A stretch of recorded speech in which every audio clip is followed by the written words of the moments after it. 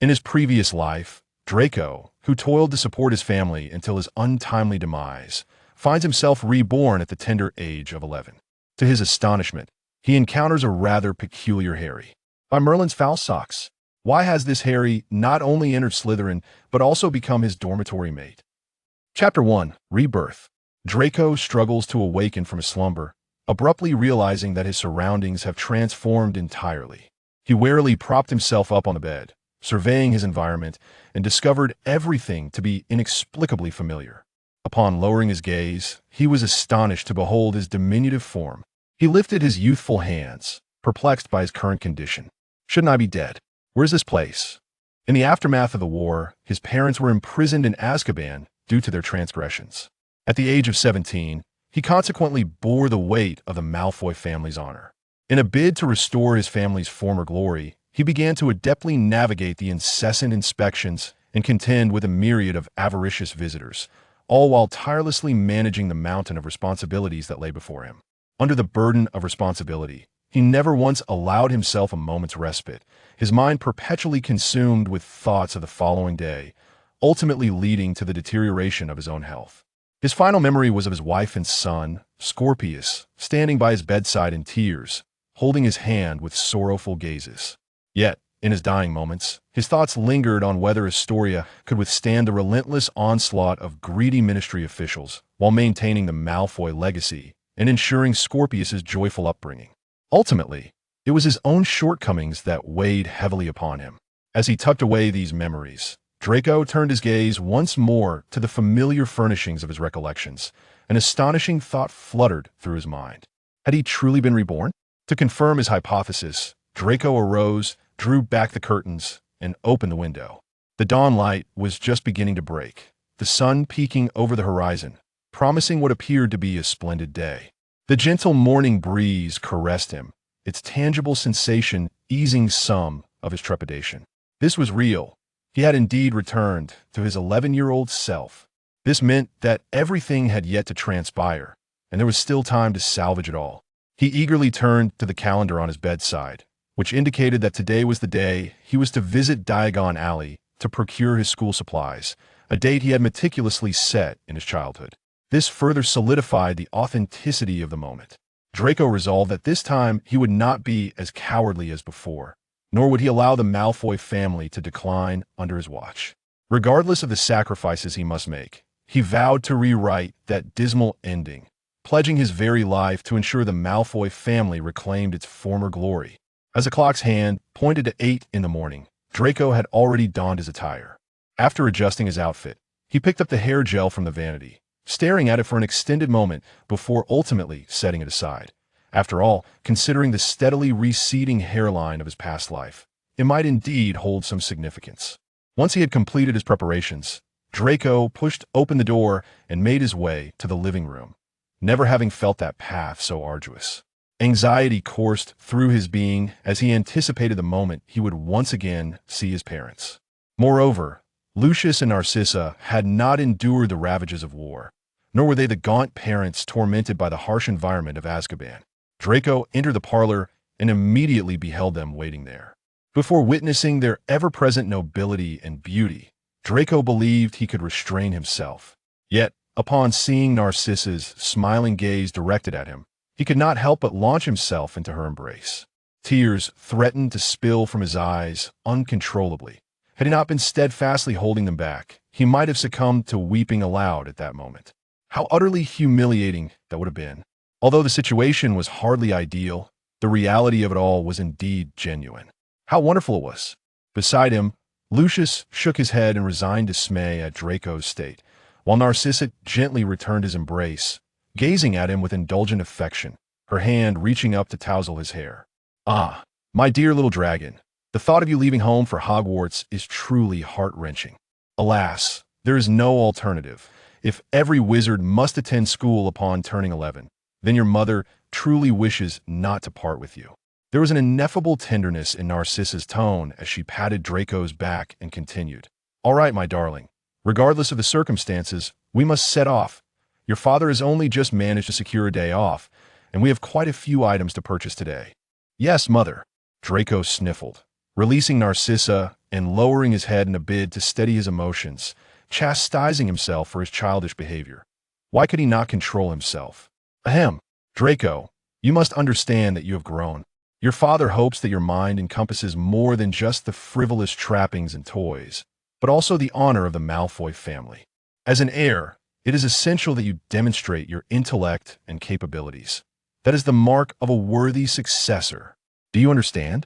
Lucius reprimanded Draco in this manner.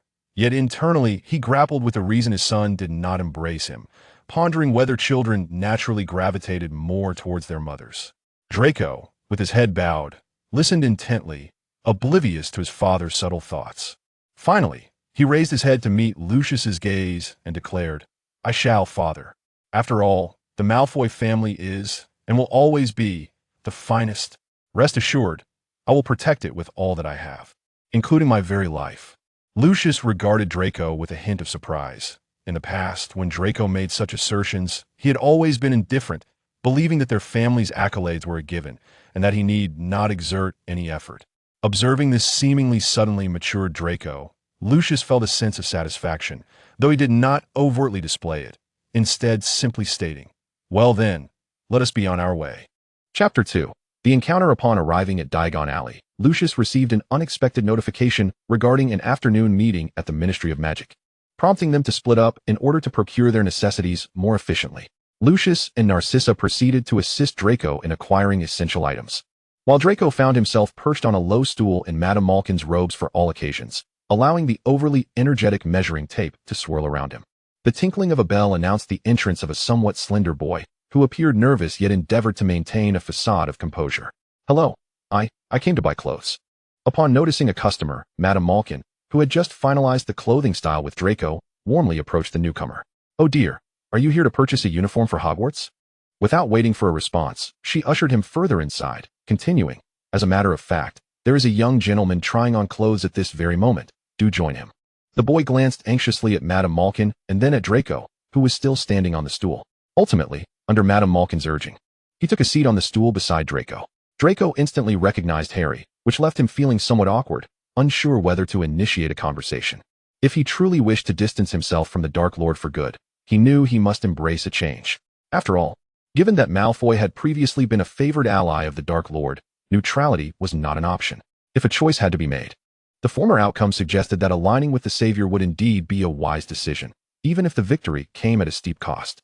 However, observing the diminutive figure beside him, clad in ill-fitting and tattered garments, brought back memories of his past self flaunting his status in front of such a Harry at Madame Malkin's.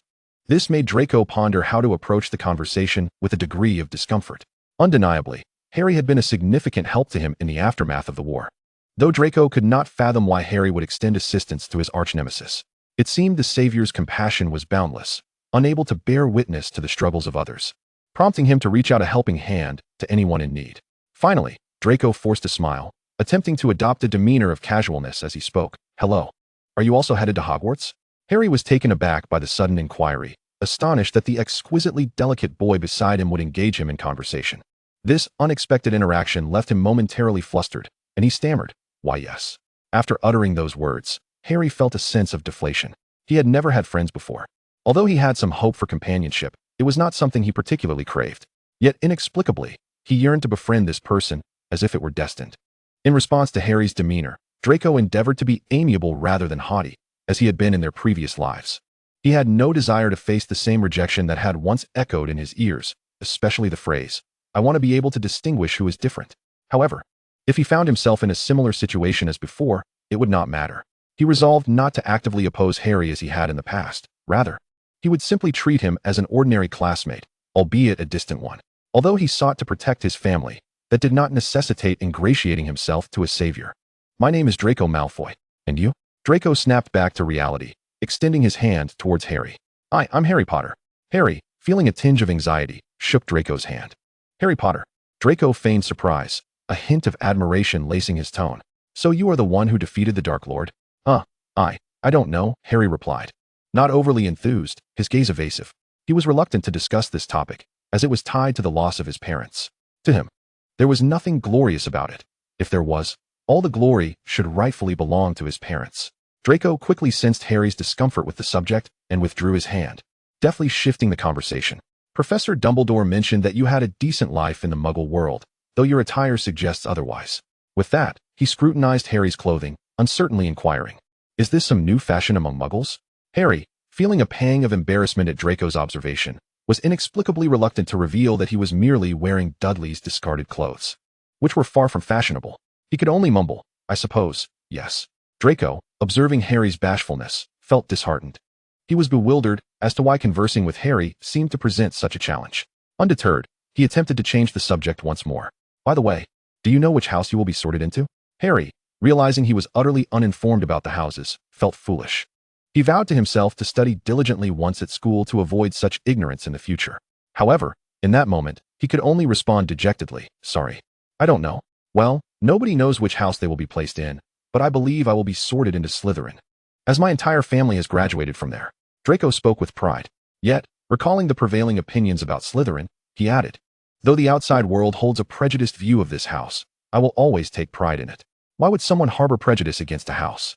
Harry, unfamiliar with this aspect, could see that Draco genuinely took pride in it, yet he struggled to comprehend why it mattered so much.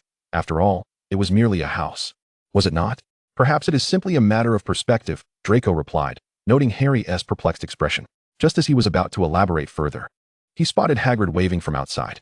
"I believe he is looking for you," Draco indicated towards the half-giant. "Yes," Harry nodded, waving back at Hagrid. Hagrid held 2 large ice creams aloft, signaling to Harry that he could not enter the shop. "That is Hagrid," Harry said, feeling a surge of happiness at the opportunity to speak about him. "He works at Hogwarts." "Ah, I've heard of him. He is the keeper of keys and grounds," Draco acknowledged, despite his personal distaste for the half-giant. His experiences had taught him not to display his true feelings openly. "Yes, that is wonderful, I assent it," Harry replied enthusiastically. Draco intended to continue the conversation, but was interrupted. "Dear, your robes have been measured. An owl will deliver them to Malfoy Manor. You should receive them in a couple of days." Madame Malkin approached Draco with a cheerful demeanor. "Thank you, Madame Malkin. I appreciate your efforts," Draco replied politely, leaping off the stool to address Harry. "I suppose I must be going. See you at school?" "Yes, see you at the house," Harry replied. Wishing he could have exchanged a few more words, but lacking any reason to detain Draco, he could only bid him a reluctant farewell. "Goodbye." With that final farewell, Draco exited without looking back. As Draco Malfoy strolled past Hagrid, he caught sight of the half-giant's unfriendly expression directed at him. However, Draco chose to disregard it, merely maintaining a semblance of politeness by nodding in acknowledgement. According to their prior arrangement, Draco made his way to Ollivander's wand shop, where his parents, Narcissa and Lucius, awaited him. They had already procured the necessary items, and all that remained was for him to select his wand. The thought filled Draco with excitement. He was about to reclaim his wand at last. "Draco, why the delay? I trust you haven't been so dazzled by those ostentatious garments that you've forgotten the matter at hand," Lucius reprimanded sternly. This caused Draco to blush slightly, as he had indeed been momentarily distracted by the array of styles, and had also encountered the boy who lived. Yet, those were not topics he could discuss at present. "Come now, little dragon, don't mind your father. Come over and try this wand." Narcissa beckoned him over. As Draco approached, Ollivander began his selection process. Let me see. "Ah, hawthorn wood, unicorn hair, 10 inches long, a perfect balance. I believe this will suit you splendidly, Mr. Malfoy. Do give it a try," Ollivander remarked, handing the wand to Draco. Draco grasped the wand offered by Mr. Ollivander and waved it, watching as it emitted a silver light in his hand, indicating a remarkable compatibility. This wand was the very one he had possessed in his previous life. Reclaiming it filled Draco with a sense of recovery. Reminiscent of the moment he had tossed it to Potter and subsequently struggled to reacquaint himself with it, as if it no longer belonged to him. It felt peculiar. Yet now, it had chosen him once more. "This time, I shall wield you with care to protect my family. I swear by Merlin. I will not allow them to suffer any further harm." Upon returning home, Draco commenced his preparations, leaving him with little time to spare in the final month before school commenced. He found himself either mingling at various soirees or, in his spare moments, engrossed in study within the Malfoy family's library. Lucius took great comfort in this, especially as Draco's impeccable performance at the gatherings only served to enhance his father's satisfaction. This was indeed how a Malfoy heir ought to comport himself. However, Narcissa felt that her little dragon need not grow up so swiftly.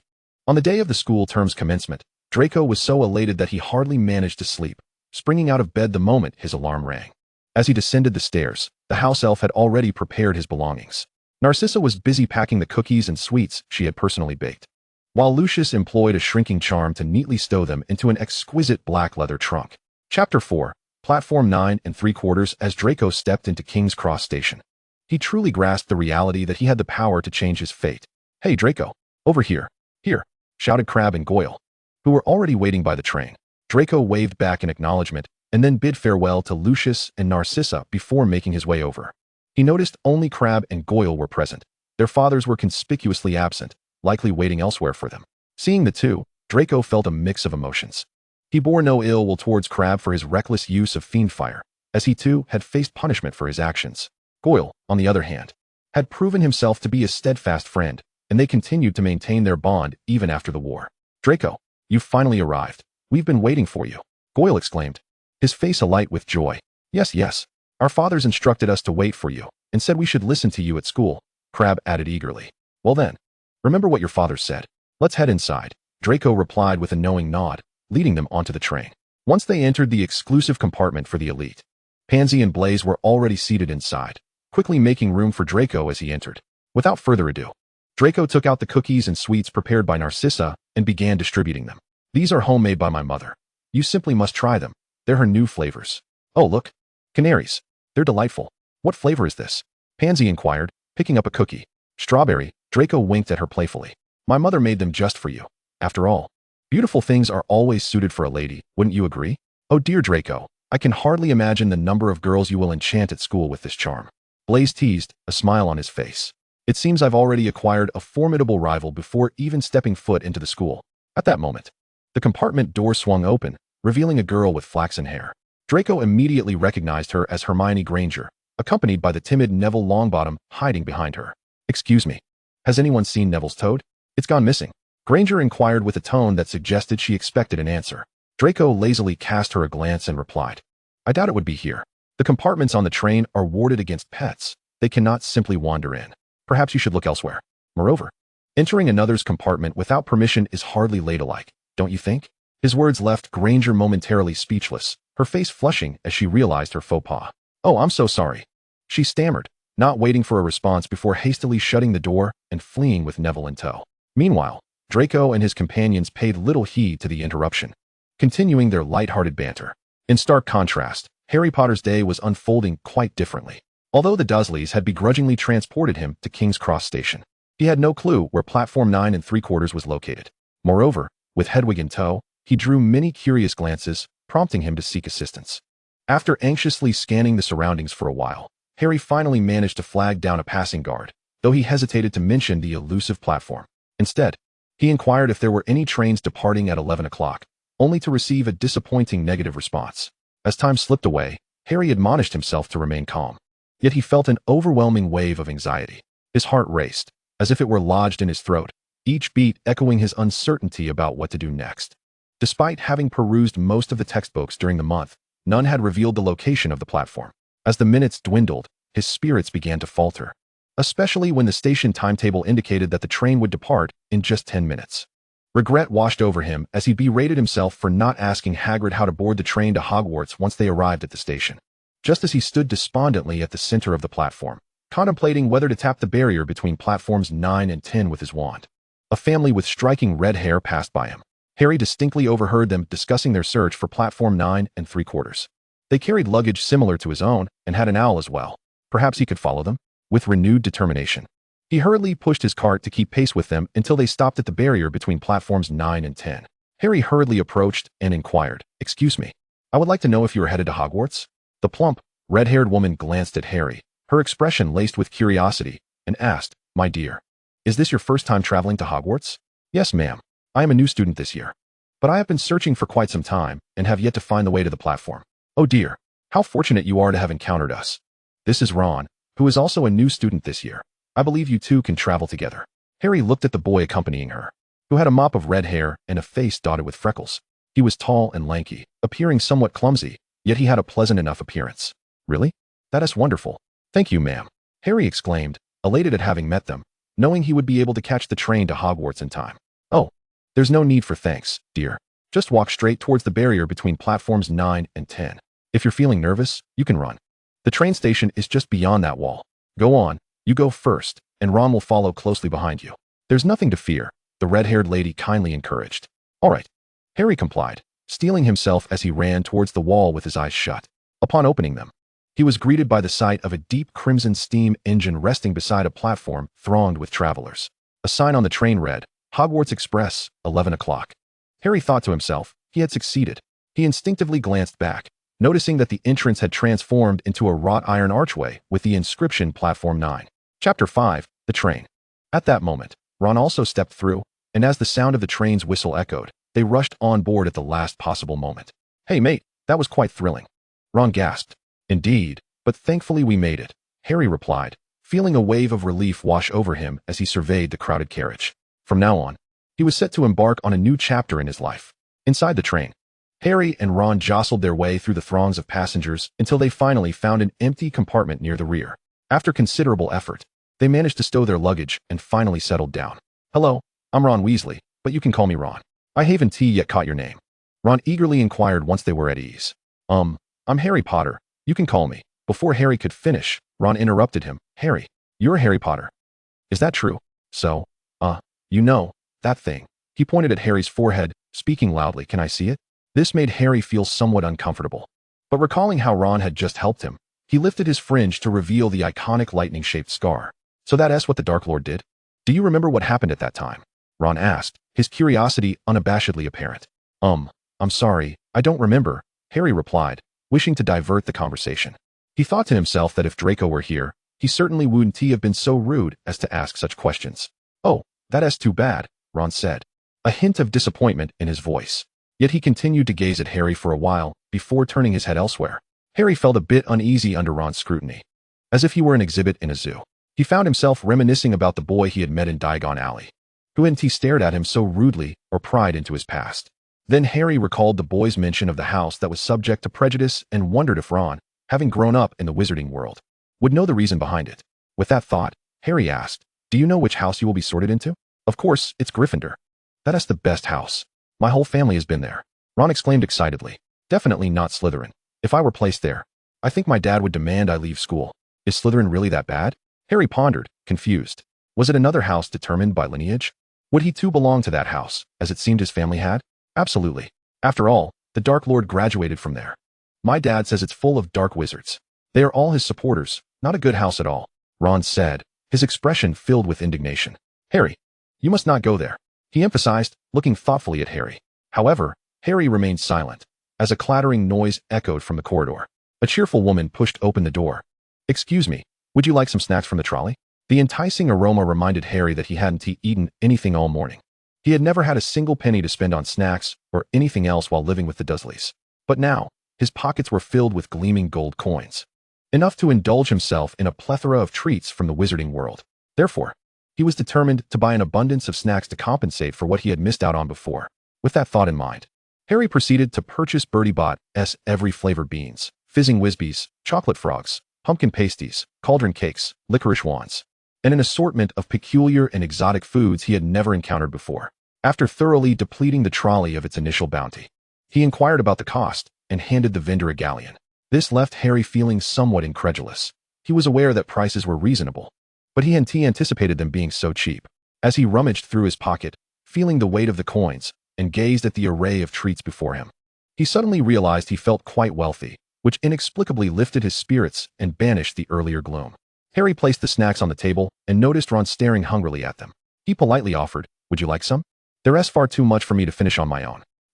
No thanks, I brought a sandwich, Ron replied, pulling out a bulging paper box that contained 4 small sandwiches. He inspected each one, looking quite disheartened as he muttered, Why does she always forget that I dislike corned beef? Chapter 6, Arrival at Hogwarts. Harry glanced at Ron's sandwiches and then at his own mountain of snacks, contemplating before offering a cauldron cake. I could trade you. Yours looks pretty good. Ron shook his head. I don't think you'd like it. But it does look good. I'd like to try it. Do you enjoy that food? Harry inquired. You really like it? Well, here you go.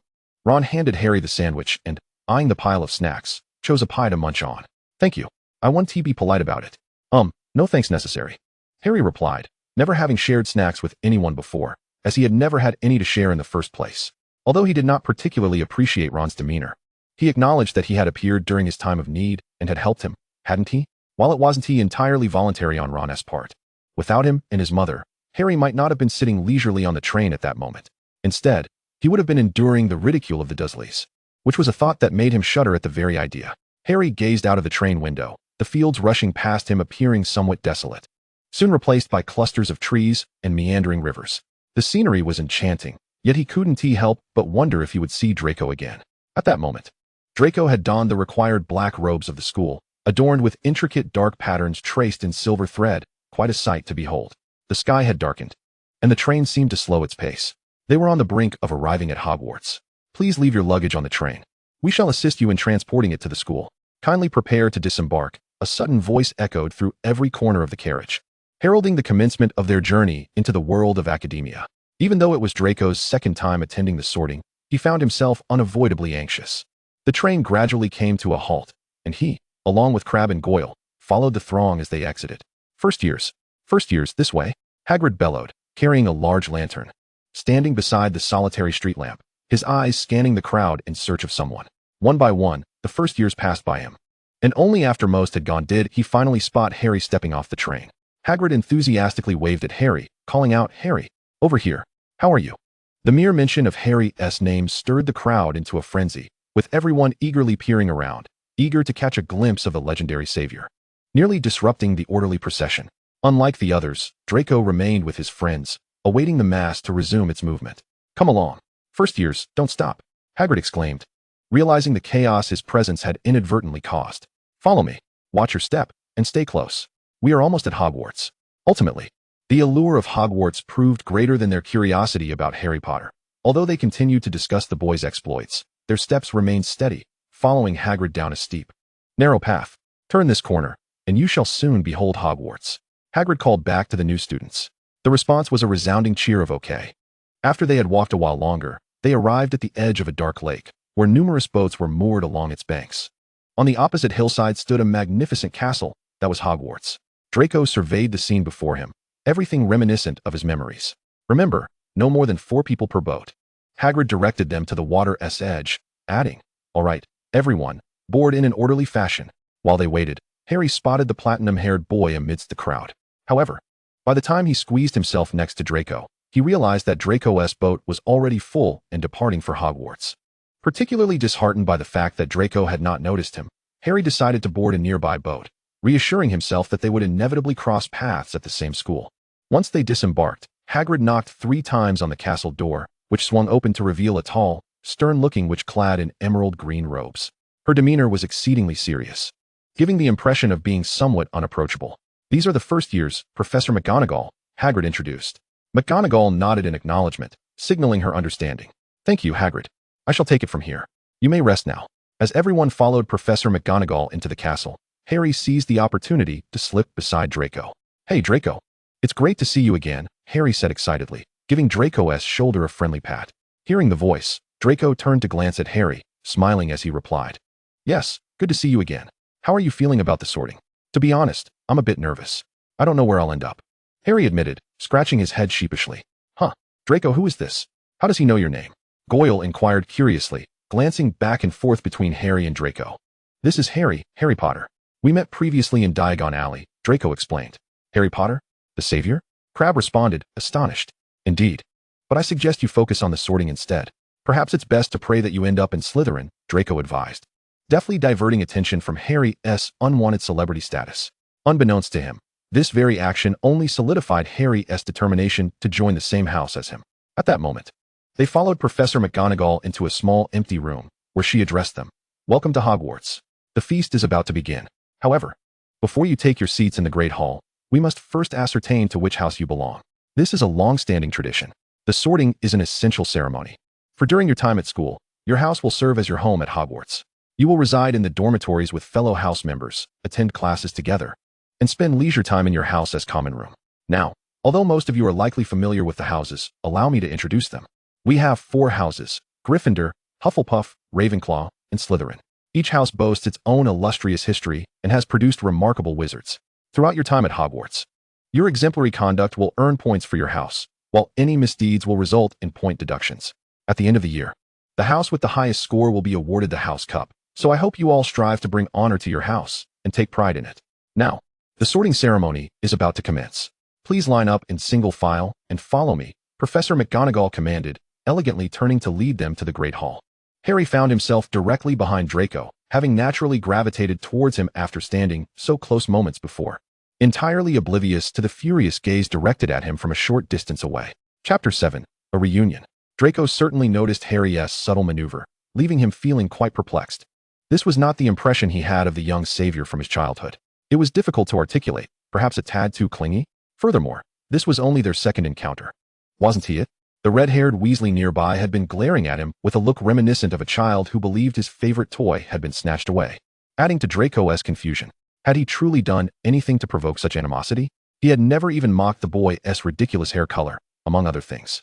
Did he truly harbor a grudge? Draco chose to disregard these thoughts, selectively ignoring Ron's glare, and instead focused on the impending sorting ceremony. As they exited the room, they were greeted by the sight of an opulent great hall, where the upperclassmen were already seated, leaving several vacant spots beside them, presumably reserved for the newcomers. Harry had never visited such a splendid venue, and the current scene was infused with a magical aura. Thousands of candles floated gracefully in midair, their flickering flames casting a myriad of stars upon a ceiling resembling black velvet. The shimmering lights danced in harmony with the candlelight, creating a breathtaking spectacle that filled him with wonder. At that moment, Granger, for reasons unknown, approached him and, upon seeing his astonished expression, whispered beside him, "I know magic has been cast here. It resembles the sky outside. There are records of this in Hogwarts, a history, is that so? You truly have an extensive collection of books," Harry remarked, marveling at her vast knowledge.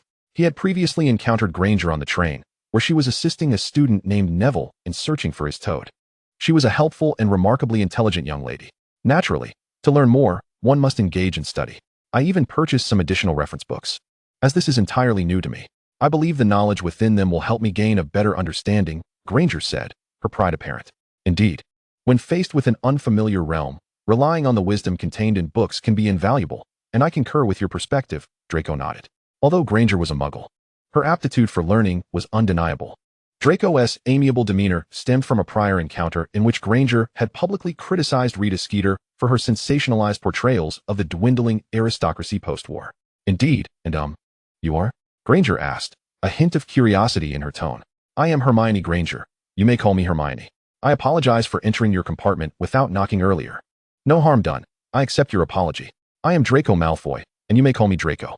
With that, Draco waved his wand, bowed graciously, and smiled sincerely at Hermione, complimenting her as a remarkable witch. Her cheeks flushed slightly at his gesture, prompting her to redirect the conversation to Harry, who was seated beside Draco. I believe, if I am not mistaken, you are Harry Potter? Yes, you may call me Harry. Harry did not harbor any disdain for this girl, though he felt a curiosity regarding what had transpired between her and Draco, perhaps an inquiry for later. You can also call me Hermione. By the way, did you know? I came across your story Insignificant Magical Events of the 20th Century. It detailed your life. Mention me? Harry replied, astonished that he had made it into a book. This was marvelous. He could delve deeper into his own narrative and perhaps discover tales of his parents within its pages, learning what they had accomplished. Goodness. You had no idea? If it were me, I would certainly buy several copies to keep. This is truly a matter of pride. Hermione exclaimed, incredulous.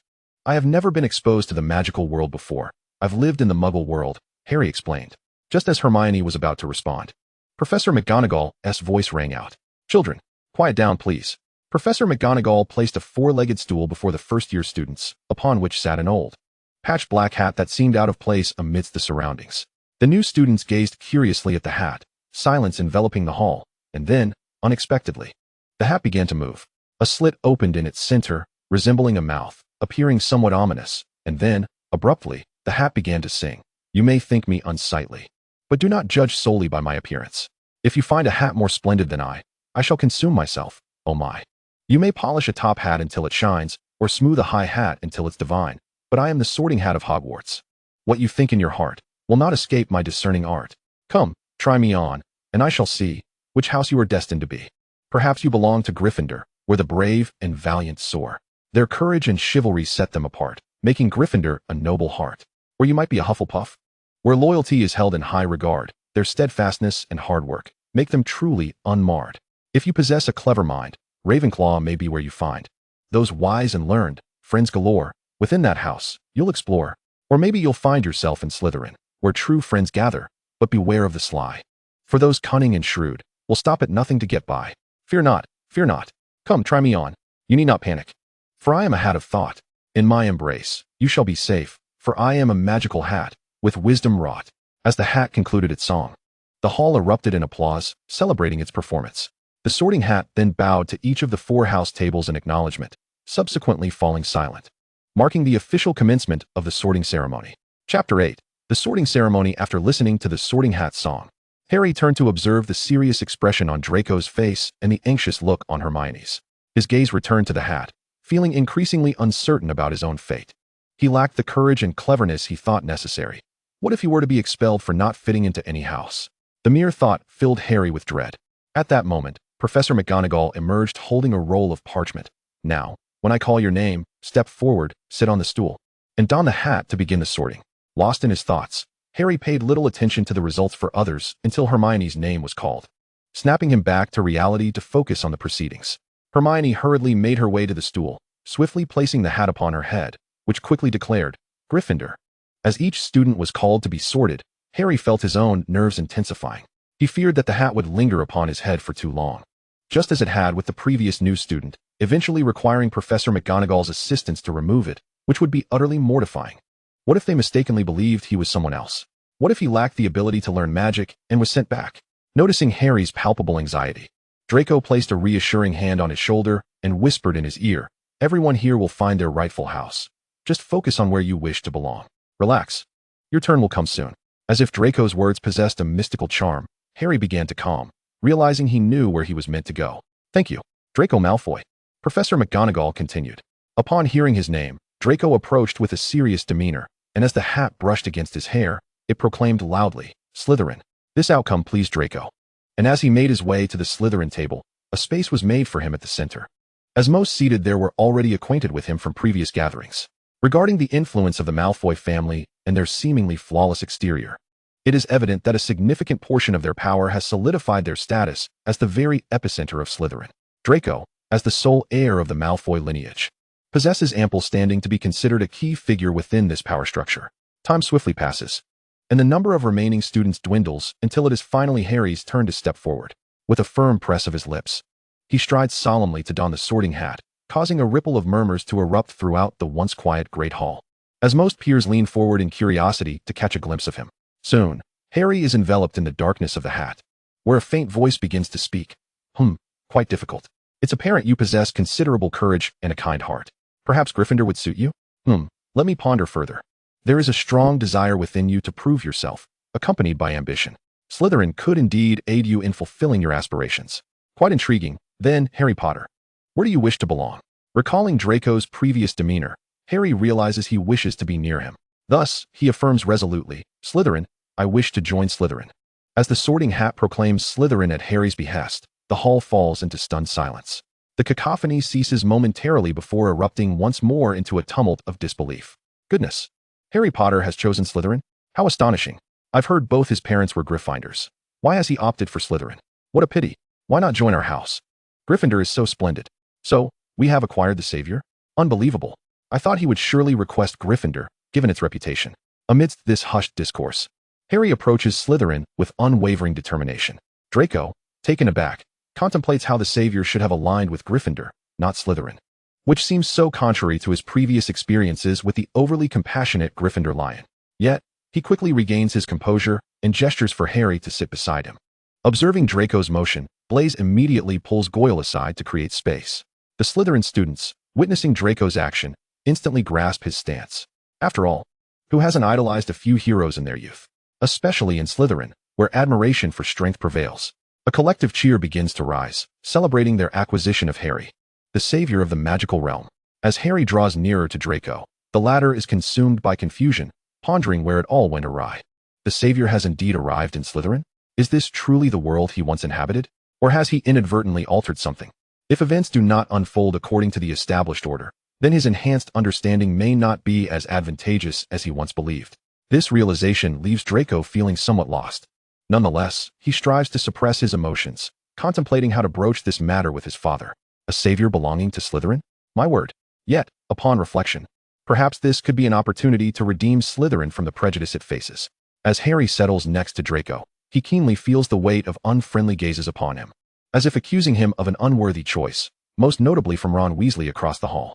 Clenching his silver fork tightly, Ron angrily stabs at his food, glaring at Harry as though he has betrayed him, all because of Harry's choice of house. This causes Harry to frown involuntarily. Their bond has never been so deep, has it?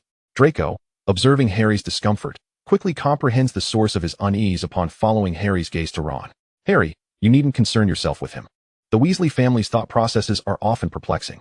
He likely cannot accept your presence in Slytherin, as our house is not viewed favorably by them, Draco reassures, opting for gentler words. Harry responds, choosing to divert his gaze. He understands the reason behind Ron's reaction, but does not feel inclined to accept Draco's suggestion, does he? Chapter 9, The Feast. I noticed you conversed with the Sorting Hat for quite some time. I'm curious, what did you discuss? Draco inquires casually, elegantly slicing into his lamb chop, despite the complexity of emotions churning within him.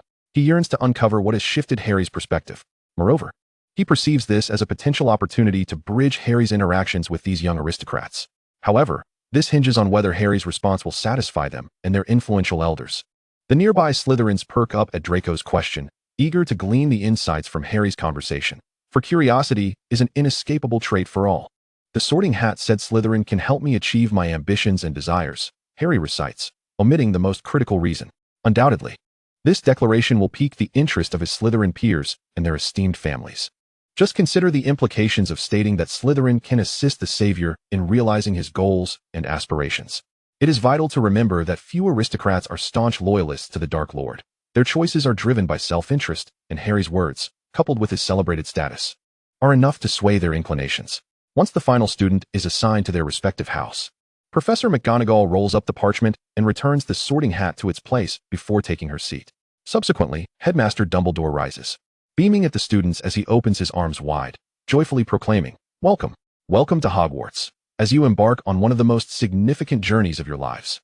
Before the welcoming ceremony commences, he adds, "I must say a few words. Foolishness, tears, residue, twist." With that, Dumbledore sits back down. Though the students do not fully comprehend his remarks, they applaud out of respect and resume their cheers. Harry notices that as the old man sits, he casts a complex glance in his direction. Though subtle, Harry is convinced he did not misinterpret it. After all, he has spent years learning to read the emotions and expressions of the Dursleys to avoid their scorn, and he trusts his instincts. Indeed, his intuition proves correct. As Dumbledore contemplates whether Harry has been swapped, were it not for his surveillance, he might feel compelled to verify the situation, for according to his design, Harry was meant to be sorted into Gryffindor, not Slytherin. However, since circumstances have reached this point, it appears that his plans will require adjustment. Draco, do you find him, how shall I put it, a bit peculiar? Harry leans closer to Draco, speaking softly in hopes of gaining more insight into Headmaster Dumbledore. Draco reflects that if one is referring to the facade of pretense, this assessment is indeed accurate. While it may be said, it is undeniable that he is an exceptionally talented wizard. He once vanquished the first Dark Lord, Gellert Grindelwald, and imprisoned him in Nurmengard. Moreover, he is quite adept at disguise, cloaking his true nature beneath a facade of benevolence and harmlessness. This pumpkin juice is delightful. Would you care for some? Draco interjected, wishing to divert the conversation away from Dumbledore as he poured a cup of the beverage and handed it to Harry. Thank you, Harry replied, taking a sip and finding it indeed quite pleasant. It could be said that Harry's attention had been entirely absorbed by others until Draco's offering of pumpkin juice jolted him back to awareness. He then lowered his gaze to the lavish spread of food before him, suddenly realizing that this was not his life at the Dursleys, where he felt no obligation to neglect his own needs. Although they had not drastically limited his rations, the meals had never been this sumptuous, and the things he longed to eat were often snatched away by Dudley, even if Dudley had no particular liking for them. Contentedly, Harry began to take some of his favorite dishes. Although he yearned to devour his meal with reckless abandon, he noticed that the little snakes around him were dining with an elegance reminiscent of the aristocrats he had seen in films, with a few notable exceptions, such as the two plump boys who had been trailing Draco. Observing them, Harry felt a twinge of concern as they stuffed their mouths with steak even before finishing their cake. Was it truly safe to eat in such a manner? Eager to integrate himself into this new environment, Harry devised a strategy. He cut the steak into small pieces and chewed quickly, allowing his eating habits to appear less atrocious while still satisfying his hunger. It wasn't until he reached his third piece of steak that he felt somewhat full, and he had to admit that the fare here was truly exceptional. Honestly, Harry relished the atmosphere of this academy, unlike other houses. The students here did not scrutinize him with excessive attention or insatiable curiosity about every aspect of his life. Their conversations revolved more around attire and accessories, with playful banter about one another. Indeed, he had heard his so-called old-fashioned black-framed glasses mocked multiple times by a girl named Pansy, who had unilaterally declared her intent to gift him her magazine subscriptions so he could select a more suitable pair, insisting that he ought to adorn himself with the finest. Aside from that, his attire also became a topic of discussion, but fortunately, Draco had come to his rescue, offering to assist him in selecting appropriate clothing, which saved him from further embarrassment. Contrary to feelings of inadequacy, Harry found this attention rather pleasant. Having someone care for him was infinitely better than being met with disdain and indifference. He mused that he might seek Draco's counsel on matters of style, as he now possessed a veritable treasure trove of galleons, with a steady influx of income from various assets, leaving him unconcerned about expenditure. He felt that he could certainly afford the extravagant garments they spoke of. In all honesty, the sensation of newfound wealth was exhilarating, savoring a post-meal pudding. His first experience of such a delicacy, he found it sweet and delightful, a stark contrast to his previous life.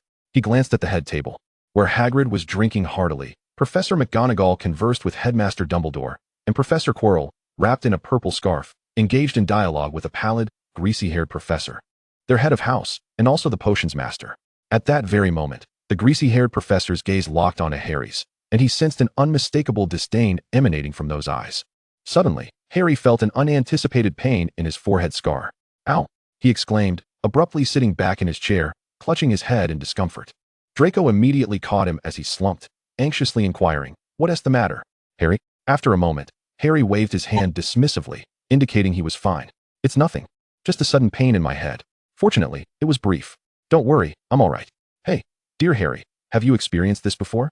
"I think you should see the nurse when you have the chance," Pansy said with concern, as she had known Draco since childhood, and his friends were certainly included in her circle of care. "I will, thank you, Pansy." Harry brushed it off, considering it merely a fleeting headache, not something to be overly concerned about. Chapter 10, The Common Room. When Draco saw Professor Quirrell at the head table, he immediately understood the reason behind Harry's discomfort, a realization that momentarily took his breath away. Indeed, the imperious Dark Lord now resided, somewhat pitifully, in the timid professor's rear, biding his time to obtain the legendary Philosopher's Stone to resurrect himself and plotting how to bring about the demise of our savior. Little did he know that he was the one ensnared by Dumbledore's machinations, a mere pawn in the grand scheme to elevate Harry. Such is the disparity between students and teachers. When your schemes involve what he holds dear, he might very well be using your own stratagems to fulfill his desires, and sanction you when you lack sufficient power, particularly when that individual is a madman willing to forsake everything for his ideals. Otherwise, why would he even factor his own demise into his plans? Thus, the Dark Lord is destined for failure. He glanced at Harry beside him, feeling a pang of concern for the Halloween that Harry had never truly enjoyed, realizing that before the Dark Lord's defeat, the remainder of the school year would undoubtedly hold diverse adventures. It was rather unappealing, but since the savior was in Slytherin, Headmaster Dumbledore would find it difficult to grant arbitrary points to his beloved Gryffindor. The Slytherin House Cup's 6-year reign would certainly continue under his stewardship. Thinking this way, the arrival of the savior brought many additional benefits. Oh, and the dragon. If he could manage to acquire it, Pansy. Have you ever interacted with Professor Snape? Harry inquired with curiosity. Of course, occasionally Professor Snape is invited to our gatherings, and he is also Draco's godfather. You can ask Draco for the rest, Pansy replied thoughtfully. Harry glanced at Professor Snape and remarked to Pansy, "Really? He seems rather unapproachable, but Draco is quite the opposite." Pansy wholeheartedly agreed. Indeed, Professor Snape exudes an aura that few can withstand. Thus, I suggest you familiarize yourself with the potions textbook in advance, just in case you are called upon. Otherwise, I believe you could have a rather profound experience, Draco interjected, recalling how Harry had struggled to answer questions in potions class in the past. He aimed to remind this new Harry of his responsibilities as a member of Slytherin. As mealtime concluded amidst friendly conversation, the dishes on the table gradually disappeared, and Headmaster Dumbledore rose once more. "Let us take a moment of silence. I believe everyone has had their fill, yes? I would like to draw everyone's attention to a few important matters. Freshmen, please take note, and remember that the wooded area behind the school is strictly off-limits to all students. This is a point that even our upperclassmen must heed." Dumbledore's eyes, obscured by the crescent-shaped lenses of his glasses, flicked towards the Weasley twins. "Furthermore, Mr. Filch, the caretaker, has requested that I remind everyone not to perform magic in the corridors during breaks. However, if you wish to be punished, feel free to do as you please." Next, The election for Quidditch players will take place in the second week of this term.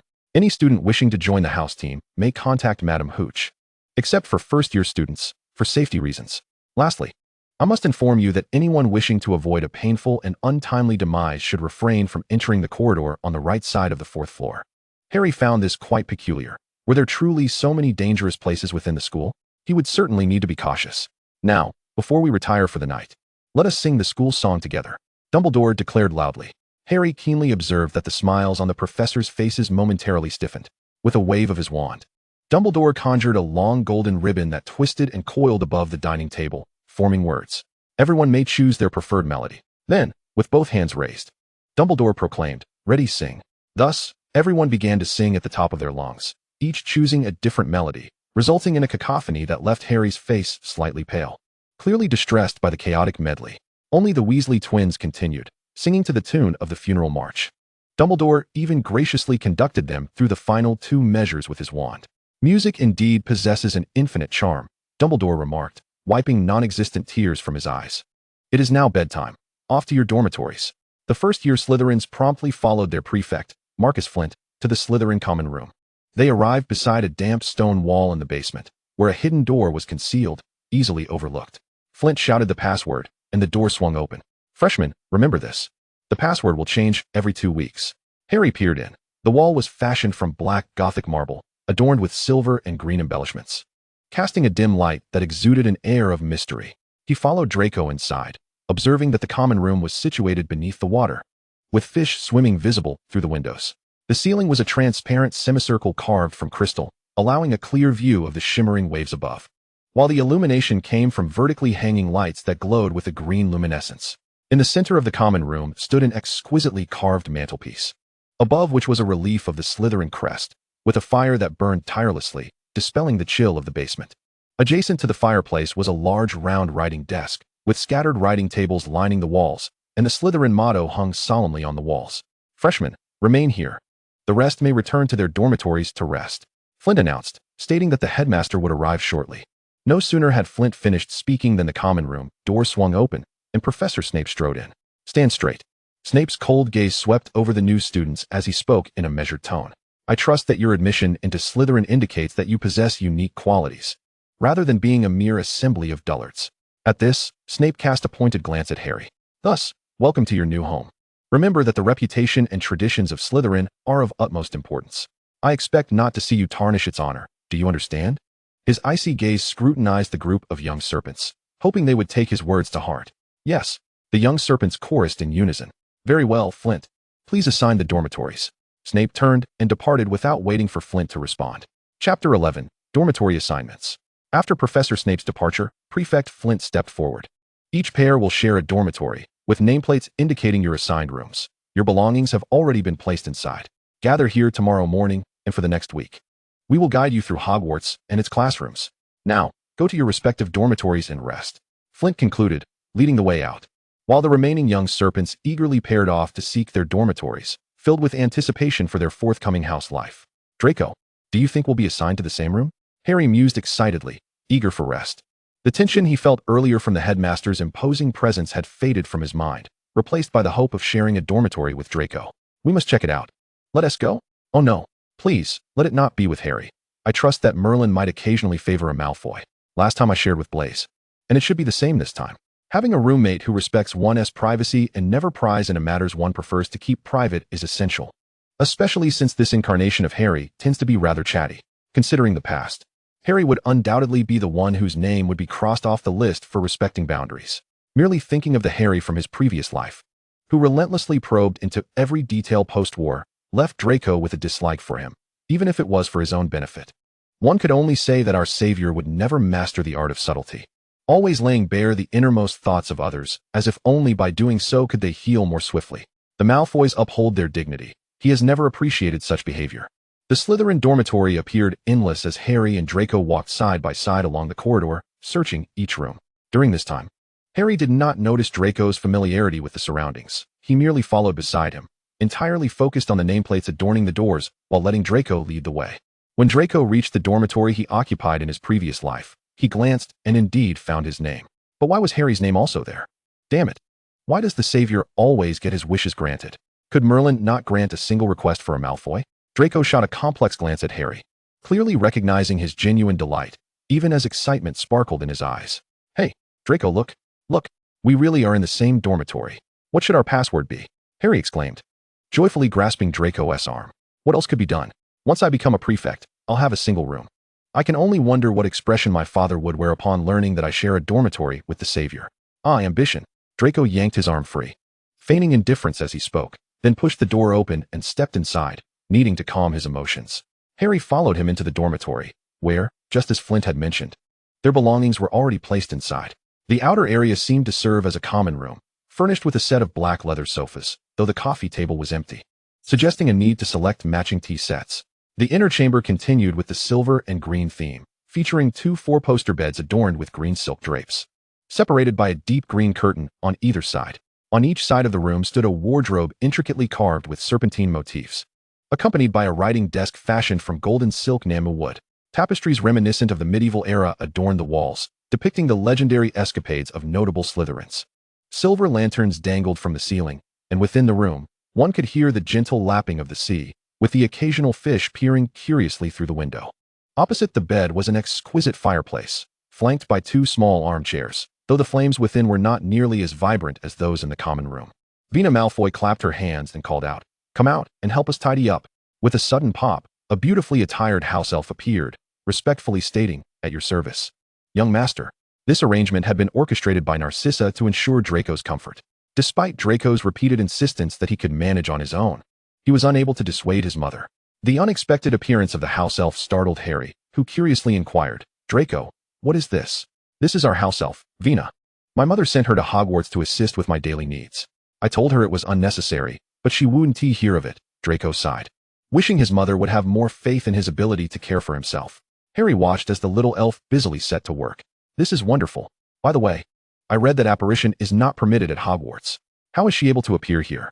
"This is my house elf, Vina. Hogwarts imposes no magical restrictions on them. Otherwise, she wouldn't be here," Draco explained. To be honest, the day's exertions had left Draco feeling quite fatigued. He yawned and settled into the writing desk. "I need to write a letter home. If you require assistance, you can ask Vina." With a flick of his wand, Draco retrieved an envelope and a quill from his luggage. Harry nodded, initially contemplating that they might be occupied until late, and given Draco's demeanor, he doubted he would be inclined to assist. Draco was already pondering how to convey to Lucius that not only had the chosen one entered Slytherin, but he was also sharing a dormitory with his son. Damn Merlin. After a moment of deliberation, Draco finally began to write, "Dear Father, I have unexpectedly found myself in Slytherin, and it is indeed as marvelous as I had envisioned. Rest assured, I shall uphold the glory of our house. There is no doubt about it, for the Malfoys are always the best, are they not?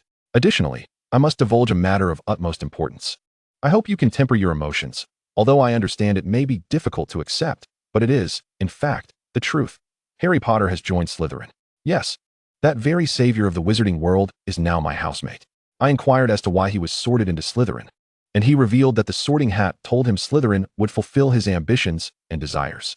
I was taken aback by the hat's words. "But I wonder if there may be something beneficial to glean from this situation, given that your son is now sharing a dormitory with the savior. Do not worry. Our relationship is not unpleasant. Harry seems to be rather overly familiar with me, which feels somewhat strange, but it brings no harm, does it? Regardless of how our choices unfold, I believe this will prove advantageous for us. Lastly, please extend my regards to Mother. Do not fret. I possess sufficient capability to take care of myself. Your most beloved son, Draco." As Draco completed his letter, Vina had finished tidying up and stood by, awaiting instructions. He handed the finished letter to her, requesting that she deliver it to the Ollery for dispatch. Chapter 12. Charms class. Meanwhile, Harry was engaged in the final touches of arranging his textbooks neatly on his designated writing desk, an entirely novel experience for him. After all, he had previously only been able to pile his books in a corner, carefully safeguarding them from the dampness of the weather. Thus, he was particularly meticulous in his arrangement. Draco stretched lazily, opened the well-organized wardrobe, and retrieved his silk pajamas. "All right, I'm going to take a shower. I'm utterly exhausted." Having completed his letter, Draco felt considerably lighter, his tone now somewhat languid. "If you need assistance, feel free to ask Vina." Thank you, but I prefer to tidy up myself," Harry replied. "Honestly, it feels wonderful to be able to arrange my own space." With seemingly endless energy, Harry continued to deliberate on how to best position his limited belongings. He even began to contemplate what additional items he might procure to make the space feel cozier. Having only possessed a meager cupboard at the Dursleys, he had often fantasized about having a home of his own. Although this was merely a school dormitory, it was, for the time being, his own space. After all, he would be living here for the next 7 years. Now, for the first time, he had his own space. And he was sharing it with someone he didn't dislike, who also treated him kindly. This alone made him quite fond of the place. The night passed peacefully, and in the morning, Harry was awakened by the alarm clock he had set the night before. Gone were the incessant urgings of his aunt and the raucous shouts of Dudley. He felt unburdened. This could be described as the best sleep he had ever experienced. After all, he no longer had to rise early to assist his aunt or worry about missing breakfast if he woke late. Ruffling his hair casually, he closed his eyes for a moment to gather himself before lazily stretching and finally rising. Upon drawing back the bed curtains, he heard the sounds of activity from the washroom, only to discover that Draco had already risen. Slipping on his slippers, he walked over to find Draco fully dressed, hesitating in front of a jewelry box while selecting a brooch, assessing which would be most fitting. "Draco, you're up quite early," Harry remarked.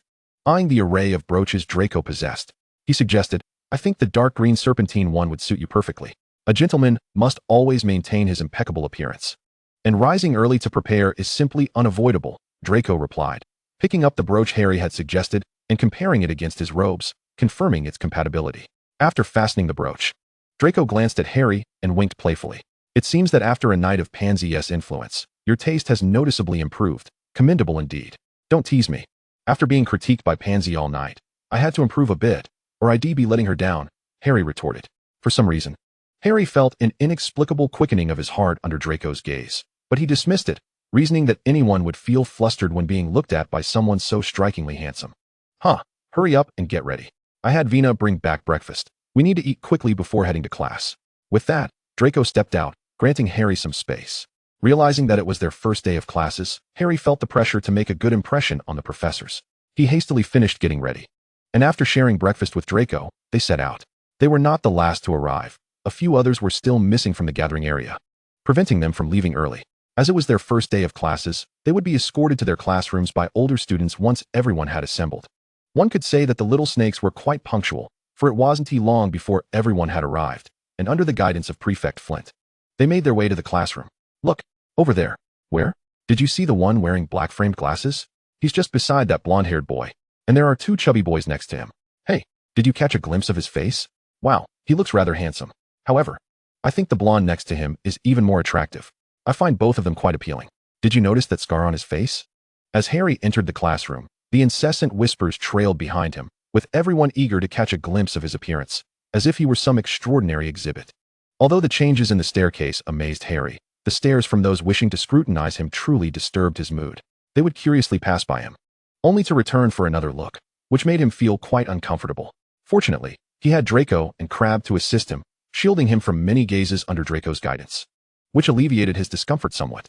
Their first class was Professor Flitwick's charms lesson, where he and Draco settled in at the back, while Crabbe and Goyle occupied the seats in front of them. The triangular formation effectively obstructed the prying eyes of others, finally allowing Harry to relax and focus on the lesson. Today's class was about levitating feathers, and it was Harry's first attempt at spellcasting, making him noticeably anxious. He feared he might fail to follow Professor Flitwick's instructions. His anxiety heightened when he saw Draco effortlessly perform the spell, earning 2 points from Professor Flitwick. Furrowing his brow, Harry stared intently at his wand, mentally reciting the incantation as if that alone would ensure his success, though it was evidently futile. After several unsuccessful attempts to make the feather rise, he cautiously tugged at Draco's sleeve and whispered, "Draco, is there a trick to this? Teach me." Surprised that Harry was actually asking him for help, Draco took a moment to collect himself before replying. Let me hear you say the spell." Harry obediently waved his wand and pronounced the incantation, Wingardium Leviosa. "No, your pronunciation is off. Repeat after me," Draco instructed, shaking his head. He then waved his own wand and declared, Wingardium Leviosa. As Draco uttered the spell, the feather on the desk began to float gracefully into the air. Wingardium Leviosa. Harry adjusted his tone to mimic Draco's voice, and at that moment, the previously motionless feather quivered, filling him with astonishment. "This is amazing. I saw it move," Harry exclaimed, his excitement palpable as he continued to practice. It must be said that Harry's aptitude for learning was remarkable, particularly once he grasped the technique. As the class approached its conclusion, Harry finally succeeded in making the once obstinate Feather obey his commands, thus earning a point for Slytherin. Chapter 13. Trouble for Longbottom. This left Draco feeling somewhat envious, considering he had practiced for half the night to achieve the same result. Yet, upon reflection, he took pride in the fact that Harry's swift learning was due to his guidance. It was clear that the Savior was exceptionally gifted. However, this was not without its benefits. At the very least, it allowed others to recognize that Harry was no mere fool, enhancing his experience at the academy. They had a considerable number of classes to attend daily, yet Harry found them all quite fascinating. If he had to choose a favorite, it would undoubtedly be flying lessons. Regrettably, their initial experience was marred by an unfortunate incident involving Longbottom, which prevented them from soaring through the skies on their broomsticks. This flying lesson was shared by Slytherin and Gryffindor. Harry often overheard the Slytherin students discussing Quidditch, yet he had never witnessed it himself. Consequently, he could not comprehend why those who were typically so composed and graceful transformed entirely when the topic of Quidditch arose, Draco included. It was as if they possessed an inexplicable fervor for the sport. This only deepened Harry's desire to experience the allure of Quidditch firsthand, amplifying his anticipation for the class. When Madame Hooch instructed them on how to grip their brooms, Draco, recalling memories from his previous life, held his broom with precision and perfection, earning another point for Slytherin.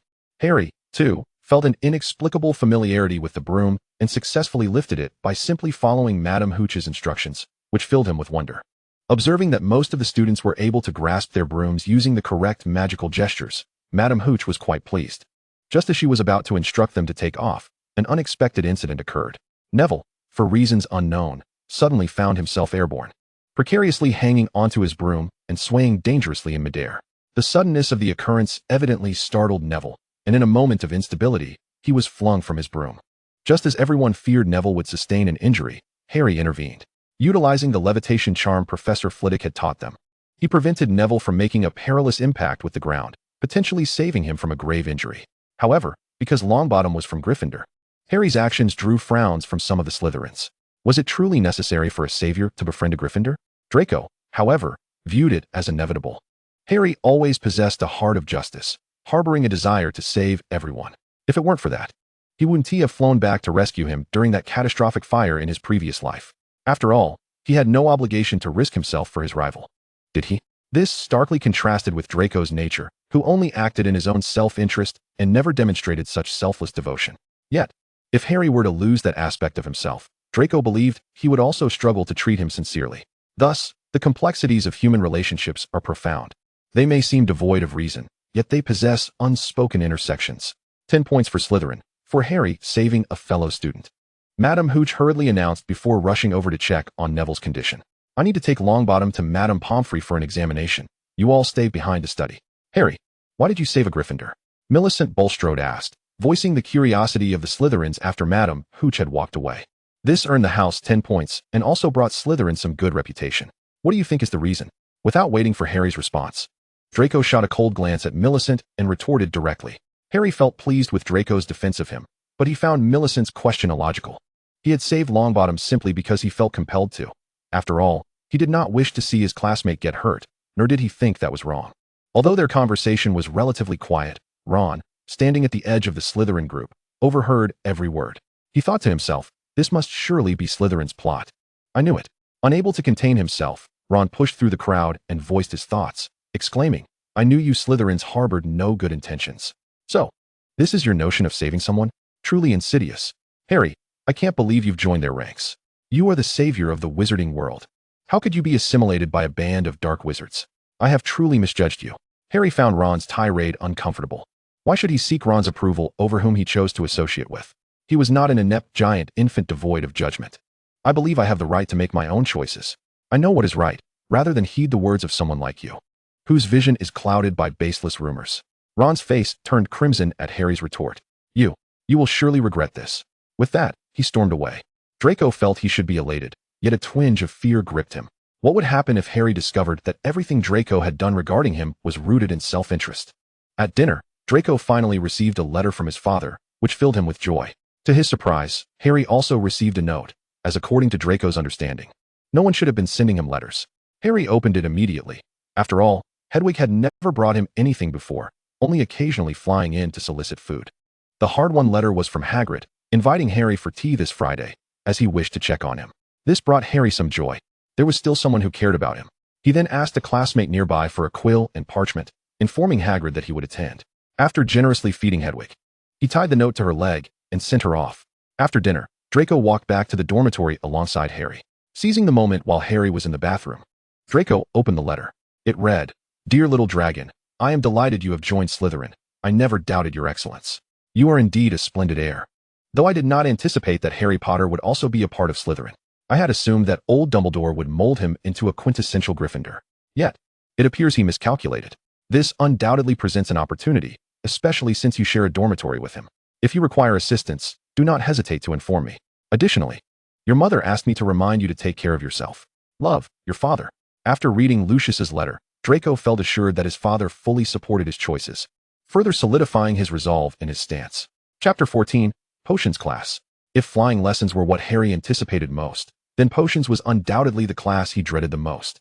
For reasons unbeknownst to him, he felt a wave of anxiety wash over him at the sight of Professor Snape, particularly when those emotionless eyes turned towards him. The potions classroom, much like the Slytherin common room, was located underground and perpetually shrouded in gloom due to the absence of sunlight. The sight of taxidermy specimens lining the walls only heightened Harry's discomfort. Potions was also a class shared with Gryffindor, and the thought of encountering Ron again made him slightly uneasy. However, this was nothing compared to the prospect of facing Professor Snape, which left him utterly flummoxed.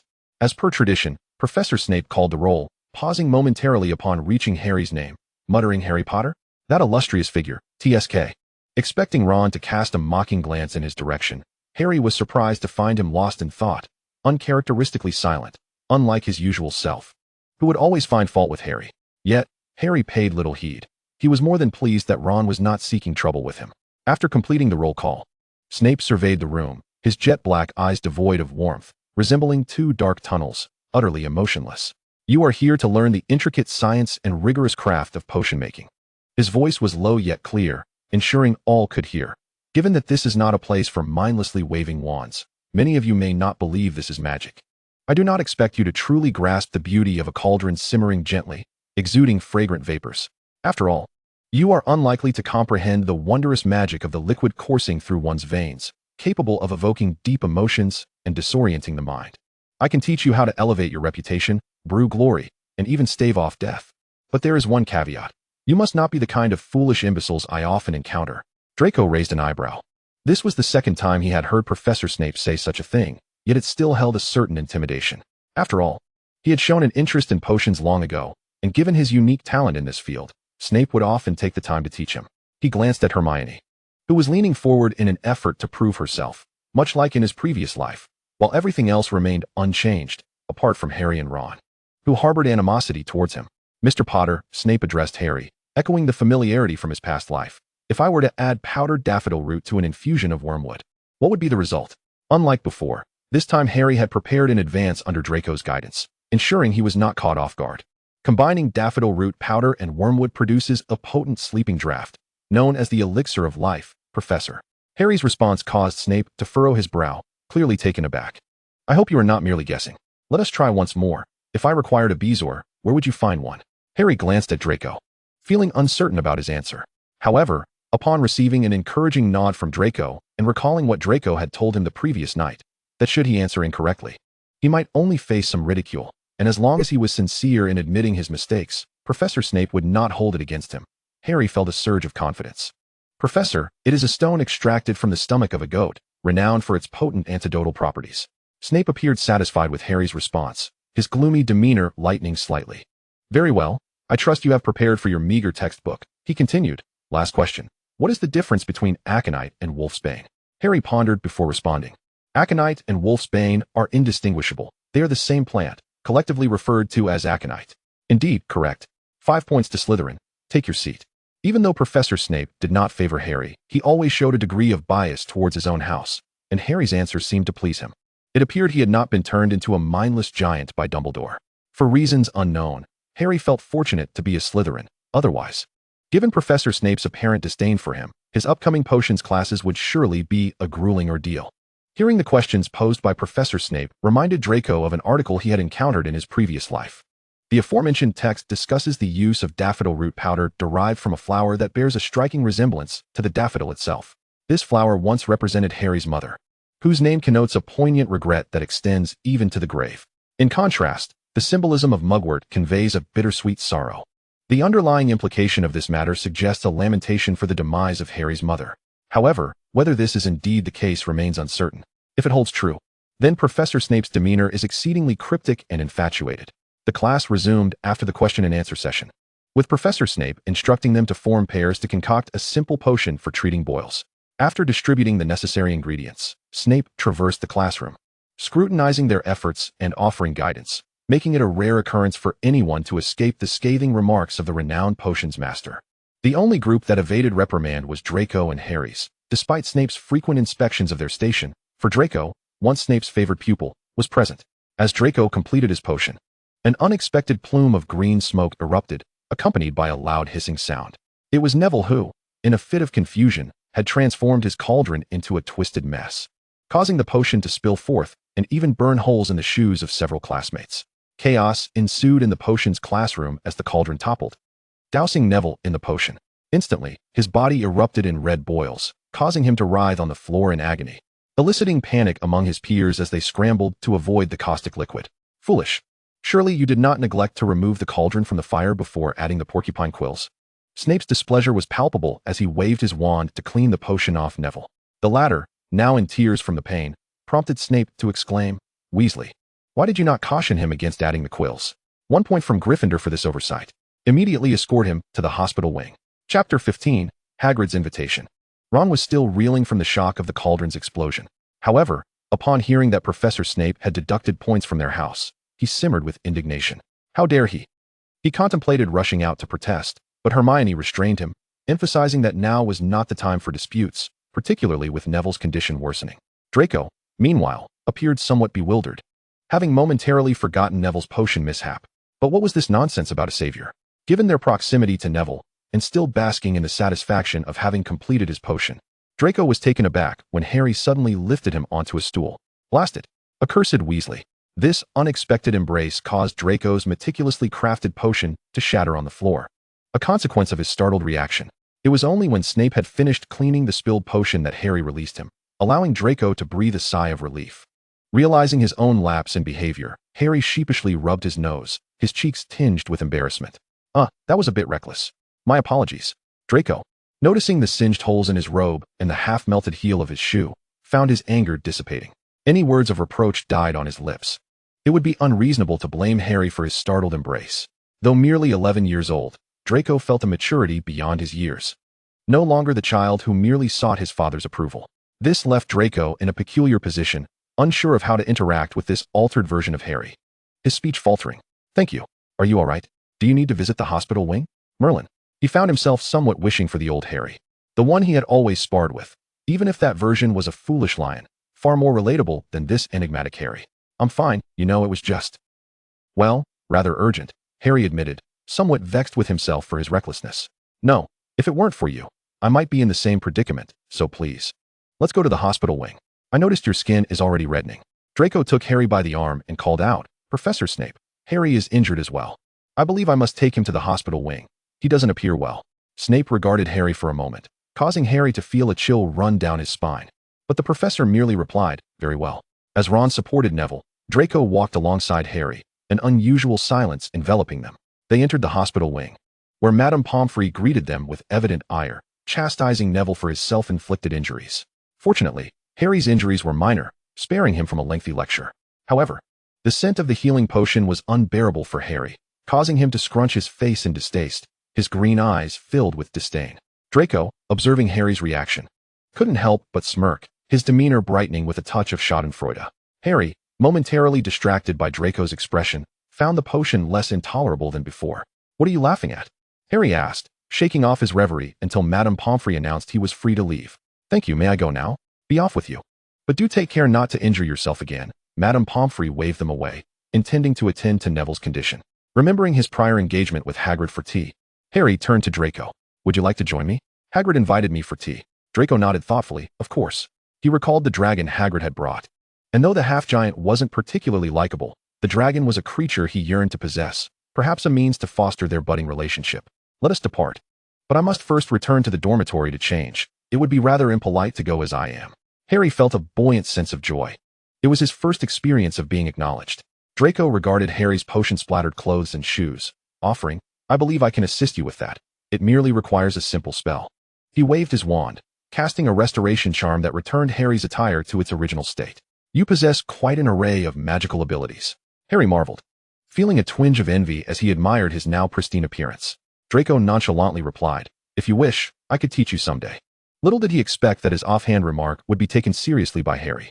Hagrid resided near the edge of the Forbidden Forest, and as they departed the castle, they approached the wooden cabin just as their appointed time drew near. Harry knocked on the door, only to be met with sounds of struggle and barking from within, which were rather unsettling. Hagrid opened the door, revealing a massive black hound thrashing about, desperately trying to escape its collar. Wait, calm down, Fawn.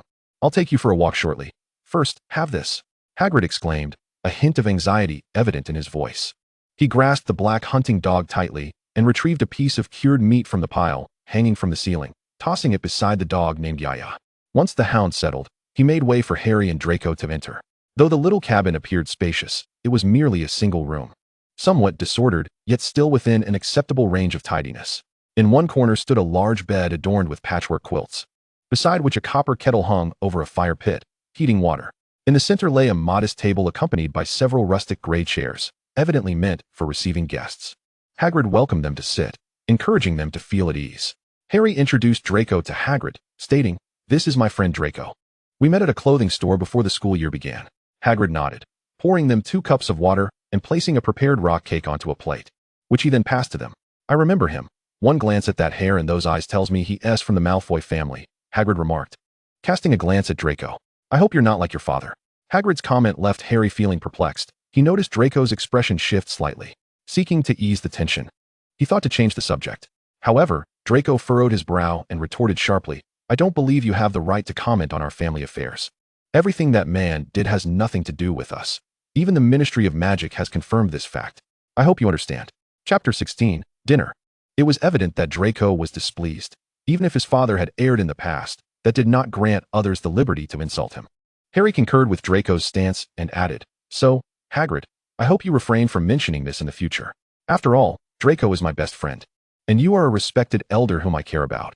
I'm sure you wouldn't want to put me in an awkward position, would you?" Harry gazed earnestly at Hagrid. Hagrid felt a twinge of discomfort from Harry's words, yet the mention of being a cherished elder effectively soothed his feelings. "I apologize, understood. Why don't you try this rock cake? I just baked it. Let me know how you find it." Since Hagrid acknowledged his mistake and offered a way to defuse the situation, there was no need for him to escalate matters further. After all, he did not wish for Harry to feel awkward. As long as Hagrid abstained from such topics in the future, all would be well. Thus, Draco and Harry each took a piece of the cake and took a bite, nearly chipping their teeth in the process. Draco rubbed his jaw, feeling somewhat uncomfortable as he set the cake down and took a sip of water to ease the discomfort, turning to see Harry feigning delight in the cake. A flicker of amusement crossed his eyes. It was the first time he had seen the savior in such a light. They subsequently engaged in a myriad of conversations about Filch and his cat, the ghosts wandering the school. And Harry even mentioned Professor Snape's class. "I feel that Professor Snape dislikes me. It seems he even harbors some resentment against me." Harry's brow furrowed as he expressed his uncertainty about this perception. Upon hearing Harry mention Snape, Hagrid's gaze faltered, seemingly hesitant to meet his eyes. How could that be? He has never truly favored any student, and he has no reason to resent you, does he? Hagrid stammered. Draco, privy to some information regarding Professor Snape and Harry's mother, recognized that Hagrid was likely aware of more than he let on. However, he had no intention of exposing these complexities. "I agree. Professor Snape has no reason to harbor animosity towards you. He treats all students fairly, merely lacking in expression." Draco shrugged nonchalantly. Harry nodded, refraining from further commentary. He was no fool. Hagrid's demeanor clearly suggested he was concealing something, since Hagrid wished to keep it hidden. Pressing further would yield no benefit. Redirecting his attention, Harry noticed something under the teapot. Curiously, he pulled it out, revealing a snippet of a newspaper article. The report detailed an illegal break-in at Gringotts that occurred on his birthday. Strangely, nothing had been stolen, as the items had already been removed prior to the theft, and the goblins refused to disclose what had been stored inside. "Hagrid, we were there that day. Do you think this incident could have transpired right after we left?" Harry inquired, scrutinizing the article for any additional clues. Yet, Hagrid's expression remained evasive as he hastily replied, "I'm not sure," to mask his discomfort.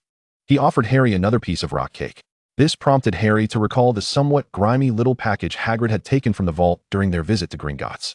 However, it seemed inconsistent with the report's claim of complete withdrawal. Perhaps he was overthinking it. As darkness gradually enveloped the sky, it became apparent that dinner time was approaching. Harry and Draco bid farewell to Hagrid, pocketing an abundance of rock cakes they felt too polite to refuse, and made their way back to the castle. Harry couldn't shake the feeling that his life at Hogwarts might not unfold as effortlessly as he had envisioned. Numerous questions plagued him, such as the contents of that small package and why Hagrid was reluctant to share information regarding Professor Snape, which left him feeling troubled. Upon arriving in the Great Hall, they found that most students had already gathered, awaiting the house elves to serve the sumptuous dinner. As Harry and Draco entered, they spotted Ron gazing at them. If there was anyone Harry wished to avoid in the school, it was Ron. Harry often pondered why, despite being family, Ron was so different from Fred and George. While the latter two enjoyed their pranks, they did not harbor the same animosity towards him, or rather, towards the entire Slytherin house. After dinner, Ron stationed himself in the path leading to the Slytherin common room, intercepting Harry as he attempted to return to his dormitory. "Harry, I need to talk to you," Ron said. Draco immediately stepped in front of Harry, eyeing Ron warily. "Talk. Given your previous behavior, pray tell, Weasley, what do you have to discuss with Harry?" Ron glanced at Draco, then back at Harry. The words Harry had spoken on the day of their flying lesson lingered in his mind, prompting him to reflect. Hermione had also pointed out that his behavior was inappropriate. Regardless of the reasons, Harry had saved Neville, an undeniable fact. Doubts began to creep in. Had he misconceived the situation? Was he truly, as Harry suggested, blinded by rumors? He pondered the events of the past few days. Slytherin had indeed committed no acts of wrongdoing. Perhaps he should not have treated Harry poorly simply because he was in Slytherin. After all, Harry had initially been kind to him, even sharing snacks on the train and displaying friendliness. Ron concluded that Harry had done nothing wrong. He simply hadn't heeded Ron's perspective. The true fault lay with Ron himself, who had viewed the house through a lens of bias. Merely because Slytherin was once associated with Voldemort. Hermione had also conveyed to him that every house had once harbored both virtuous and nefarious individuals, and he ought not to harbor such animosity towards Slytherin merely because the Dark Lord and the majority of his supporters hailed from that house. "Harry, I am truly sorry. Deeply remorseful for my previous behavior towards you. I realize now that I had been viewing everything through a lens of prejudice, and I genuinely understand that this cannot continue. I apologize and hope you can find it in your heart to forgive me." Ron lowered his gaze, unable to meet Harry's eyes, his voice imbued with guilt, as he earnestly recognized his faults and sought Harry's absolution. Harry, taken aback by Ron's unexpected humility, had never anticipated that Ron would come to him in such a manner. Given Ron's previously unwavering belief that only his perspective held validity, this turn of events was utterly unforeseen. It reminded Harry of the time he had wandered aimlessly at the station, feeling lost until Ron's family had assisted him in locating Platform 9. Thus, he resolved to extend an olive branch, albeit with the caveat that Ron's future conduct would determine the nature of their friendship. "Since you have acknowledged your mistakes, I forgive you this time, but I hope you will not repeat such behavior. If you can truly cast aside your prejudices, I believe we could become good friends." Draco observed this exchange keenly. He had known from the moment Ron uttered his apology that Harry's character would inevitably lead him to forgive. And indeed, his assumption proved correct. Chapter 17, The Three-Headed Dog. Regardless of Harry's thoughts, he seemed perpetually inclined to grant chances to those undeserving, much like in his past life, when he had relinquished that wand, and his mother had deceived the Dark Lord into believing he was dead, ultimately saving him. Even though he did not gain the friendship of the Savior, he nonetheless received assistance. Due to this aid, the Malfoy family post-war had not succumbed to the same ruin as other pure-blood families, nor had they been oppressed by the Ministry of Magic. The Harry he had always perceived appeared to be living according to the personas others had ascribed to him. Everyone believed he ought to behave in a certain way, compelling him to conform, yet he had never lost his authentic self. He had once envied the glory the Savior possessed, only to later realize that with every gain, something must be forfeited. No one's life is without its tribulations. Fortune simply travels along a different path. As this farce concluded, it was evident that Harry's spirits were high. After all, Ron was no longer at odds with him, a development that would surely lighten his future experiences at school. If he could alleviate Ron's biases against Slytherin, perhaps he could do the same for others? Regardless, he was determined to succeed. Upon their return to the dormitory, Harry eagerly recounted the peculiarities of the newspaper to Draco. "Draco, look, I still find that news rather strange." He perched on the armchair, clutching a cushion, while observing Draco tending to his hair in the bathroom. "Before I arrived at Hogwarts, when I visited Gringotts, I saw Hagrid carrying a dirty little package. What do you suppose that could be?" Draco, engrossed in his reflection, barely spared Harry a glance. I imagine it must be something quite significant. Significant? Such things should certainly be well hidden, Harry mused, recalling what Dumbledore had mentioned about the corridor on the 4th floor to the right. If safety were the concern, what else in Hogwarts, where only students and professors were permitted, could match that? He affirmed his thoughts. Do you think that package might be in the corridor on the 4th floor to the right? I believe we should investigate. Harry sprang to his feet, excitement coursing through him. He was curious about the contents and felt an uncanny connection between that package and his headaches. Harry's words finally drew Draco's attention away from his hair. Nighttime escapade? Or a venture into the Forbidden Forest? Aren't you afraid of Professor Snape?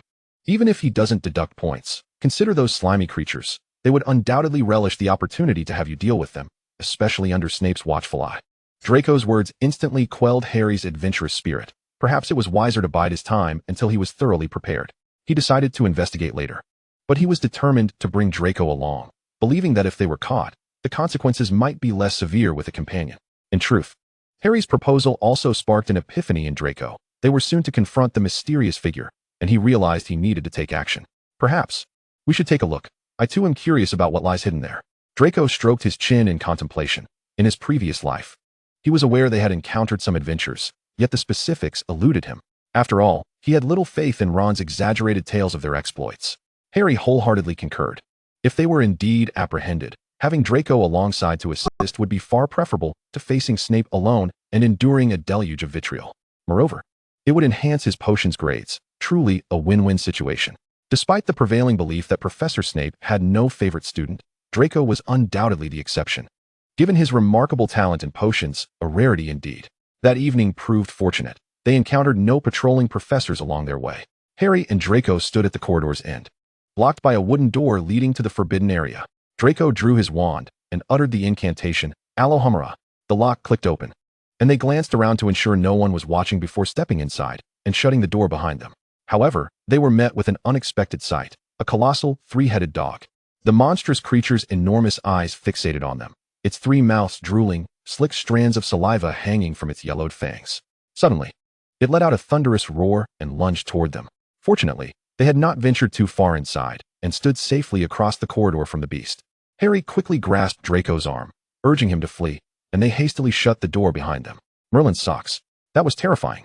With that beast guarding the entrance, no one would dare attempt to breach its lair. Harry leaned against the door, his heart racing, filled with relief. He now felt confident about the whereabouts of that little package and resolved to seek alternative means to uncover its contents.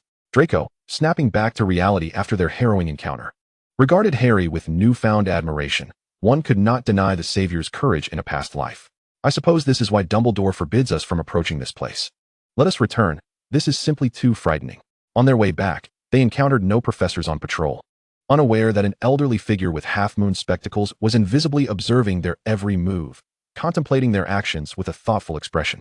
Today's lesson was in history of magic. Reputedly the only class taught by a ghost, a notion that intrigued Harry immensely.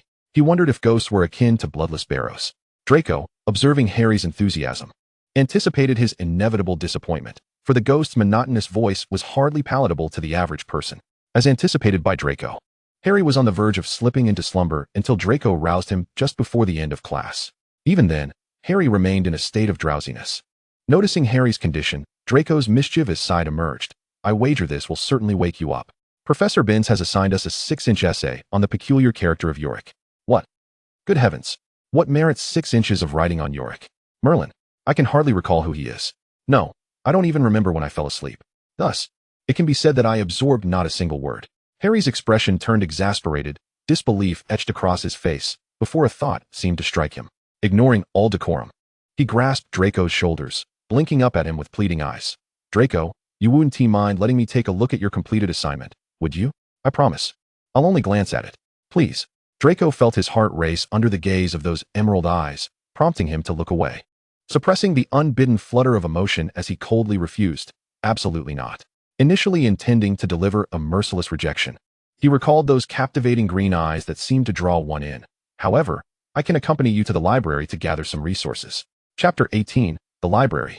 With that, he casually shrugged off Harry's hand resting on his shoulders and began to tidy up his textbooks. By the time they reached the library, only a few spots remained unoccupied. However, Harry noticed an available seat next to Hermione. He tugged Draco over, saying, "Hi, Hermione. Long time no see." Hermione, deeply engrossed in the sea of knowledge, merely responded with a distracted, "Ah, long time no see." Realizing Hermione was too absorbed to recognize him, Harry pointed at the empty seat beside her and continued, "Excuse me. May we sit there?" Finally comprehending Harry's words, Hermione looked up from her book. "Of course. I assume you both are here to work on your history of magic assignment? You guessed it, the one about some Yorick or another." Harry scratched his head in thought, but his recollections were entirely dominated by that 6-inch essay, rendering him unable to recall the required content. "Yorick." Draco shook his head as he sat down. "I truly wish you would channel some of that inexplicable enthusiasm into your abysmal assignment." Hermione nodded in agreement. "I concur with Draco. You must pay more attention to your studies." She then pulled out a book and handed it to Draco. "I believe this will assist you in completing your assignment.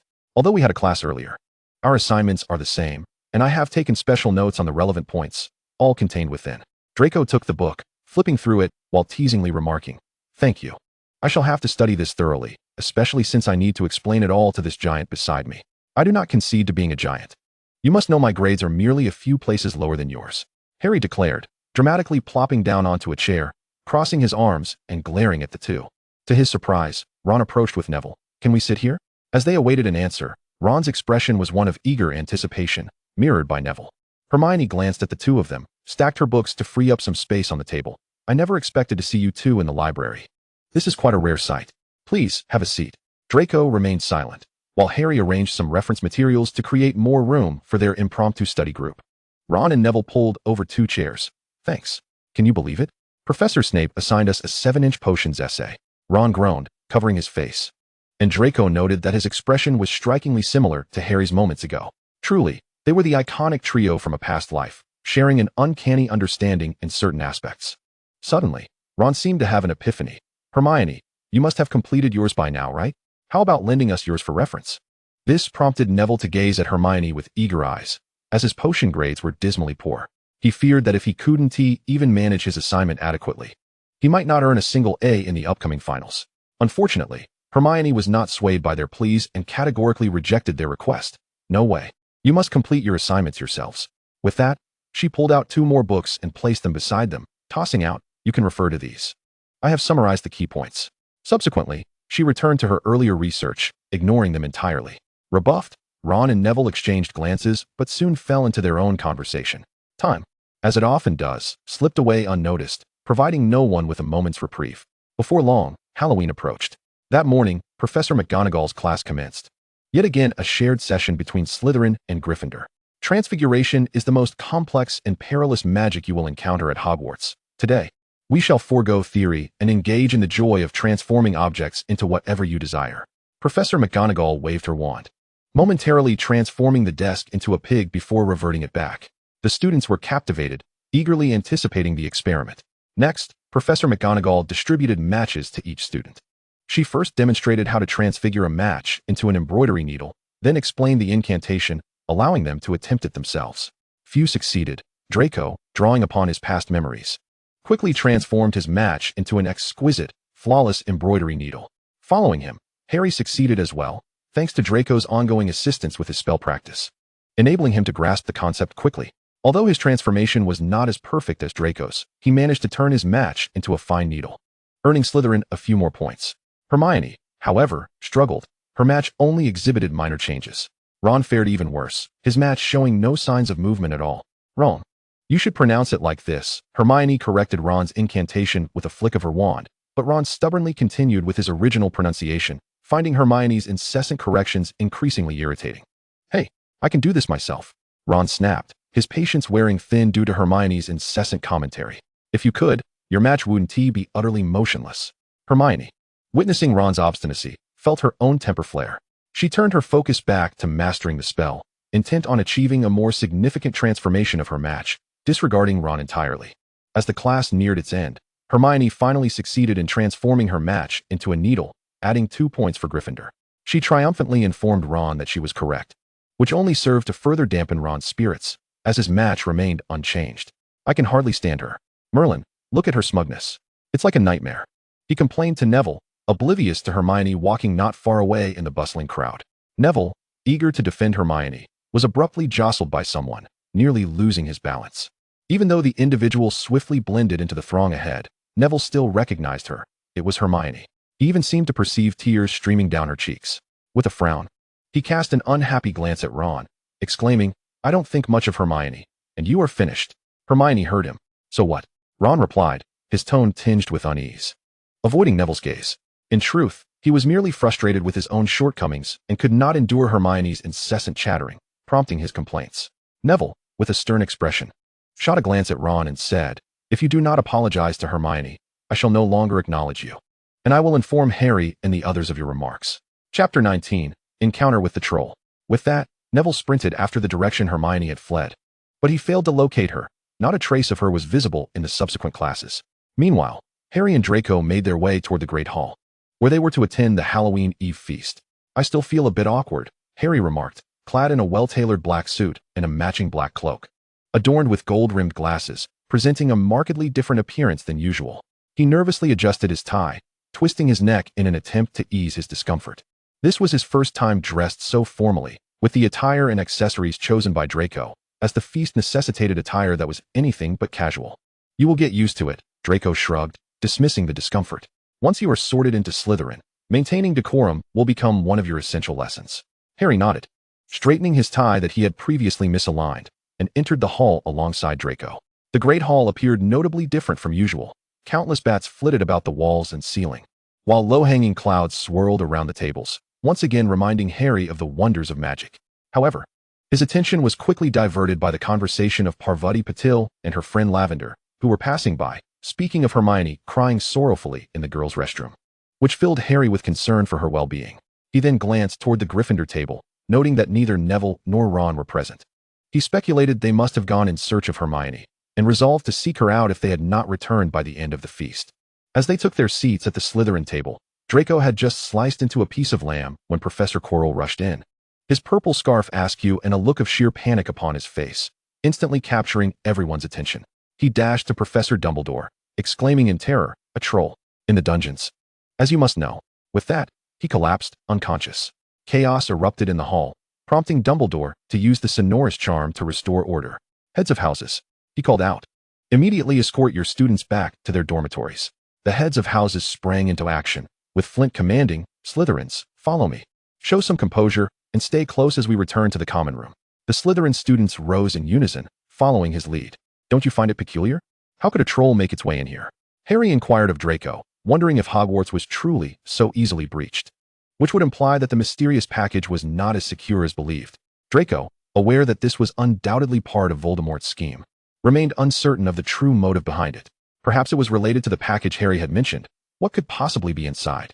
It was conceivable that the troll had found a hidden entrance, as Hogwarts did possess some obscure paths leading outside. Wait, Hermione and the others are unaware of the troll. Harry suddenly remembered, fearing they might encounter danger. "We must find them."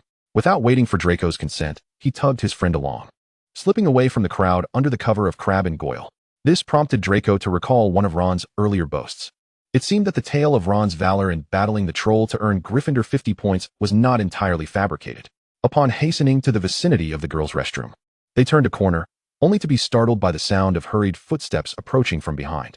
Draco quickly pulled Harry behind a stone statue and through a narrow gap. They glimpsed none other than Professor Snape. Fortunately, he did not notice them as he hurried past, disappearing around the corner. Harry recognized that his path led to the forbidden 4th floor. "I remember that leads to the restricted 4th floor. What could Professor Snape be doing there?"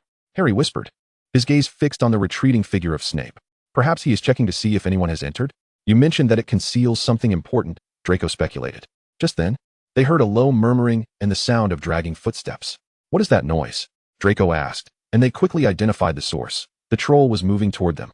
Draco urged Harry to retreat to their previous hiding spot, watching as the creature lumbered away. Harry had only heard tales of the troll's terrifying nature, but had never encountered one firsthand. Now, witnessing its sheer size was truly daunting. Towering at 12 feet, its skin was dull and gray, reminiscent of granite, topped with a disproportionately small head that contrasted awkwardly with its massive form. The stench emanating from it was so foul that even from a distance, it was nauseating. It wielded a gigantic wooden club, the sound of which dragging across the floor had been the noise they had previously heard. At that moment, Harry observed the troll inexplicably halt, peering into a nearby door before shuffling inside. "I saw the key in the lock. Perhaps we could trap it inside?" It cannot perform magic. And the door would not be damaged if it were forced open, he proposed. While an intriguing idea, Draco questioned its safety. Peeking out, he saw the sign on the door. Oh no, that's the girls' restroom. What if Hermione is inside? Just then, a terrified voice echoed from within, and the familiar tone sent shockwaves through them. Hermione, Harry cried out, racing toward the door. Draco followed closely, wand in hand. Upon reaching the entrance, they found Hermione huddled in the corner, the troll advancing ominously toward her. Seeing this, Draco swiftly waved his wand, propelling the faucet that the troll had recently knocked off the sink toward the creature, but it seemed unfazed, continuing its approach toward Hermione. At that moment, Ron and Neville, having heard Hermione's cries, rushed onto the scene. Good heavens, it's a troll. We must save her, it's all my fault. In a surprising display of courage, Ron charged in, seizing a metal pipe and hurling it at the troll, shouting, "You big idiot. Look at this." The troll turned its attention to Ron, its beady eyes fixating on him as it raised its club and advanced. Harry quickly maneuvered to Hermione's side, urging, "Come on, we must leave." But Hermione, paralyzed with fear, pressed herself tightly against the wall, unable to move as she stared at the approaching troll. Draco swiftly cast a spell to loosen Hermione's fear, allowing Harry to pull her away, while simultaneously conjuring a barrier to shield Ron from the troll's impending attack. Neville endeavored to conquer his fear of the troll. Despite his trembling legs, he rushed forward to assist Harry in lifting Hermione. Chapter 20, A Close Call. The troll, enraged by its failed assault, roared and turned, raising its club to strike down upon Harry, who was now perilously close. Harry, Draco swiftly cast a binding spell, rendering the troll's club into mere splinters, causing the beast to collapse onto the floor, though it continued to thrash about. The magic won't hold it for long. We must leave. With that, Draco hoisted the unconscious Ron, while Harry and Neville hurriedly lifted Hermione and rushed out, swiftly locking the door behind them, confining the troll within. They were met by the hurried arrival of Professor McGonagall, followed closely by Snape, with Quirrell stumbling along at the rear. They had heard the tremendous crash and the troll's furious roars from downstairs and had hastened to investigate. "What on earth are you doing here?" McGonagall's tone conveyed her immense fury. Snape stood behind her, pursing his lips as he cast a frigid glare at Harry, then glanced at Draco, who was standing nearby with his head bowed. "Should I be glad that you weren't crushed by the troll? Why are you here instead of behaving yourself in your dormitory? Do you really believe that with your current abilities, you can recklessly confront a troll and earn the admiration of all? No, that's not it. They were looking for me." Hermione's voice was exceedingly weak, still shaken from the ordeal. "Miss Granger, do you suppose your unfortunate professor is aware of your reasons for being here?" Snape fixated on Hermione, who appeared thoroughly frightened and was being supported by Harry and Neville. "I came to find the troll. I thought I could handle it. I had read about them in books, and I believed I could." Hermione averted her gaze from Snape, fearing her lie would be uncovered, her eyes fixed on the floor. "If they hadn't found me, I might have been swallowed by the troll. It was Ron who attracted its attention, allowing Harry and Neville to save me. And Draco's spell saved us all. Is that truly the case?" Snape's deep-set eyes bore into Hermione, attempting to discern whether she was being dishonest. Ron, summoning his Gryffindor courage, clenched his fists for reassurance and met Snape's gaze. "It is true. If it weren't for Draco's spell, I might have been struck by the troll's club." Harry knew he had to intervene, stepping forward. "Indeed, Professor. When we heard about the troll, we discovered Hermione was missing. So I dragged Draco along to help search for her." "If that is the case," McGonagall regarded them, taking a moment to ponder. "Miss Granger, I must express my disappointment in you. I hope you will refrain from such recklessness in the future.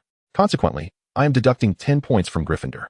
Hermione's head sank lower in shame, nearly burying itself in her chest, feeling remorse for having lied to a professor, even if it had extricated everyone from trouble.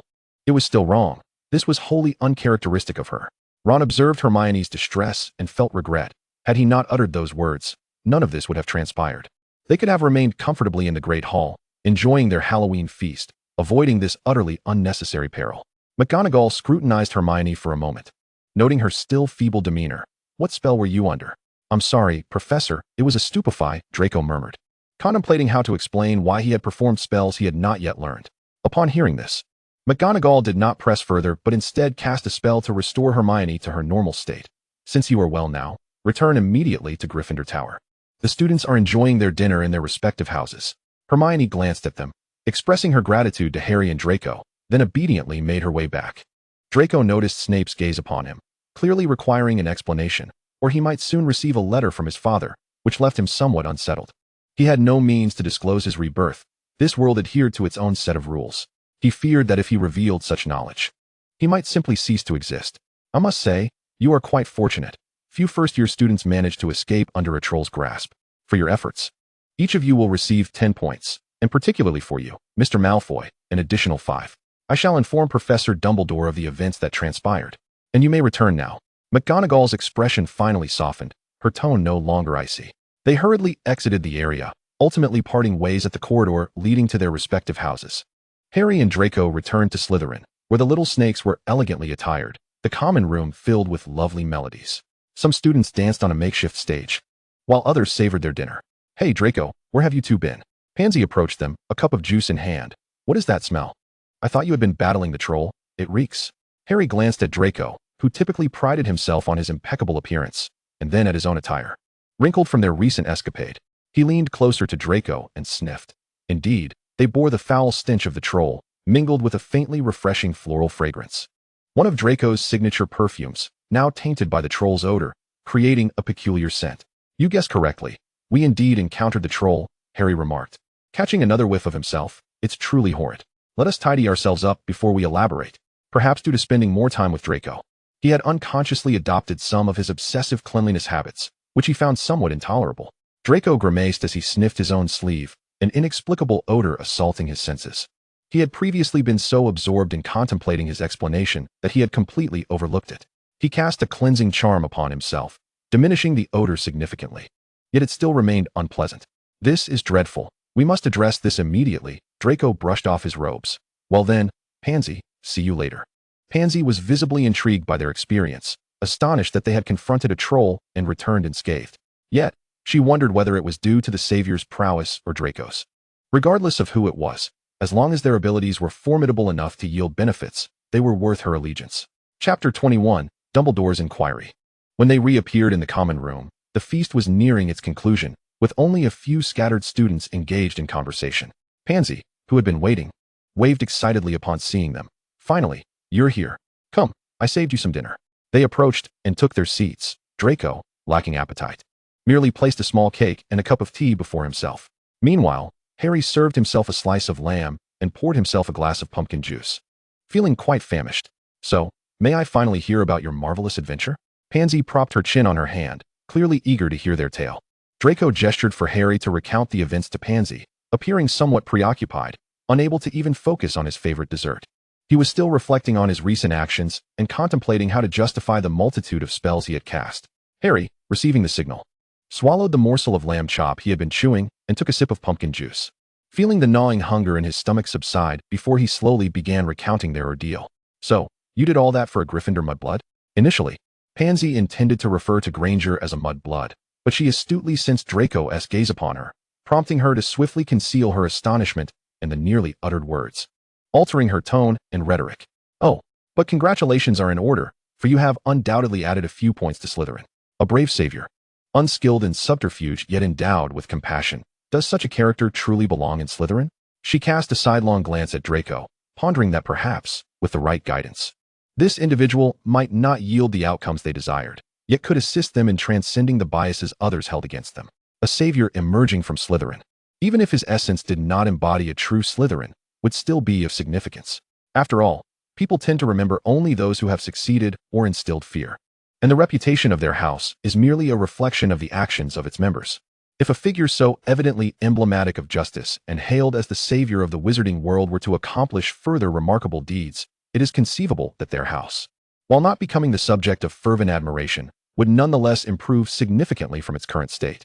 Meanwhile, Ron and Neville returned to the Gryffindor Tower, where the common room was bustling with noise, filled with students eagerly chatting over their meals. At that moment, Hermione stood at the entrance, awaiting their return. Upon seeing her, Ron lowered his head in shame. "I'm sorry, I didn't mean to say it like that," as he awaited her response in silence. He took a deep breath and raised his gaze, filled with remorse. "I truly hope you can forgive me. I'm deeply sorry for putting you in danger because of my actions. I swear, I will never let this happen again. Please, will you forgive me?" Hermione regarded Ron, recalling how he had bravely charged towards the troll to save her and ultimately decided to pardon his transgression. "I can forgive you this time, but there will be no next time. I swear there will be no next time, by Merlin," Ron declared with fervor, having genuinely come to understand the gravity of his recklessness through this experience. "Well then, let us go have dinner. I imagine you are both quite hungry after all this time," Hermione said, before departing to enjoy her meal. The next evening at dinner, as Draco had anticipated, Professor Dumbledore sought him out. "Mr. Malfoy, would you care to join me in my office for a cup of honey tea?" He winked at Draco. "I have recently developed an interest in Bertie Bott's every flavor beans and look forward to your visit." Harry, standing nearby, appeared perplexed. "May I accompany you?" He glanced at the composed Draco, noticing the subtle tremor in his fingers behind his back, a habitual gesture indicating he was formulating a strategy. Seeing Dumbledore's puzzled expression as he remained silent, Harry continued, "I also enjoy honey tea. May I join you?" "Ah, Harry, perhaps next time. For this occasion, I have only prepared for Mr. Malfoy," Dumbledore replied with an increasingly benign smile, clearly harboring matters he did not wish Harry to be privy to. "You may return now. I would like to savor the taste of honey tea." Draco offered Harry a reassuring glance, indicating all was well. "Well then, see you later," was the response from Dumbledore as he departed. Harry remained somewhat anxious, convinced that Dumbledore was not one to seek out students for casual conversation without reason. "Are you sure everything is all right?" He recalled the events of the previous night, uncertainty creeping in. Draco smiled at Harry. "Everything is fine. I believe Professor Dumbledore merely wishes to inquire about our encounter with the troll." With that, he gently nudged Harry toward the common room. "You should head back. I'll join you shortly." He escorted Harry to the entrance of the common room, watching him enter before turning to make his way to Dumbledore. What initially felt like tension transformed into a sense of calm as he approached the inevitable confrontation. Some matters were inescapable, and all he could do was muster the courage to face them. Draco reached the door to the headmaster's office and knocked, calling out the password, "Bertie Bott's every flavor beans." Upon hearing the command, the door opened automatically. He straightened his attire and donned an appropriate smile as he stepped inside. "Ah, Mr. Malfoy, you've arrived. Please take a seat here." Dumbledore greeted him with a demeanor that made it difficult to feel guarded. He kindly poured Draco a cup of honey tea, if one could indeed call it tea. The cup was nearly half filled with honey, followed by tea, presenting a somewhat viscous appearance that left Draco questioning why anyone would find such a sticky concoction appealing. Draco steeled himself for the ensuing conversation, settling into the chair Dumbledore had indicated and accepting the honey tea. "Thank you." He took a tentative sip, the saccharine flavor flooding his mouth, causing his expression to contort slightly. Even as someone with a penchant for sweets, he found this particular taste challenging to endure. He set down the cup, sitting upright, awaiting Dumbledore's inquiries. Chapter 22, Brewing Potions. I understand that young people are often drawn to adventure, yet some matters are evidently not meant for your age group.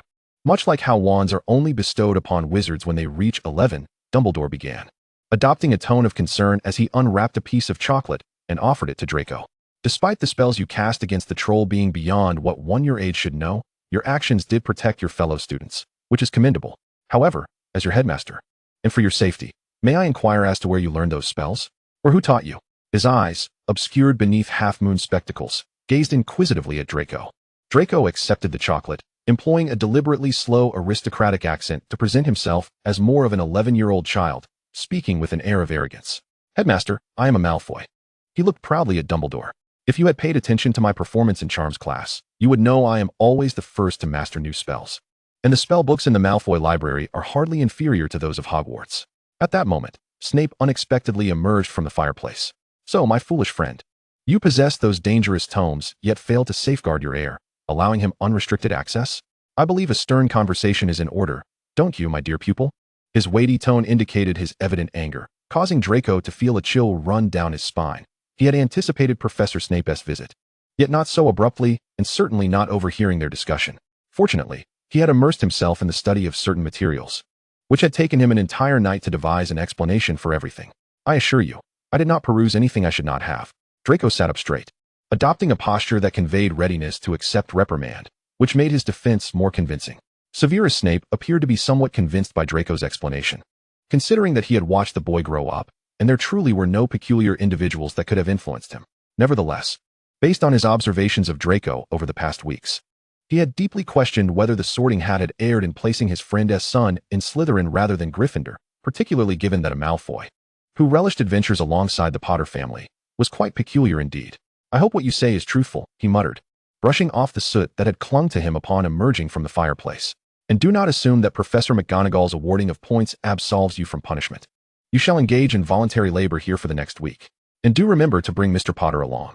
Draco, having keenly observed the fleeting look of disdain that crossed Snape's face, could not fathom why the professor, who harbored affection for Harry's mother, consistently found fault with Harry himself. After navigating through a barrage of inquiries and polite exchanges, Draco felt as if he had been transported back to a previous life. The experience left him somewhat fatigued, as he realized he had been ensnared in his current comfort for far too long, thus lacking the necessary vigilance. Instead of returning to the dormitory, Draco made his way to the room of requirement, requesting a potions workspace. Clapping his hands, he summoned Wyna. "Are the materials I requested prepared?" "All is ready, young master." Wyna replied with her customary deference, dutifully placing the potion ingredients upon the workbench. "Withdraw now, and remember this matter. It must remain a secret, especially from my parents, understood? Rest assured, young master, Wyna shall never divulge your secrets." She bowed to Draco and obediently retreated. Once Draco confirmed that everything on the workbench was in order, he commenced brewing the potion he desired. It could only be said that Harry's incessant attachment had left him with little time to pursue this scheme. But Dumbledore's inquiries had afforded him the opportunity he needed, thus he was determined to act swiftly. The potion he intended to brew was one he had discovered while sorting through the Malfoy family's library in a past life, a concoction that directly influenced the soul. The text read, "The soul is intangible and elusive, possessing remarkable power. Severing the soul grants immortality, yet the accompanying burdens are not to be borne by all. When regret arises, this potion can aid in annihilation, though an additional price must be paid." The Dark Lord had achieved immortality through the act of severing his soul to create Horcruxes. Thus, this potion could undoubtedly assist Draco in obliterating his own soul. If he could manage to administer this potion to the Dark Lord or apply it to him, his demise should pose no issue. However, the brewing process was exceedingly intricate, and due to Harry's presence, Draco found himself with limited opportunities for solitude. This occasion, too, allowed him to concoct an excuse for returning late after his private conversation with Dumbledore, yet he needed to act with urgency. As he placed the primary ingredients into the cauldron, he soon felt a distinct sensation that the potion was siphoning his magical energy. Despite being advanced for his age, he was still merely an 11-year-old child. Should he continue, his magical power might be entirely drained. Had he overlooked something? Or was this indeed the additional cost associated with a potion that affected the soul? It could assist in severing the soul, but at what price? A wizard's most prized possession was their magical power. Without it, casting spells rendered one akin to a mute. He decided he must pause. A wizard could not afford to have their magic absorbed excessively, and at his tender age, such an event could significantly impact his future growth. He called for Wyna to assist him in securing the materials and ensuring their safety. After all, taking them out before the potion's completion was clearly unwise, and he was grateful for his mother's insistence that he have a convenient assistant. By the time he returned to the common room, it was quite late, but fortunately, he encountered no patrolling professors along the way. Otherwise, explaining why he had been meandering outside after visiting Dumbledore would have posed a challenge, potentially intensifying Dumbledore's suspicions towards him. As he approached the dormitory door and entered, he was surprised to find Harry still awake, awaiting his return. At that moment, Harry was half reclined on a small sofa beside the common room's fireplace, engrossed in a book, his half-awake demeanor unexpected to Draco. Upon seeing him, Harry set aside his book, rubbed his bleary eyes, and looked up at Draco, his voice soft and somewhat drowsy. "Ah, you've finally returned." He could not suppress a yawn. "Are you all right? What did Professor Dumbledore ask you?" Chapter 23, Attacked by a Bludger. Draco gazed at Harry, suddenly captivated by the veil of mist surrounding his green eyes, drawing one's attention to immerse within their depths. Especially paired with his drowsy tone, it stirred within Draco an inexplicable sensation. No, this must surely be a coincidence, a mere illusion brought on by the excessive absorption of his magic, he reasoned. It's nothing of consequence. Dumbledore merely inquired about the details of our encounter with the troll. He feigned nonchalance, diverting his gaze toward the wardrobe, suddenly recalling Snape's words. "Ah, by the way, Professor Snape has tasked us with voluntary labor for the coming week." "What? So I must once again come into close contact with those revolting creatures. Wait, those horrid, slimy beings," Harry exclaimed, immediately roused from his drowsiness. This truly felt like a dreadful curse. He was genuinely frightened, as this semester, Snape had summoned him for various forms of labor. On one occasion, he had merely been distracted in class, only to be awarded a night of labor as a consequence. It was decidedly excessive, yet he dared not voice his grievances, for he knew it was indeed his fault, and thus he could only begrudgingly accept the punishment. "You guessed correctly, my dear savior," Draco replied, offering Harry a disingenuous smile as he draped his silk pajamas over his arm. "After all, your potion skills are lamentably abysmal, leaving you with no alternative." Harry covered his face, praying that the materials for the upcoming week would not be even more disgusting. "If only I could brew potions as adeptly as you, that would be tolerable. After all, I managed to secure an E in potions, which isn't too shabby, is it?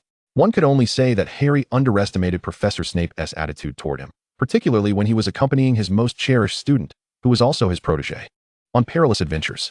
Snape had prepared 2 buckets of frogs to be extracted for their brains, with several more buckets of wriggling creatures awaiting his knife's precision.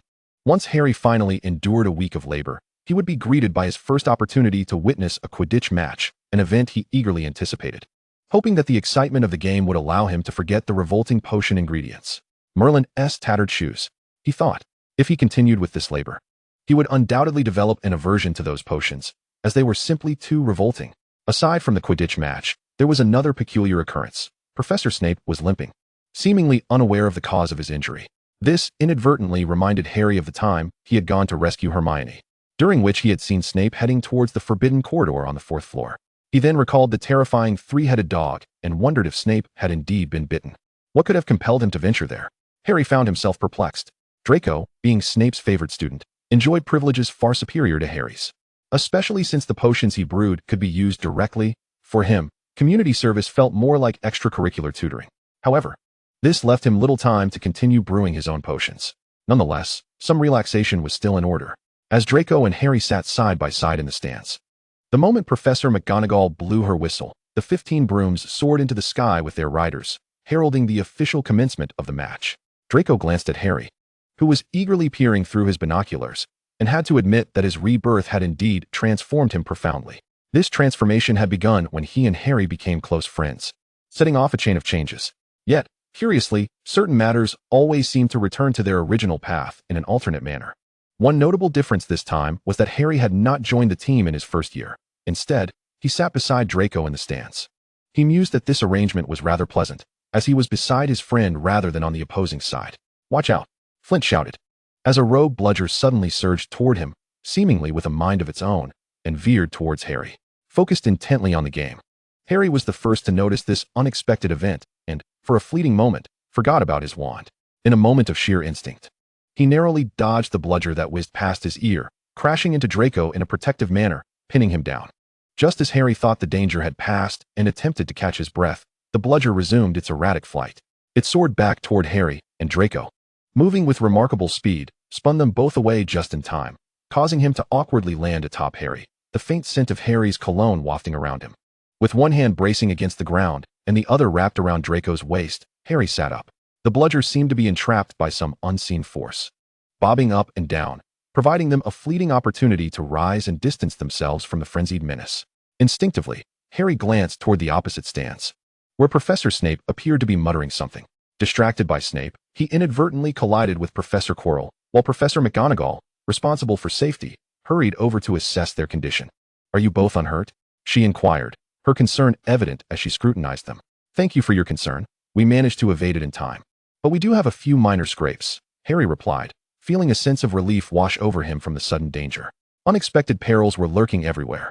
"I recommend you both visit Madame Pomfrey to tend to those wounds," McGonagall suggested, casting a glance at the now inert bludger. "I'll attend to matters over there. It's too unsafe to linger." This incident reminded Draco of a similar event in his previous life, when Harry's broom had malfunctioned. Now, however, it was a rogue bludger that had come barreling toward them. Who could be behind this?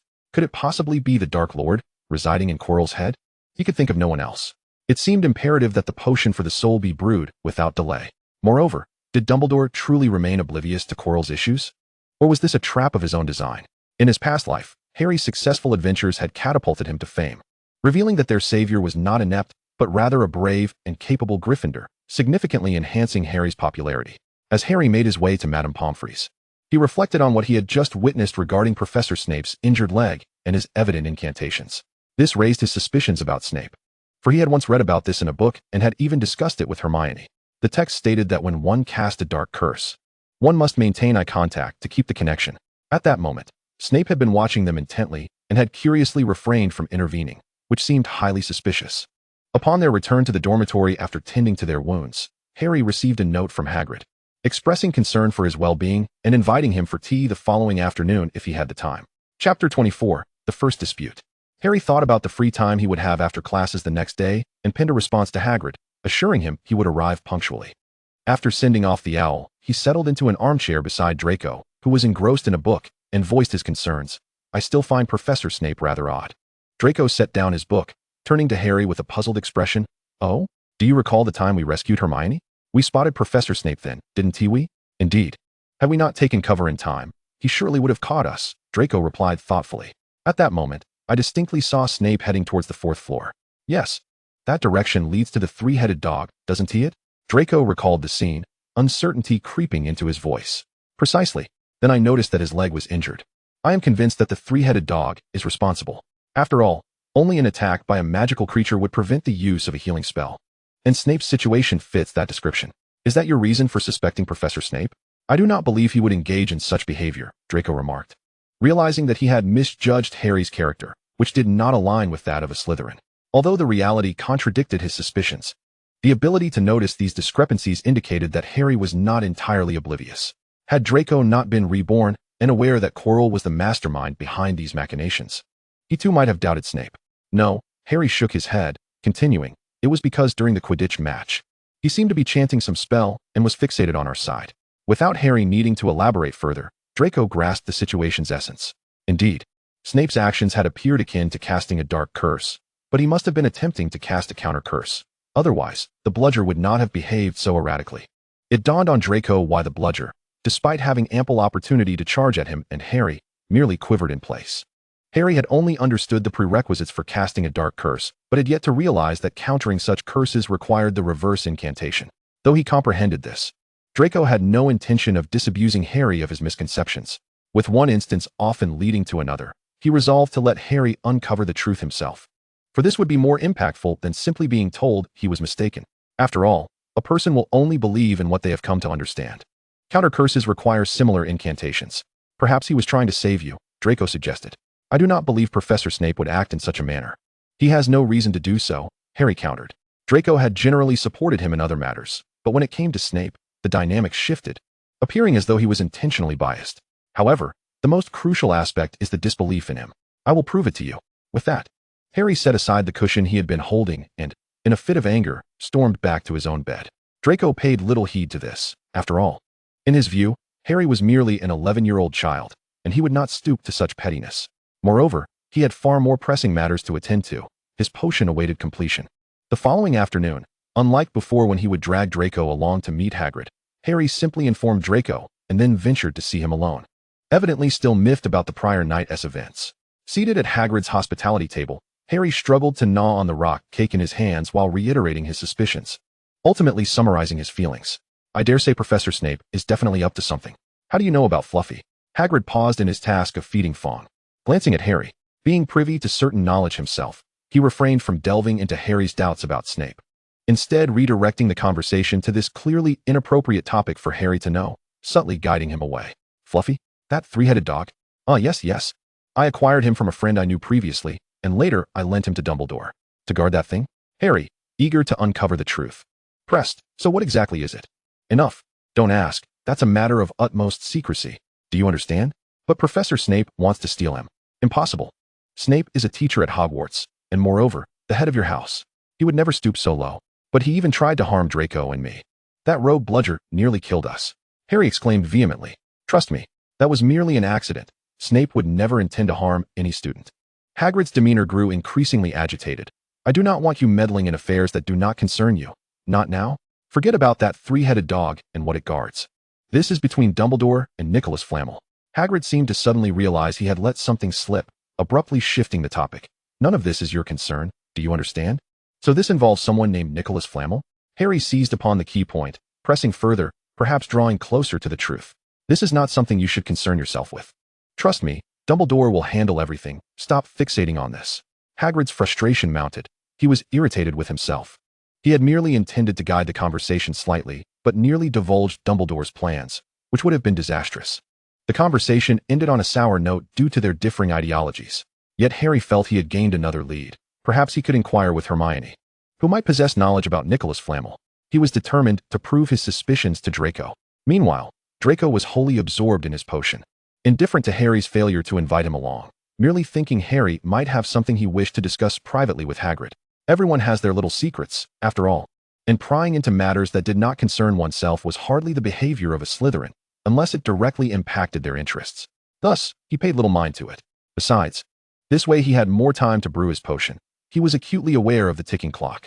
He had precious little time alone. Thus, he had to race against time to complete the potion while also managing his magical energy expenditure to avoid being drained, lest his body suffer irreversible consequences. Christmas swiftly approached, and Draco's potion was still a third incomplete. The entire Hogwarts populace eagerly anticipated the upcoming holiday, save for Harry. Draco, too, pondered what excuses he might concoct to avoid returning home. He glanced at Harry beside him, pondering what he had been up to lately, noting the absence of their previous inseparability.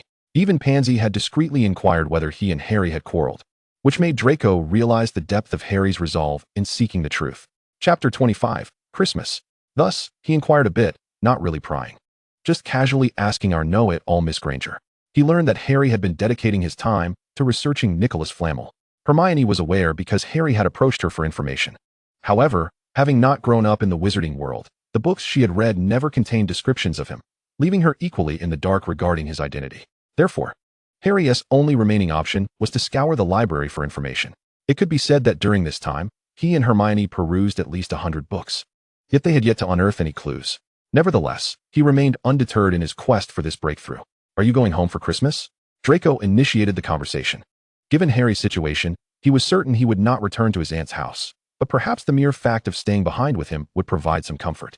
No, of course not. Harry had no desire to see his aunt and her family. In previous years, he had merely gazed out of the window at the falling snow, making wishes while envying Dudley's bounty of gifts. Now that he had his own life, there was no need to add distress to a holiday that had finally arrived. "I won't be going back either, so we can spend Christmas together." "Really?" Harry's voice rose in excitement. But then he recalled that Draco's family situation was different from his own. He couldn't expect someone to forego time with their family just because he didn't want to spend Christmas alone. "But why?" "My parents wish to indulge in a long-awaited romantic Christmas retreat, so they've asked me to remain at school and not disturb them." Draco fabricated a casual excuse to placate Harry, planning to write a letter to Lucius and Narcissa, assuring them that he would remain behind to keep Harry company during Christmas. Confident they would understand. Time flew swiftly. Tomorrow would be Christmas, marking Harry's first Christmas spent at school. Especially with Draco by his side, he was no longer alone, which heightened his anticipation for the holiday. As curfew approached, Harry remained engrossed in the library, having yet to uncover any information regarding Nicholas Flamel. Despite having perused numerous tomes on distinguished figures of the wizarding world, he gazed at the thousands of books lining the library shelves, with hundreds of narrow aisles filled with a myriad of volumes.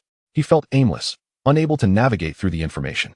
In his fervent obsession, he wandered into the restricted section, tempted to disregard all warnings and venture inside, yet reason reminded him that he lacked the necessary permission, such as a signed note from a certain professor. Acquiring that was far too difficult.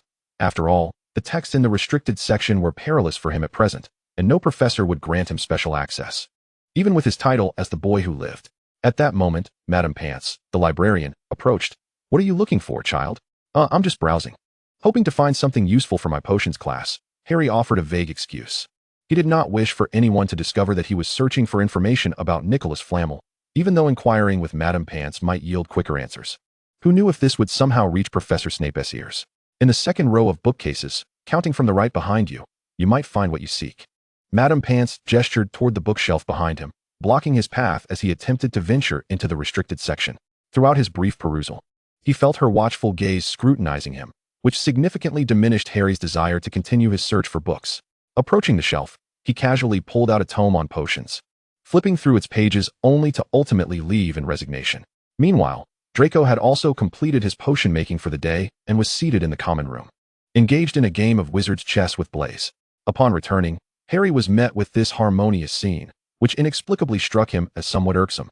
A discomfort brewing within him that he ultimately attributed to his futile quest for information regarding Nicholas Flamel. Thus, he merely greeted Draco and Blaise before making a beeline for his dormitory, foregoing his usual inclination to sit and observe their chess match to glean some strategies. Blaise, noticing this, paused his game and moved to sit beside Draco, disregarding the chess pieces that were now left to boast among themselves without guidance. Curiously, he inquired in a hushed tone, "Is it true that you and Harry have not had a falling out?" After glancing back to confirm Harry had indeed exited the common room, he continued, "This is not how you two typically interact. Put away your strange curiosity." "There is nothing different about us," Draco replied, though he too found Harry's recent behavior and his fluctuating demeanor puzzling. However, they had not quarreled. Apart from the fact that Harry no longer spent as much time with him, everything remained unchanged. Draco pondered, who doesn't he have their own pursuits? He continued maneuvering the chess pieces, and as the board slipped from his control, Draco ensnared Blaze's king with 3 queens, clinching victory after an extensive half-hour match. All right, you've lost, he announced. Hey, you're taking advantage of me, Blaze grumbled, casting a glance at the thoroughly cornered king. You must understand that the process is insignificant. What truly matters is the outcome. Draco shrugged nonchalantly, dusting off his slightly crumpled cloak as he stood. I'll take my leave now. Good night, Blaze. Good night, Draco. Blaze contemplated whether this was Draco's way of advising him to mind his own business and refrain from jumping to conclusions. Today was Christmas, and Harry had never entertained the thought of receiving any gifts. However, upon awakening to find his bedside piled high with gift boxes, he was taken aback. His lingering drowsiness abruptly vanquished. He carefully navigated around the presents, descending from his bed and pulling aside the curtain that separated him from Draco. Merry Christmas, Draco, he called out, glancing at the heap of gifts beside Draco, which appeared equally abundant, yet he could not discern the one he had sent, likely lost amidst the collection. Draco, having risen earlier than Harry, had already unwrapped several gifts. Merry Christmas to you too, Harry. I never expected to receive so many gifts. It's incredible. Does this mean I need to reciprocate each one? Harry marveled at the vast array of glittering packages, never having imagined he'd one day be overwhelmed by the prospect of returning gifts. Draco glanced up at Harry, whose hair was tousled from sleep, and resumed his unwrapping. You only need to send a gift to those you wish to, the rest can be ignored. That's wonderful. If I had to reciprocate each one, Harry remarked, eyeing the colorful array of boxes, that would be quite the challenge. Chuckling, Draco encouraged, go on and check your gifts. There are surprises awaiting you. Can I know in advance what you sent me? Harry asked, feeling a bit at a loss amidst the pile of presents. Or at least describe the packaging. You've made me quite eager. Regrettably, I cannot, as it is meant to be a surprise, Draco replied, continuing his task. So if you hurry, we might still make it to breakfast. All right, Harry replied casually, settling beside his mountain of gifts and entering his random unwrapping mode. This is my first time receiving such substantial gifts. Draco paused, taken aback by Harry's statement, casting a puzzled glance in his direction. It reminded him of the oversized and tattered clothes Harry had worn upon their first meeting. It seemed that Harry's life in the Muggle world had not been as princely as Dumbledore had suggested. Otherwise, why would he have never received a proper gift? You will have many more in the future, Draco responded nonchalantly, though he made a mental note of it. Yes, there will be many more, Harry mused, feeling optimistic about the future that the magical world had promised him. He picked up a paper package from Hagrid, adorned with a flourish that read Merry Christmas. Inside was a crudely crafted flute, evidently handmade by Hagrid himself. Next, he opened a small package containing a note from Aunt Petunia, accompanied by a 50-pence coin, which made Harry feel a twinge of discomfort, especially considering he had sent a large package of sweets. However, he soon reconciled himself to the fact that this could be considered a gesture of goodwill. Continuing to unwrap gifts, he discovered that the majority from his Slytherin classmates consisted of clothing accessories, such as cufflinks and brooches, similar to what Draco had received. Hermione had gifted him a book titled Significant Magical Events of the 20th Century, which he had previously mentioned wanting to buy to see how it chronicled his own story. He was pleasantly surprised that she had remembered and gone out of her way to procure it for him. What astonished him most was receiving not just a large box of chocolate frogs from Ron, but also a hand-knit sweater from Mrs. Weasley, in a lovely green hue adorned with a large M motif, which he found delightful. After unwrapping the majority of gifts, Harry still had not encountered the one Draco had sent him. Finally, after rummaging through the pile, he discovered a green gift box at the very bottom. I think I found the gift you sent me, Harry exclaimed triumphantly, waving the box at Draco. With careful hands, he opened the box to reveal a silver necklace. Its pendant shaped like a droplet, featuring a perfectly polished emerald at its center, surrounded by delicate diamonds that sparkled beautifully. Draco observed Harry admire the necklace, a sense of pride swelling within him as he remarked, "This is no ordinary necklace. It contains a small magical array that can protect you from one instance of harm. So do you like it?" "Absolutely," Harry exclaimed, throwing his arms around Draco in excitement. "I love it." He understood Draco's reasoning behind the gift. Their previous encounter with the three-headed dog had been a close call, and this necklace could very well save him from future peril. I'm glad you like it," Draco stammered, his ears slightly reddening from the sudden embrace. Unsettled, he gently pushed Harry away and urged, "All right, go on and continue unwrapping your gifts. Now I'm curious about what you sent me." "That's a secret." Harry winked at Draco, playfully retaliating with Draco's earlier admonition to keep quiet. Harry redirected his focus to the remaining gifts, noting that only a few remained unopened. He picked up a small black box and unwrapped it to find a silver-gray magical camera from Blaze. Harry had only seen the moving photographs before, but never had he held one himself. Curious, he lifted it to examine it closely. "Hey, Draco, look at this." Engaged in his bustling activities, Draco turned curiously when he heard Harry call out to him. To his surprise, he found Harry lifting a camera towards him, swiftly pressing the shutter to capture a moment. In that frozen instant, a photograph slowly emerged from the bottom of the camera. Harry glanced at the developed image and then back at Draco, who appeared perplexed. Looking back at him against the light, while the Draco beside him smiled, evoking an inexplicable sense of tranquility within Harry. "I believe I found the gift you promised me," Draco declared, holding up a platinum-colored box adorned with a green ribbon, shaking it triumphantly, much like Harry had done moments earlier. Upon seeing the specially crafted box, Harry was certain it was indeed his gift. "I assure you, you will absolutely adore it." With that, he set the camera aside, eagerly watching as Draco began to unwrap his present. "I must see this first," Draco said, untying the ribbon and opening the box to reveal a splendid crystal globe containing a miniature model of Hogwarts. Within the globe, specially designed snowflakes fell gracefully, resembling Harry and Draco's tiny figures soaring around the castle on broomsticks, an item Harry had painstakingly ordered after scouring through magazine advertisements. "I must say, your taste has remarkably improved, and it deserves commendation," Draco remarked, casting an appreciative glance at Harry before examining the crystal globe more closely. It was undeniably a perfect replica. Even the black lake behind the castle was captured within, and most importantly, it featured only him and Harry.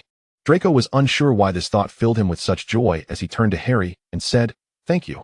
I truly love it." As lunchtime approached, Draco had finished unwrapping his gifts, while only one remained for Harry, a weathered paper package, light in weight and lacking a signature. He opened it to reveal a silvery, liquid-like substance that fell to the floor, forming a glimmering pile reminiscent of a star-studded night. "This looks truly beautiful. Do you know what it is?" Harry inquired, picking up the object curiously. Draco, gazing at the item, recalled a previous occasion when Harry had used it to scare him while invisible, and he had indeed been startled. Damn that pesky cloak. Yet in this instance, he trusted Harry would not be stingy enough to lend him the invisibility cloak. "If I'm not mistaken, this should be a very precious item. It feels as if it's woven from water.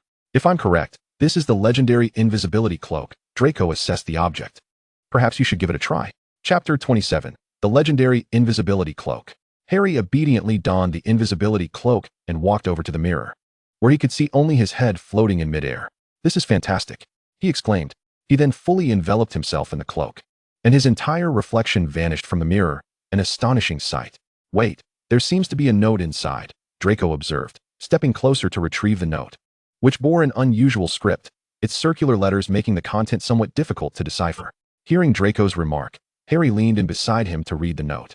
Although the content was hard to discern, he could make out that it conveyed the invisibility cloak was left to a certain someone by Harry's father before his demise, now returned to its rightful owner, with a wish for Harry to use it wisely and a Merry Christmas greeting, yet curiously unsigned.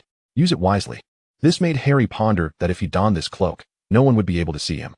Could he then venture into the restricted section? Though the cloak's appearance was strange, it did not detract from its potential to assist him with his current dilemma. After all, he had often gazed longingly at the books in the restricted section. Upon reading that the note stated the cloak had been left to a certain person by Harry's father, Draco surmised it was undoubtedly Dumbledore who had sent it. Though he was uncertain of the headmaster's intentions, was it merely the return of a relic or a means to facilitate something else?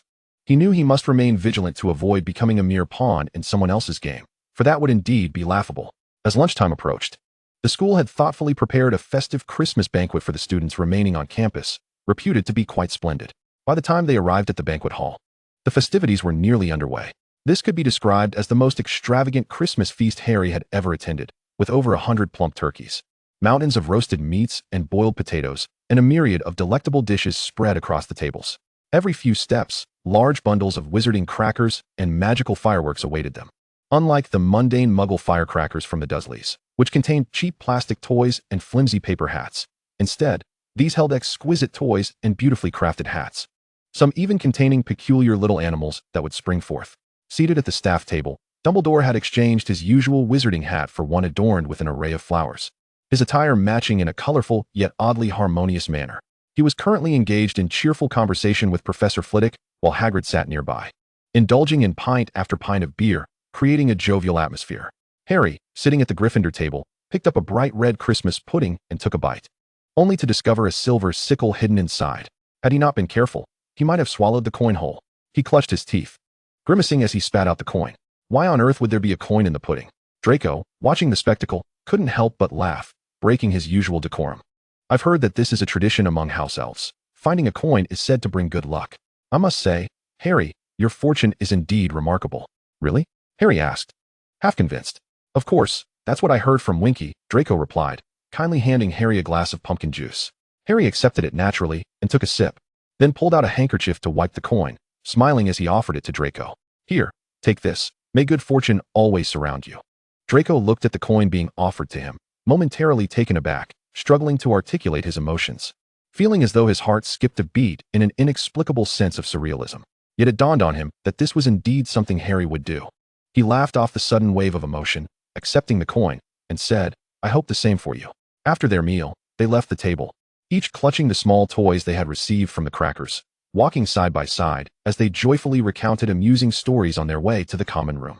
With most students having returned home, the common room was empty, and they settled by the fireplace, enjoying the warmth while engaging in a game of wizard chess with the pieces Harry had just received, relishing this rare moment. Despite Harry's unfortunate losses throughout the afternoon, everything felt splendid. By evening, they had their supper in the dormitory. The house elves had brought them turkey sandwiches, sausages, jam pudding, and Christmas cake, making it arguably the most perfect Christmas Harry had ever experienced.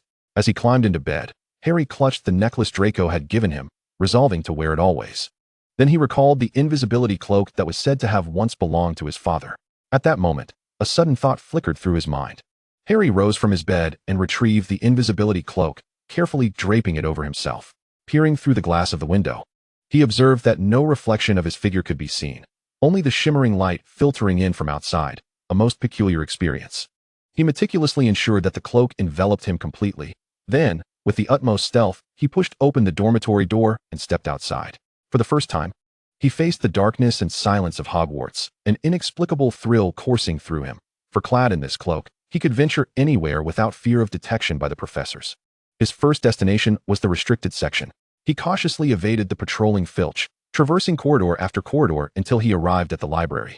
Inside, the library was shrouded in impenetrable darkness, taking on an oddly eerie and foreboding atmosphere.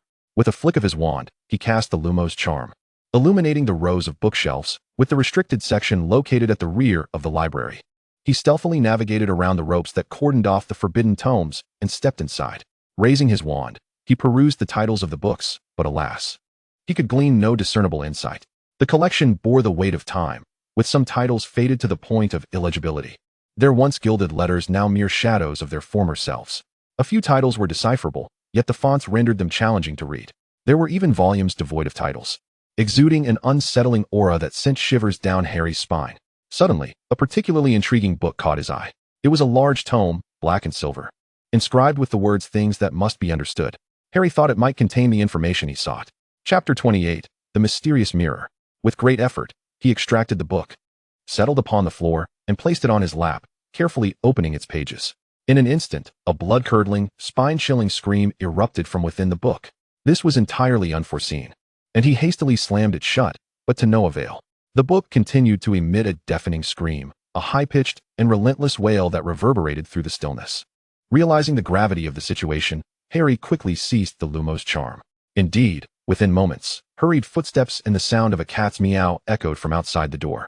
Hearing the commotion, Harry swiftly returned the book to its place, stumbled a few steps, donned the invisibility cloak once more, and hid in a corner, waiting for Filch to enter before cautiously making his exit and darting down the corridor.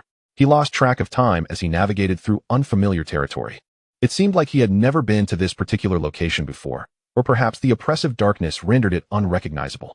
Yet, he dared not cast the Lumos charm again, fearing it would reveal his position, complicating his desire to return to the dormitory, especially since he had no idea why Filch had arrived so swiftly, accompanied by Professor Snape.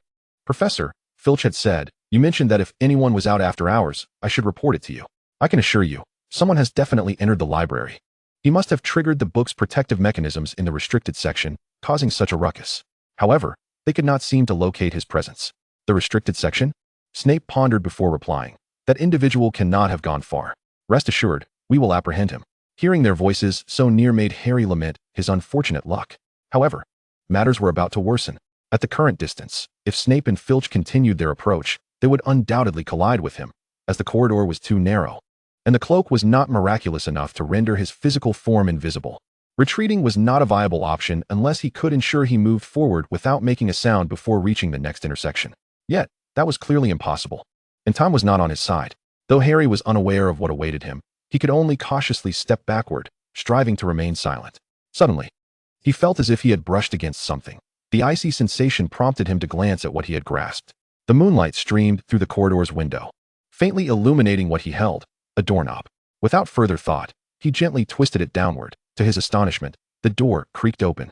He realized that, due to the angle of visibility, opening it just a crack would allow him to slip inside without drawing attention. The footsteps outside grew nearer, so he wasted no time, pulled the door wide, and slipped through. Once inside the room, he stifled his breathing, listening intently to the sounds beyond the door, fervently praying not to be discovered. After a while, once the footsteps of Professor Snape and Filch had faded, Harry exhaled in relief.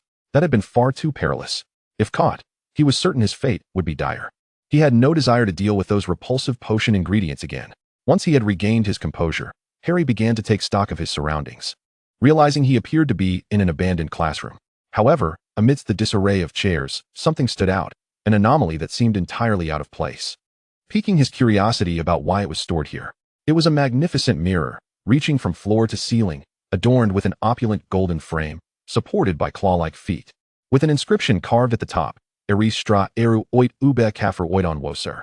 Though Harry could recognize each word individually, their combined meaning eluded him. Yet, as he gazed at the mirror for an extended period, he sensed an inexplicable pull towards it, compelling him to approach. He waved his wand once more, invoking the Lumos charm.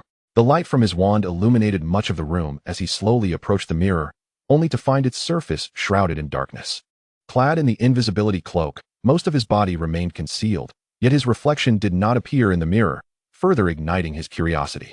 When he stood before the mirror, the sight that greeted him nearly made him cry out. His heart raced as if it might leap from his chest.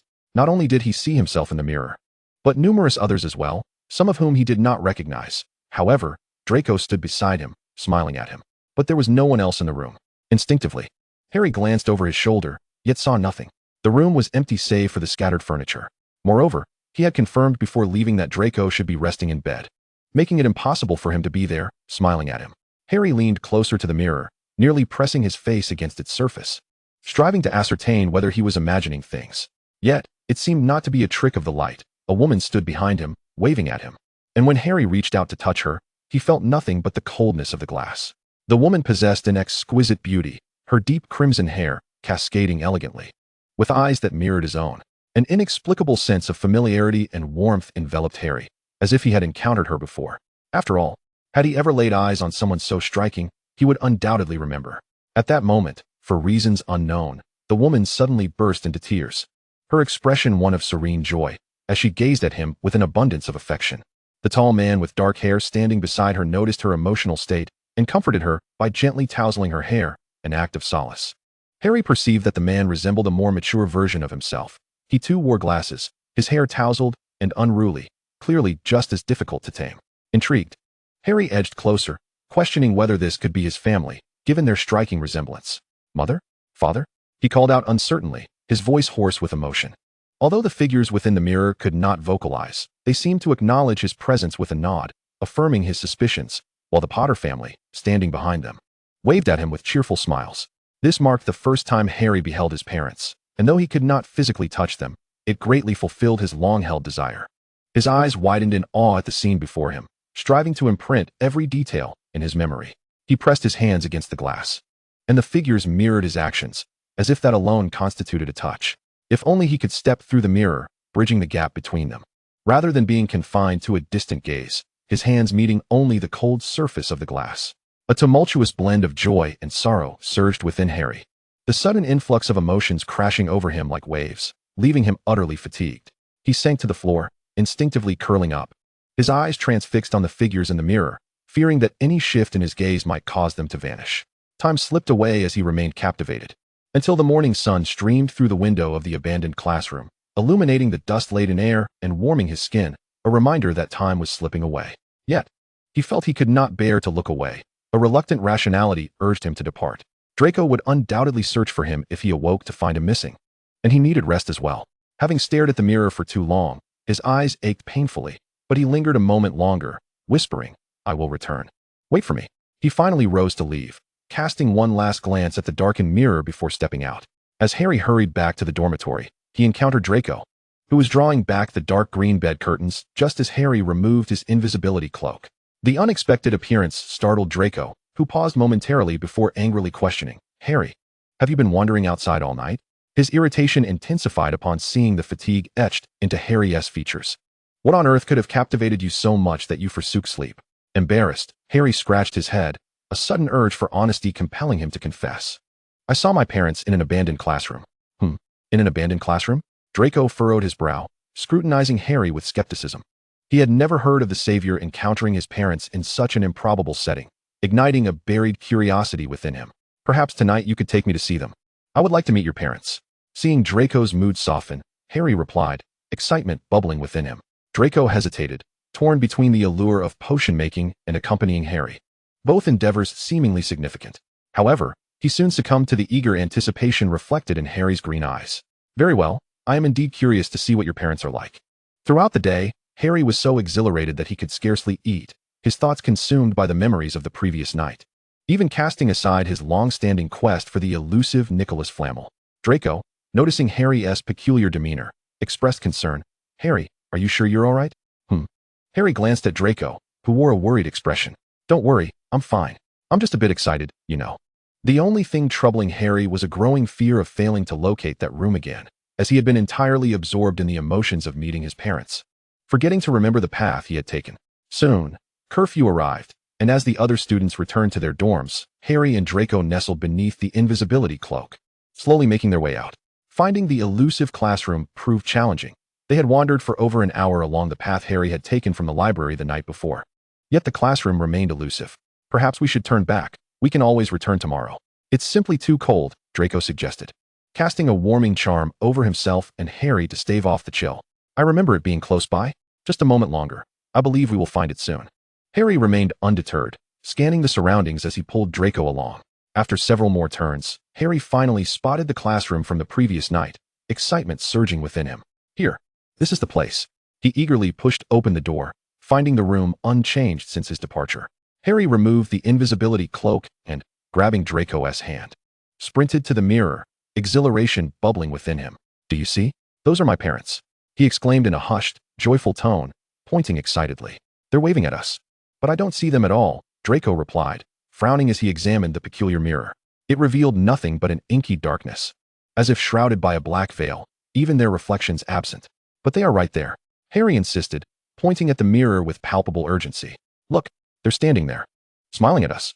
Yet all I perceive is a void. Our reflections are absent," Draco stated, perplexed.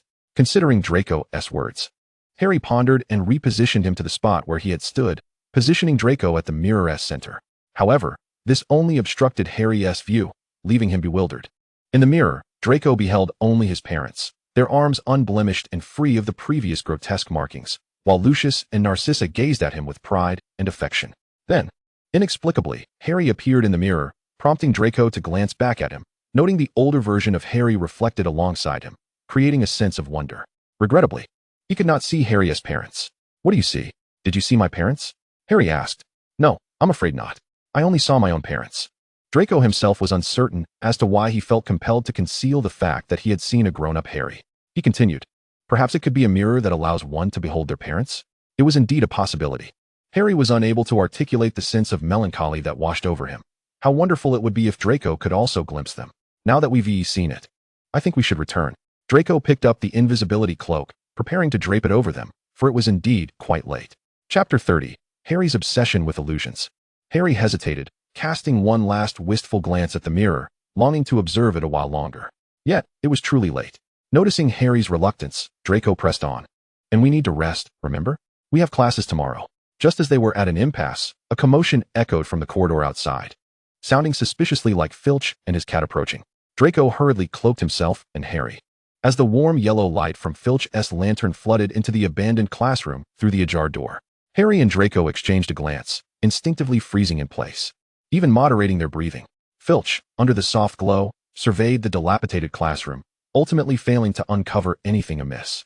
With an irritable huff, he left, clearly having heard voices emanating from within. Once Filch's footsteps faded into silence, Harry lifted the invisibility cloak, casting one final glance at the mirror before deciding to return to the dormitory with Draco. The first reason was that he truly needed rest. The second was the uncertainty of whether Filch might return, making it unwise to linger any longer. After all, he understood that if the mirror's enchanted abilities were discovered, it would be challenging to encounter it again. The following morning, a gentle drizzle fell from the sky, and the air grew increasingly frigid.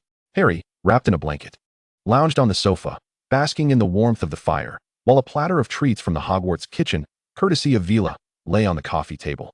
Draco sat nearby, idly flipping through a book he had taken from the shelf. "Are you still thinking about that mirror?" Draco inquired casually, without lifting his gaze from the pages. "Yes, but I don't think you should have gone there," Harry replied. Draco felt an inexplicable conviction that the mirror was far more complex than it appeared, for Harry seemed utterly entranced. He had been lost in his own world these past few days, as if nothing mattered more than the visions reflected in that mirror. Although he could empathize with Harry's reasons, he could not bear to watch him remain entrapped in this obsession. Harry fell silent, unable to resist the thoughts of everything he had witnessed in the mirror. It seemed his mind was consumed by that singular notion. He yearned to rush back to that mirror, to continue experiencing everything he had seen. Nothing could deter him. Draco cast a concerned glance at Harry, who had retreated into his thoughts. Perhaps he needed to come to this realization on his own. "I know your decision, but I need you to promise not to squander all your sleep time there." Despite his worries, Draco knew he could do little at this moment. His potion was still incomplete, leaving him unable to monitor Harry throughout the night, especially with Harry possessing the invisibility cloak. He resolved to wait until he had finished the potion before addressing the matter seriously with him. "I promise," Harry assured him confidently. As curfew approached, Harry eagerly donned the invisibility cloak, deftly making his way to the classroom. Perhaps tonight would bring good fortune. He encountered neither Filch nor any patrolling professors, aside from a near collision with Peeves. Once inside, he cautiously shut the door behind him and hurried to the mirror. The mere thought of his parents waiting there for him, smiling and beckoning to him, along with those relatives he did not recognize, filled him with an irresistible desire to immerse himself in that world. He wished to remain there indefinitely, in the company of his family. Nothing could obstruct his reunion with them. Even if he could only sit before the mirror and gaze at them, it would suffice. Unbeknownst to him, this ephemeral warmth effortlessly awakened the buried obsession within Harry's heart.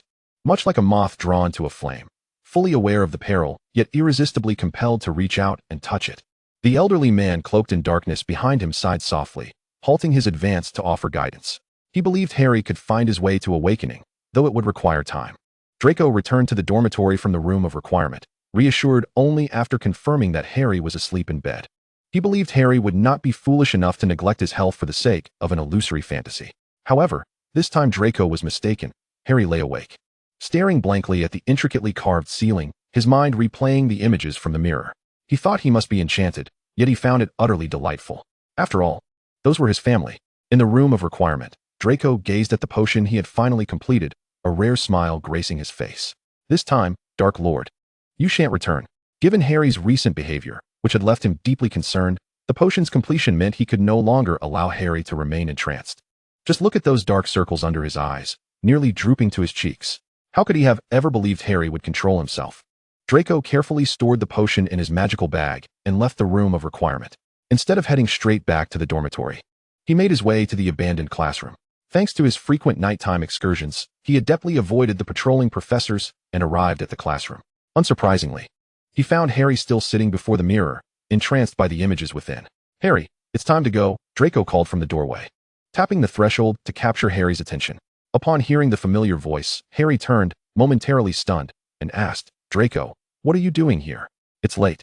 And since I figured you hadn't returned, I came to find you." Draco sighed, exasperation evident in his voice.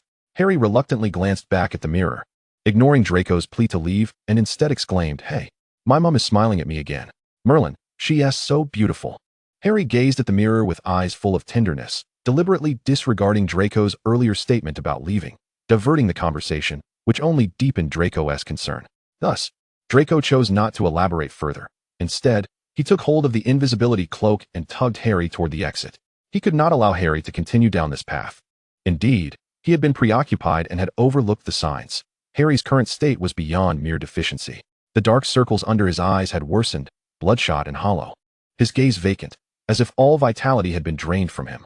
He appeared utterly lifeless, a mere shell stubbornly clinging to his obsession. Chapter 31. The Mirror of Ariste. Observing Draco's demeanor, even Harry, no matter how oblivious, realized that Draco was genuinely angry.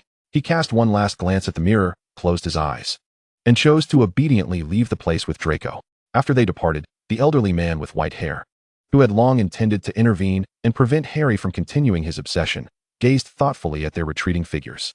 Observing Harry's continued despondency over the past few days, Draco felt he could no longer allow Harry to remain in such a state, for indulging in anything to an extreme could only lead to self-destruction. Thus, he took Harry to the abandoned classroom, standing before the mirror. Harry, you must understand that everything reflected in the mirror is false, an illusion. You should not become so enraptured that you forsake your real life. Mr. Malfoy is correct, Harry. You should indeed not pursue this any further. Dumbledore emerged from the shadows, startling both Harry and Draco. Harry's heart skipped a beat at the sudden appearance, and his voice wavered slightly as he replied, I didn't realize you were here. I don't need an invisibility cloak to be unseen. Dumbledore spoke gently. Harry, many have succumbed to this obsession before you. It is certainly not your fault. I trust you have now profoundly grasped the allure of the Mirror of Ariste? Yes, I saw my parents, whom I have never met. And now they are right there. Harry, unaware of how long Dumbledore had been observing him or what he knew, chose to speak candidly. Dumbledore, pleased with Harry's honesty, continued, You know, only those who are truly content can regard the Mirror of Ariste as an ordinary mirror. Harry furrowed his brow, contemplating for a moment before responding, I understand. So its purpose is to show us the people or things we desire. Dumbledore hesitated briefly before elaborating, yes and no. It reveals our most fervent inner desires, the scenes we yearn for intensely, which is why you can see your parents. However, this mirror cannot impart knowledge or reveal truths. People squander their time before it, becoming obsessed with what they see, some even driven to madness. They fail to comprehend whether what lies within the mirror is real or attainable, yet subconsciously, they treat it as reality, desperately wishing for it to materialize, leading them to seek immersion in the illusion. But, Harry, I do not wish for you to become one of those individuals, for you have much yet to accomplish. Dumbledore's words rang true. Becoming enmeshed in ephemeral dreams while neglecting the tangible aspects of life is utterly meaningless for you. Despite his personal aversion to the white-haired elder, Draco could not deny the veracity of his statements. Harry should not continue down this path. After listening to Dumbledore and Draco, Harry fell silent, contemplating their words. Indeed, he could not allow himself to be consumed by such fleeting fantasies at the expense of his responsibilities and the people who cared for him. Though the title of the savior of the wizarding world felt imposed upon him through his experiences over the past year, he recognized it as a beacon of hope for others and a means to end the tyrannical reign of the Dark Lord. Since he had reaped the benefits of this title, he must also shoulder the accompanying responsibilities. Though daunting, it was a necessity he may have to embrace. If only for his parents and friends. I won't return, Harry answered glumly, having come to a resolution. Dumbledore, observing Harry's newfound clarity, felt a sense of relief but added cautiously, Tomorrow the mirror will be relocated, Harry. I hope you will not seek it out again, should you accidentally encounter it. Be prepared. To immerse yourself in illusion and squander your precious time would be a grave misfortune. Harry nodded. Yes, I will exercise self-control. Well then, lunch is nearly upon us. I hear there will be honey cakes today. Children, forget this unpleasantness and enjoy your meal. Dumbledore guided them out of the classroom, allowing them to leave first. Draco and Harry obediently exited the abandoned room, heading toward the Great Hall. As they walked, Harry quietly expressed his gratitude to Draco, thankful for his companionship that had led him away from the illusion and back to reality. Upon hearing Harry's words, Draco remained taciturn, a shared understanding that defined their unique friendship. In the days that followed, Harry believed he would easily forget everything he had seen in that room. Yet he underestimated the depth of his own feelings. He began to experience relentless nightmares, always dreaming of his parents vanishing into a green light, accompanied by a strange voice that cackled ominously in his dreams. Uncertain of how many times he had awakened from such nightmares, Harry, feeling exhausted, climbed onto Draco's bed, disregarding his friend's reluctance. I think Dumbledore is right. That mirror can truly drive one mad. I need comfort. Draco, helplessly observing his sleep-deprived friend, begrudgingly made room for him.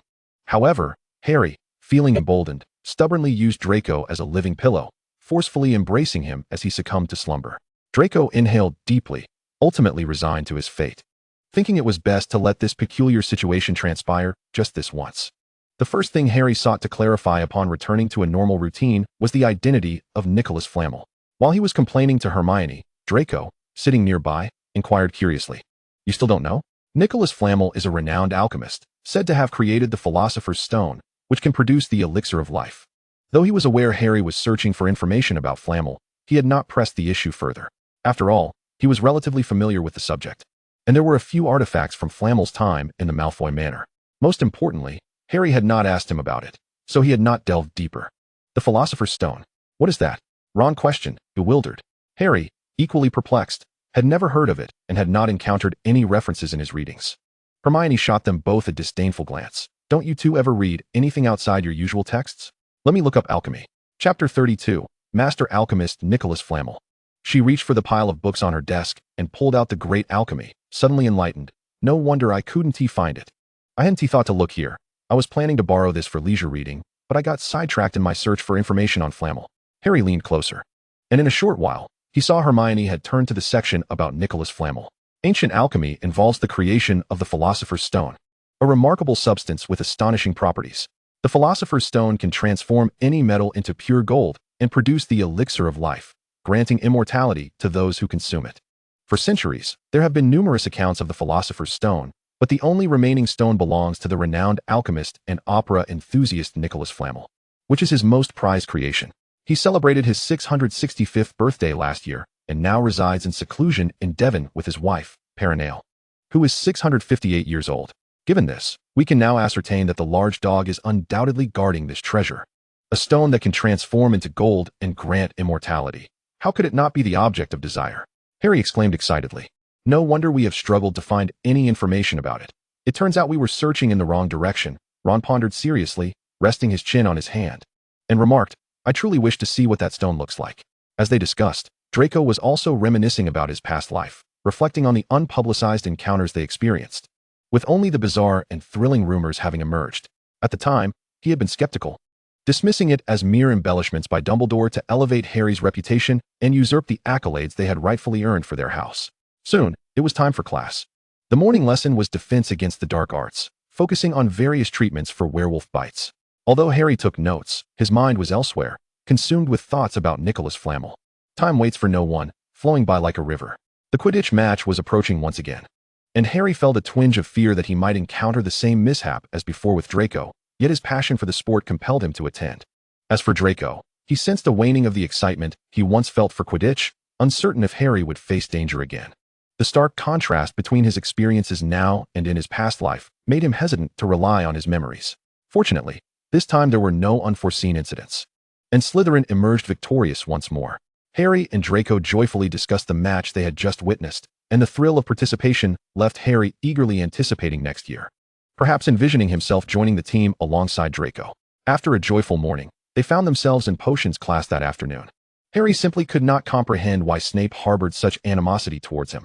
The Philosopher's Stone was not even in his possession, and even if he desired it, it had little to do with him. He could distinctly feel the hatred in Snape's gaze.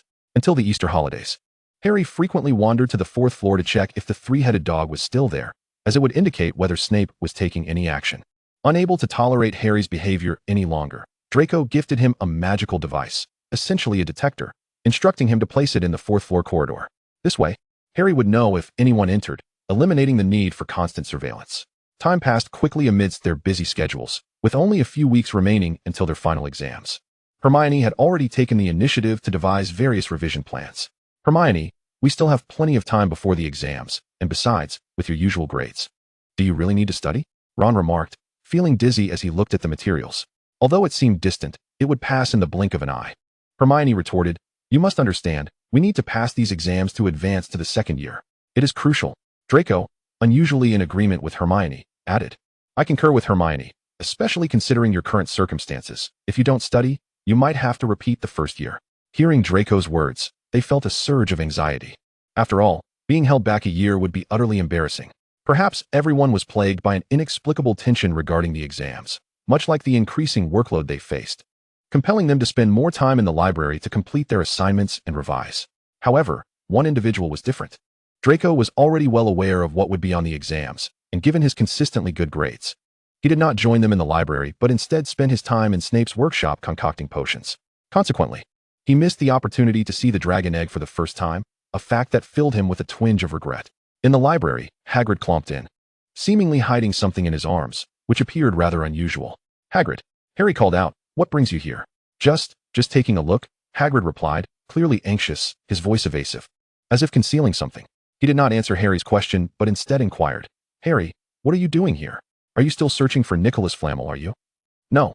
I already know who he is," Harry responded. At this moment, Ron interjected, "We also know what that large dog is guarding, the Philosopher's Stone." Ron clearly wished to elaborate, but Harry promptly cut him off.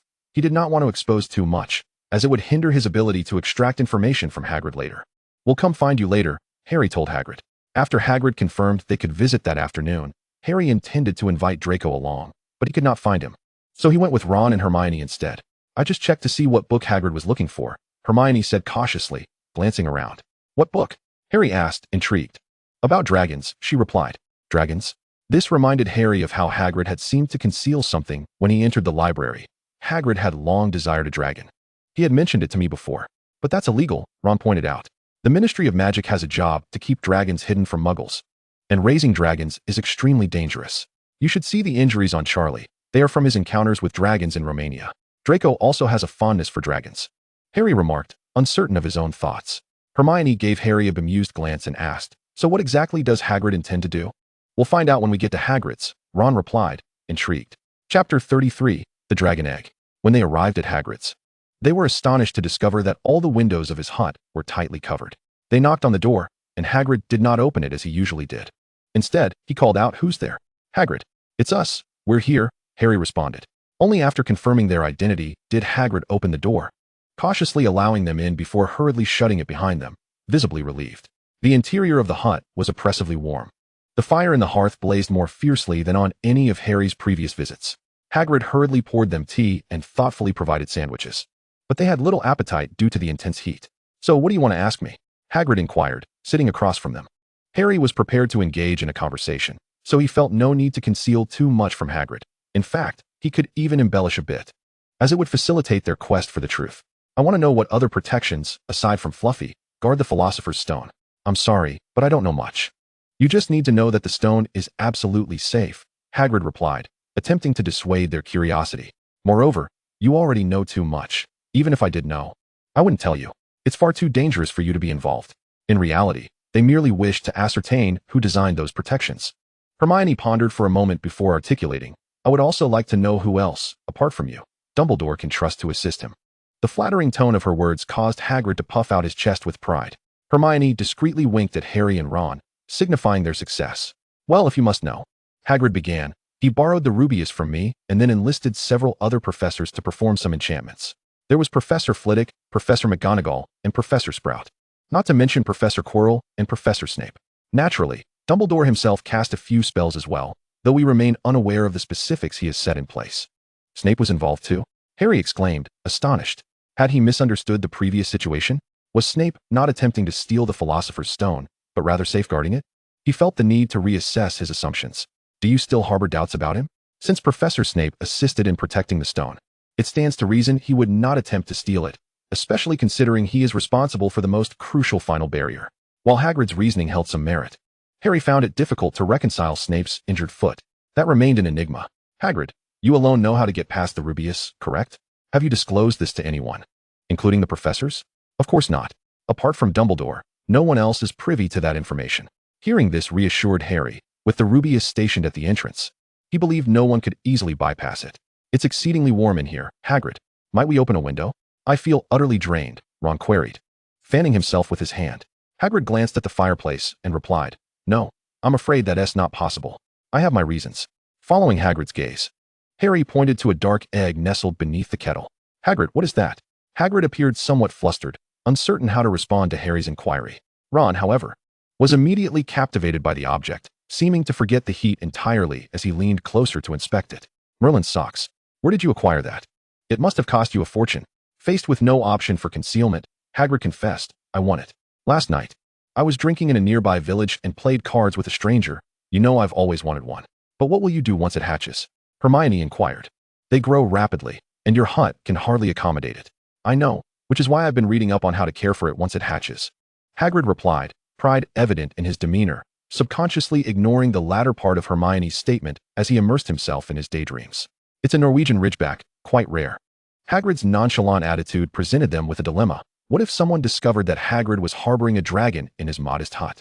After all, that was strictly forbidden. Given Hagrid's current state, persuading him to abandon the idea seemed impossible, so they could only hope to devise a plan later. Upon returning to the dormitory, Harry found Draco seated on the sofa, engrossed in a book. When Harry mentioned the dragon, Draco's full attention was instantly captured. So, Hagrid actually had the audacity to secretly raise a dragon at Hogwarts? Good heavens, you should have taken me along to see it. Unbeknownst to Harry, Draco was already scheming how to abscond with the dragon. After all, what advantage was there in remaining with Hagrid? It was far better to have the creature for himself. Once the dragon is about to hatch, Hagrid will notify us, and we can go together, Draco proposed, his enthusiasm evident. Harry thought to himself that Draco indeed had a fondness for dragons.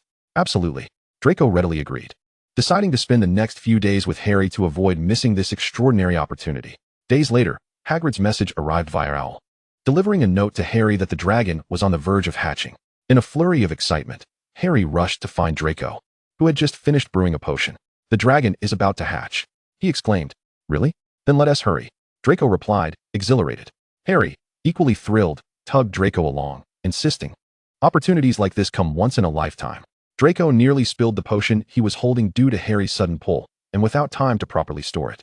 He hastily set it down on the table as Harry dragged him to the library to meet Hermione and the others. Harry subtly conveyed the contents of Hagrid's note to them. What are we waiting for? Ron shouted, brimming with excitement, only to notice the curious stares directed at him. He quickly lowered his voice, urging, let us go. In their haste, they neglected to return the books they had taken from the shelves, hastily gathering their belongings before departing. Chapter 34. The Norwegian Ridgeback. When they arrived at Hagrid's home, they found the dragon egg resting on the table, already cracked with a significant fissure, from which they could hear faint clicking sounds. Draco, crouched nearby, had strategically positioned himself to ensure that the dragon's first sight would be of him. If the dragon recognized him first, it would form a bond of dependency, ultimately becoming his own dragon. He had even envisioned where he would keep it. As time ticked by, the shell began to fall away piece by piece, revealing a trembling little dragon emerging from within. As expected, its first glance fell upon Draco, and it wobbled toward him, eyes filled with curiosity for the blond boy. Harry, however, found it perplexing that they were so enamored with this creature. Initially, he had been intrigued by what was, to him, a mythical being, but now he viewed the dragon as anything but beautiful. It resembled a crumpled black umbrella, its spiky wings seeming disproportionate to its slender, dark body, especially with its long snout, white nostrils, and bumpy horns atop its head. Its orange eyes bulged, lending it a somewhat intimidating appearance. Observing Draco's gaze upon the dragon, akin to that of a treasure, Harry began to question whether it was wise to help Draco acquire this dragon. Isn't it beautiful? Hagrid exclaimed, attempting to stroke the little dragon's head, only to be thwarted by a sneeze that released a spark of fire, though he remained undeterred in his affection for the creature. Harry remained silent, not sharing the same sentiment. Yet Draco nodded in agreement, scooping up the little dragon that had ventured closer to him, his eyes brimming with fascination for the Norwegian Ridgeback. Ron, too, clearly displayed his fondness for the dragon, though he hesitated to touch it. Among them, only Hermione continued to ponder the implications of raising a dragon. Hagrid, have you considered how quickly Norwegian Ridgebacks grow? This question rendered Hagrid, who had been admiring the little dragon, momentarily speechless, as he understood that it wouldn't be long before his hut could no longer accommodate the burgeoning creature. So it grows rapidly? We must find a way to send it away. You cannot keep it here for long. Though Hermione had a fondness for the little dragon, it did not diminish the fact that raising one was illegal. She spoke earnestly to Hagrid. You must release it soon. It does not belong here. No. Hagrid could hardly bear to part with the dragon he had long anticipated, sorrowfully expressing, I know I cannot keep him forever, but I cannot simply abandon him. He wouldn't survive without me. I cannot. This left Hermione feeling somewhat helpless, yet she knew she could not compel Hagrid to do something against his will. Suddenly, Draco interjected, I can take care of him. My family has an estate in Romania, which I believe would be suitable for him. An estate? Hermione began to contemplate the feasibility of this idea. Indeed, and during your holidays, you could join me to help care for him, Draco continued to tempt. He would have dedicated caretakers there, which is far better than being discovered and taken away from this little hut. What do you say, Hagrid? But you must promise to treat him well. Hagrid appeared deeply saddened, yet he understood this was the best course of action. Gently stroking Norbert's head, his eyes filled with reluctance, he said, My dear little Norbert, I will come to see you, I promise. Of course, he will receive the finest care, Draco assured with utmost confidence. However, while they had secured the dragon, the issue of transportation arose, complicating matters for Draco. They agreed to return once he had devised a means to transport the little dragon. As they left Hagrid's hut, Harry and Draco returned to their dormitory, when suddenly, they encountered the unexpected appearance of Winky, which sparked a brilliant idea in Draco's mind. He could indeed entrust the task to the house elf. For Hogwarts anti-apparition charms would not hinder them. Thus, all he needed to do was write a letter to his father. He was confident his father would not let slip such a valuable mobile potion cabinet and all the benefits a dragon could bring. This way, he could also provide an explanation for the situation. Days swiftly passed, and today they were to bid farewell to little Norbert. Lucius had already arranged all necessary affairs in Romania, and all they needed to do was have the house elf transport the dragon, where a dedicated caretaker would look after him. Upon arriving at Hagrid's, they found him preparing to place Norbert into a wooden crate, which was filled with an assortment of brandy and provisions. I've prepared plenty of food for him. It should last him the journey. I hope he thrives over there, he said. He will be well taken care of. And whenever you miss him, you can visit, Harry reassured. During the packing, Hagrid, with tears in his eyes, addressed little Norbert. I will not forget you. I will visit whenever I can. After a prolonged moment of hesitation, he reluctantly handed over the packed dragon to the house elf, turning away to avoid watching it leave. Perhaps fortune and misfortune are often intertwined, for on their return journey, Draco and Harry unexpectedly encountered Professor McGonagall, Mr. Potter and Mr. Malfoy, if I am not mistaken. You should be in your dormitory at this hour, Professor McGonagall sternly remarked. Harry and Draco bowed their heads in silence, awaiting their punishment.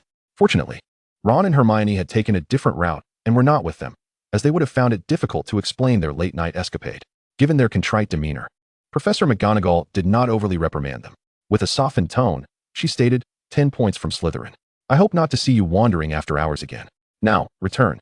The penalty relieved Harry and Draco, especially Draco. Thankfully, Professor McGonagall did not punish them as she had in a previous life by sending them into the Forbidden Forest. Although he had contemplated dealing with the Dark Lord early on, it was too risky. After all, who knew if Dumbledore might be lurking nearby? He certainly did not wish to expose anything. Today marked their examination day, and Harry felt an unusual tension.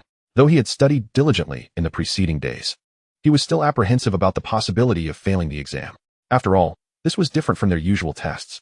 Draco, observing Harry's excessive anxiety, remarked, Harry, relax. Just perform as you normally do. Your grades have always been commendable. You will surely pass. Yes, I will do my best, Harry nodded in response. He then attempted to calm his nerves, focusing his mind entirely on the impending exam and striving to forget trivial matters to concentrate on the subjects at hand. Chapter 35. The Three-Headed Dog's Weakness and Truth. The most daunting challenge for him was likely Professor Snape's potions exam. He still believed his suspicions were correct. Snape was indeed targeting him. During the potions exam, as he concocted the forgetfulness potion, Snape stood closely behind him, scrutinizing his every move, which only heightened his anxiety. Fortunately, he managed to avoid any significant blunders and barely scraped by with a passing mark.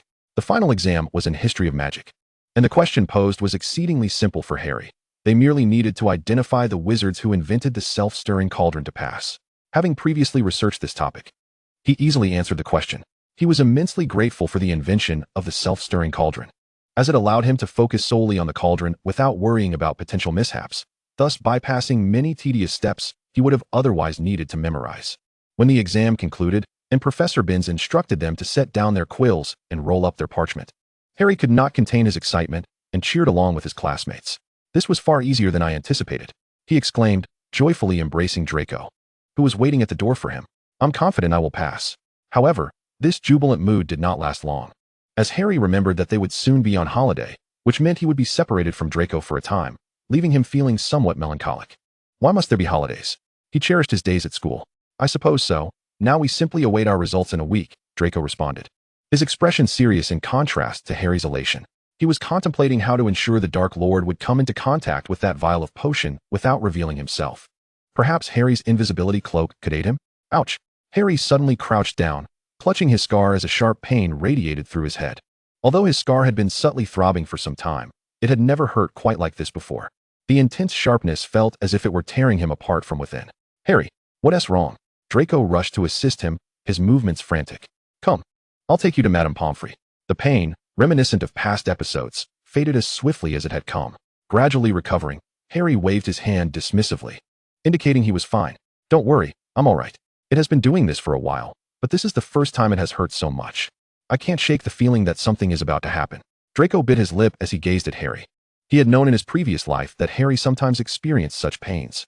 Perhaps his friends understood the cause, but unfortunately, at that time, he had been Harry's bitter rival and had taken a certain delight in his troubles, thus had no desire to uncover the reasons behind Harry's headaches. Moreover, there was no means to discover such information. However, it was evident that this was likely due to the Dark Lord's recent heightened activity, especially considering the timing of Harry's pain. Perhaps during the holiday, he could investigate whether any methods existed to alleviate such discomfort. Draco forced a smile, attempting to reassure Harry. Relax, look, we are about to go on holiday. What could possibly happen? If the opportunity arises, perhaps we could visit Norbert together during this holiday. I shall extend an invitation to you. Ah, yes, the dragon. Harry immediately perked up, tugging Draco in a new direction towards Hagrid's hut. Come on, let's find Hagrid. I just recalled something of great significance. Upon their swift arrival at Hagrid's abode, they found him leisurely feeding Fong, his dog. And he looked somewhat surprised to see the two of them. Have your exams concluded? Just in time. I've baked a fresh batch of rock cakes. Do come and taste. Actually, we have a question we wish to pose to you. Harry interrupted Hagrid, who was about to fetch the biscuits. Glancing around and noting that they were alone, he lowered his voice, continuing, Do you remember what the stranger looked like on the night you won Norbert in that card game? Hagrid strained to recollect, responding slowly, I don't recall much, just that he wore a black cloak, rather mysterious, but other than that, not much else comes to mind. Draco, who had initially found the situation peculiar, suddenly understood Harry's line of thought. His attention was entirely consumed by the dragon. He had not considered why Hagrid had managed to win a dragon in the first place. He assumed the dragon's appearance was only natural, having occurred in the past, and thus did not delve into the story behind the dragon egg, remaining confined within his own cognitive limitations without acknowledging the glaring inconsistencies in the premise. Had you encountered that cloaked figure before?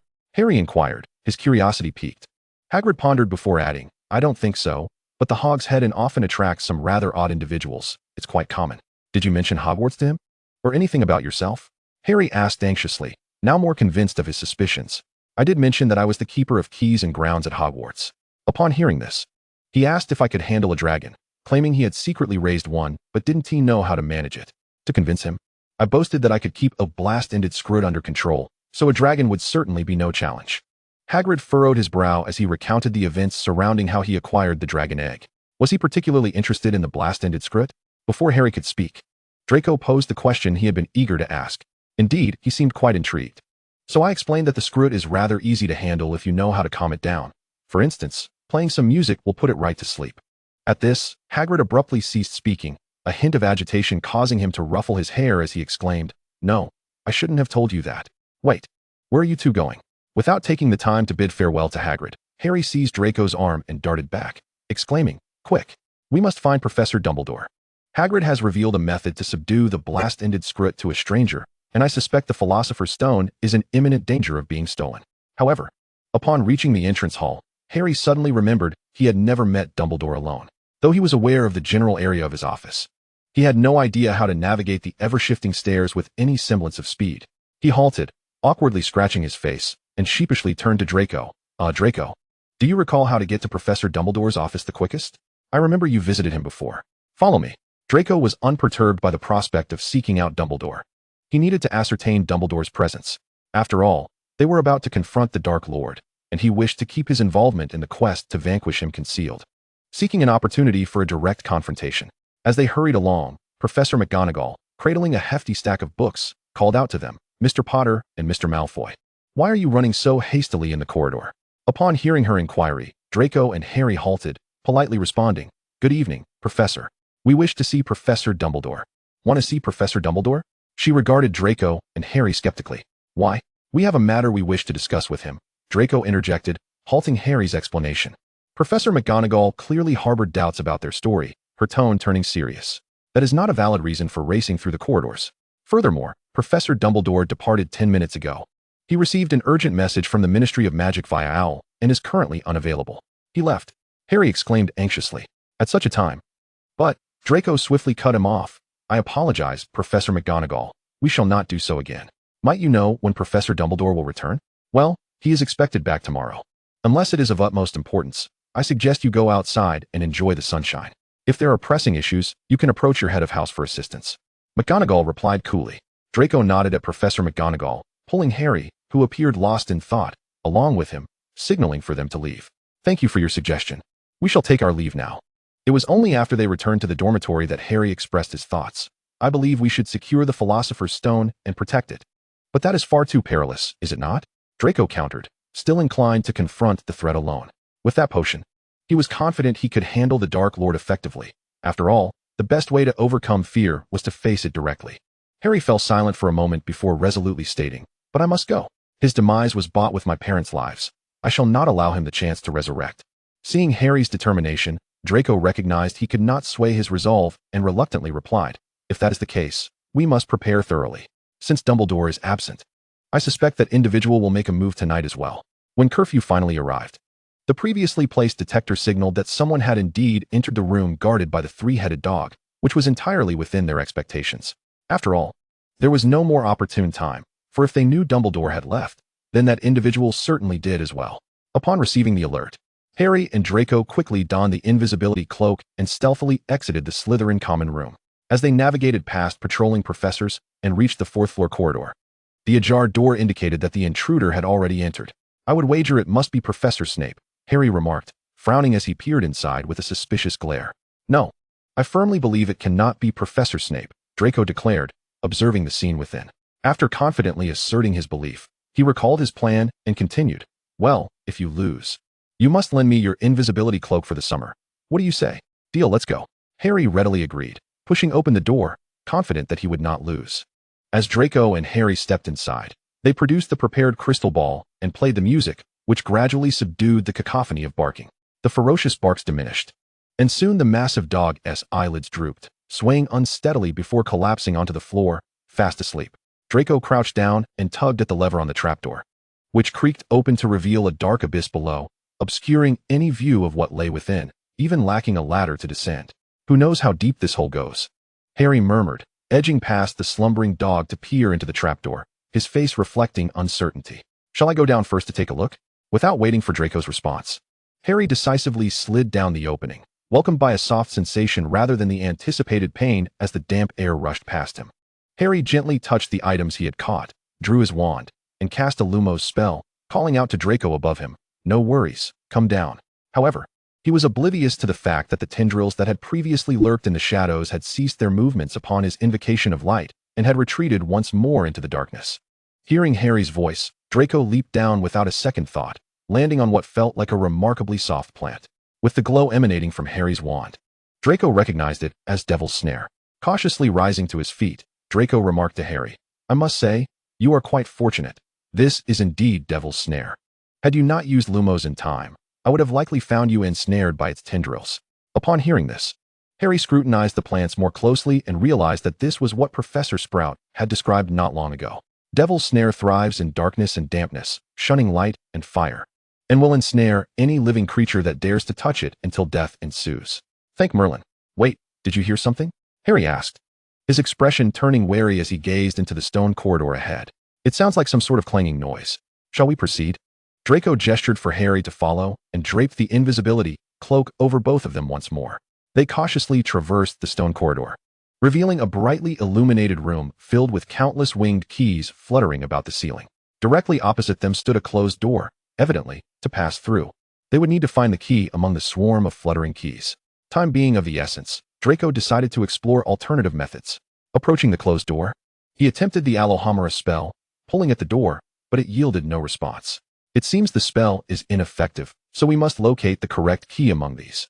"I found a broomstick behind the door," Harry said, seizing the opportunity while Draco was occupied.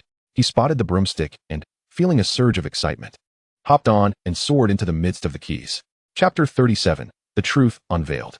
Meanwhile, Draco surveyed the keys above, discerning which one might unlock the door. Soon, he fixated on a key with sky blue wings, its disheveled appearance indicating it had been captured before.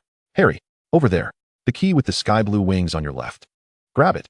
Responding to Draco's instruction, Harry maneuvered his broom to pursue the blue-winged key, which, sensing danger, darted away swiftly. Yet, alas, it was too late. Harry managed to seize its wing and grasp it tightly. He quickly descended, clutching the key and approached the door with caution, carefully unlocking it.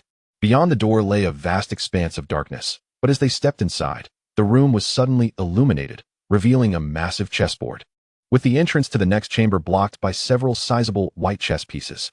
It seems our way forward is contingent upon winning this game of chess, Draco remarked as he regarded the board.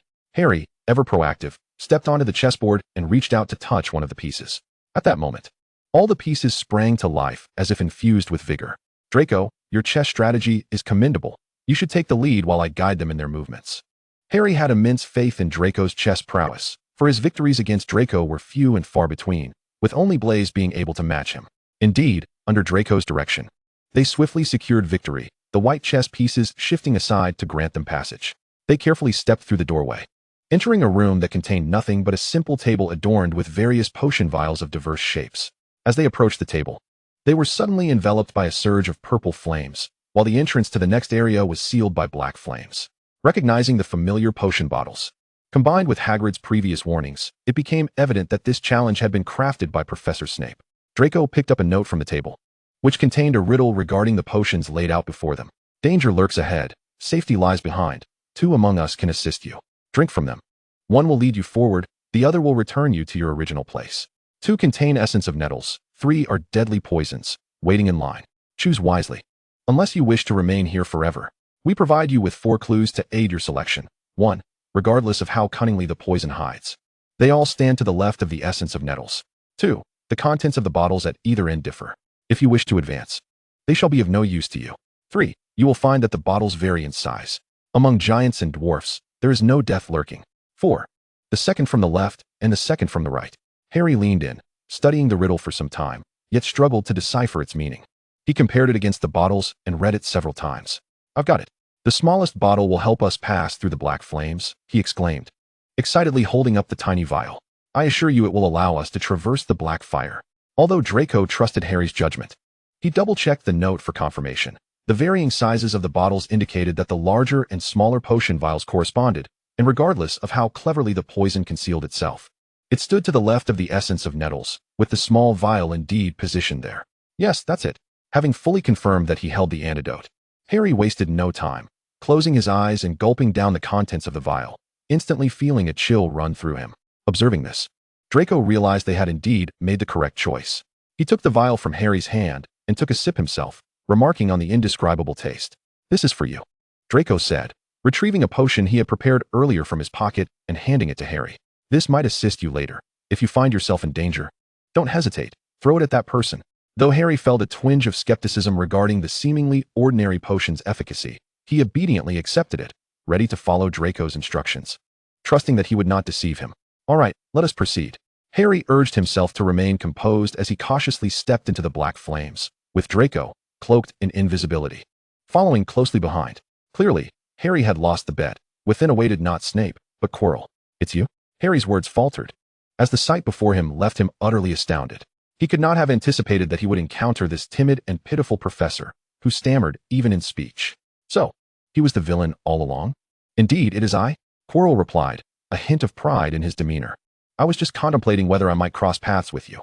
I never expected my guess would prove correct. You truly have come. Harry finally realized that he had indeed misjudged Snape. Confused, he remarked, I thought it would be Snape here. I never doubted it would be you. Quirrell burst into laughter, saying, I must admit, Snape does not present himself as a good person. With him around, who would suspect me, the poor, stuttering professor? At that moment, Harry truly recognized his error.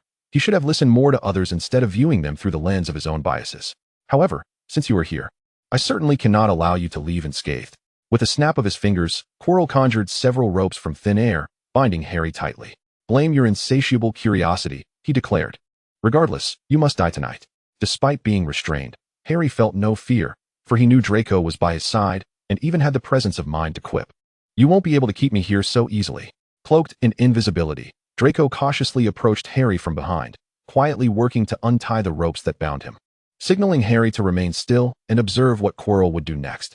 Humph, no amount of bravado will save you. Your death is a foregone conclusion, Quirrell proclaimed arrogantly, then unveiled a white cloth concealing something behind him, continuing, but before that, I need you to take a good look at this intriguing mirror. Harry turned to face the direction Quirrell indicated, only to find the mirror of Eriste before him. This sight rekindled memories of what he had seen within it before. The long-suppressed thoughts resurfaced, shattering the tranquility of his mind. Quirrell, indifferent to Harry's sudden emotional turmoil, shoved him toward the mirror, demanding, "Now, tell me, what do you see?" Instinctively, Harry gazed into the mirror, expecting to see his family once more, but was disappointed to find only his own reflection. Suddenly, the image of himself placed something into his pocket, and at that moment, Harry felt his own pocket grow unexpectedly heavy, as if it had acquired something new. "I see my parents." He began to fabricate a story about the mirror's contents, hoping to lower Quirrell's guard. "Your parents?" Quirrell queried, tapping along the edges of the mirror. But nothing occurred, puzzling him. Finally, he pulled Harry aside to scrutinize the mirror closely, and in an instant, he became entranced, murmuring, "I see the Philosopher's Stone. I am presenting it to my master. No, wait. Where is the stone hidden? Why does the me in the mirror have it? Yet I do not." Lost in the mirror's allure, Quirrell failed to notice Harry's subtle movements. At that moment, Harry discreetly retrieved the potion Draco had given him, hurling it directly at Quirrell. As the glass vial struck Quirrell, it shattered instantly, dousing him in its contents. Simultaneously, Draco, shedding his invisibility cloak, unleashed a binding spell, immobilizing Quirrell in place. Under the influence of the potion, Quirrell began to transform. His skin started to peel away for reasons unknown. The Dark Lord, residing at the back of his head, cried out in anguish. Quirrell felt an excruciating pain in his skull, as if he were about to split apart, letting out a horrific scream. The Dark Lord's voice echoed angrily, "Kill him! You must kill him!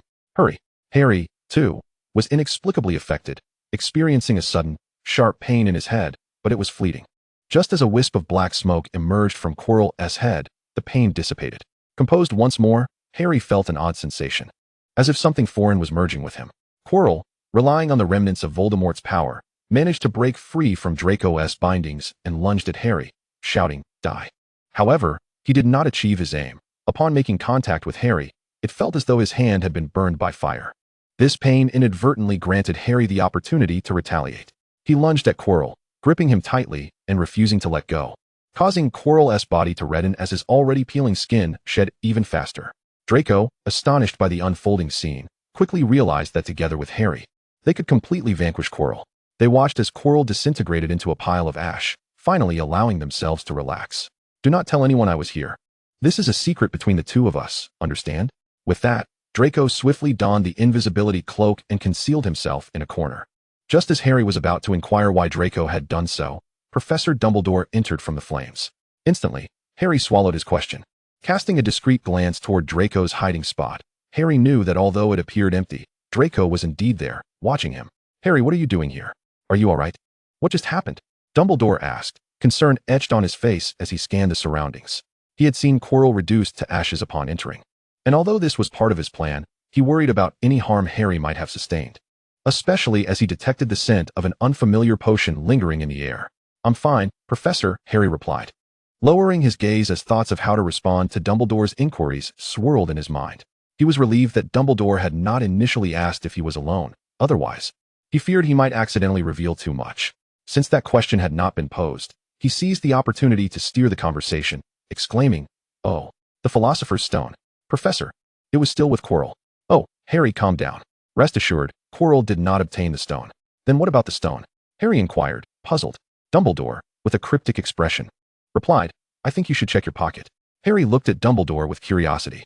Did that mean what he had seen in the mirror of Ariste was real? Why had it turned out this way? Complying, he reached into his pocket and was surprised to pull out a handful of powder. The Philosopher's Stone seems to have disintegrated." Seeing the stone reduced to dust, even the wise Dumbledore struggled to explain, merely offering a vague reassurance. "Sometimes, losing something can be a form of fortune as well, my child. What matters most is that you are unharmed." "I'm still very sorry, Professor," Harry said, feeling despondent. "I should have protected it." Dumbledore, however, bore no resentment toward Harry's mood. Instead, he felt a sense of satisfaction at Harry's current demeanor. After all, having a savior who harbored goodwill and complete trust was precisely what he desired. He comfortingly patted Harry on the shoulder, saying, "Don't worry, I will take care of everything. Although you appear to be well, I believe we should take you to Madame Pomfrey for a checkup. What do you think?"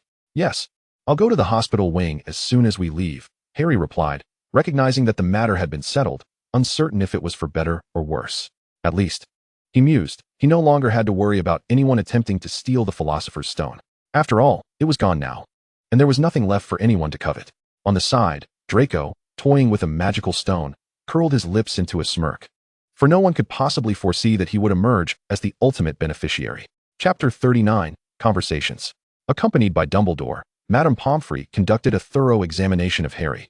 And only after confirming that Harry was indeed unscathed did Dumbledore allow him to return to Slytherin.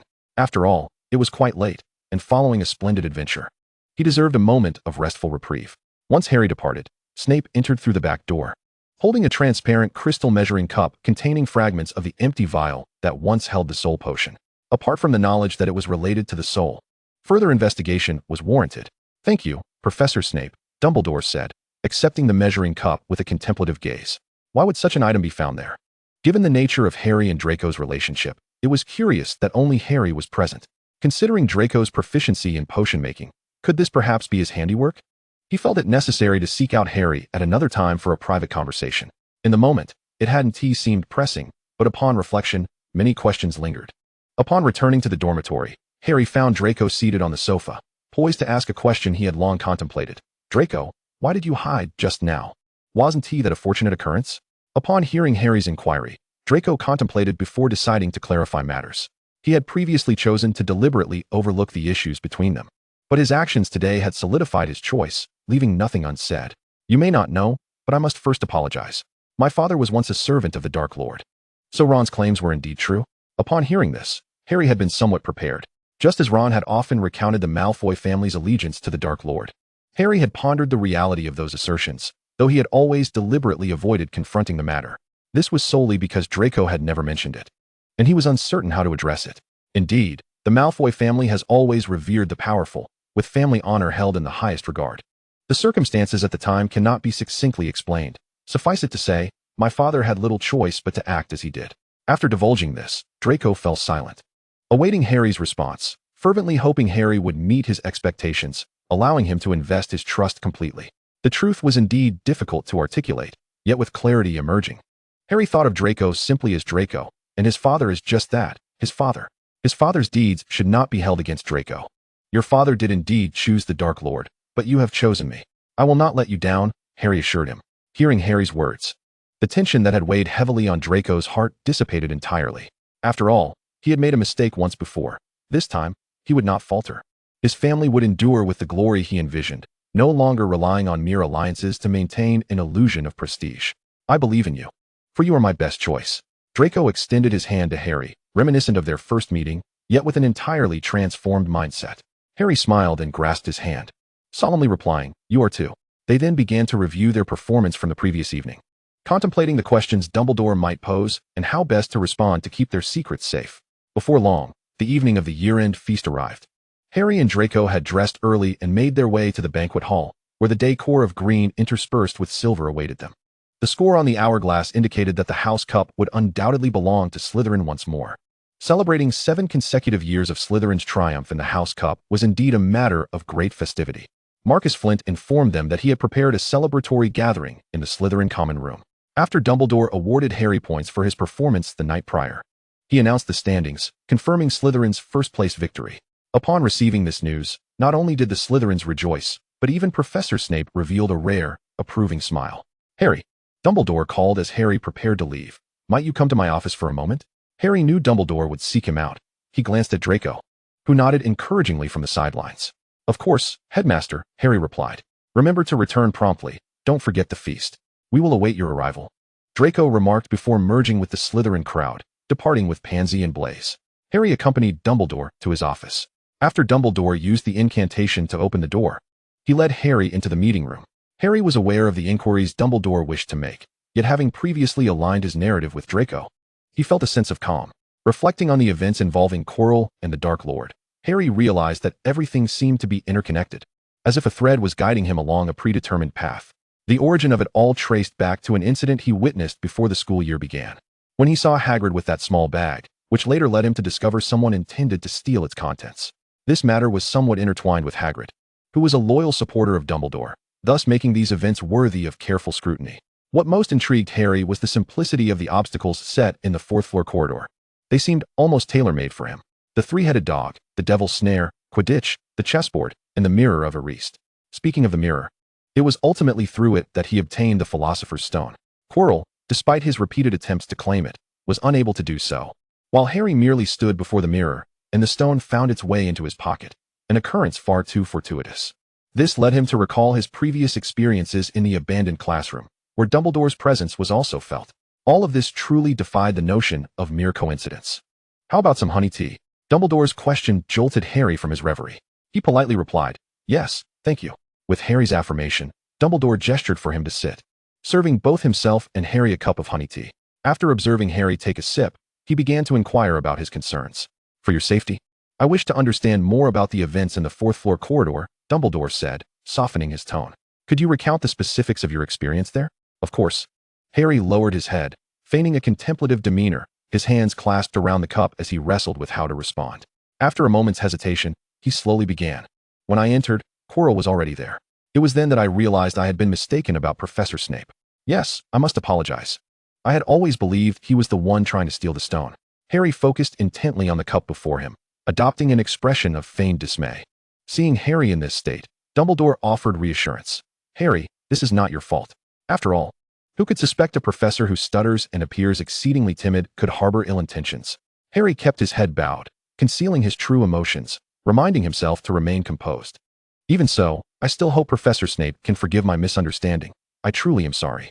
And then I was bound by Quirrell, but thankfully, Draco had given me a protective necklace beforehand." As Harry spoke, he retrieved the necklace that Draco had gifted him earlier and presented it to Dumbledore. Seeking confirmation of its authenticity, Dumbledore immediately discerned the magical array embedded in the necklace, which indeed possessed protective properties, safeguarding its wearer. He gently patted Harry on the shoulder and remarked, "How fortunate it is that you remain unharmed." What transpired thereafter? Chapter 40, The Holidays. Following this, Dumbledore instructed Harry to stand before the mirror. "I swear I heard the voice of the Dark Lord." Harry's voice rose in pitch, his expression one of palpable dread. "The Dark Lord? Are you certain?" Dumbledore inquired, his brow furrowing. "I am absolutely certain. He commanded Quirrell to present me with a potion I did not recognize, but thankfully, the necklace protected me, preventing me from being ensnared. Thus, when Quirrell brought that potion to my lips, I lunged at him, causing him to fumble and spill the entire vial upon himself. It was at that moment that the strangest occurrence took place. Upon contact with Quirrell, he seemed to be engulfed by flames, looking utterly terrifying. The more he touched me, the more he was harmed. That is why I was able to defeat him. Headmaster, do you have any insight into this? Frankly, I am somewhat frightened. Why do I possess such an ability? This is unprecedented." Dumbledore spoke softly. "I believe this is the manifestation of your mother's protective magic. She has always been by your side, safeguarding you in a different manner. Therefore, you need not fear." In light of Harry's revelations, his doubts were assuaged. If the potion originated from Quirrell, everything fell into place. After all, he later collaborated with Snape to study the remnants of that potion, which was not something easily concocted by just anyone. Given Draco's current level of potion making, it seemed overly ambitious. "Very well, my child, that is all I wish to ascertain," Dumbledore said with a smile. "Now, do not let me delay you from the celebratory feast at the school. I dread the thought of being the subject of your peers' chatter. Shall I take my leave now?" Harry stood and politely nodded to Dumbledore, departing only after receiving the headmaster's affirmation. Upon reaching the entrance to the Slytherin common room, he meticulously reflected on his conversation with Dumbledore, ensuring he had not inadvertently revealed anything, before finally exhaling in relief and stepping inside. Draco, seated on the sofa and engaged in a card game with Blaise, immediately set down his cards and approached Harry. "How did it go? What did he ask you?" "Mostly what we discussed last night. I will elaborate later," Harry replied, glancing at the others dancing on a makeshift stage, his face lighting up. "Now is the time to enjoy ourselves." Draco instantly grasped his meaning, bowing gracefully and extending his hand to Harry. Then, "Dear Harry, shall we dance?" "Absolutely. I would be delighted." Harry took Draco's hand, and together they made their way to the center of the dance floor, while Draco entirely overlooked Blaise, who had been playing cards with him moments before. Blaise, seated back on the sofa, cast a puzzled glance at his friend, sighed, and shook his head, putting away his cards and seamlessly integrating into a conversation with Pansy and the others. The ball concluded, leaving them with a lingering sense of joy, marking the end of their academic year and the impending arrival of a much-anticipated holiday. Back in the dormitory, Harry recounted his conversation with Dumbledore to Draco, then collapsed onto the sofa, exuding relief as he said, "Thank goodness Dumbledore did not pursue the details any further. I always feel as though his eyes can see through everyone. At that moment, I hardly dared to meet his gaze.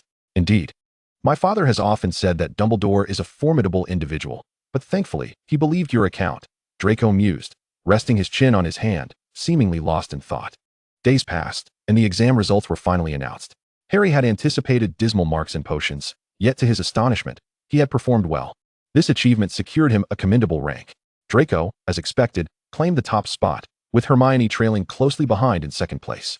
The sight of these results left the ever-knowledgeable Miss Granger somewhat anxious, leading to Draco being compelled to provide her with a list of his recommended readings and promising to answer her questions throughout the summer, just to appease her. Even amidst the bittersweetness of parting, the day of separation arrived. Harry and Draco bid farewell at the train station, where Petunia's family awaited him with palpable impatience. The moment they spotted Harry, Uncle Vernon, with barely concealed fury, shouted, "Hurry up, boy. We cannot afford to waste any more time. I'm coming." Harry hurried to catch up with the departing Dursleys, casting a glance back at Draco, who stood a distance away. Despite the throngs of people, Harry could easily spot the golden-haired youth weaving through the crowd. He was carefully shielded by his parents, and merely observing that warm scene filled Harry with envy. Upon returning home, Draco was summoned to the study by Lucius, who believed it was time for his son to learn more about their family's legacy. Although Draco had long been acquainted with such matters, he still approached them with respect, diligently absorbing his father's teachings. Meanwhile, Harry's situation was rather chaotic. His owl had grown restless from being confined in its cage, its incessant hooting exacerbating the Dursleys' irritability, which troubled Harry greatly, especially during the holidays. The letters arriving at the Dursley residence stirred Uncle Vernon's ire, as they were filled with birthday wishes and gifts meant for Harry, who, due to his status as a lodger and their disdain for him, was unable to touch them. All of these were unceremoniously relegated to the basement, along with anything remotely magical. After all, they cared not for whether he completed his holiday assignments. In their eyes, their home must remain devoid of anything peculiar or extraordinary. Were it not for the school's prohibition on using magic outside its walls, he would not be enduring such a miserable existence. When would he be free from this place? Harry crouched in the garden under the blazing sun, idly pulling weeds, his thoughts in disarray. He had not even opened Draco's letter before it was snatched away, recalling that Draco had mentioned inviting him to see Norbert and to spend time at his home. Yet, he never imagined he would be unable to respond to Draco. He wondered what Draco might be doing now, but he was certain it was far more enjoyable than his current task of weeding in the garden. Harry found himself yearning for school life more than ever. Chapter 41. Picking up Harry for a short stay. Meanwhile, Draco felt a peculiar unease due to the absence of Harry's replies to his letters. He began to ponder whether Harry had encountered some unfortunate circumstances. It was not until he saw Dobby scrubbing the fireplace that his thoughts shifted, for he recalled the little house elf story, a being that demanded equality, held an unwavering loyalty and admiration for Harry Potter, and was privy to many of the secrets within the Malfoy estate. While it is true that he currently enjoys a favorable relationship with Harry, he must not allow any risks to linger. After all, he is likely aware that during their second year, it was he who inadvertently precipitated a series of unfortunate events for Harry. "Father, there is a rather peculiar matter I feel compelled to share with you," Draco remarked, frowning as he assisted Lucius in managing family affairs. "Our house elf, Dobby, is behaving strangely." "What do you mean?" Lucius inquired, lifting his gaze from the various documents with a puzzled expression. "I have observed that he consistently punishes himself and mutters about what he ought not to do. It is quite bizarre," Draco replied, demonstrating his characteristic decisiveness. Lucius immediately summoned Dobby for questioning. He regarded the visibly anxious elf, whose ears appeared as if they had been scorched, and asked, "I have heard that you frequently punish yourself. What is the reason behind this?" Bound by the ancient contracts that bind house elves, Dobby was incapable of lying to his master, even if he wished to conceal the truth. A master, Dobby is not supposed to speak ill of his master. Dobby is a bad elf. Thus, Dobby must punish himself. Dobby is a bad elf. He lamented, clutching his head in distress. "And what else?" Lucius observed the self-harming elf with a cold detachment. Feeling no sympathy for an unfaithful house elf, Dobby, persistently banging his head against the floor, was clearly reluctant to reveal his innermost thoughts, yet compelled by the binding contract. He divulged, "Dobby wishes to seek out the great Harry Potter." Upon hearing Dobby's words, Draco, drawing from his past experiences, became increasingly convinced that this unfortunate series of events surrounding Harry was indeed instigated by this very house elf. "Father, I believe it prudent to have him undergo a cleansing ritual in the elf magic circle to erase his memories. After all, he knows far too much." "Indeed. That is a commendable solution," Lucius acknowledged, clapping his hands to summon other house elves and commanding them to escort Dobby to the concealed magic circle underground. Only after the matter was resolved did Draco hesitantly voice a commitment he had made to Harry to invite him to their home. "Father, there is another matter I hope you will consent to," Draco began, a hint of trepidation in his tone. Lucius looked at him quizzically, gesturing for him to continue. Draco found it challenging to articulate his desire for his father to accompany him to the Muggle world to fetch Harry, finally managing to say, "I promised Harry I would invite him to our home." Draco gazed at Lucius with hopeful anticipation, yearning for his father's approval. Observing the anxious yet hopeful expression on his son's face, Lucius found it difficult to refuse, instead fabricating a suitable rationale. "Very well. Forging a connection with the Chosen One may indeed be beneficial for our future. Thus, I hope you can accompany me to invite Harry. You know, his birthday is the day after tomorrow. I promised him a surprise, may I, Father?" Given that he had already hinted at this arrangement and agreed to his son's request, Lucius, unable to rebuff the expectation reflected in Draco's eyes, conceded, albeit maintaining his usual demeanor of authority. "Since you have made a promise, it would be remiss to break it. I will free up time tomorrow morning." "Thank you, Father," Draco exclaimed, though he couldn't help but feel a twinge of shame for his own behavior. Though he was still a child, he felt as if he were regressing. Covering his face as he thought, "I seem to be growing more juvenile by the day." The following day, Draco arose early. Although it was not his first experience donning Muggle attire, he still felt somewhat out of place. In his previous life, he had ventured into the Muggle world on numerous occasions for business, always under the radar. Now, however, he was able to traverse it openly without fear of scrutiny. When he descended the stairs, Lucius was already seated at the dining table, awaiting him, dressed in an exquisite black suit that exuded opulence and paired with his cold demeanor. He appeared even more unapproachable. Draco felt his own casual outfit, a simple pair of jeans and a white shirt, was inadequate in comparison. He resembled merely a neighborly youth, lacking in gravitas. After breakfast, Lucius took the gift the house elves had procured the previous day and, with Draco in tow, apparat to a location not far from Harry's home. Their striking appearance drew numerous glances as they made their way. Lucius knocked on the door, his tone devoid of warmth as he inquired, "Is anyone home?" Moments later, Aunt Petunia's voice echoed from within, "Who is it?" After a brief wait, she opened the door, her brow furrowing in confusion as she regarded Lucius and Draco. "Whom are you seeking?" Lucius, clearly displeased by the inquisitive gaze of the woman before him, maintained a veneer of politeness due to his upbringing. He extended the prepared gift to Aunt Petunia, stating, "We have come to see Harry, and this is a gift for you." You too," she stammered, her words faltering as her attention was drawn to the lavish wrapping of the gift, which promised something of considerable value. The initial insult she intended to hurl transformed into a more courteous tone as she addressed them. "Thank you. Please, come in." She accepted the gift and, with a hint of eagerness, ushered Lucius and Draco inside, calling out for Harry to come down from upstairs. Initially reluctant, Harry peeked out, but, upon seeing Draco's familiar golden hair, rushed down the stairs, forgetting his half-formed manners in his excitement. "Draco, what brings you here?" he exclaimed. "I have come to take you to my home for a visit, remember? I promised you that," Draco replied with a smile. "But you never replied to my letter," Harry said, disbelief evident in his tone, astonished that Draco had truly come to fetch him. His excitement overtook him as he hugged Draco tightly, only to become aware of Lucius standing nearby, observing him. Who is this?" Harry asked, slightly embarrassed by his earlier enthusiasm. Draco introduced, "This is my father, Lucius Malfoy."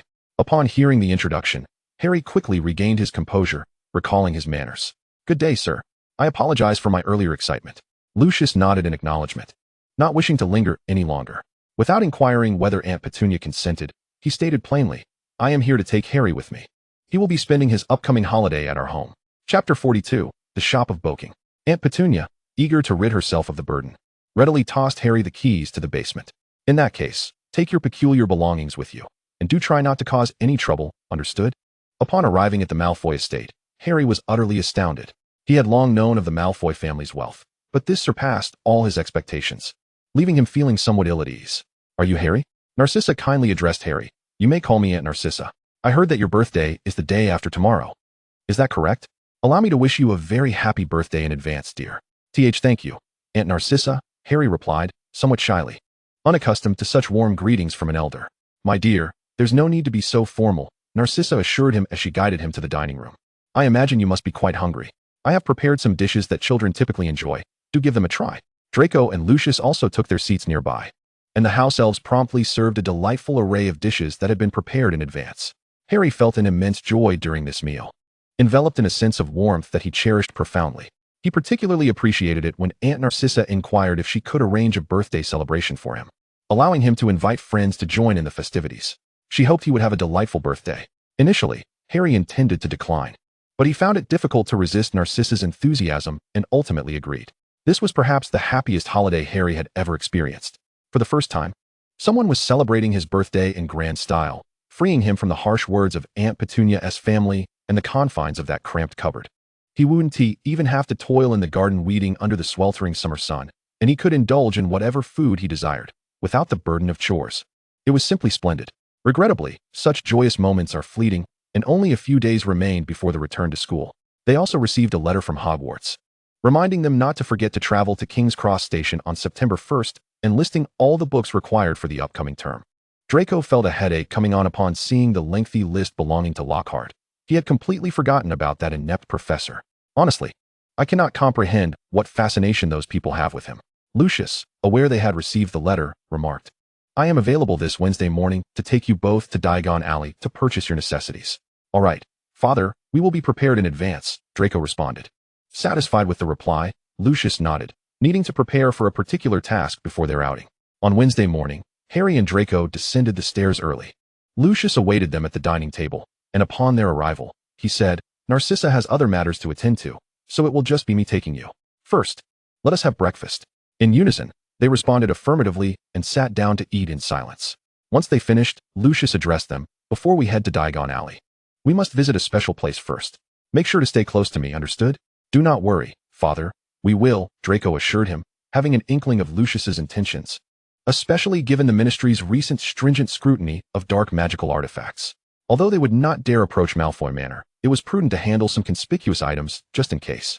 Through the fireplace, Lucius led them to a rather grimy alley. The storefronts on either side appeared to be selling dark magical items. The small shops displayed an array of sinister artifacts, with some even showcasing withered skulls in their cabinets. Lucius guided them through the alley and into the largest store in Nocturne Alley. For some inexplicable reason, despite its spacious appearance, the shop exuded a chilling atmosphere. Harry curiously surveyed the haphazardly arranged items within. Suddenly, his attention was drawn to a withered human hand resting on a display shelf, along with a pile of blood-stained papers. "Draco, what do you suppose that is?" Harry quietly tugged on Draco's sleeve, asking. Draco followed his gaze and recalled having been intrigued by it in his previous life. However, he had been secretly mocked by the shopkeeper, Borgin, for his interest in the hand's purpose. "That is a hand of glory. Once a candle is inserted, only the holder can see its light," Draco explained. Borgin, standing behind the counter, observed the two whispering and complimented Lucius. "It seems you have an astute son. His discernment is indeed impressive." Lucius proudly lifted his chin and responded, "That is only natural." "Pray tell, Mr. Malfoy, what brings you here today?" Borgin inquired, slicking back his hair and bending over the counter to rummage through his wares. "I must show you the new stock I received today. The prices are quite reasonable, and I am certain you will find something of interest." "That will not be necessary, Mr. Borgin. I am not here to purchase today," Lucius interjected, lowering his voice. "I have come to sell." "Sell?" Borgin inquired, puzzled, but quickly grasped the implications given the Ministry's recent crackdown. "I trust you are aware of the recent scrutiny," Lucius said, producing a parchment and offering it to Borgin. "There are certain items in my possession that may cause me unnecessary trouble." Borgin examined the parchment carefully. "I would venture to say the Ministry would not disturb you. Not at present, as the Malfoy name carries some weight, but one cannot avoid the occasional rogue element." Lucius glanced at the two boys discussing the dark magical items behind him and added, "If you find anything of interest, do let me know." "Very well, Father," Draco replied, continuing to admire the peculiar dark artifacts with Harry, though he did not spot anything he wished to acquire. After all, he understood that while his father had promised to buy him what he desired, dangerous items would remain out of reach, even if he expressed interest. However, this was of little concern. He could always seek an opportunity to return discreetly. Once they had negotiated a suitable price for the items and agreed upon a pickup time, Lucius led them out of Nocturne Alley. As they walked, he observed the two boys, clearly still wanting more, and firmly warned them not to enter this place alone without supervision. After all, it was hardly a suitable locale for underage wizards. Only when they provided him with their emphatic assurances did he feel at ease. Chapter 43, Flourish and Blots. After traversing a narrow path, they arrived at Diagon Alley. Lucius first took them to Madame Malkin's robes for all occasions, where they procured new school uniforms and some casual wear, before guiding them to Flourish and Blots to acquire the books needed for the term. Upon arriving at the bookstore, they fortuitously encountered Ron, who was likewise there to purchase books. The Weasley family was similarly squeezed outside, unable to enter. A massive banner hung from the upstairs window, advertising Gilderoy Lockhart, as today marked the date of his book signing. The crowd, captivated by his fabricated tales and charming smile, was predominantly composed of individuals eager to purchase his autobiography. Lucius, observing the frenzied throng enamored with Lockhart, frowned in distaste and remarked to Harry and Draco, "I sincerely hope you do not become infatuated with that man. His stories are largely fabricated, and he is merely a dim-witted charlatan. Do not be deceived by his appearance, understand?"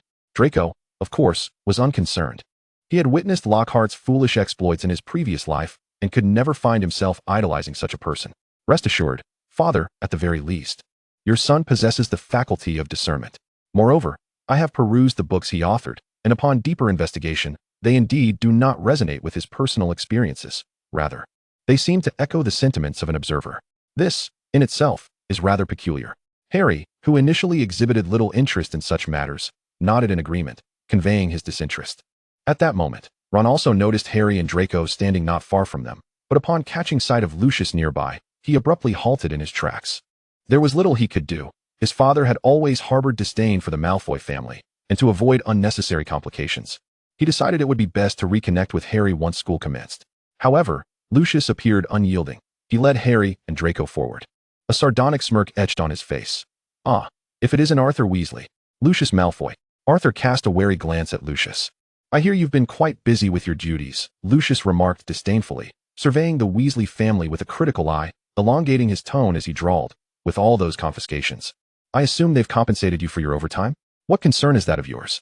Arthur retorted with disgust, glaring at him and clearly reluctant to engage with Lucius. Yet, Lucius seemed determined to pursue the matter. He extracted a tattered book from the cauldron held by Ginny Weasley, casting a disdainful glance before carelessly tossing it back in. "It appears not.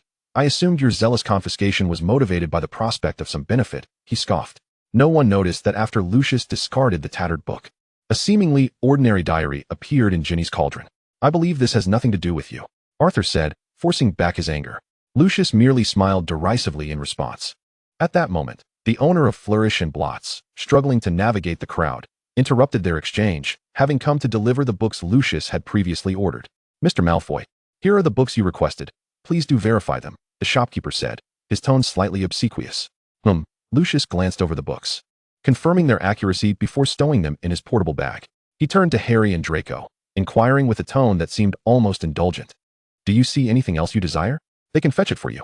In stark contrast to his earlier confrontation with Arthur Weasley, his tone now was somewhat soft. Draco compared his list with the books, and, having confirmed there were no omissions, replied, "Father, I would like a copy of Essentials of Potion Making. My godfather mentioned he intends to teach me some advanced potion brewing techniques." "And you, Harry?" Lucius asked. "No, thank you, sir." Harry shook his head, surveying the pile of books. "This is sufficient, Harry." Upon hearing Lucius's question, Arthur suddenly noticed Harry standing behind Lucius. He hurried towards Harry, grasping his shoulders and asking, "You must be Harry. How could you be with the Malfoys?" Harry, observing Arthur Weasley's somewhat menacing expression, furrowed his brow and extricated himself from his grip, regarding him warily. "I believe this is none of your concern. We are not acquainted, are we?" "You shouldn't." Arthur Weasley gazed at Harry with profound disappointment. "Do you believe you are honoring your parents' sacrifice by acting this way?" Ron stood by, feeling utterly at a loss, unsure whether to intervene and explain to his father or to apologize to Harry. He could only make an effort to restrain Arthur Weasley, preventing him from rushing forward. Because of this, he had never dared to mention that his relationship with Draco at school was quite amicable. He had made special arrangements with several of his brothers, and of course, he had provided various assurances to gain their consent. After all, if their parents were to find out, it would undoubtedly cause a significant uproar in their household.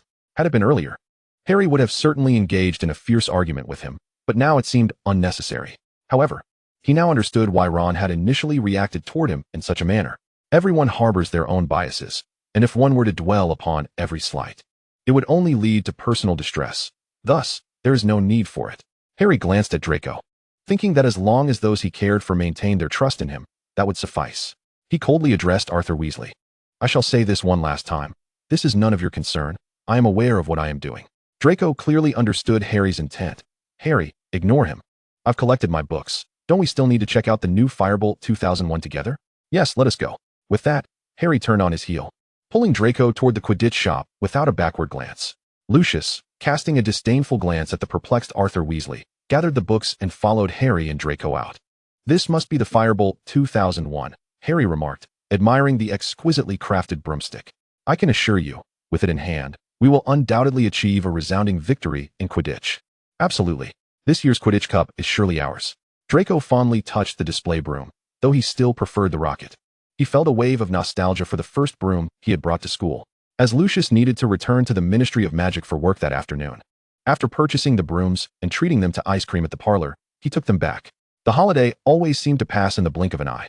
On their final night before returning to school, Narcissa prepared an extravagantly sumptuous meal for them, allowing them to indulge one last time before the term commenced. The next day, they rose early. The house elf had already tidied their luggage by the time they arrived downstairs. Narcissa had also prepared her homemade cookies and sweets for them to take along with various items she deemed they would find useful. When they arrived at King's Cross Station, they coincidentally encountered Pansy and Blaze, who were preparing to board the train.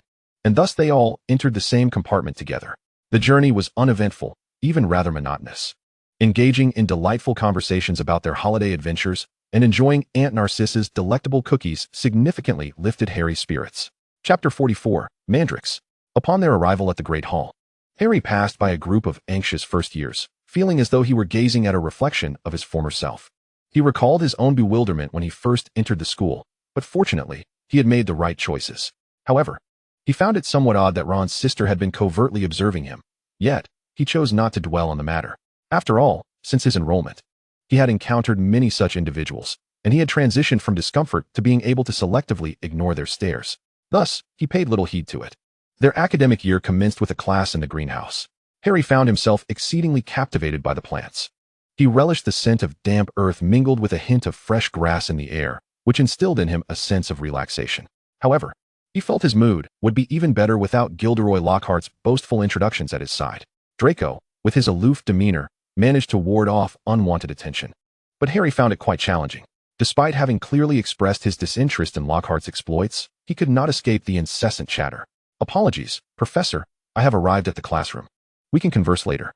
Without waiting for Lockhart to respond, Harry promptly pushed open the door to the greenhouse, finally liberating himself from the pretentious professor and exhaling a sigh of relief. Within the greenhouse, Professor Sprout stood behind a row of chairs in the center, awaiting their arrival. Each chair was adorned with a pair of colorful earmuffs, evidently prepared for each of them. Harry guided Draco to a seat in the middle and, brimming with enthusiasm, exclaimed, "I heard we are learning how to repot mandrakes today.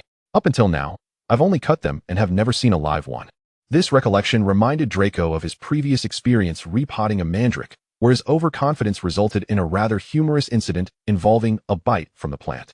Thus, he felt no excitement and instead held a distaste for the live mandrakes, cautioning, "You might not enjoy it.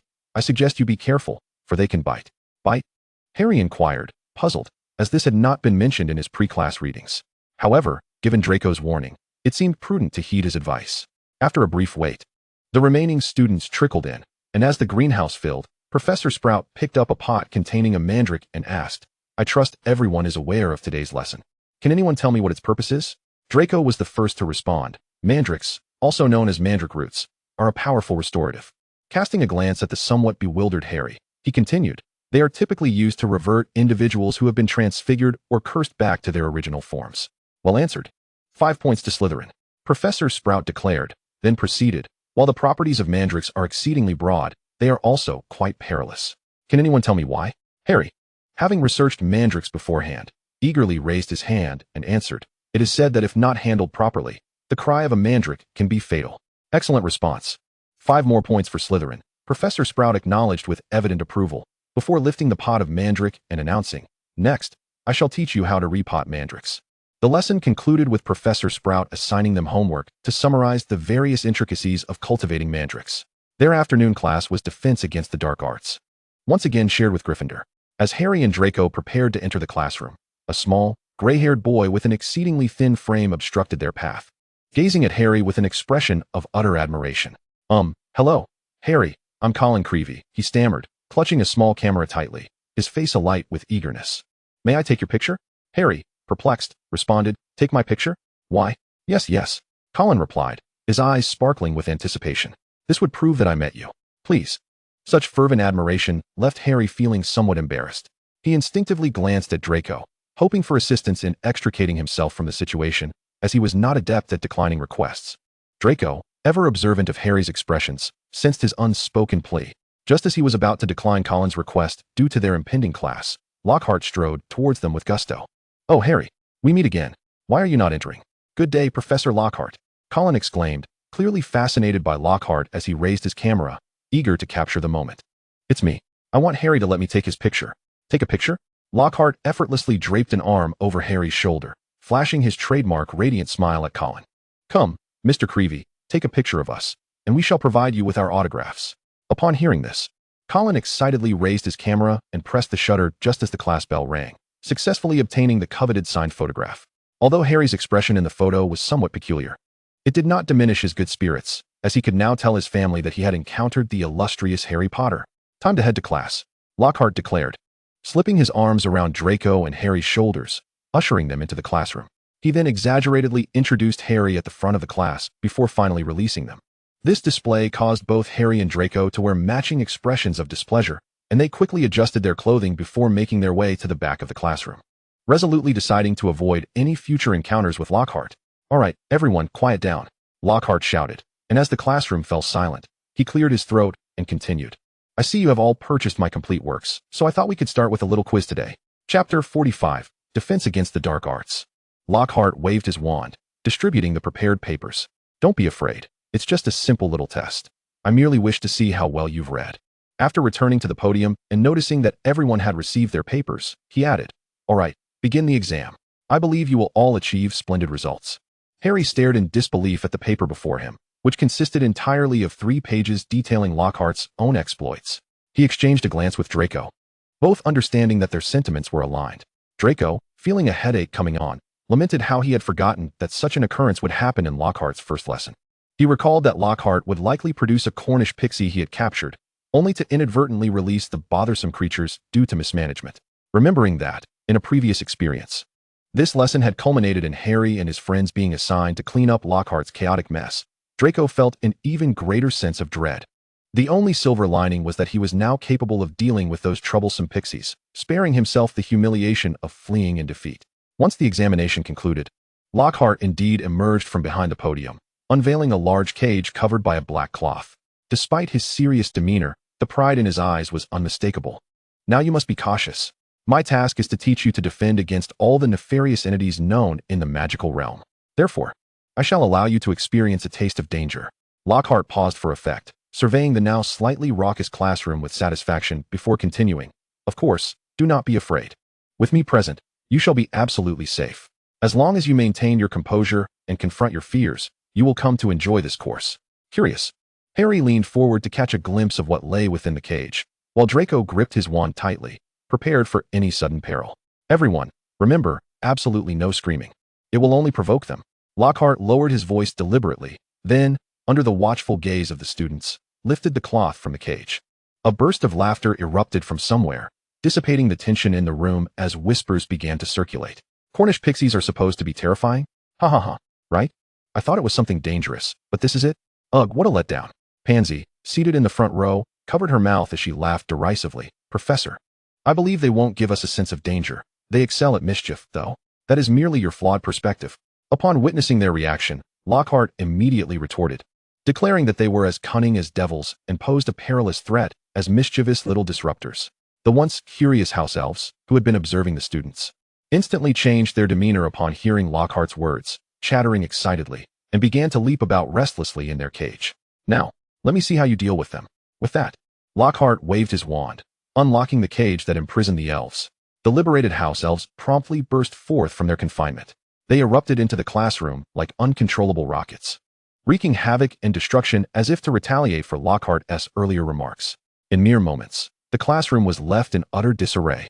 Pansy's robe was torn at one corner, her hair in disarray. Harry's glasses were snatched away by an elf in a sudden mishap, leaving him seeing everything in a blur.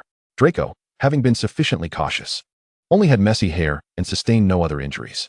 However, Lockhart found himself in quite a predicament. Several house elves had conspired to wrest his wand from him, and his hair was in such disarray that it resembled a bird's nest, completely devoid of its previous luster. "Come, quickly gather them together," Lockhart shrieked, appearing somewhat frantic. Yet, no one heeded his command, for everyone was preoccupied with fending off these highly destructive house elves. At that moment, the bell for the end of class finally rang, and everyone surged towards the door in a frenzy, fearing what further calamities might await them. Unfortunately for Draco and Harry, who were seated at the back. They were rather unfortunate as Lockhart intercepted them. I have a task for you. Capture all these house elves and return them to their cages. Without waiting for Draco and Harry's consent, he dashed out of the classroom, slamming the door behind him, leaving only the parting words, "I believe you can do it." 10 points to Slytherin. Before disappearing from sight, Harry, observing the chaos wrought by the house elves, muttered, "Your father was right. He truly is a complete buffoon. I truly cannot fathom how Professor Dumbledore selected him to teach us defense against the dark arts." Draco concurred wholeheartedly. "What shall we do now? It's far too challenging to deal with these house elves when they congregate." He inquired, "Do you think the binding spell would be effective against them? How infuriating. They even managed to steal my glasses, and now I can hardly see anything." Harry exclaimed, "Can you spot them now on that little elf's hand?" Harry squinted, attempting to locate the culprit that had pilfered his glasses. "We'll find out by trying." Following their escapade with the house elves, Harry found himself instinctively pulling Draco away whenever he spotted Lockhart, fearing yet another entanglement. However, while he evaded the larger threats, he could not escape the smaller ones. Colin seemed to have a tracking device installed, always appearing in Harry's path, eager either to snap a photo, secure an autograph, or inquire about his private matters. Reminiscent of the fervent fans Harry had encountered before, leaving him utterly exasperated and powerless. The only solace during this period for Harry was that both he and Draco had been selected for the Quidditch team, with him becoming the new Seeker. Chapter 46, Strange Noises. Due to the necessity of attending Quidditch practices, Harry found the perfect excuse to decline Colin's incessant requests. After all, he simply could not endure Colin's obsessive admiration, which invariably attracted Lockhart's attention. Thus, the ensuing days were considerably calmer. It had become routine for Harry and Draco to visit Hagrid periodically, and they were now on their way to see him. Upon arriving at Hagrid's door, they fortuitously nearly collided with Lockhart, who had just emerged from Hagrid's hut. Startled, Harry quickly pulled Draco aside, continuing their steps while hiding until Lockhart had sufficiently distanced himself. Draco could not comprehend Harry's terror. He recalled that in Harry's past life, he seemed to relish the adoration of others. Why now, upon encountering Colin or Lockhart, did he behave as though he were facing a towering troll, unable to escape? It appeared that Harry's rebirth had indeed altered many things and people. "Hagrid, what brings Lockhart here?" Harry inquired, sipping his warm tea. Draco also turned to Hagrid, curious about what foolishness the professor was planning next. "He is here to teach me how to drive away those troublesome water gnomes," Hagrid replied, a scornful expression crossing his face as he continued. "As if he alone knows how to do it. He boasts of having expelled water gnomes multiple times, claiming his method is foolproof. If even one of his claims were true, I would gladly hand over this hut for him to manage." Hagrid scoffed. It was evident that Hagrid recognized Lockhart as nothing more than a pretender. Thus, it stood to reason that Professor Dumbledore must also be aware of this. So why would he still choose Lockhart? Draco found this perplexing. If he is indeed so inept, why would Dumbledore select him to instruct us? Harry, who had always trusted Hagrid, voiced his long-standing curiosity. "Because he is the only option," Hagrid replied, refilling Harry's cup. "The only option?" Draco asked, astonished to learn that this was the underlying reason. Yet, he recalled that his godfather had always wished to teach defense against the dark arts. Given his qualifications, it would have been no issue for him to teach that class alongside potions.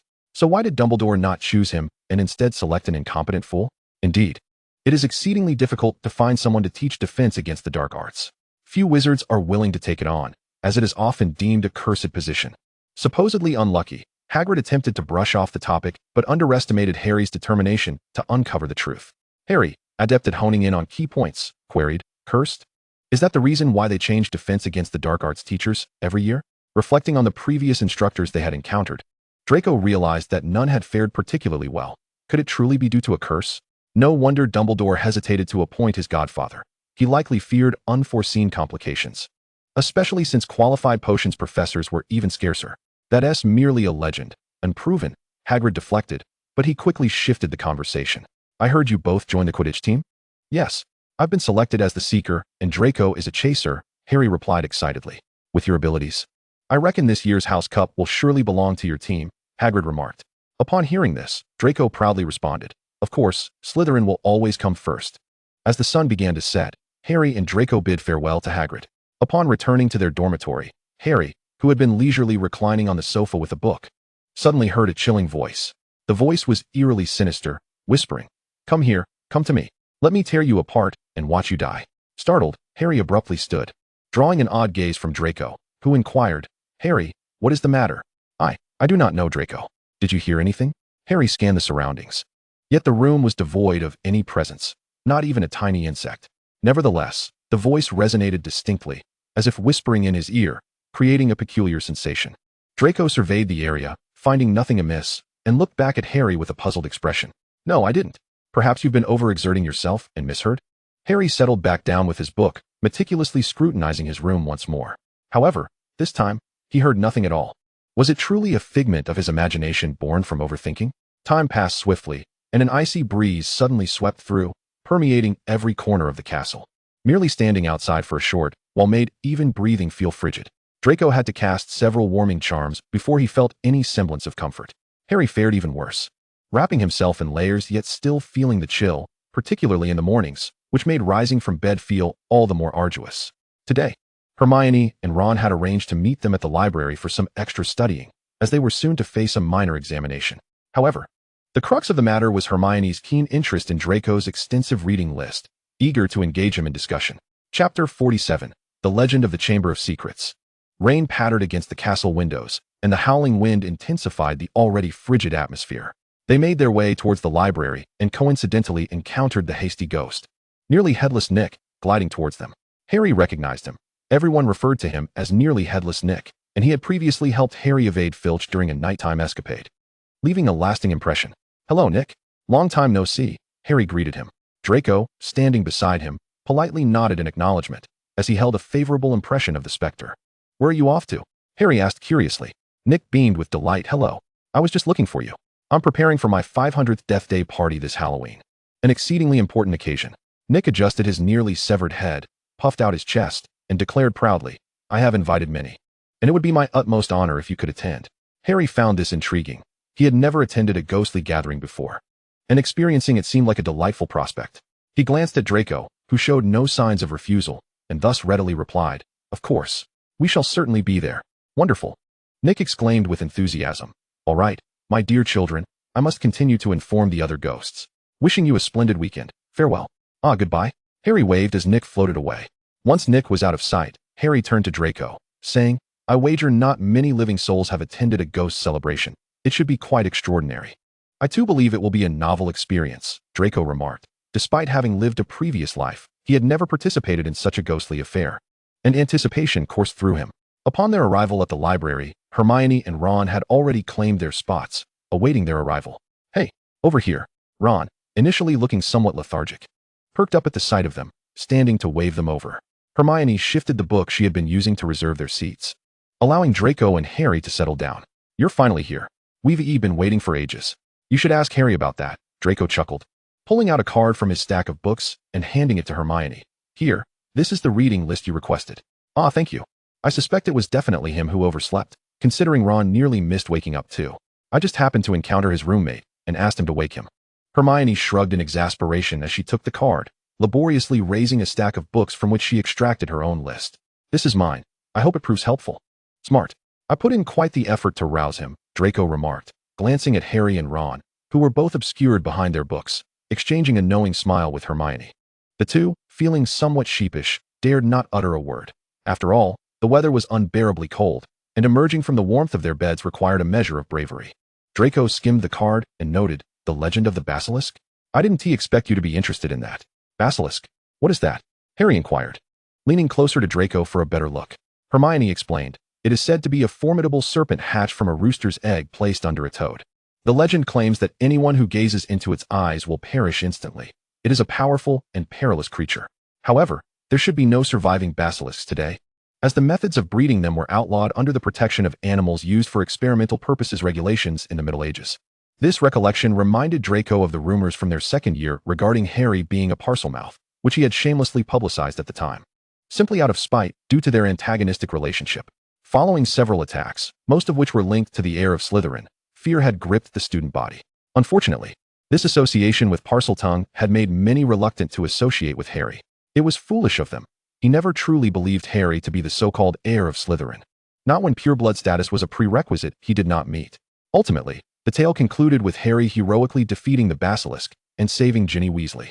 However, he wondered if there was an element of embellishment, given Ron's exaggerated accounts at the time, which had included several embellished versions of the story. To understand Parseltongue better, He had gone to great lengths to study relevant knowledge and records, with the basilisk being one of them. Do they have any natural enemies? Or anything that frightens them? Harry asked curiously. Certainly, everything has its weaknesses, Hermione replied. The text states that basilisks are most afraid of the crowing of a rooster. By the way, did you know? There is a rumor that Hogwarts has a chamber where a basilisk resides. However, it is said that only someone who speaks Parseltongue can open it, Ron interjected, who had been listening attentively. Parseltongue? What is that? Harry inquired, always intrigued by such peculiarities. Ron lowered his voice, whispering. It's said to be a language that allows one to communicate with snakes. Only a few possess this ability, like the descendants of Salazar Slytherin. The thought of conversing with snakes reminded Harry of the snake at the zoo. He had been able to communicate with it. Could it be possible that he was a descendant of Salazar Slytherin? Yet, that seemed implausible. Draco noticed Harry's sudden change in demeanor and shifted the topic. Let us discuss this later. Professor Snape mentioned that our next potions exam will require us to brew a cough potion. Oh no, how could it be that? Ron groaned, covering his face, as he still could not perfect the brewing of that potion. Harry felt once more that Professor Snape might be targeting him, as he too had yet to successfully brew it alone. He patted Ron on the shoulder, a frown etched on his face, and said, Brother, it seems we are destined to spend an eternity in the potions classroom. Until dinner time, they finally pried Hermione away from her immersion in the sea of books. Observing Harry's slightly distracted demeanor, Draco understood the reason behind it. After all, Harry was the one who could converse with serpents, a skill that inexplicably made Draco somewhat anxious about whether Harry would voluntarily divulge this fact to him. Chapter 48, Nick's Death Day. Upon returning to their dormitory, Harry remained silent for a considerable time. Then, as if having made a momentous decision, he said, I think I can communicate with snakes. Noticing Draco set down his book, waiting for him to continue, Harry paused for a moment before elaborating. Due to the wonders of magic, I previously thought this was a talent all wizards possessed.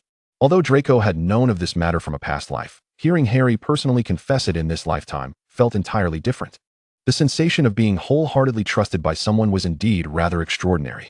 Feigning surprise, he inquired, So you can speak Parseltongue? Yes, but I assure you, I am definitely not the so-called heir of Slytherin, Harry replied. Upon hearing this, Draco solemnly cautioned, Remember, do not reveal to anyone that you possess this ability.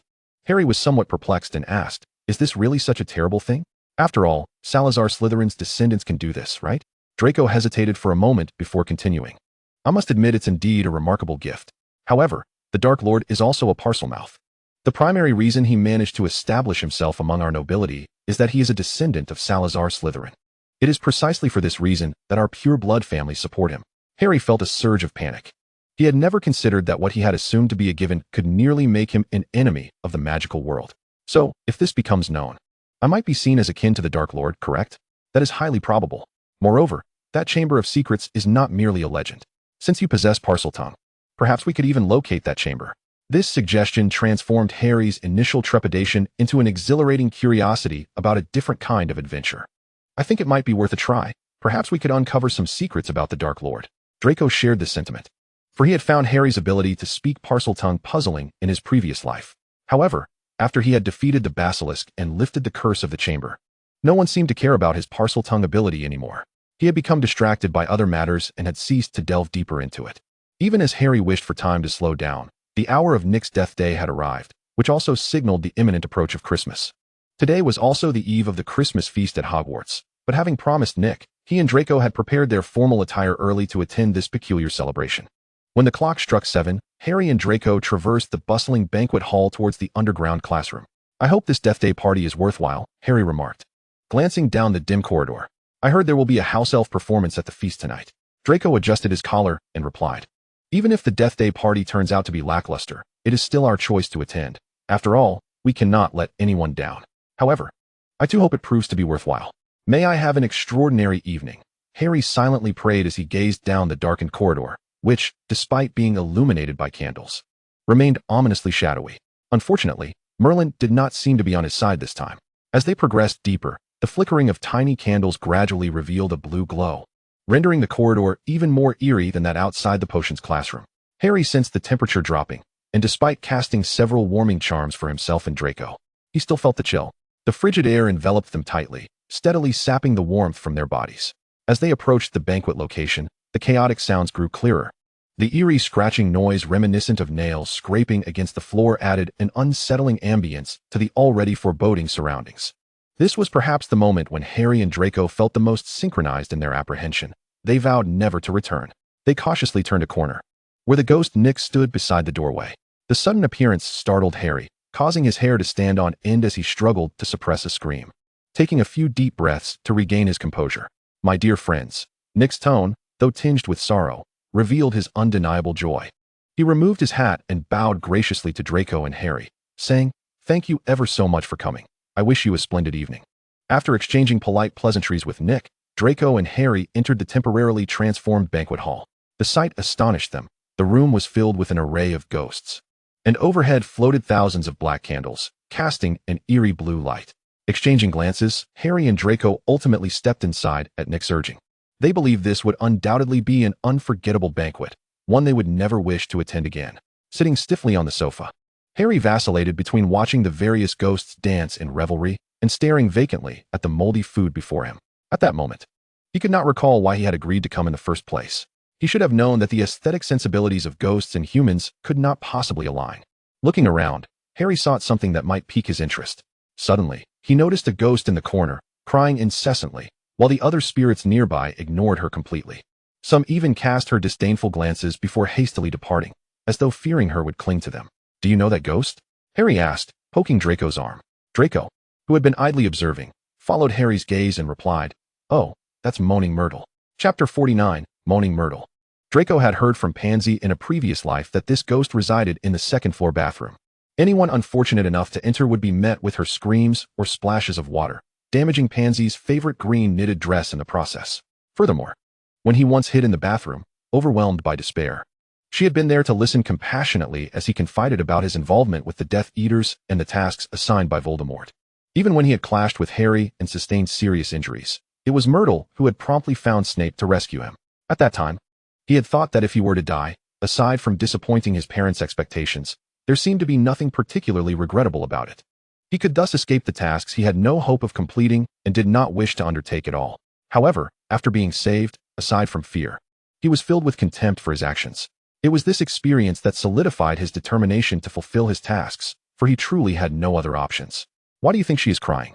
Harry inquired, intrigued. "Hey, I heard you discussing that poor girl." Suddenly, Peeves emerged from their midst, halting before them as he spoke. "Ah, greetings, Peeves," Harry said cautiously.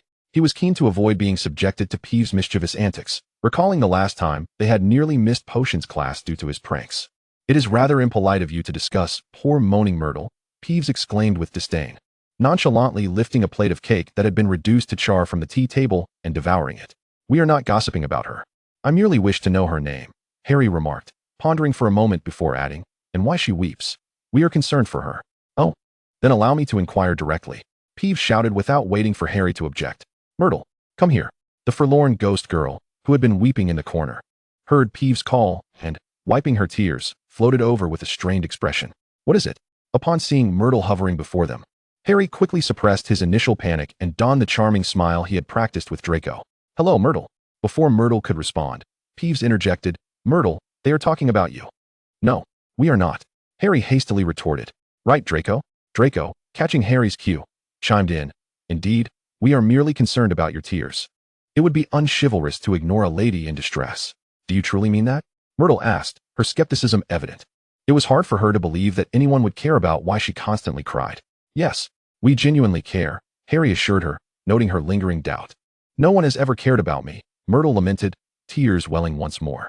"They always call me Fat Myrtle, Ugly Myrtle, and such." Peeves leaned closer, lowering his voice conspiratorially. "You forgot to mention another. Poor, weepy Myrtle." "Silence, Peeves. You should not speak thus of a lady," Harry exclaimed angrily, standing up. While Myrtle was indeed unremarkable in appearance, she should not be subjected to such ridicule. "Oh," Peeves twirled around, nearly colliding with Harry's cheek, but Draco swiftly pulled Harry aside just in time to avert disaster.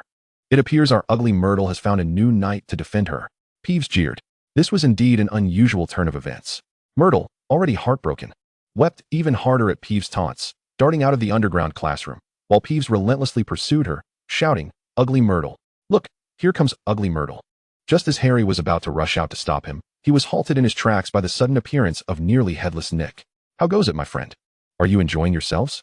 Harry glanced at the now vanished Peeves and Myrtle, deciding it would be better to visit the poor girl another time with Draco. "Thank you for your hospitality," "We had a delightful time today," Harry said, avoiding Nick's gaze and forcing a smile that felt unnatural. Draco then offered a courteous bow to Nick. "A most memorable feast. Thank you for your gracious hosting." Suddenly, Harry heard that strange voice again. It was as dark and hoarse as ever. "I am so hungry. I want to kill. I shall kill you. It is time. Let all die." The incessant, rambling words sent chills down Harry's spine. He staggered back a few steps, returning to the sofa, his head pounding, and everything before him began to blur. Harry rubbed his throbbing temples, attempting to dispel the voices from his mind, but it seemed futile. They clung to him like bothersome flies, buzzing incessantly around him. Draco looked at Harry with deep concern, reaching out to touch him. "Harry, are you all right?" I hear it again," Harry groaned, clutching his head in agony. Certain that the unknown entity was moving swiftly, perhaps even sliding along the ceiling above him. He stumbled to his feet, desperate to escape. If what he heard was real, what could it possibly be? He rushed towards the sound, and as he moved, it seemed to grow clearer yet more elusive, making it difficult for him to ascertain its origin. Seeing Harry suddenly darting outside, Draco hurriedly followed, perplexed by Harry's sudden change in demeanor. He knew of the chamber and that Harry was a parcel-mouth, yet he could not fathom why Harry was behaving this way or why he was hearing those peculiar sounds. He felt powerless to assist him, as if every alteration he made led to no change at all. It was as though everything, even when it turned a corner, would ultimately return to its original point. They traversed the hall filled with laughter echoing from the great hall, weaved through the satisfied crowds in the corridors, and navigated the dark passages, climbing the shifting staircases until finally, at a familiar turn, Harry came to a halt. This was the path to Slytherin. Chapter 50, The Petrified Cat. Draco, catching up to Harry, gasped for breath and called out, "Harry, what is wrong with you?" Yet Harry remained silent, stunned. Standing in the empty corridor, the voice that had lingered in his ears grew distant until it faded away, failing to restore his senses. Before Harry, on the brick wall, glimmering paint formed some words. The letters emitted a faint greenish glow in the darkness, capturing all of Harry's attention. "The chamber has been opened. Beware of the air." Draco, now beside Harry, also noticed the words. He knew little of Harry's escapades, mostly gleaned from Ron's boastful tales and some gossip around the school. He understood that Harry always seemed to encounter extraordinary adventures each term, but knew little beyond that, especially since his father had sought to leverage the opening of the chamber to discredit Dumbledore, resulting in losing his own position. Could this be the work of that voice you mentioned? Draco speculated, gazing at the glowing letters. Hearing Draco's question finally snapped Harry back to reality. He scrutinized the letters closely and shook his head. "I don't know, but I assure you it is undoubtedly connected." Just as they prepared to examine the words further, cheerful laughter arose from a distance. The Slytherin students, the little snakes, strolled over, chattering merrily. Upon spotting Draco and Harry at the corner, they intended to greet them, but were instantly captivated by the words on the wall, crowding around in astonishment. At that moment, a sudden scream broke through the air, capturing everyone's attention.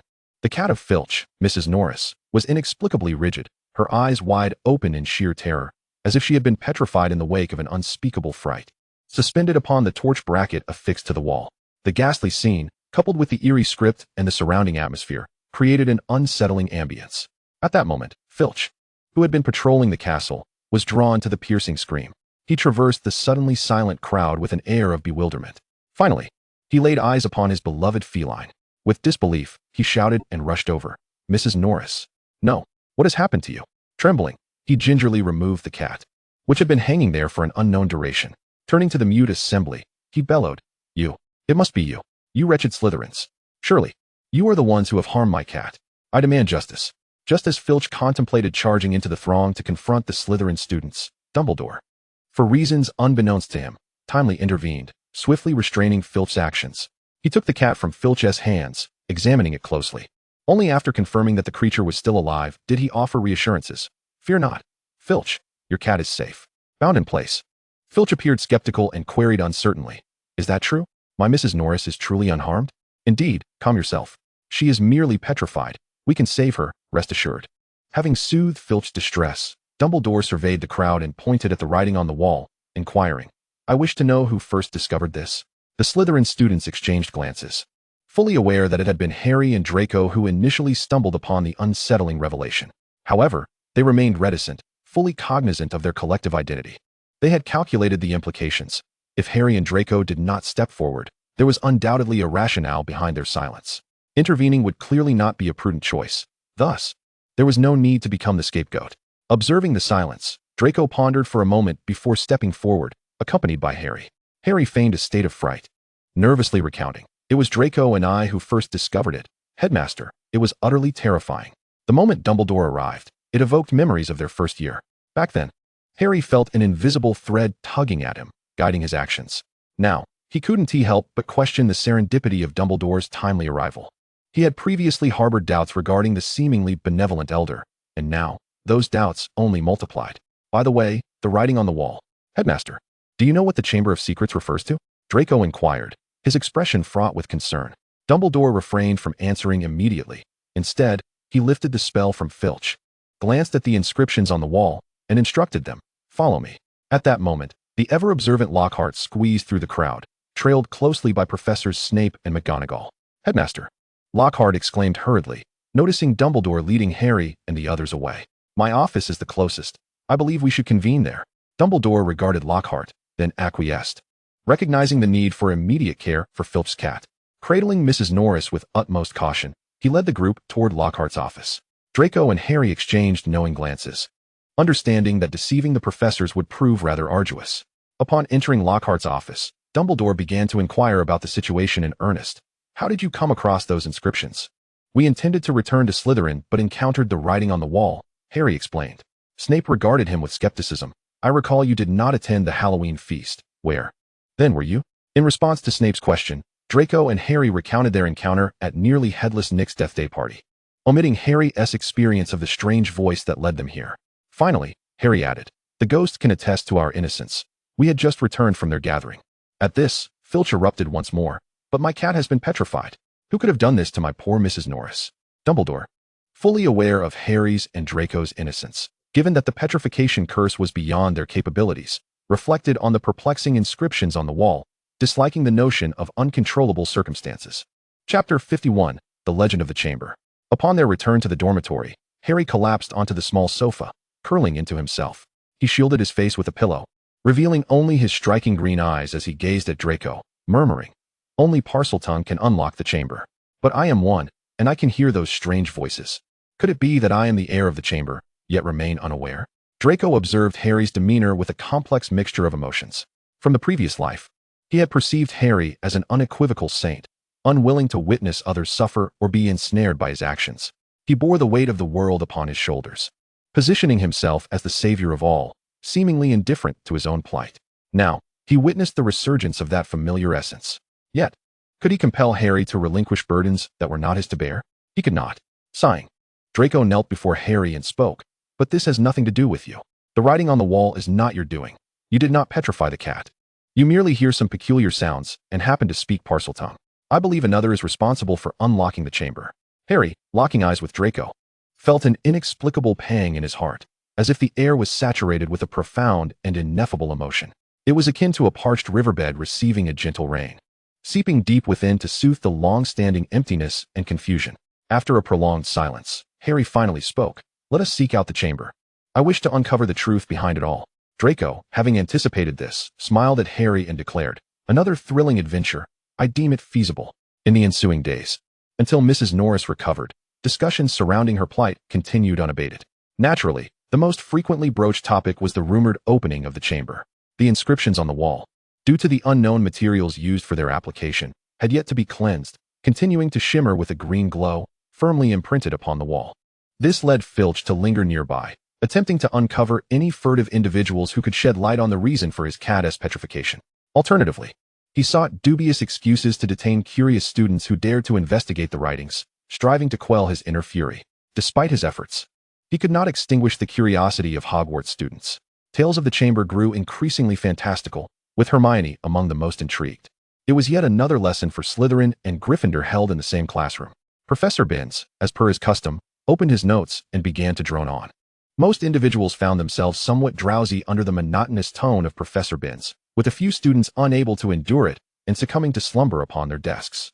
Having not quite grasped what Professor Binns had uttered, Hermione, who had been diligently taking notes, suddenly appeared struck by an idea. She raised her hand and called out, Professor, I have a question I would like to ask. Could you assist me in answering it? Professor Binns, momentarily perplexed, lifted his gaze from his notes. He had some recollection of this student, who frequently approached him with inquiries after class. Certainly, Miss Granger, please proceed, he permitted. With his consent, Hermione inquired. "Professor, might you share with us the tale of the Chamber of Secrets?" Professor Binns was momentarily taken aback by Hermione's question. The previously drowsy young witches and wizards instantly became alert, their faces alight with anticipation as they regarded Professor Binns, eager to glean something extraordinary from him. Regaining his composure, Professor Binns dryly remarked, "Miss Granger, I believe you are aware that this is a history of magic class. The Chamber of Secrets is merely a legend, devoid of historical basis. I regret to inform you that I cannot address your query. Yet legends are often rooted in historical foundations, are they not?" Hermione retorted. Observing Hermione's steadfast pursuit of the truth, Professor Binns ultimately conceded, "Although it is but a ludicrous and sensational tale, since you express such interest, I shall recount its origins. Thank you, Professor, for your willingness to enlighten us." After receiving a satisfactory response, Hermione returned to her seat, attentively listening as Professor Binns began his narrative. "I trust you are all aware that Hogwarts School was established over 1,000 years ago. The founders were the four most illustrious wizards of that era. I assume you are all familiar with their names, thus I shall not elaborate further. In those times, Muggles feared magic, which led to the persecution of many wizards. Consequently, they collectively erected this castle to evade the prying eyes of Muggles. In the initial years, they scoured for young individuals capable of wielding magic, teaching them how to protect themselves. However, as time passed, differing ideologies gave rise to rifts among them. Slytherin wished for Hogwarts to be more discerning in its admissions, only accepting those of pure bloodlines. Due to prolonged persecution, he was reluctant to admit those of Muggle descent, fearing they might compromise the secrecy of Hogwarts. Conversely, Gryffindor vehemently opposed this notion, believing that even wizards with Muggle ancestry were still part of their community. The escalating disputes intensified the divide between Slytherin and Gryffindor. Subsequently, for reasons unknown, Slytherin abruptly departed from Hogwarts. According to legend, before his departure, Slytherin concealed a chamber, withholding its existence from the other founders.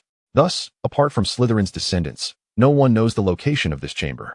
When a descendant of Slytherin returns to Hogwarts, they will unlock the chamber and unleash its contents, purging the school of those deemed unworthy of practicing magic. Fear not, for this is merely a legend. For the first time, after Professor Binns concluded, not a single student had succumbed to slumber upon their desks. All were engrossed in the reverberations of his words. Out of curiosity, Hermione raised her hand once more, asking, "Sir, what exactly is the terrifying entity you mentioned?" Professor Binns appeared reluctant to disclose further details, frowning as he replied in his dry voice, "It is believed to be some sort of monster, controllable only by Slytherin's heir." Upon hearing this, Harry glanced anxiously at Draco, as he seemed to hear that raspy, peculiar voice once more. He whispered to Draco, "I think I heard it again." Draco comfortingly patted his arm, softly assuring him, "Just ignore it. We will surely find a way to deal with it." After Professor Binns finished speaking, Hermione appeared eager to continue her inquiries, but he interrupted her, stating, "There is no need for concern. It is all just a legend." The ensuing sound of the bell signaling the end of class rescued Professor Binns from his impending interrogation, and he hastily announced, "All right, class dismissed. There is no homework for today. Off you go." Chapter 52, The Lavatory. After class, Hermione tugged Ron along as they squeezed their way to Harry and Draco's side. She expressed her dissatisfaction, saying, "I believe Professor Binns did not tell us the whole story." Ron seemed indifferent, replying, "Perhaps he doesn't know much himself? After all, it is merely a legend. Moreover, no one can prove that the chamber truly exists." Harry added. He wished to deter Hermione from probing further, as he had a foreboding sense that matters concerning the chamber could be perilous. Draco contemplated for a moment and remarked, "It is a moot point. Unless Slytherin's heir appears, no one can ascertain the chamber's existence. Proving it is quite difficult, as merely summoning a few figures does not guarantee the chamber's manifestation." Hermione, however, remained undeterred, asserting, "There must be evidence to support it. I believe legends are not always false." At that moment, Colin suddenly appeared beside Harry, exuberantly greeting him. "Hello, Harry." Hello, Colin." Harry felt a headache coming on at Colin's peculiar enthusiasm. Fortunately, Colin's diminutive stature could not keep pace with the throng, and before he could express what he intended, he was swept away towards the Great Hall, much to Harry's relief. Seeing this, Hermione ceased her discussion and assured them they would continue later. She would seek out evidence to substantiate her argument. After dinner, Harry and Draco made their way to the Slytherin common room. As they passed the wall inscribed with words once more, Harry noticed something unusual. He observed a damp patch at the corner of the wall. It was peculiar, considering it had not rained today, and the weather was splendid. Approaching the spot, Harry curiously inquired, "Look at this. Why is there a puddle of water here?" Draco scrutinized it as well, finding it odd. Let's follow the trail of water and see where it leads. They trailed the intermittent water stains around a corner, where a door appeared to their right, adorned with a large sign reading out of order. The puddles seemed to be seeping from within. Recognizing the familiar scene, Draco immediately identified the location. This was the lavatory where Moaning Myrtle resided. He cautiously pushed open the door and said to Harry, "Harry, do you remember Moaning Myrtle?" "Of course, the ghost girl who cried at Nick's party," Harry replied, surveying the surroundings beside him. This was arguably the most dilapidated lavatory he had ever encountered. The dim light cast by several seemingly perpetual candles illuminated the space, and the stalls appeared to have suffered some unknown devastation, their doors marred by various scratches. A grimy old mirror hung on the wall, a stone basin with its surface mostly eroded, and the once exquisite serpent statue at the water outlet now lay in a state of disrepair. The air was permeated with a faint musty odor, accompanied by a low, sorrowful sob emanating from an unknown source. Draco, with an air of familiarity, made his way towards the innermost cubicle, and indeed, there sat Moaning Myrtle, softly weeping.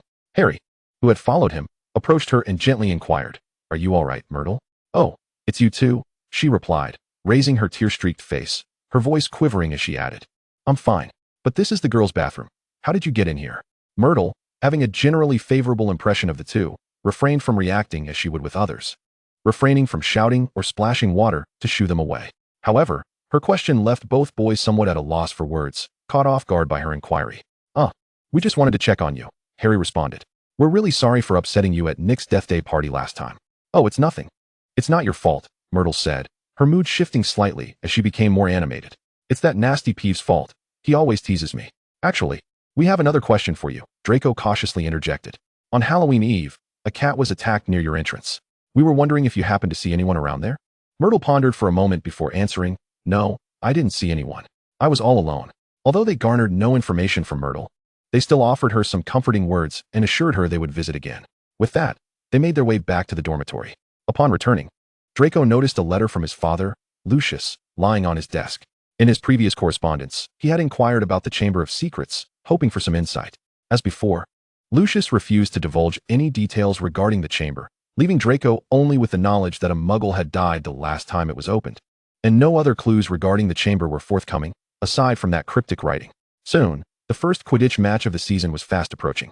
Due to their intensive training, Harry and Draco had not had much time to explore further. After all, this was their inaugural Quidditch match since entering Hogwarts, and they needed to prepare thoroughly. This prospect ignited an inexplicable excitement in Draco. In previous matches, it had always been a fierce rivalry between him and Harry. But now, things were different. Harry was now a part of their Slytherin team. He felt that with the two of them on the field, Gryffindor would be utterly inconsequential.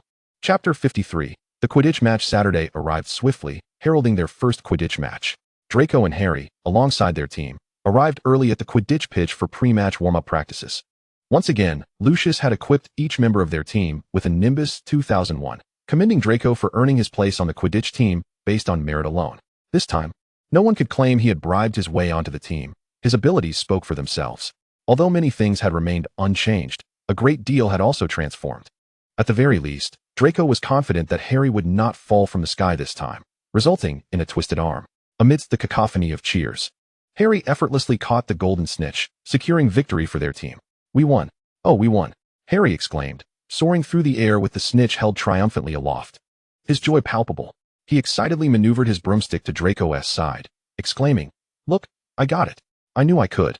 Draco gazed up at Harry, feeling a momentary daze as if he were witnessing a light unique to himself shining down upon him. "Of course, you've always been remarkable," he replied, the ambiguity of his words leaving one to wonder if they referred to the present or the past. In the wake of their victory, all the team members erupted in jubilant cheers, with Slytherin students in the stands joining the celebration. When Harry and Draco finally descended, they were immediately surrounded by their teammates, eager to celebrate their hard-fought triumph.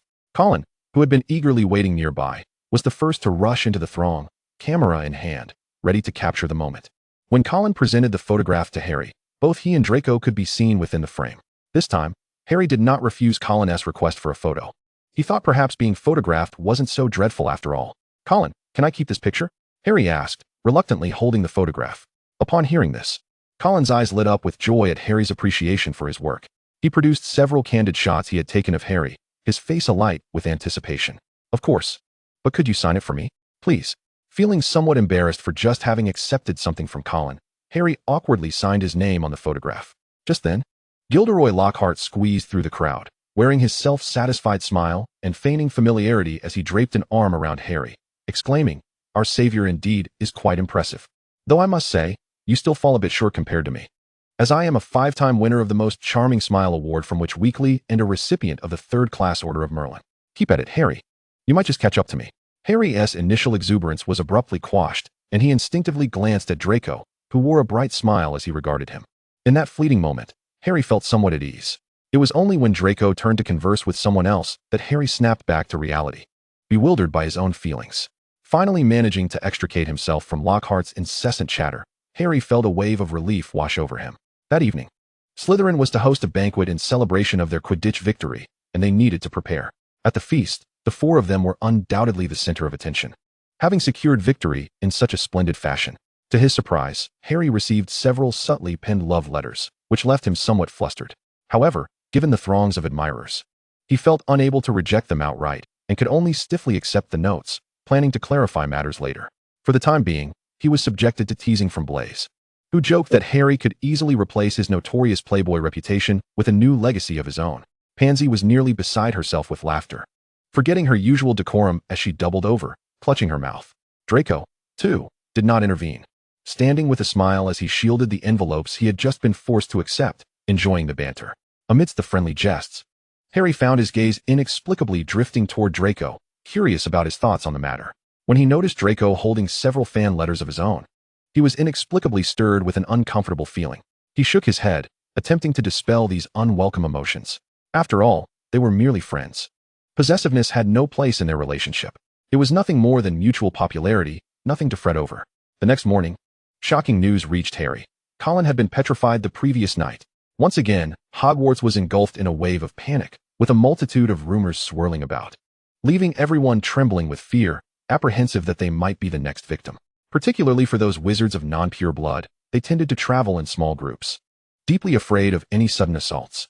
During this period, Harry encountered an array of protective charms and various so-called talismans, alongside small objects of indeterminate origin that were purported to offer protection. There were even talismans from ancient Eastern lands, claimed to have been procured from a temple by their families specifically in response to the troubling news. Although this piqued the curiosity of other students, the owners admitted they were uncertain of their efficacy. Draco gifted Harry a small protective item, a pair of cufflinks capable of withstanding a single curse, along with a bottle of calming essential oil, hoping to alleviate Harry's frequent headaches, allowing him at least a restful night's sleep. That day, they had also invited Hermione and Ron to join them in the library for some study.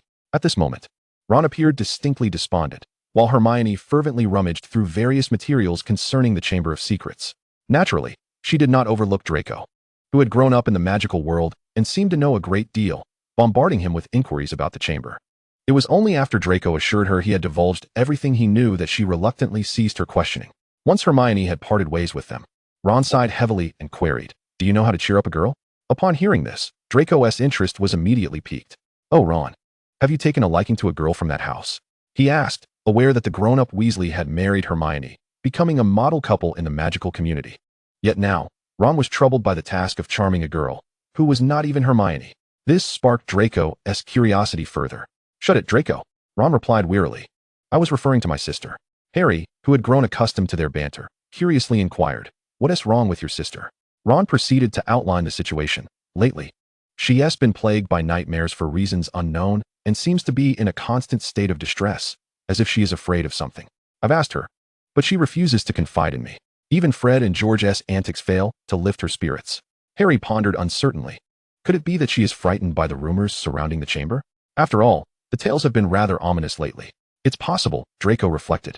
Aware of the connection between the chamber and Ron's sister, her current unstable emotions might suggest she knew something more.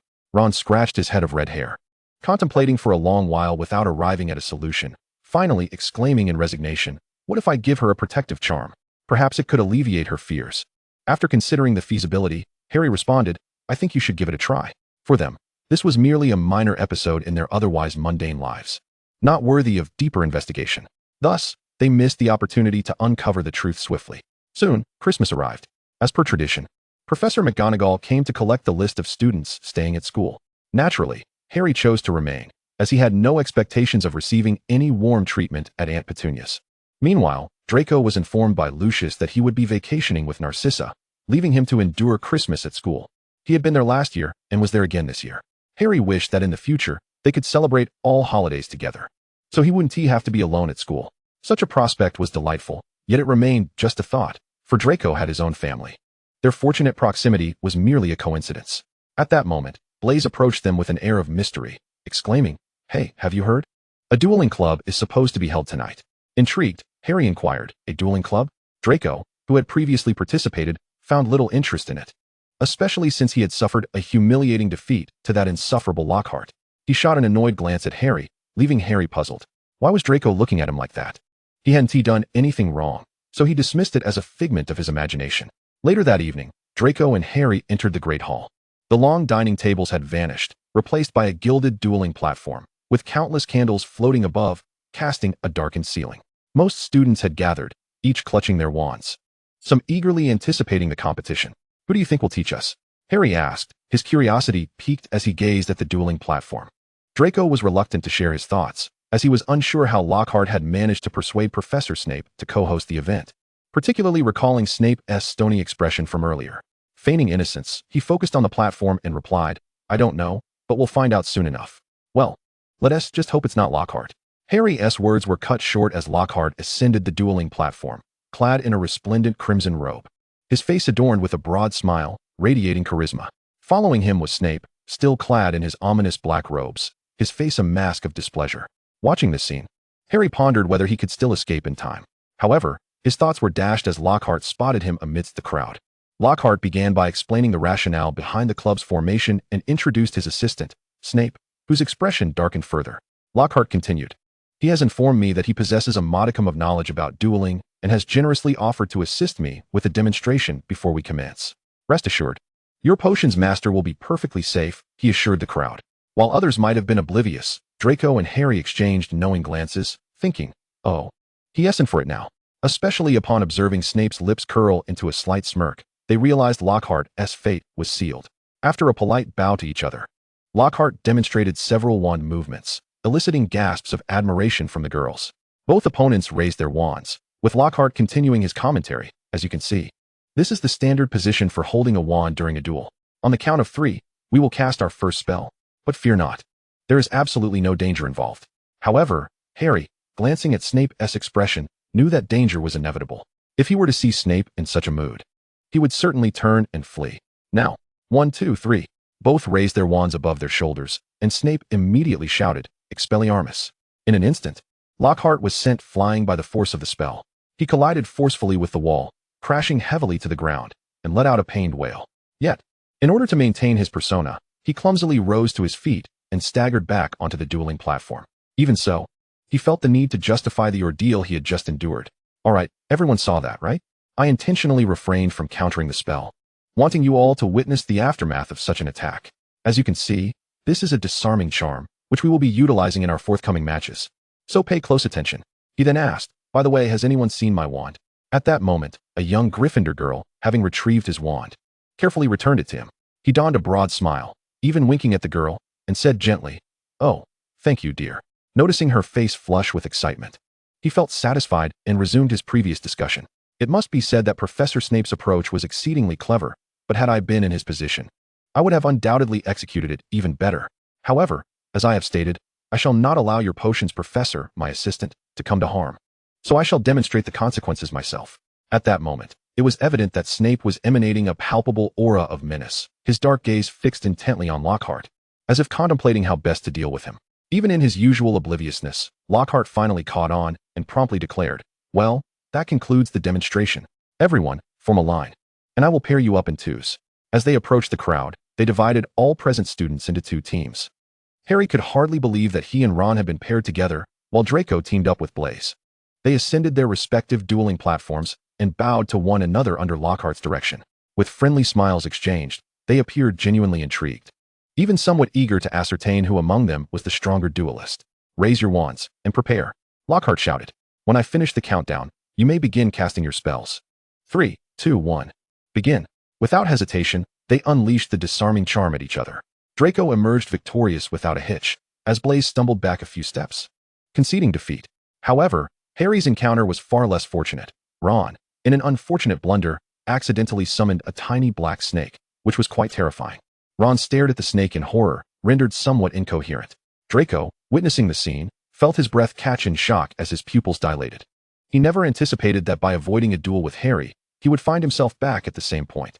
The only difference was that previously, he had intentionally released a snake, whereas this time, it was conjured by Ron's inadvertent spell. Why was this happening? As before, Lockhart feigned confidence as he attempted to cast a spell on the snake. The outcome was predictable. Not only did he fail to dispel the poised and hissing creature, but he inadvertently caused it to grow several times larger. Harry, growing increasingly anxious, glanced at Draco, only to find him lost in thought, appearing somewhat dazed. Although Harry desperately wished to communicate with the snake to calm it, he recalled Draco's clear admonition not to reveal this ability, leaving him uncertain about how to proceed. He could only dodge and weave to avoid harm. Fortunately, just as he was about to be struck, Professor Snape finally took action, waving his wand and uttering a spell that caused the snake to dissipate into a puff of blue smoke. This minor incident did not diminish Lockhart's inflated confidence. He quickly organized the other students' duels, while Draco and Harry quietly slipped away. Remarkably, the snake reappeared, yet Harry refrained from revealing his ability to speak Parseltongue. All of this left Draco feeling perplexed. What approach should he take to alter the course of events? Or was his previous intent merely a coincidence? He was utterly bewildered. The following morning, as the snowstorm intensified, the scheduled herbology class was cancelled.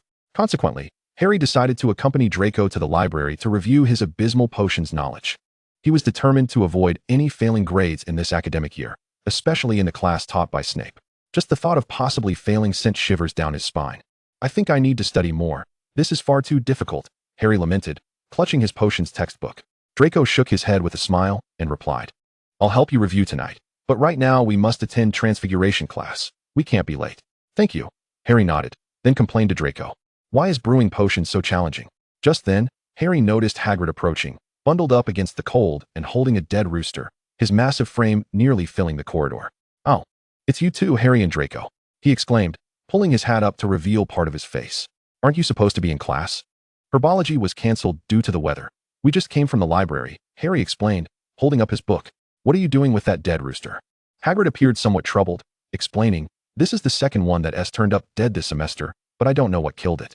It could have been a fox. Or something else.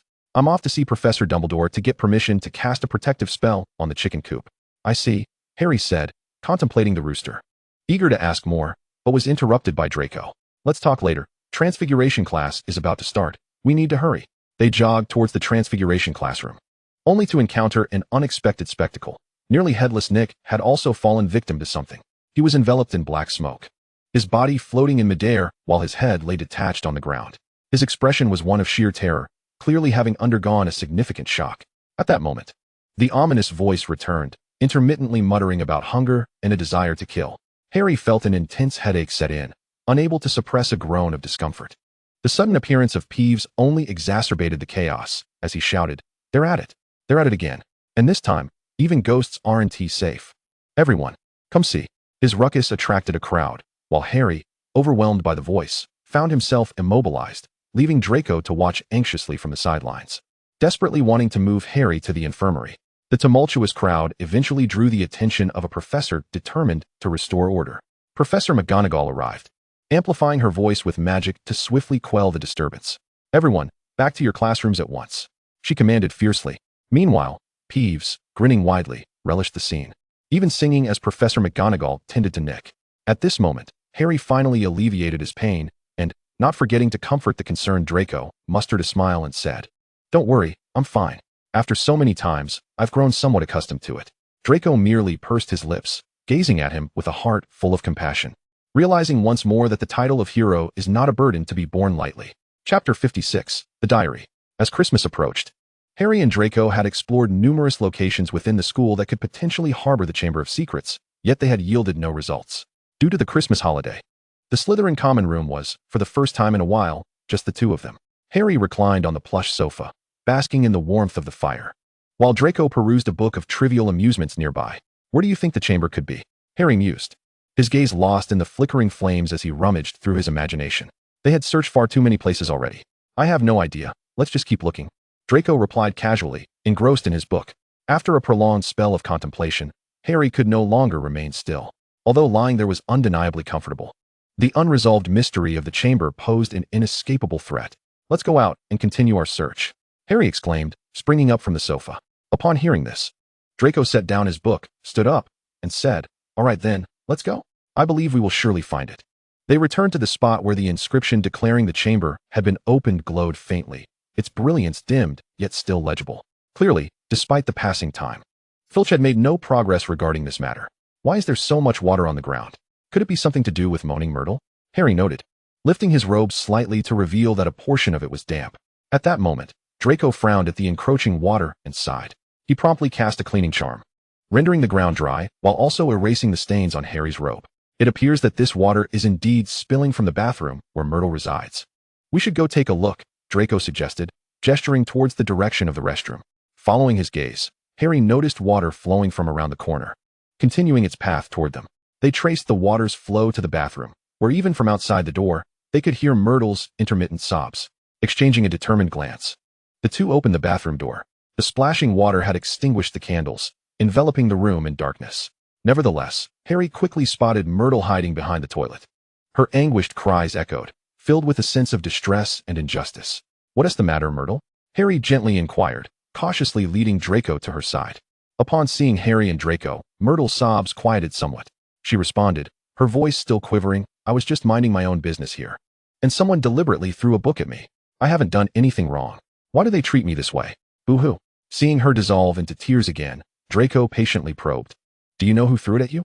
I'll make sure they apologize. Please stop crying." I don't know. I was just sitting here." Then suddenly, "That book fell right on my head," Myrtle exclaimed, her tears ceasing as she pointed to a soaked notebook on the floor, her expression fierce. "That's the one. That person used it to hit me." Harry glanced at the spot Myrtle indicated, discovering a small, pure black notebook lying in the water, now mostly soaked and appearing wrinkled. Draco felt a strange familiarity with the notebook, as if he had encountered it before, yet he could not place it.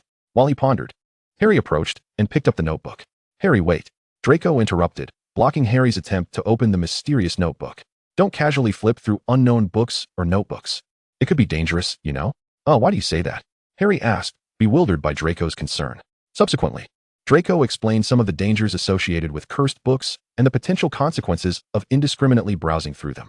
However, this did little to quell Harry's curiosity. "But we have to look at it to determine who it belongs to. I believe it will be fine." Harry discerned that it was likely a diary with an ancient history. He carefully opened the notebook, revealing a name written in fading ink on the first page, though faint.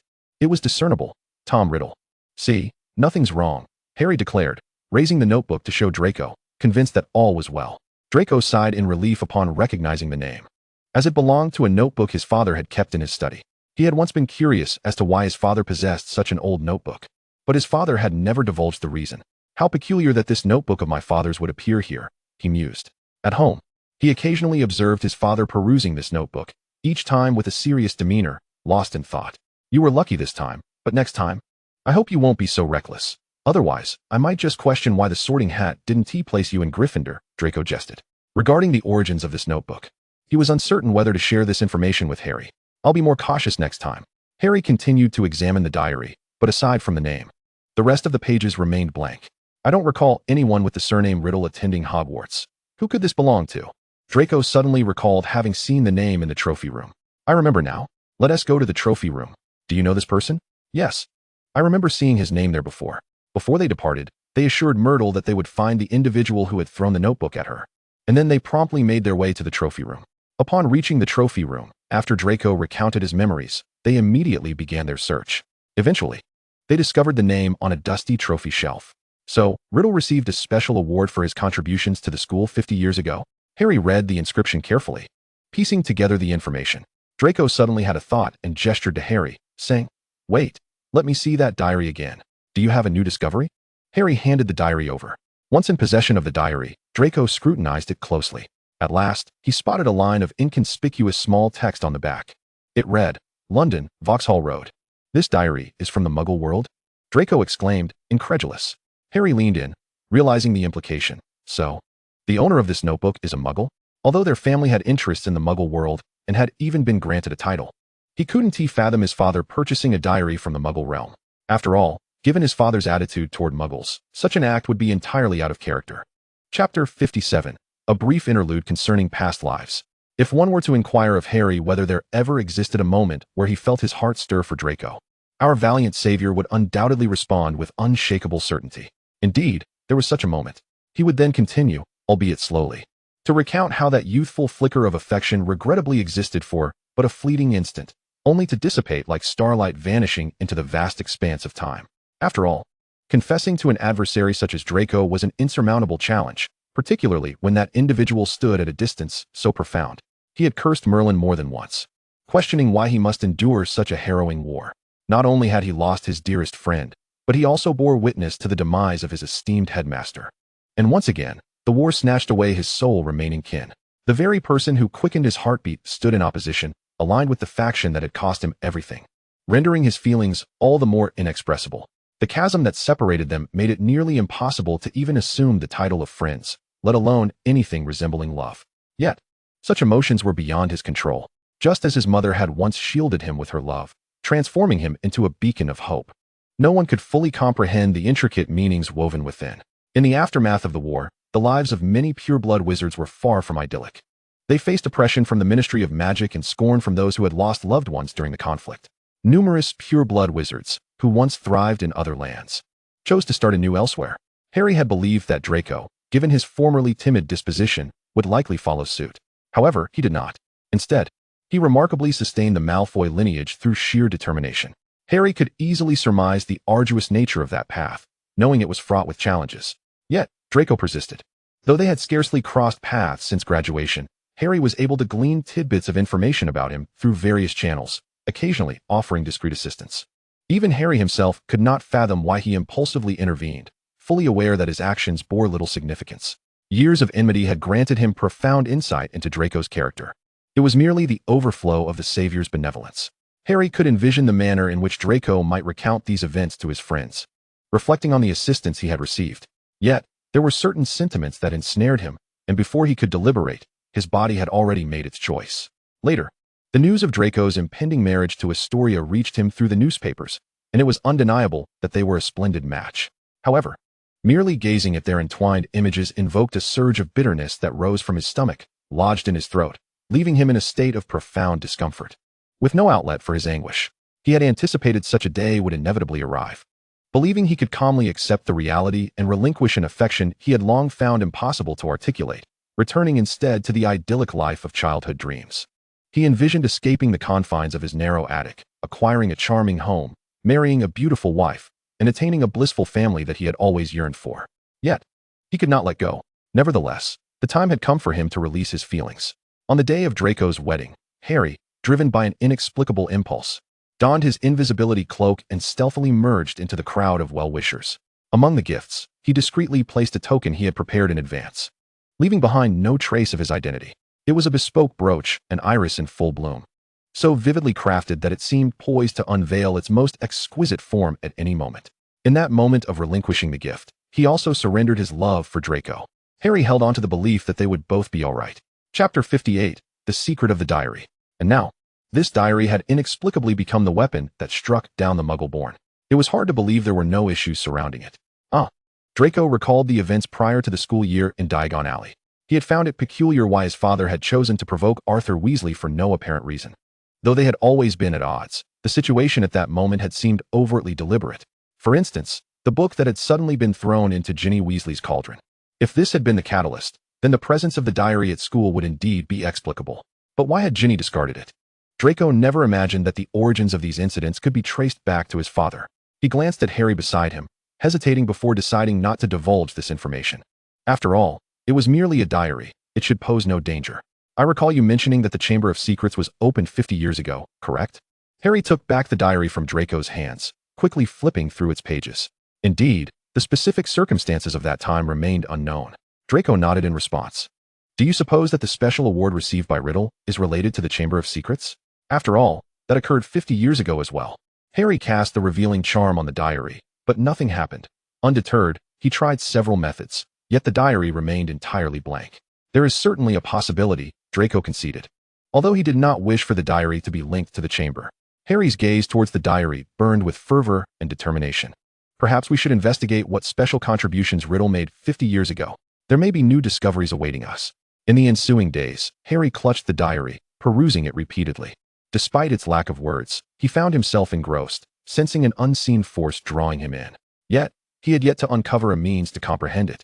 Draco pondered for a long time before ultimately deciding against writing to Lucius regarding the diary. He knew his father would never permit him to intervene, otherwise, he would have informed him without the need for secrecy. With the knowledge of Riddle's name, they had at least a sliver of a lead to pursue. But the school's records contained scant information about him. They only knew he had once received an award for exemplary character and had been the president of the male student council. Details of his special contributions were merely glossed over. Furthermore, while other presidents had accompanying photographs in the records, Riddle's was conspicuously absent. Any remaining information about him seemed to have been erased as if by some unseen hand. The only glimmer of joy for Harry was that he had discovered a photograph of his parents together. In the picture, his mother was embracing his father, holding the student council president's badge, her smile radiant. Although he understood it was improper to remove the photograph from the official records, Draco helped him create a replica to replace it, confident that no one would notice the difference. Thus, Harry felt justified in keeping the original photograph for himself. The chill of winter gradually receded, and the long-awaited sunlight finally dispelled the relentless snow and wind. The spirits of everyone began to lift once more. After all, the recent absence of any attacks can be considered a rather pleasant piece of news. However, both Harry and Draco have yet to uncover any traces of the Chamber of Secrets. If it weren't for the peculiar sounds that occasionally echo around him, Harry might almost be inclined to believe that it is merely a legend. They have even taken the opportunity of searching for Ron to stealthily explore every nook and cranny of Gryffindor's territory. They have nearly turned Hogwarts upside down, yet still, they remain empty-handed. Does the chamber truly exist? Harry found himself grappling with self-doubt. Draco, too, was perplexed, possessing the memories of his past life. He was certain that Harry and his friends had indeed entered the chamber before. After all, Ron had boasted quite convincingly about their fierce battle with the basilisk. While the tale undoubtedly contained some embellishments, such an event had certainly transpired, though Ron had never mentioned the specifics of its location. Could it be that we have overlooked some crucial clue? Suddenly, a loud crash reverberated through the air, and a cascade of heart-shaped confetti rained down from the ceiling. It landed directly on Harry and Draco as they traversed the corridor.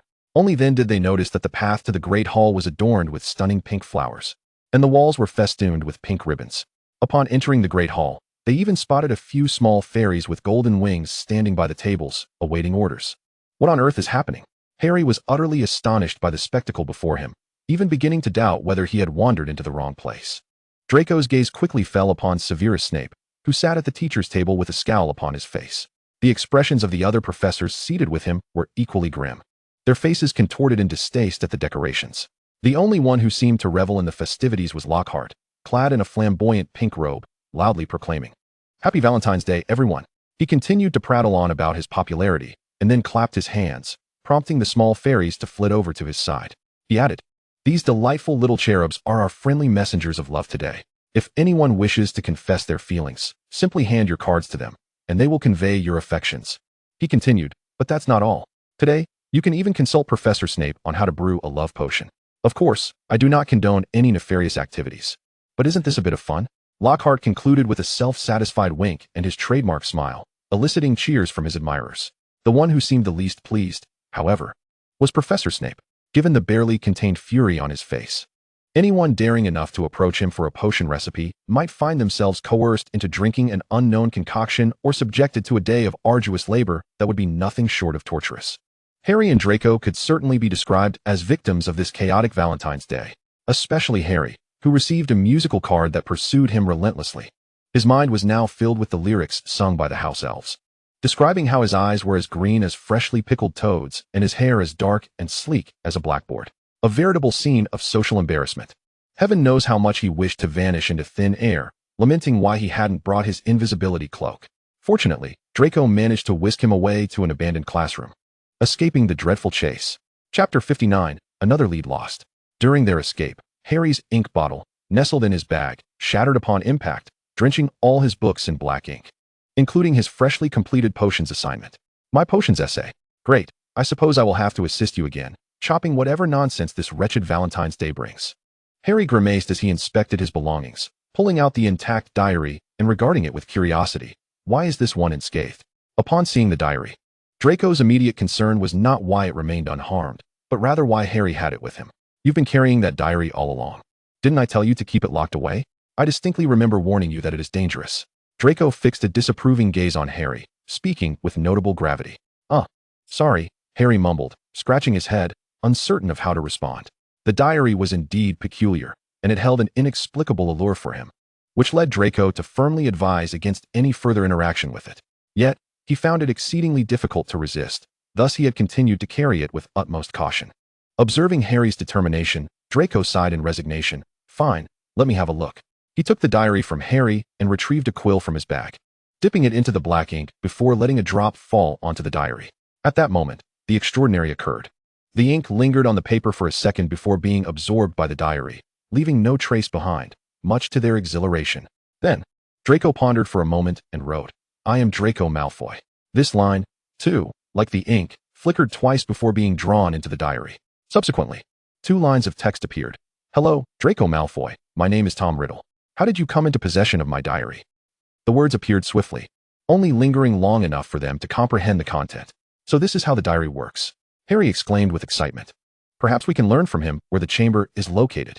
Perhaps, Draco replied, his enthusiasm somewhat dampened. For this meant that the opening of the chamber could indeed be linked to his father. Harry took the quill from Draco and continued writing. Someone threw you into the bathroom. We found you there. As before, the ink seeped directly into the diary. And soon a line of text emerged. That's quite unfortunate, but fortunately, I recorded my past in a more discreet manner than ink. I know you. You received a special award 50 years ago, did you not? Harry hastily pinned this line in an attempt to extract useful information from the diary, unaware that Draco, sitting beside him, had inexplicably sighed in relief. The appearance of the text this time was slower, as if it were contemplating something. That is indeed correct. But it is a terrifying tale, one that transpired at Hogwarts. A terrifying tale? Draco murmured, as if struck by a thought. Harry, ask if it knows anything about the chamber. Taking his cue, Harry continued to write. I am currently at Hogwarts. Do you know anything about the Chamber of Secrets? After a brief pause, the diary revealed an extensive passage of text. Of course, the chamber was opened during my 5th year, and many suffered attacks as a result. Did you know that a girl even died because of it? I caught the one who opened the chamber. This is precisely the reason why I received the Special Contribution Award. However, later events transpired that compelled us to remain silent about the truth. Did someone actually perish because of this? Harry, upon receiving this information, was utterly astounded. It seemed imperative that they resolve this matter swiftly, for the consequences could be dire. I wonder, who was it that opened the chamber back in your time? Harry continued to write, contemplating that identifying the individual responsible for opening the chamber could provide them with fresh leads. Draco began to grasp Lucius's reluctance to divulge the details surrounding the chamber. Was it indeed because everyone was forbidden to speak the truth? Could the person who opened the chamber be connected to his father? Draco felt uncertain. At that moment, a line of text appeared in the diary. Since you are so eager to know, I shall send you to witness it. Suddenly, Harry felt as though he were being drawn into the pages of the diary. Draco, sitting beside him, found himself inexplicably ensnared in the same memory. They beheld the most astonishing scene. The individual who had opened the chamber was none other than Hagrid. This revelation was beyond Harry's comprehension. While it was true that Hagrid had been expelled from Hogwarts and had a fondness for peculiar beasts, he could not fathom that Hagrid would allow his creatures to harm anyone. Harry surmised that perhaps young Hagrid had merely learned of the chamber's existence and, knowing it housed a rare basilisk, had felt compelled to investigate. Could it be that Riddle had mistaken the culprit? Should we inquire with Hagrid? Draco suggested tentatively, his mind a whirlwind of confusion, realizing the extent of the involvement of so many individuals in this affair. After some contemplation, Harry deemed it unwise. Directly questioning Hagrid about the chamber would yield no answers. Moreover, any inquiry into the chamber's secrets or Hagrid's expulsion would inevitably lead to the mention of the diary. Once they spoke to Hagrid, he would undoubtedly inform Dumbledore of everything, and they would find themselves compelled to clarify the entire situation, likely facing prohibitions against further involvement. This was a scenario Harry wished to avoid. Understanding Harry's hesitation, Draco recognized that the timing was indeed not right. It would be far too imprudent. Perhaps we should observe a bit longer, Harry finally suggested. For the time being, there have been no incidents, and we still have time. Draco nodded in agreement. Redirecting their attention back to the diary. Let us ask Riddle if he knows where the chamber can be accessed. Harry found this proposition agreeable and wrote, Riddle, do you know where the chamber is opened? He had anticipated that, Even if a specific location was not provided, there might at least be a vague hint. However, to his dismay, the diary revealed 3 words they had hoped never to see. I do not know. Just like that, their lead vanished. They exchanged glances. A palpable sense of disappointment hanging between them. It seemed they would need to continue their search, as perhaps they had overlooked some crucial detail. The truth of the chamber remained elusive, and only by finding it could they hope to obtain concrete answers. Time passed swiftly, as though all had settled into tranquility. The school had not witnessed any further attacks, leading everyone to believe that the assailant had chosen to refrain from further actions, allowing the atmosphere to gradually lighten. It was as if calm had returned, or perhaps it was merely the fleeting peace before a storm. Chapter 60. Hermione is attacked. The time had come for course selection once again, and Harry fervently wished that potions was not a mandatory class, but rather a selectable one. If that were the case, he could escape the shadow of handling potion ingredients. Yet, that was not the most astonishing revelation. Draco had surprisingly opted for the Muggle Studies course. It was well known that his family placed great value on blood purity. The mere fact that he frequently studied with that Muggle-born Gryffindor girl, Granger, had already raised eyebrows. However, given Granger's undeniable brilliance, it was deemed not entirely out of character for Draco to associate with her. Choosing Muggle Studies, however, was an entirely different matter. He had no apparent reason to do so, did he? Yet, when they discovered that Harry had also selected the course, discussions ceased, replaced by a tacit understanding of their strong rapport. After potions, Harry returned from Snape's office only to be taken aback by the disarray of his desk. What on earth happened here? He exclaimed. He had merely accompanied Draco to Snape's office to return a potion, and upon returning, he found his desk in utter chaos. His books lay strewn across the floor, haphazardly tossed about, as if a disaster had struck. Harry approached with a grim expression, kneeling down to gather the scattered volumes. He pondered whether this was an act of retaliation by someone. He racked his brain, trying to identify potential culprits, but to no avail. After all, he had never made enemies at Hogwarts. Such behavior was unwarranted.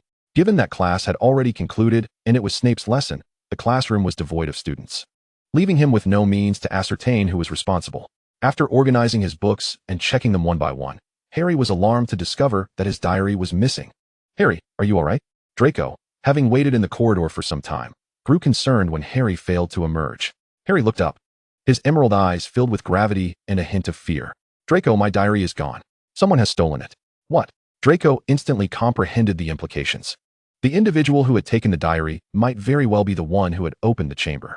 But how had that person managed to locate them? Or rather, when had they been targeted? After a prolonged silence, Draco observed Harry, who sat dazed at his desk, staring blankly at the pile of books. We should return, he suggested. Given the circumstances, we can only figure out what to do next later. Harry nodded absently, following Draco back to their dormitory. Throughout their walk, Harry's mind dwelled on who might have taken the book. Today's potions class had been attended by both Slytherin and Gryffindor students, broadening the scope of potential suspects. Meanwhile, Draco speculated, could it be Ginny Weasley? After all, my father did drop that diary into her cauldron at the beginning of term. They had found the diary in the girls' restroom, and Ginny Weasley was a pureblood. The number of pureblood families was limited, and their family had once had ties with the Weasley clan, suggesting some distant relation. Though their family had fallen from grace and was often labeled traitors among purebloods, none could deny the purity of their lineage. Draco had previously dismissed the notion that their family could be connected to the chamber. While possessing pure blood was a prerequisite, the crucial requirement for opening the chamber was the ability to speak Parseltongue. Their family had never before formed an alliance with the Slytherins. And given the Weasley family's evident disdain for dark magic, Draco could hardly fathom that they would be involved. This was also the reason Draco had previously dismissed Ginny Weasley. However, now he found himself unable to dismiss the possibility. Perhaps someone was manipulating events from behind the scenes. Throughout the day, Harry was distracted, unable to shake the nagging thought of who could have stolen his diary. Observing Harry's preoccupation, Draco contemplated for a moment before suggesting, "Shall we visit Hagrid? Perhaps we might glean some information." With no leads in sight, this was indeed the only course of action left. Harry nodded in agreement. "All right, let's go see him tomorrow. I'll send Hedwig with a message first." Conveniently, they only had one class scheduled for the following afternoon, which would allow them to visit Hagrid and potentially uncover some clues. Yet, fate had other plans. On their way back to the dormitory, a dreadful piece of news arrived. Hermione had been attacked. It was Ron, who noticed Hermione's absence at dinner, who discovered the alarming truth. On her way from the library to the Great Hall, Hermione and a fellow student had been petrified, their expressions frozen in terror. This incident finally drew the attention of the school authorities, who realized that they could no longer afford to let their guard down. Such occurrences could not be allowed to continue. The students, who had previously calmed, were now engulfed in panic, each fearing they might be the next victim. Dumbledore summoned all students to the Great Hall, his demeanor grave as he addressed them. Children, for your safety, all students must return to their common rooms by 6 o'clock from today onwards. You will be escorted by your head of house, and teachers will accompany you to each class. Furthermore, no one is permitted to wander the castle without permission. If you require assistance, please inform your head of house, who will ensure your safety. Additionally, I regret to announce that all activities, including Quidditch practice, will be postponed until further notice. We do not take these measures lightly.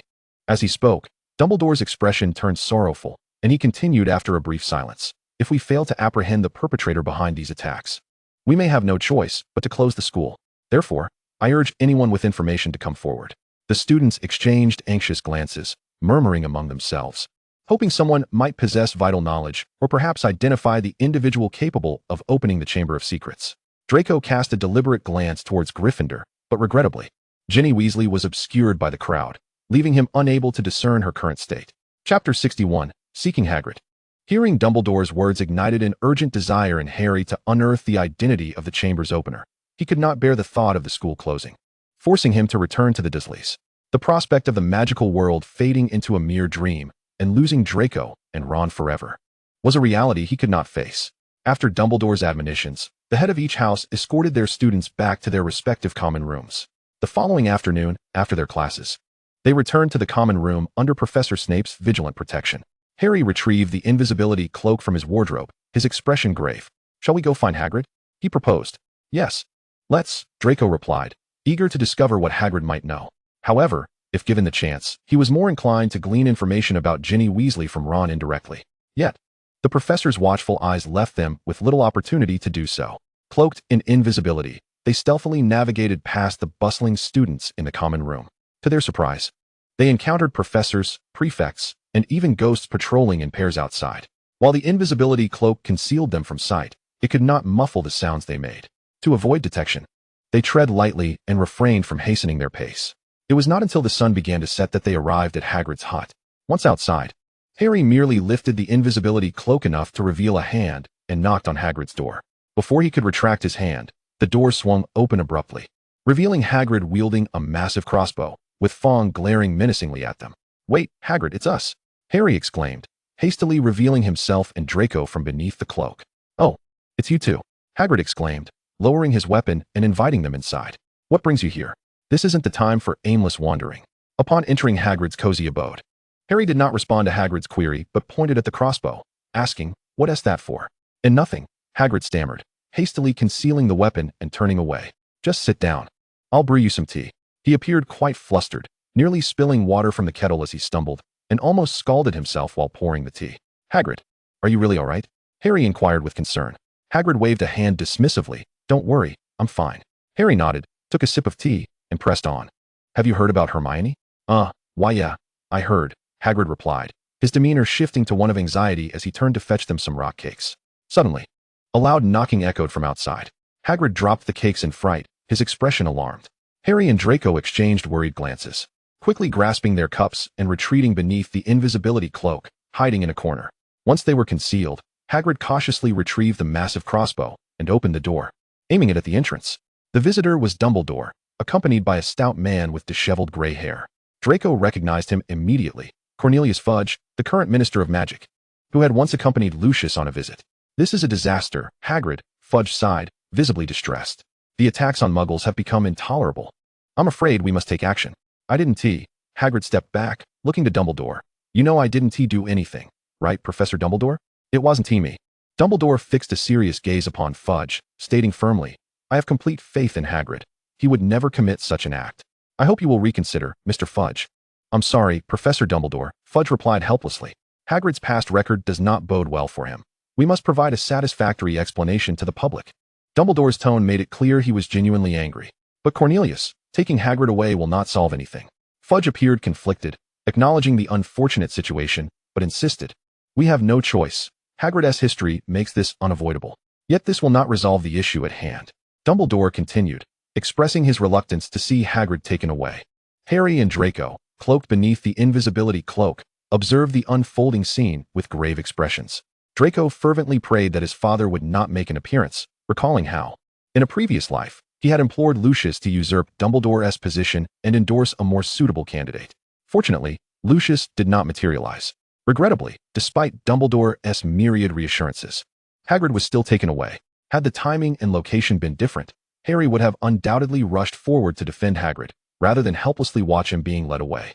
Although hailed as the savior of the magical world, he was, at that moment, merely a student at Hogwarts, devoid of any power to effect change.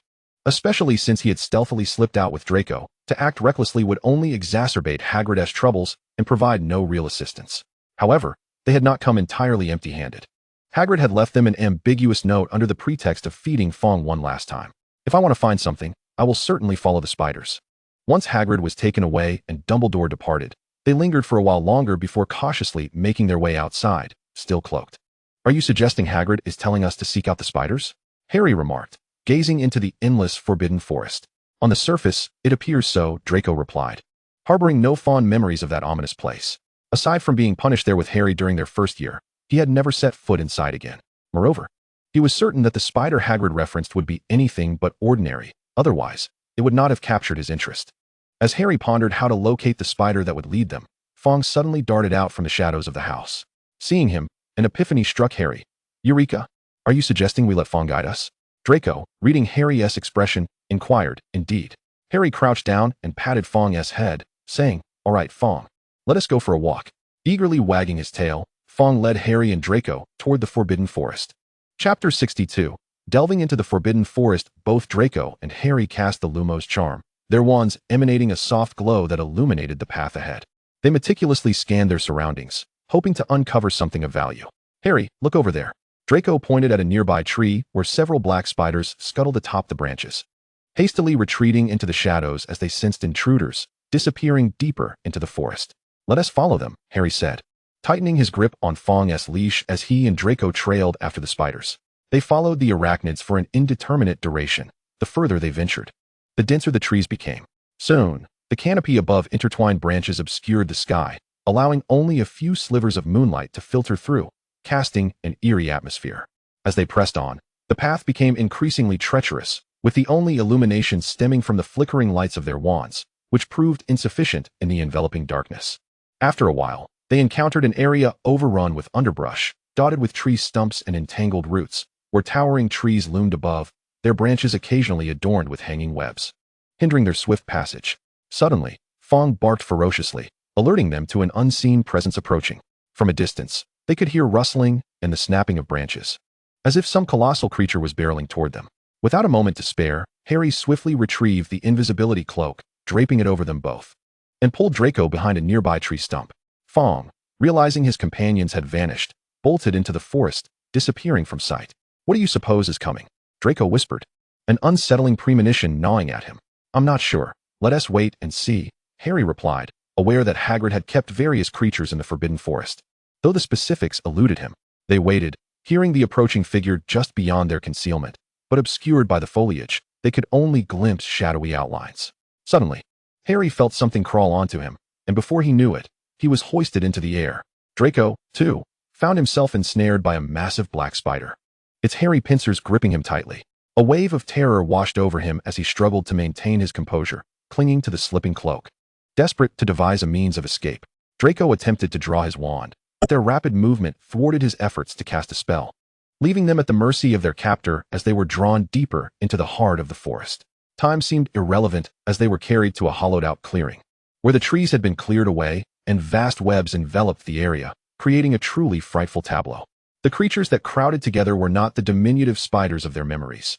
Each was alarmingly large, endowed with 8 eyes that glinted with a sinister light. At that moment, the spider that had ensnared them released its grip, and caught off guard by the suddenness of the action, they tumbled to the ground. Ugh! Draco grunted in pain as he steadied himself with Harry's assistance, gripping his wand tightly and taking a cautious step back. Their suspicions were confirmed. These were indeed the adorable little creatures that Hagrid had kept. Upon noticing them, the swarm of spiders clicked their pincers in unison and chorused, Aragog. Harry gripped his wand tightly, instinctively positioning himself in front of Draco, and quietly asked, What should we do now? Let us wait and observe, given the circumstances. They likely won't act against us, Draco calmly assessed. If these spiders intended to harm us, they wouldn't have simply dropped us. we would have been ensnared in their web. It appeared they had underestimated Hagrid, believing he merely had a penchant for peculiar creatures, not realizing he possessed the audacity to keep the fearsome acromantula, perhaps even more than one. Just then, a spider nearly the size of an elephant emerged from the center of the enormous web. Unlike the others, this one bore a grayish hue, its 8 eyes shrouded in a misty veil, giving it a ghastly appearance. "Children, what brings you here?" the creature known as Aragog inquired, its voice laced with confusion. "Humans." The other spiders chorused in unison, their collective gaze fixated on Draco and Harry. Aragog approached their position, albeit hindered by its impaired vision, and curiously asked, "Is it Hagrid?" The spider that had brought them answered, "No, Aragog, they are strangers." "Oh, then just dispose of them," Aragog replied indifferently. "Don't bother me with such matters. Decide for yourselves. I wish to resume my rest." Upon hearing this, Harry shouted, "Wait. We are friends of Hagrid. He sent us." Draco remained silent, contemplating the possibility of summoning Vila to facilitate their escape through apparition if negotiations with the spider proved futile. Fortunately, upon hearing Harry's words, Aragog, who was initially poised to turn away, cast a skeptical glance at them. "But Hagrid has never brought anyone here before." Harry swiftly replied, "Hagrid has encountered trouble, which is precisely why he sent us." "Trouble?" Aragog inquired, perplexed, but then reconsidered. "But why would he send you instead of coming to find us himself?" At school, it was believed that Hagrid had unleashed a dreadful creature that attacked the students, leading to his imprisonment in Azkaban. In the end, he left us a note, instructing us to seek you out. Harry then produced the note, substantiating his claim. Chapter 63, The Acromantula. Aragog grasped the paper with his pincers and inhaled deeply, confirming it bore Hagrid's lingering scent. At that moment, it was palpable that Aragog was becoming increasingly irate. That was many years ago. I was still young then, unable to speak, and they thought I was the monster residing in the Chamber of Secrets, which led to Hagrid being expelled from the school. And now this again. "You are aware of the Chamber of Secrets?" Harry asked, puzzled. "Was the creature that once dwelled there you?" "Me?" Aragog scoffed. "Of course not. Hagrid raised me. We are the best of friends. Even my wife was found for me by Hagrid. Our family's current state of affairs is entirely due to his efforts." Draco found this entirely believable, for it was indeed something Hagrid could accomplish. "Have you ever attacked anyone?" Aragog harbored resentment as he replied, "Of course not. I could. But out of loyalty to Hagrid, I never have.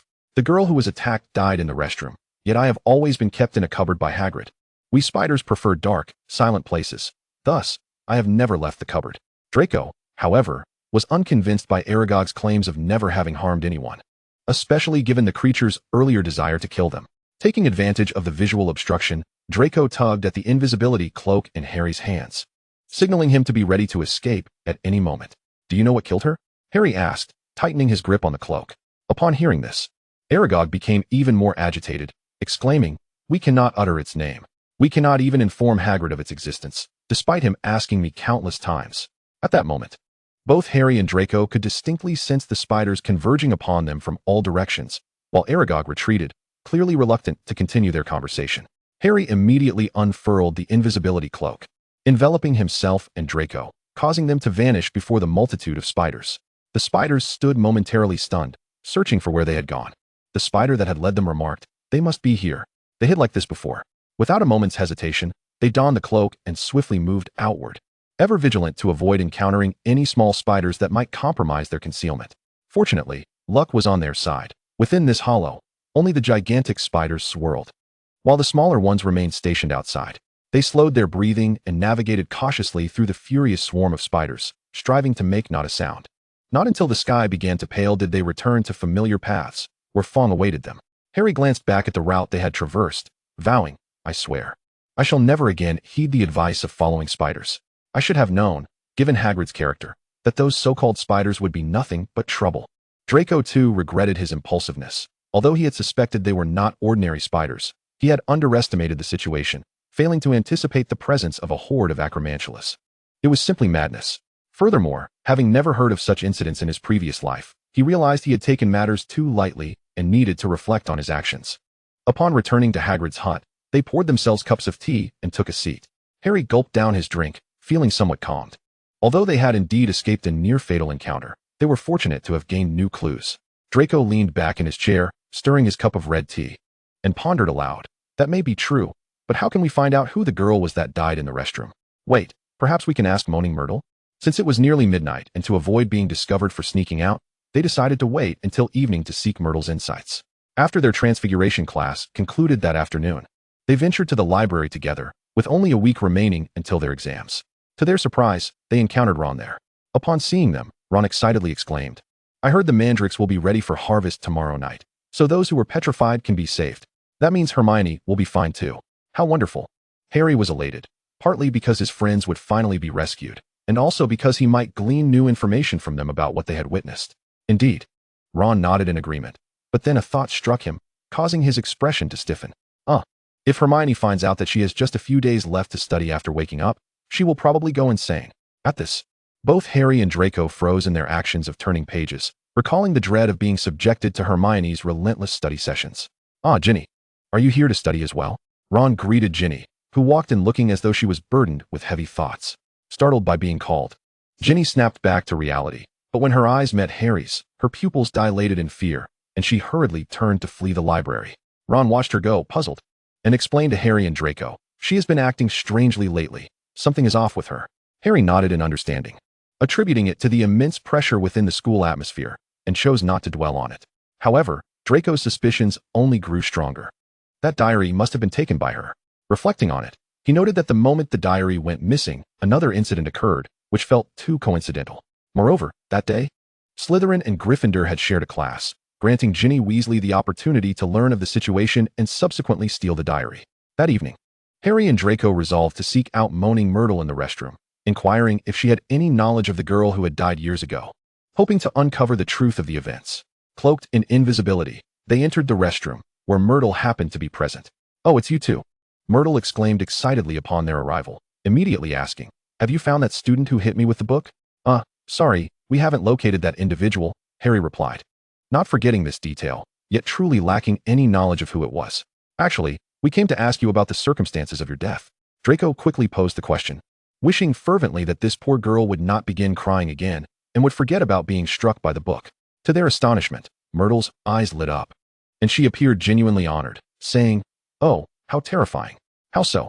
Harry queried eagerly, encouraged by Myrtle's lack of distress.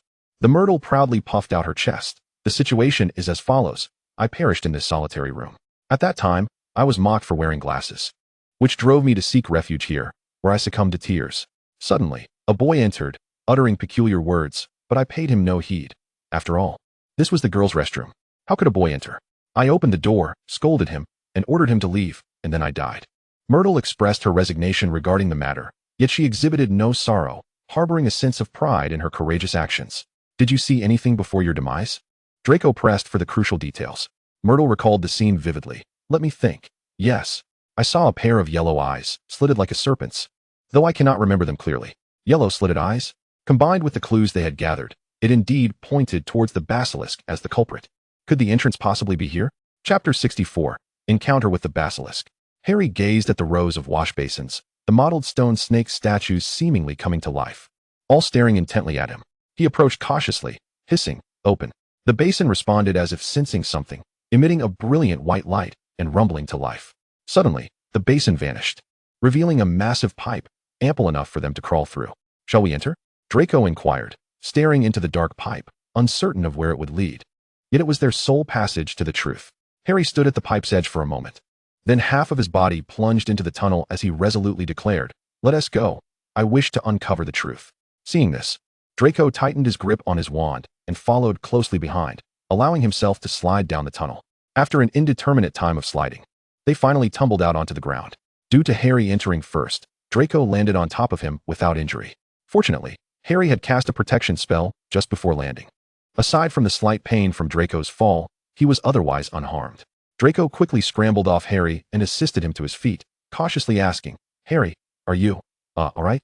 With Draco's support, Harry stood up, rubbing his sore waist, and reassured him, "Don't worry, I'm fine."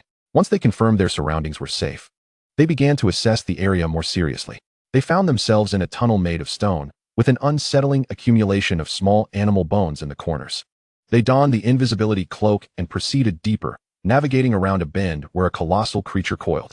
Its deep green skin shimmered in the light, making it quite conspicuous. Harry gasped at the sight, immediately positioning himself in front of Draco and shielding his eyes. At that moment, the basilisk stirred, producing a rustling sound that heightened the already eerie atmosphere. "Who are you?" the basilisk hissed, raising its head and closing its eyes, looking down upon them. Harry was momentarily taken aback, realizing the basilisk was addressing them. Though he was unsure how it detected their presence beneath the cloak, he forced himself to overcome his fear and responded in Parseltongue. "We have come to find you." "Find me? Do you have food?" The basilisk lowered its terrifying head. Leaning closer to Harry, Draco stood to the side, eyes tightly shut, straining to understand their conversation, only able to hear the bizarre hissing sounds. Harry, hearing the basilisk's inquiry, rummaged through his pocket and, fortunately, discovered a packet of beef jerky.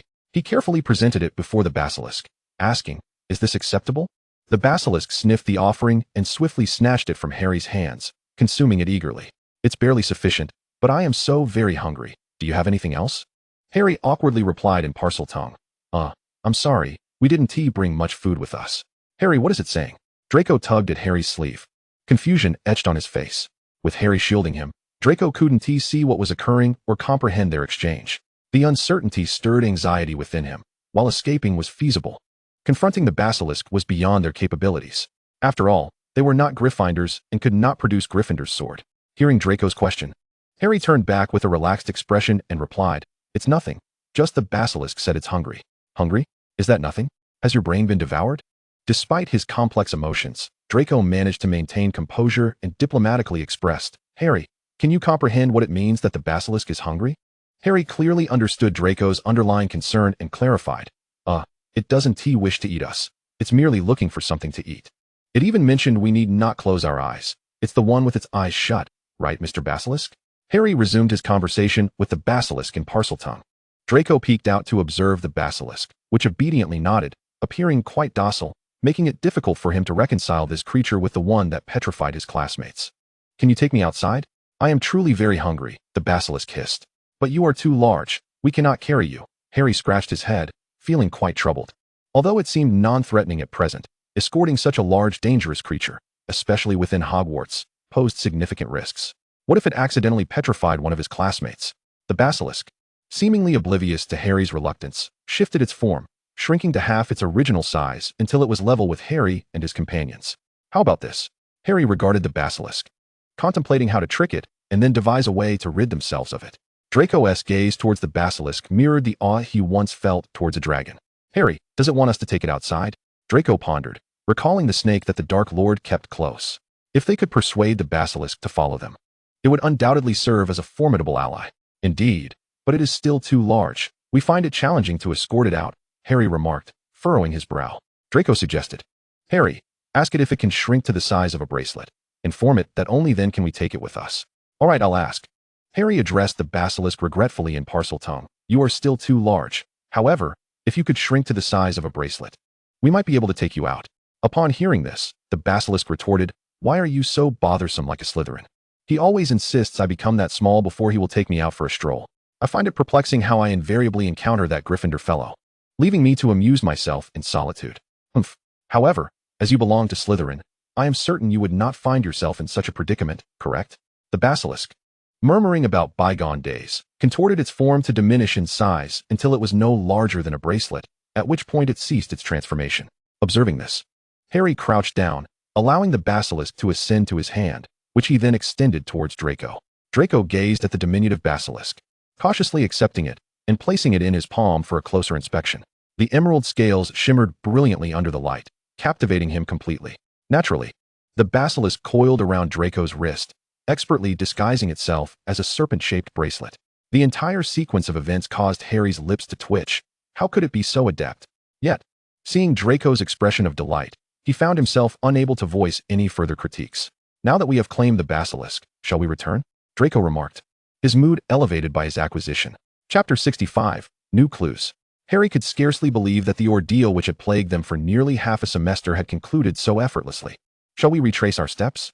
he inquired. The little basilisk, ever thoughtful, hissed, "You may continue forward, then take a left, followed by a right. There lies a hidden chamber from which you can exit." "What did it say?" Draco asked, his fingers caressing the basilisk's verdant scales as he looked at Harry. "It indicated that we need not backtrack. There exists a route ahead that leads to an exit," Harry replied. "Is there truly another way out?" Draco questioned uncertainly, a hint of skepticism creeping into his voice. "I hope it's not that girl's bathroom again," he added, expressing doubt. Harry nodded, sharing his hesitation.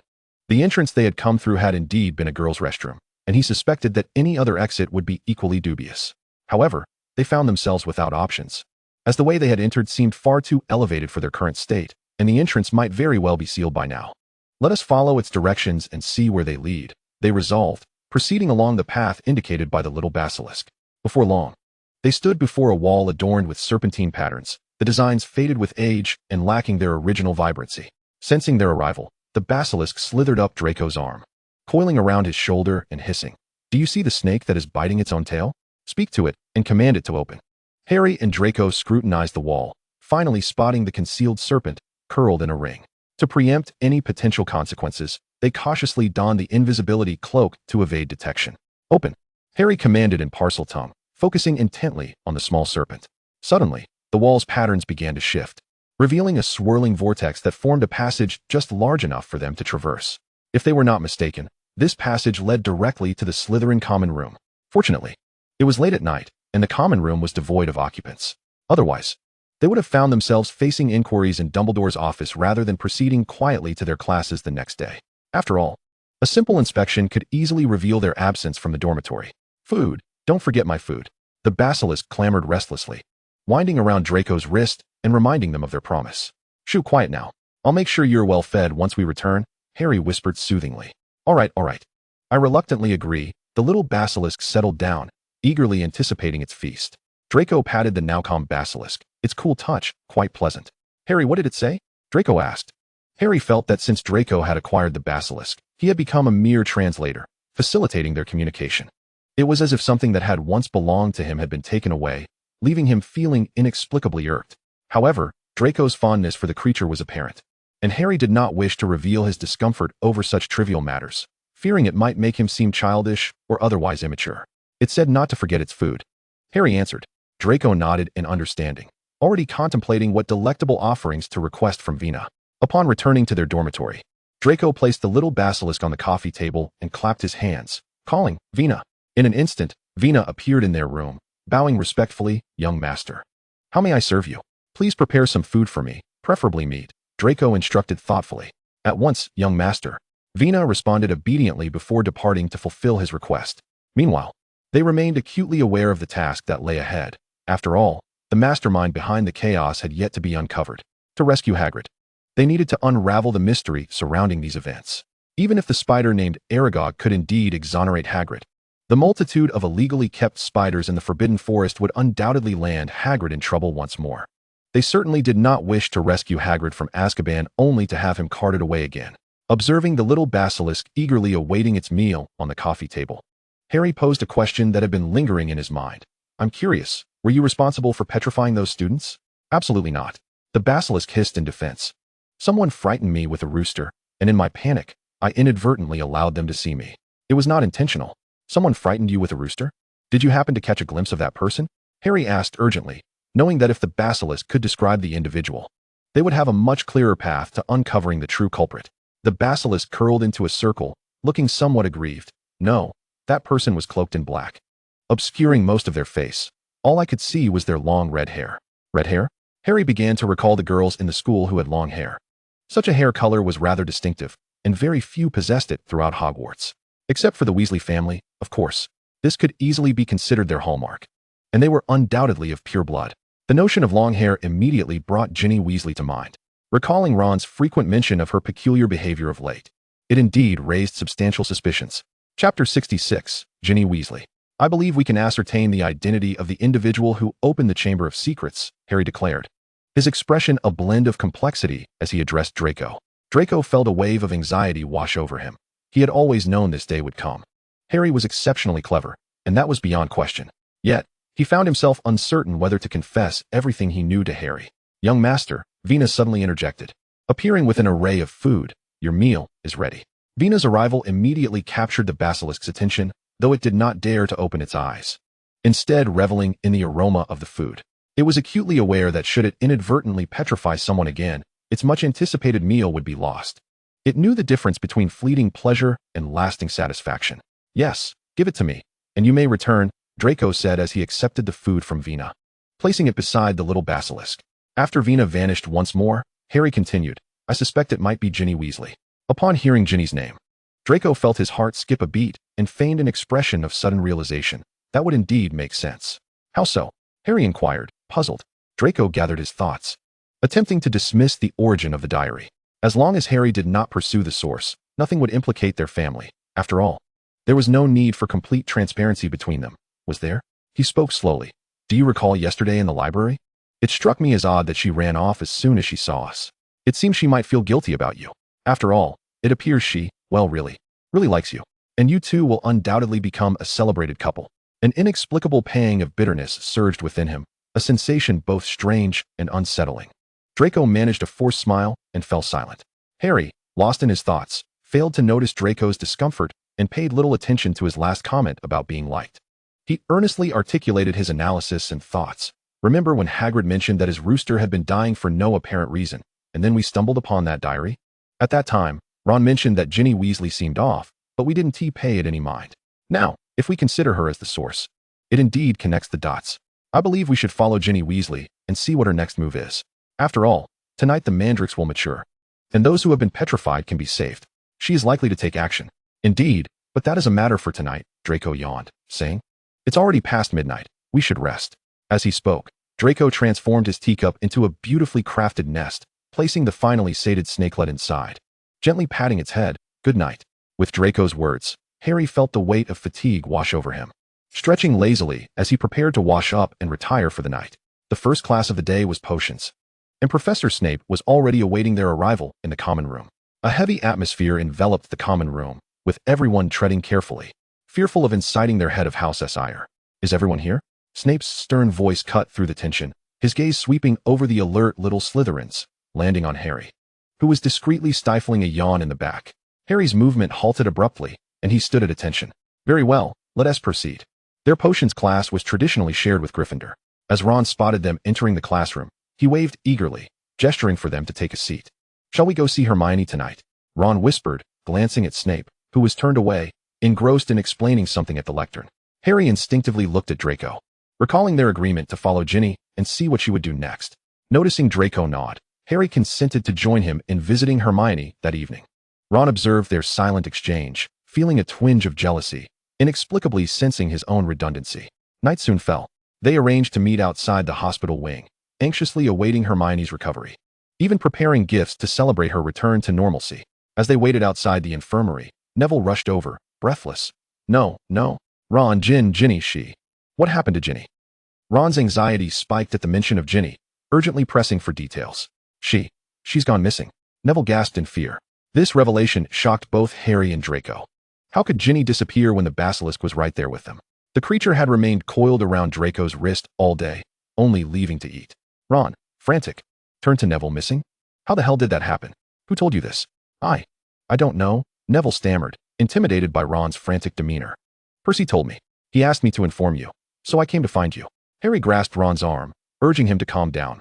Ron, let's split up and search. Now is not the time for panic. Yes, let us find her, Ron exclaimed, rushing toward the exit, his mind racing with where Ginny might be, hoping she was safe. As Ron hurried away, only Harry, Draco, and Neville remained. Not wishing to reveal the basilisk's presence, Harry hesitated and spoke to Neville with a troubled expression. Neville, Hermione is about to wake up, and we wouldn't want her to find us missing. Can you stay here until she wakes? Of course. You guys go. Neville replied without hesitation. I'll look after Hermione. Good. Remember to give Hermione our gifts, Harry said, shoving the presents into Neville's hands before hurriedly dragging Draco outside. Chapter 67, A Fragment of Memory.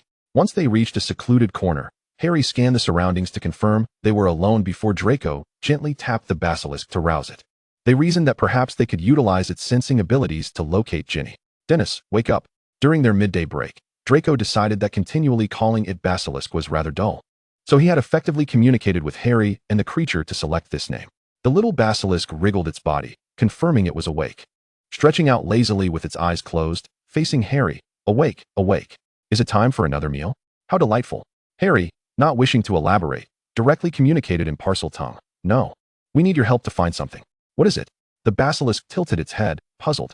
Suddenly, it began to behave erratically, as if resisting something, its body tightly coiling around Draco's wrist, leaving painful red marks. Hey, Dennis, what's wrong? Draco exclaimed, trying to pry the basilisk off his arm. The one who opened the Chamber of Secrets. He is summoning me. The basilisk writhed in anguish. He is summoning you? Can you sense where he is?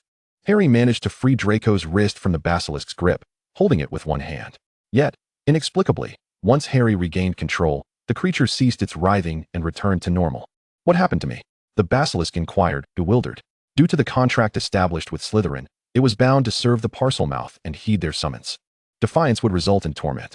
However, no one had informed it what to do when faced with two potential heirs of Slytherin, both capable of speaking Parseltongue. Thus, it had intended to remain, only to discover that the contract had vanished. What vanished? Harry asked, confused. At that moment, a silvery thread emerged from the body of the small serpent creature, encircling it and Harry before dissipating into the air as shimmering orbs. A spiritual contract? Draco recalled having encountered this concept within the tomes of the Malfoy family library. This was an indication of a contract's dissolution. However, why did it appear somewhat flawed? Seemingly diverging from the descriptions in the texts? It was nothing, merely that the pact between myself and that individual had ceased to exist. The small serpent's demeanor visibly brightened, since it no longer needed to adhere to the terms set by that person. It was not required to abandon the two of them. How delightful. It had grown fond of these two, who provided it with sustenance. I know that person is still there. You may proceed forward. The serpent creature gestured with its tail, directing them on their path. Following the serpent's guidance, Harry and the others soon arrived at the edge of the forbidden forest. Draco immediately recognized the figure standing there. He had heard Lucius describe the Dark Lord in his youth. The man possessed features that seemed meticulously sculpted by divine hands, with a tall frame and an innate elegance that was visually pleasing. Most striking were his eyes, akin to rubies, dangerous yet irresistibly alluring, evoking a desire to draw nearer and submit. Tom Riddle stood at the entrance of the forbidden forest, enveloped in a hazy luminescence, resembling a specter, yet not entirely so. Meanwhile, Ginny lay unconscious nearby, her complexion devoid of color. Harry rushed to her side, shaking her gently, urgently calling out, "Ginny Weasley, wake up! Are you all right?" "She will not awaken," Tom Riddle remarked flatly, observing Harry. "Impossible. She's still alive." Harry retorted angrily, "She cannot die. And yet, how does that matter?" "She shan't survive for much longer," Riddle replied in a tone so indifferent it seemed as if he were discussing the weather rather than the fate of a life. Fuming, Harry glared at the hovering Tom Riddle, fully convinced he was the true culprit behind the opening of the Chamber of Secrets. Suppressing his fury, he inquired, "Are you a ghost? I have never seen you before." "No, I am merely a fragment of memory," Tom Riddle stated calmly, his gaze shifting to Draco, who stood a short distance away. Riddle could easily sense the fear emanating from the blonde youth, and the familiar features evoked a sense of recognition. "Ah, you must be from the Malfoy family?" "Indeed, sir," Draco replied, donning a polite smile, striving to exhibit an air of elegance. He forced himself to dispel the deeply ingrained terror and continuously reassured himself to remain composed. After all, he was not facing the true Dark Lord. As he had said, he was merely a memory, thus there was no need for fear. "Yes, none at all." Tom Riddle nodded, exuding an oppressive aura as he appraised Draco for a moment before affirmatively stating, "By your age, you must be Draco Malfoy, heir of the Malfoy lineage." He lingered over Draco's name as if recalling something significant, his tone imbued with nostalgia. "When you return, please extend my regards to my old friend Abraxas." "May I inquire who you are?" Draco feigned confusion. Though he was certain this was the Dark Lord in his youth, he had no desire to reveal his knowledge. "Oh, forgive my lack of introduction. I am Tom Riddle, once a close friend of Abraxas." A faint smile graced Riddle's face, rendering him somewhat more approachable, inciting an involuntary urge to draw near. Yet, as if recalling something unpleasant, he hesitated briefly before continuing. "However, I am now merely a memory." Yet, even a memory was that of the infamous Dark Lord, a fact which rekindled the profound fear rooted in Draco's soul. His smile became exceedingly strained, a tumult of emotions swirling within him. It was utterly astonishing that his father had kept a fragment of the Dark Lord's memory. Why? The truth was far more shocking than he had anticipated. Perhaps he should pay a visit to his grandfather's portrait during the holidays. Maybe he could discuss the past with him. After all, as a member of the Malfoy family, he sought the truths that were rightfully his to know. Soon, Draco masked his astonishment with an increasingly radiant smile, adopting a touch of youthful innocence as he kindly remarked, "Rest assured, I shall convey your message to my grandfather. I believe he will be quite pleased to hear from you." After engaging in casual conversation with Draco for a brief moment, Riddle shifted his focus to his primary objective for the day. In the time they had spent conversing, Harry had already dragged Ginny to a nearby clearing. Laying her down gently, Riddle observed Harry's actions with keen interest, a peculiar smile gracing his lips. although he had inexplicably lost contact with the serpent creature. The much-anticipated Harry Potter had finally arrived. The current location posed certain complications, yet he believed that the ally soon to appear would prove to be a valuable collaborator. Chapter 68. The Purpose. You are Harry Potter, are you not? Riddle said with a smile, his tone reflecting a hint of delight. Do you know? I have been waiting for you for quite some time. Waiting for me? Harry paused in his efforts to drag Ginny, regarding Riddle with confusion. Draco, too, following Riddle's lead, cast a glance at Harry, his wand gripped tightly in one hand, prepared for any unforeseen occurrences. Indeed, I have longed to converse with you, Riddle stated. His gaze fixated on Harry, lingering on the lightning-shaped scar upon his forehead, revealing a flicker of covetousness, quickly concealed. To converse? Then you must know why Ginny has ended up like this. Although Harry had been preoccupied with moving Ginny away from Riddle, he had not overlooked the conversation between him and Draco. Since he was the owner of that accursed diary, he surely knew what had transpired with Ginny. Riddle cast a sidelong glance at the unconscious Ginny, his eyes glinting with cunning. Ah, that is an intriguing tale. At Hogwarts, there was a young girl who, finding herself lacking a confidant, opened her heart to a stranger, confiding all her secrets. She inscribed her innermost feelings, the burdens that weighed heavily upon her soul, into a magical diary. For instance, she lamented the necessity of wearing old robes and carrying worn textbooks to school due to her family's financial struggles, and how her brothers would mock her for it. Heart-wrenching trivialities that evoked pity. Oh, and there's more. At this, Riddle regarded Harry with a teasing glint in his eye, prompting Harry to ask what else. Moreover, Riddle elongated his syllables, enunciating each word. She believed that we, the renowned and illustrious savior Harry Potter, would never harbor feelings for her. Yet, upon finishing his declaration, he noticed Harry's expression remained unchanged, prompting him to retract his playful demeanor, feeling a twinge of disappointment. The musings of that young girl were merely the trivial woes of adolescence, utterly dull.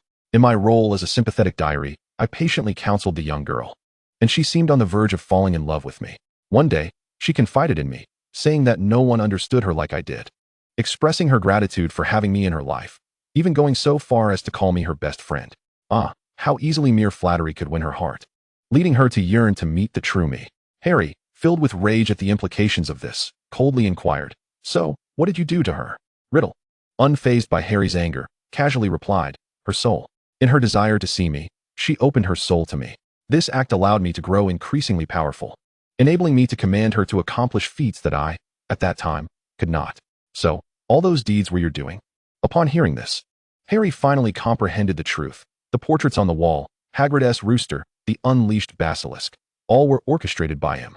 "It goes without saying that you must have figured this out as well," Riddle remarked, his gaze fixed on Harry with a sense of inevitability. Suppressing his fury, Harry felt the tip of his wand slip from his sleeve, his eyes narrowing as he continued to question Riddle. "What do you mean by having waited for me?" Riddle, speaking languidly, let the greed in his eyes become increasingly evident. "Well, Ginny has shared your stories with me. Your thrilling and enchanting past is indeed alluring. I sought to learn more about you, even wishing to witness you with my own eyes, which is why I decided to let you see what transpired back then, hoping to earn your trust. But alas, I never truly believed your words." Harry summoned all his strength to maintain his composure, donning a perfect facade of a smile. He had yet to fully discern Riddle's true nature. Confronting him in a duel at this moment was unwise. Yet Riddle seemed surprised that his words had not ignited Harry's anger. He instinctively glanced at Draco, who stood by, seemingly composed, before continuing, "You remind me of Dumbledore. Back then, he alone believed Hagrid was innocent. Ever since Hagrid's expulsion, he has kept a watchful eye on me. Quite tiresome. This prevented me from reopening the Chamber of Secrets. But I refused to give up, and thus I devised a compromise." At this, Riddle cast a thoughtful glance at Ginny, then fell silent. Noticing Riddle's sudden pause, Harry feigned curiosity and pressed on. "So, what solution did you devise?" After observing Ginny carefully, convinced that he had merely imagined her slight movement, Riddle nonchalantly continued. "I left behind a diary, imbued with my memories from the age of 16. I believe that one day, I shall guide another to follow in my footsteps and fulfill Salazar Slytherin's noble ambitions." To this, Harry scoffed. "You mean petrifying a cat, and some muggle-born wizards are Slytherin's goals? Don't be absurd." "No, that was merely my former ideal," Riddle countered. "The present me is but a memory. As I have stated, my target is you." He gazed at the perplexed Harry, a grotesque smile creeping onto his face, invoking a sense of unease. How is it that a mere infant, devoid of any magical prowess at the time, managed to vanquish the greatest wizard of all time? This perplexes me. Why did you only bear that ridiculous scar while the immensely powerful Voldemort was obliterated? At this revelation, Harry fully grasped Riddle's intentions. Moreover, if he was not mistaken, he could hear the rustling of something moving in the Forbidden Forest. Chapter 69, Confrontation. Harry discreetly took a step back, ensuring a safe distance between himself and Riddle. Why are you so concerned about how I escaped? After all, you perished before Voldemort's rise, so it has no bearing on you. Ah, I neglected to mention, Riddle replied with an apologetic smile, his expression dripping with arrogance. Voldemort is my past, my present, and my future. With that, he snapped his fingers, and several golden names appeared in the air. Tom Marvolo Riddle. However, the name only lingered for a few seconds before shifting to become Voldemort. Riddle's demeanor grew increasingly frenzied as he proclaimed, Tom Riddle was merely a name I used at school. I have always deemed it unworthy of me. It does not reflect the blood of Salazar Slytherin that courses through my veins. Therefore, I have chosen a new name for myself. I assure you, when I become the greatest wizard in this world, no one will dare utter my name lightly. I shall become a being that instills fear in all. Those who once looked down upon me will grovel at my feet, reverently kissing the hem of my robes and swearing allegiance to me. I guarantee you will not succeed. Harry felt an unprecedented calm wash over him. This was his second confrontation with the Dark Lord, and he found Riddle's grandiose claims utterly laughable. Not possible. Riddle's gaze darkened ominously, his scarlet eyes fixed intently on Harry. Harry met Riddle's oppressive presence, enunciating clearly, you will never become the greatest wizard in this world. At that moment, a tremendous crashing sound echoed from the Forbidden Forest as a multitude of trees were felled. Aragog, accompanied by his progeny, extravagantly approached Riddle. Upon spotting Draco and Harry standing by the forest's edge, his sinister black eyes gleamed with greed. Ah, it's you again, long time no see. Riddle glanced at Aragog, a flicker of displeasure crossing his features before he quickly regained his composure. He gently stroked Aragog's shell and murmured, My dear Aragog, today you shall feast. Upon hearing Riddle's words, Aragog excitedly rubbed his giant pincers together, hissing in response. Harry tightened his grip on his wand, warily observing the giant spider, and dismissively remarked, Indeed. Long time no see, but I fear it may not be able to handle such a feast. Draco, standing silently nearby, furrowed his brow at this peculiar alliance, wondering how they had come to be entwined. He was certain that during their second year, Harry had only battled the basilisk. After all, amidst Ron's exaggerated tales, there had never been any mention of the acromantula. Could it be that their prior subjugation of the basilisk had led to this drastic shift? Though this transformation unsettled Draco, he couldn't help but admire the Dark Lord's cunning. He was immensely curious about what terms had persuaded Aragog to defy his agreement with Hagrid. Riddle's lengthy discourse was merely a prelude to Aragog emerging with his offspring. He possessed an intricate understanding of these peculiar factions. As long as the promises you proffered could stir their sentiments or yield sufficient benefits, they would readily forsake their original commitments. In the face of advantage, the absurdity of promises mattered not. With an air of assuredness, Riddle proclaimed, My dear Draco Malfoy, for the sake of your grandfather, it is not too late to withdraw. He continued, You are aware that my sole ambition lies with Harry Potter. Your involvement is unnecessary. Your family shall remain my most esteemed allies. Had Draco faced this dilemma prior to their acquisition of the basilisk, he might have retreated alongside Harry. However, circumstances had shifted. He now commanded the adversary of the monstrous spiders, the basilisk. Thus, it was they who should bear the trepidation. Rest assured, I shall not intervene, Draco stated with feigned sincerity, while simultaneously rousing the slumbering serpent coiled around his wrist. Harry, now positioned beside him, immediately perceived his actions. Upon witnessing the serpent awaken, he swiftly addressed it in Parseltongue, Dennis, go. It is your moment to shine. But remember, do not open your eyes. The serpent, comprehending Harry's command, leapt from Draco's hand to the ground beside them. It writhed and instantaneously grew to its full stature, standing sentinel beside them, eyes fixed menacingly on Aragog. Its message was unequivocal. Should it dare to advance, it would not hesitate to feast. The sight of the serpent obediently stationed beside Harry, rather than aiding the scion of Slytherin, shattered the tranquility Riddle had only recently regained, enveloping him in a brooding aura. A hissing sound escaped his lips as he commanded the serpent, Come here, I am your master. Yet, the serpent disregarded him, tilting its head to affectionately nuzzle Draco's hair, demonstrating a clear discernment of kindness. Draco, though somewhat stiffened, patted the serpent, his emotions tangled. After all, the serpent's behavior confirmed their family's betrayal of the Dark Lord. This revelation was not meant to surface at such an early juncture in his plans. He had yet to secure the means to vanquish the Dark Lord. His previous audacity in appearing was bolstered by the soul potion, which affected the soul, rendering memories lost to oblivion once the soul dissipated. He had not anticipated that the diary would harbor a fragment of the Dark Lord's essence. While they remained locked in confrontation, Aragog had silently commanded his progeny to retreat the moment the serpent appeared. Though formidable against other species, they stood no chance against their natural enemy. For them, a battle already determined was unnecessary to pursue. Aragog was intrigued by the terms proposed by the boy who called himself Voldemort, yet not to the extent of risking his kin's survival. After all, continuing to dwell in the depths of the Forbidden Forest was not without its merits. It had proven ample and secure over the years. Chapter 70. The Destruction of the Diary. However, Aragog's covert maneuvers did not escape Riddle's keen observation. He had long recognized the treachery of this temporary ally, yet he had not anticipated such fragility. They lacked even the inclination to resist. Indeed, these foolish creatures were utterly unreliable. He would have to act with his own hands. Abandoning any further attempts at communication with Harry, he drew out Ginny's wand and unhesitatingly uttered the incantation directed at Draco, Crucio. In his view, those who betrayed him deserved death. The incantation resurrected memories he wished to forget, leaving Draco momentarily frozen in place, his resolve to resist evaporating. He was all too familiar with the torment of this curse, having witnessed its cruel retribution in his past life. The agony felt akin to having one's very soul torn asunder, even after years. The mere utterance of its name sent shivers down his spine, rendering him paralyzed with dread. Just as the curse was poised to strike Draco, Harry hastily conjured a barrier to defend him, but the spell shattered through the defenses, barreling toward Draco. Fortunately, the serpent, quick to react, coiled around Draco, shielding him from the unforgivable curse. Given that most magical attacks were ineffective against serpents, it sustained little harm. The resounding impact jolted Draco back to lucidity as he gazed at the serpent that stood before him, its formidable presence akin to an indomitable fortress. Simultaneously, Harry rushed toward him like a fervent flame, eager to dispel the gloom that enveloped his heart. Drawing in a deep breath, Draco urged himself to be stronger, to not succumb to the shadows of his past. His gaze grew resolute. The darkness of his experiences had yet to transpire, affording him the chance to alter the terrifying futures that loomed ahead. He need not fear. Indeed, he need not. Nothing had yet unfolded. He would not once more fall at Voldemort's feet, punished like a helpless lamb, collapsing in anguish. Steeling himself. A flicker of determination ignited in Draco's eyes as he resolved to confront Riddle and liberate himself from the shackles of his past. Draco, are you all right? Harry's voice trembled with anxiety. The moment he witnessed the curse breach his defenses, he could scarcely contain his apprehension. He had always aimed to protect Draco, yet had never succeeded, often finding himself the one in need of safeguarding.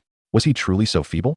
Fear not, I am unharmed. Draco managed to muster a strained smile, attempting to reassure Harry. Fortunately, Dennis shielded me from all harm. With Draco's well-being confirmed, Harry exhaled in relief, patting the serpent gently, exclaiming, "You performed splendidly. And thankfully, your immunity to most magical attacks kept you safe. We shall reward you with a feast upon our return." The serpent, emboldened by the praise, flicked its tail in delight, anticipating its grand meal. At that moment, a faint sound emanated from behind them, as Ginny slowly reopened her eyes, murmuring, "Diary, attack, attack, diary." Then, she succumbed to unconsciousness once more. Though her words were but a repetitive mantra, Harry and Draco instantly grasped their significance, exchanging a knowing glance before springing into action. Harry commanded the serpent to charge forward while he and Draco provided cover, aiming for the diary at Riddle's feet. But how could the Dark Lord allow them to succeed so easily? With his current prowess, combating two second-year students was child's play. In swift succession, a barrage of spells erupted, colliding in midair, intertwining and bursting forth in a dazzling display of light, reminiscent of brilliant stars in the night sky, igniting the surroundings in a resplendent glow. Beside Riddle, Aragog cast a fierce glance at Harry and Draco as the basilisk charged towards them, filled with reluctance before turning and fleeing into the Forbidden Forest. Yet, the basilisk's target was not Aragog, but rather the diary itself. Although the Dark Lord, wielding a wand, proved formidable, he was but one man and not at his peak strength at that moment. Ultimately, facing their assault, he found himself at a disadvantage, affording the basilisk an opportunity to strike.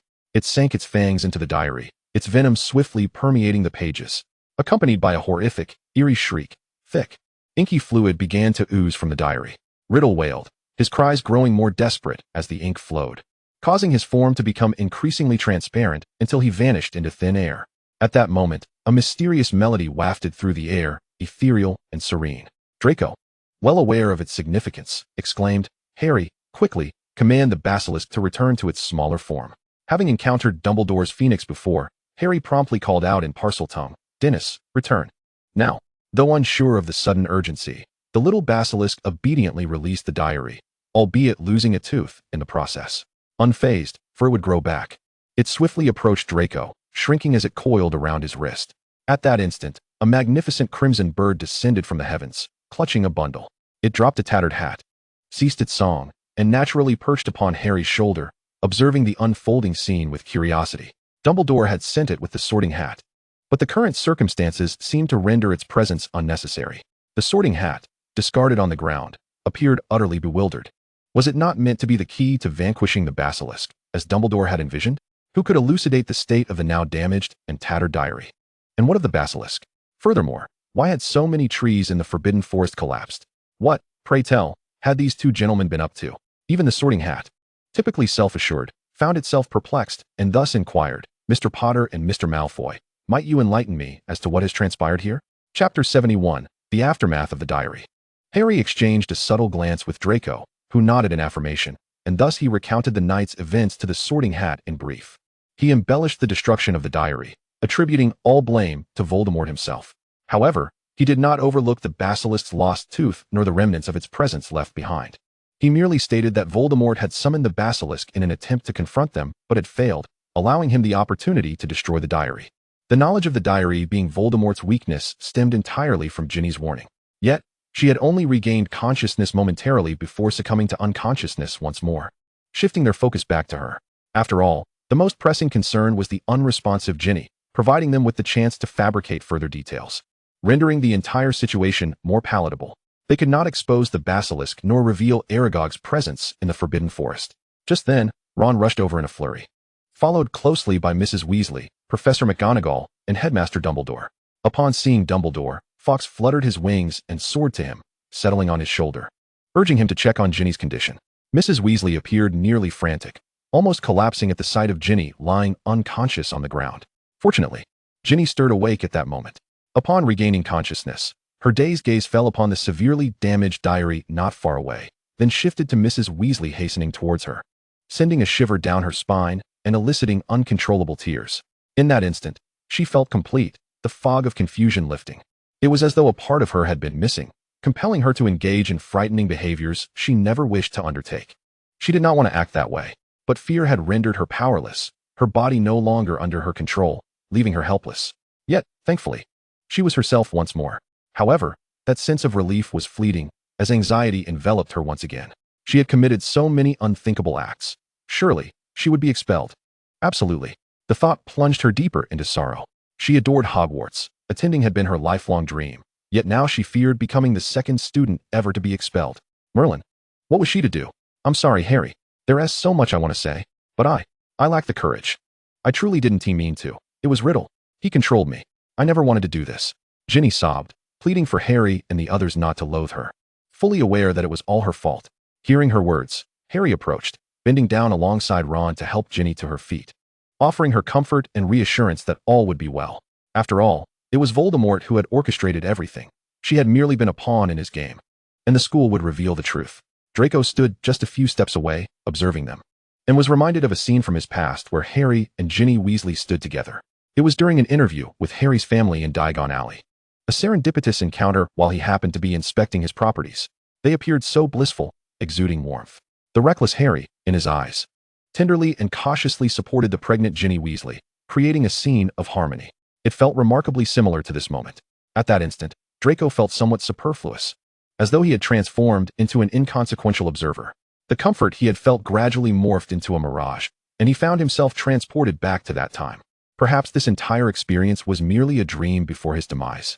He pondered whether some chasms were truly insurmountable. A wave of helplessness surged within him, leaving him profoundly bewildered. He touched the small basilisk coiled around his wrist, its coldness snapping him back to the present. There was no time for such reflections. The pressing matter was how to explain the situation to Dumbledore.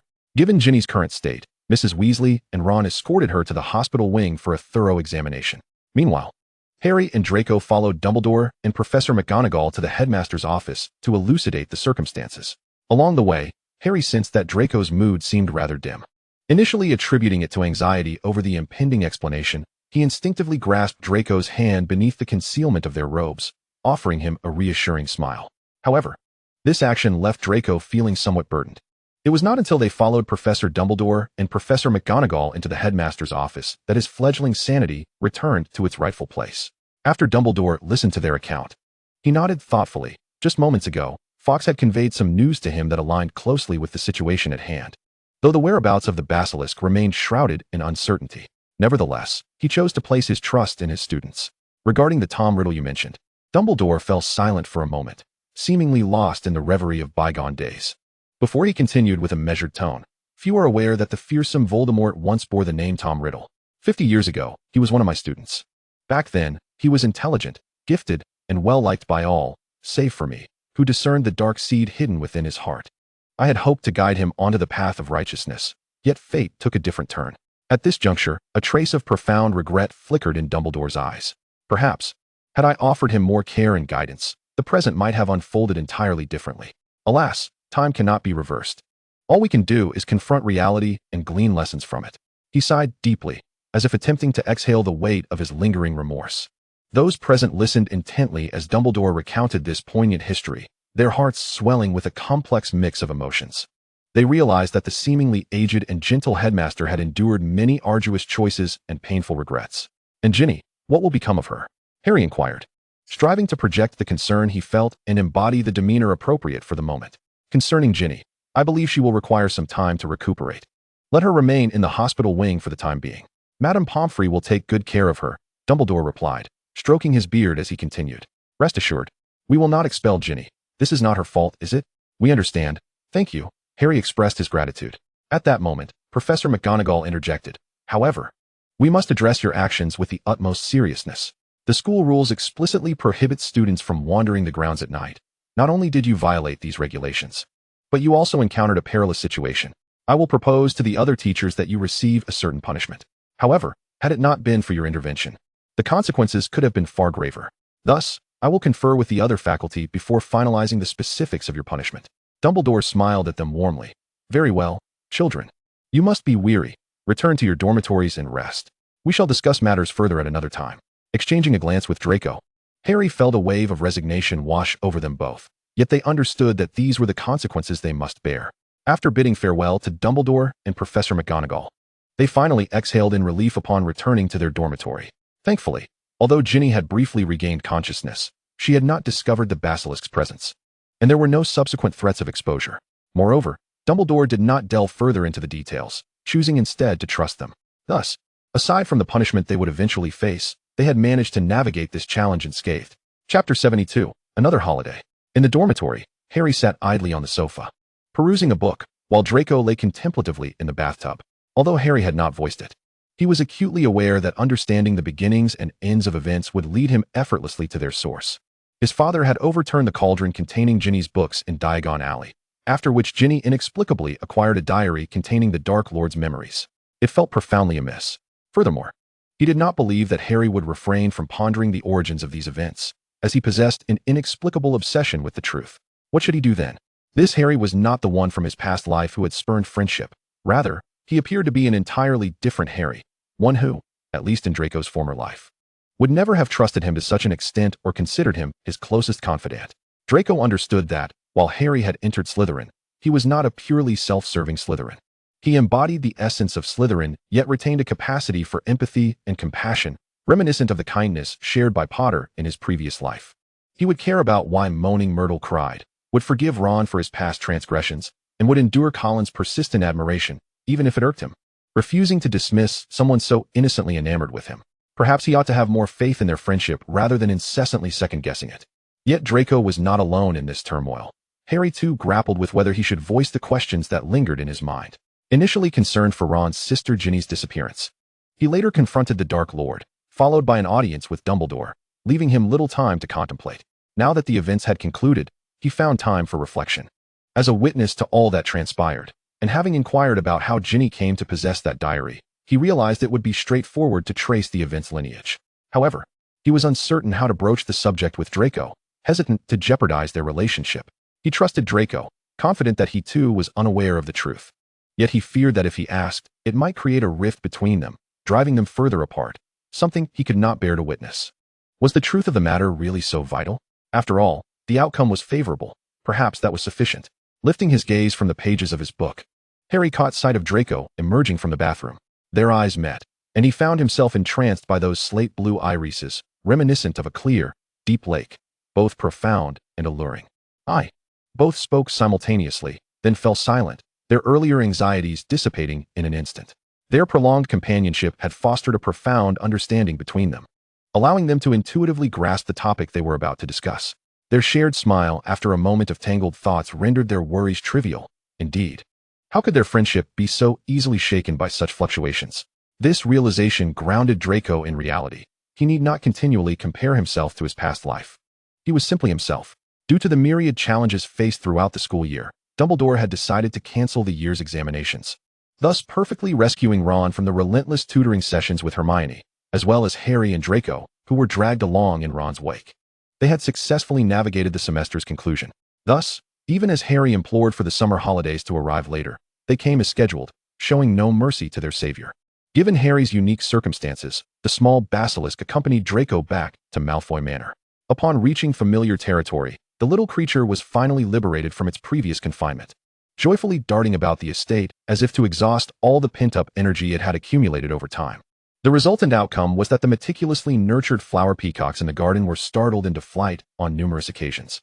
A truly troublesome situation that left Draco in a state of exasperation. However, in stark contrast to Draco's vexation regarding the little basilisk's antics, Lucius appeared to behold a veritable treasure trove, already calculating the myriad benefits that the little creature could bestow upon him. It is worth noting that even the naturally shed scales of a basilisk could fetch an exorbitant price in Knockturn Alley, not to mention other potential profits. Thus, under Lucius's care, our little basilisk was once again acutely reminded of the ancient adage that those who partake of another's hospitality must be mindful of their manners. In comparison to Draco's household, Harry's current predicament was nothing short of pitiable. He had never anticipated that upon his return, he would be confined to the storage cupboard at the bottom of the stairs, stripped of all magical possessions, not even having the opportunity to retrieve his summer homework before being unceremoniously shoved inside. By the time Harry managed to seize his summer assignments, nearly half of his vacation had elapsed, and his birthday was fast approaching. Contemplating his birthday, he found himself missing Draco, even harboring a flicker of hope that he might see him again this year.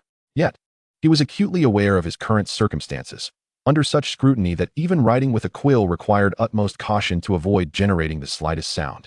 After all, should he be discovered, the consequences would likely entail another confiscation of his belongings and potentially more stringent oversight. Harry also contemplated sending an owl for help, but he found himself unable to approach his owl within 3 paces. Each time, he was either seized and thrown back into the storage cupboard or witnessed Hedwig being taken away, followed by a reprimand and a stern warning against any further transgressions. Truthfully, he had grown weary of such a life. Each morning, he awoke to a world devoid of sunlight filtering through the window, with no one nearby to exchange morning greetings. Only the dim light struggled to penetrate the nailed-up window seams, stirring the dust motes in the air, creating an atmosphere so silent that it became intolerable. Harry lay in bed, turning over, his gaze fixed on the little calendar perched on his bedside. On his birthday, he had drawn a small 5-pointed star. In truth, he had never placed much significance on his birthday. After all, the Dursleys never celebrated it, nor did anyone send him cards, leaving little to anticipate. However, last year marked a turning point, as he received not only heartfelt wishes and gifts from friends, but also enjoyed an unforgettable birthday celebration. This ignited an embarrassing sense of expectation for this most special day of the year. He couldn't help but wonder, what if? If only he could once again share it with him. Chapter 73, A Gift from Afar. Alas, that was hardly feasible. Draco had already informed him that he would be traveling with his parents this summer, and regrettably, they would not be able to spend time together.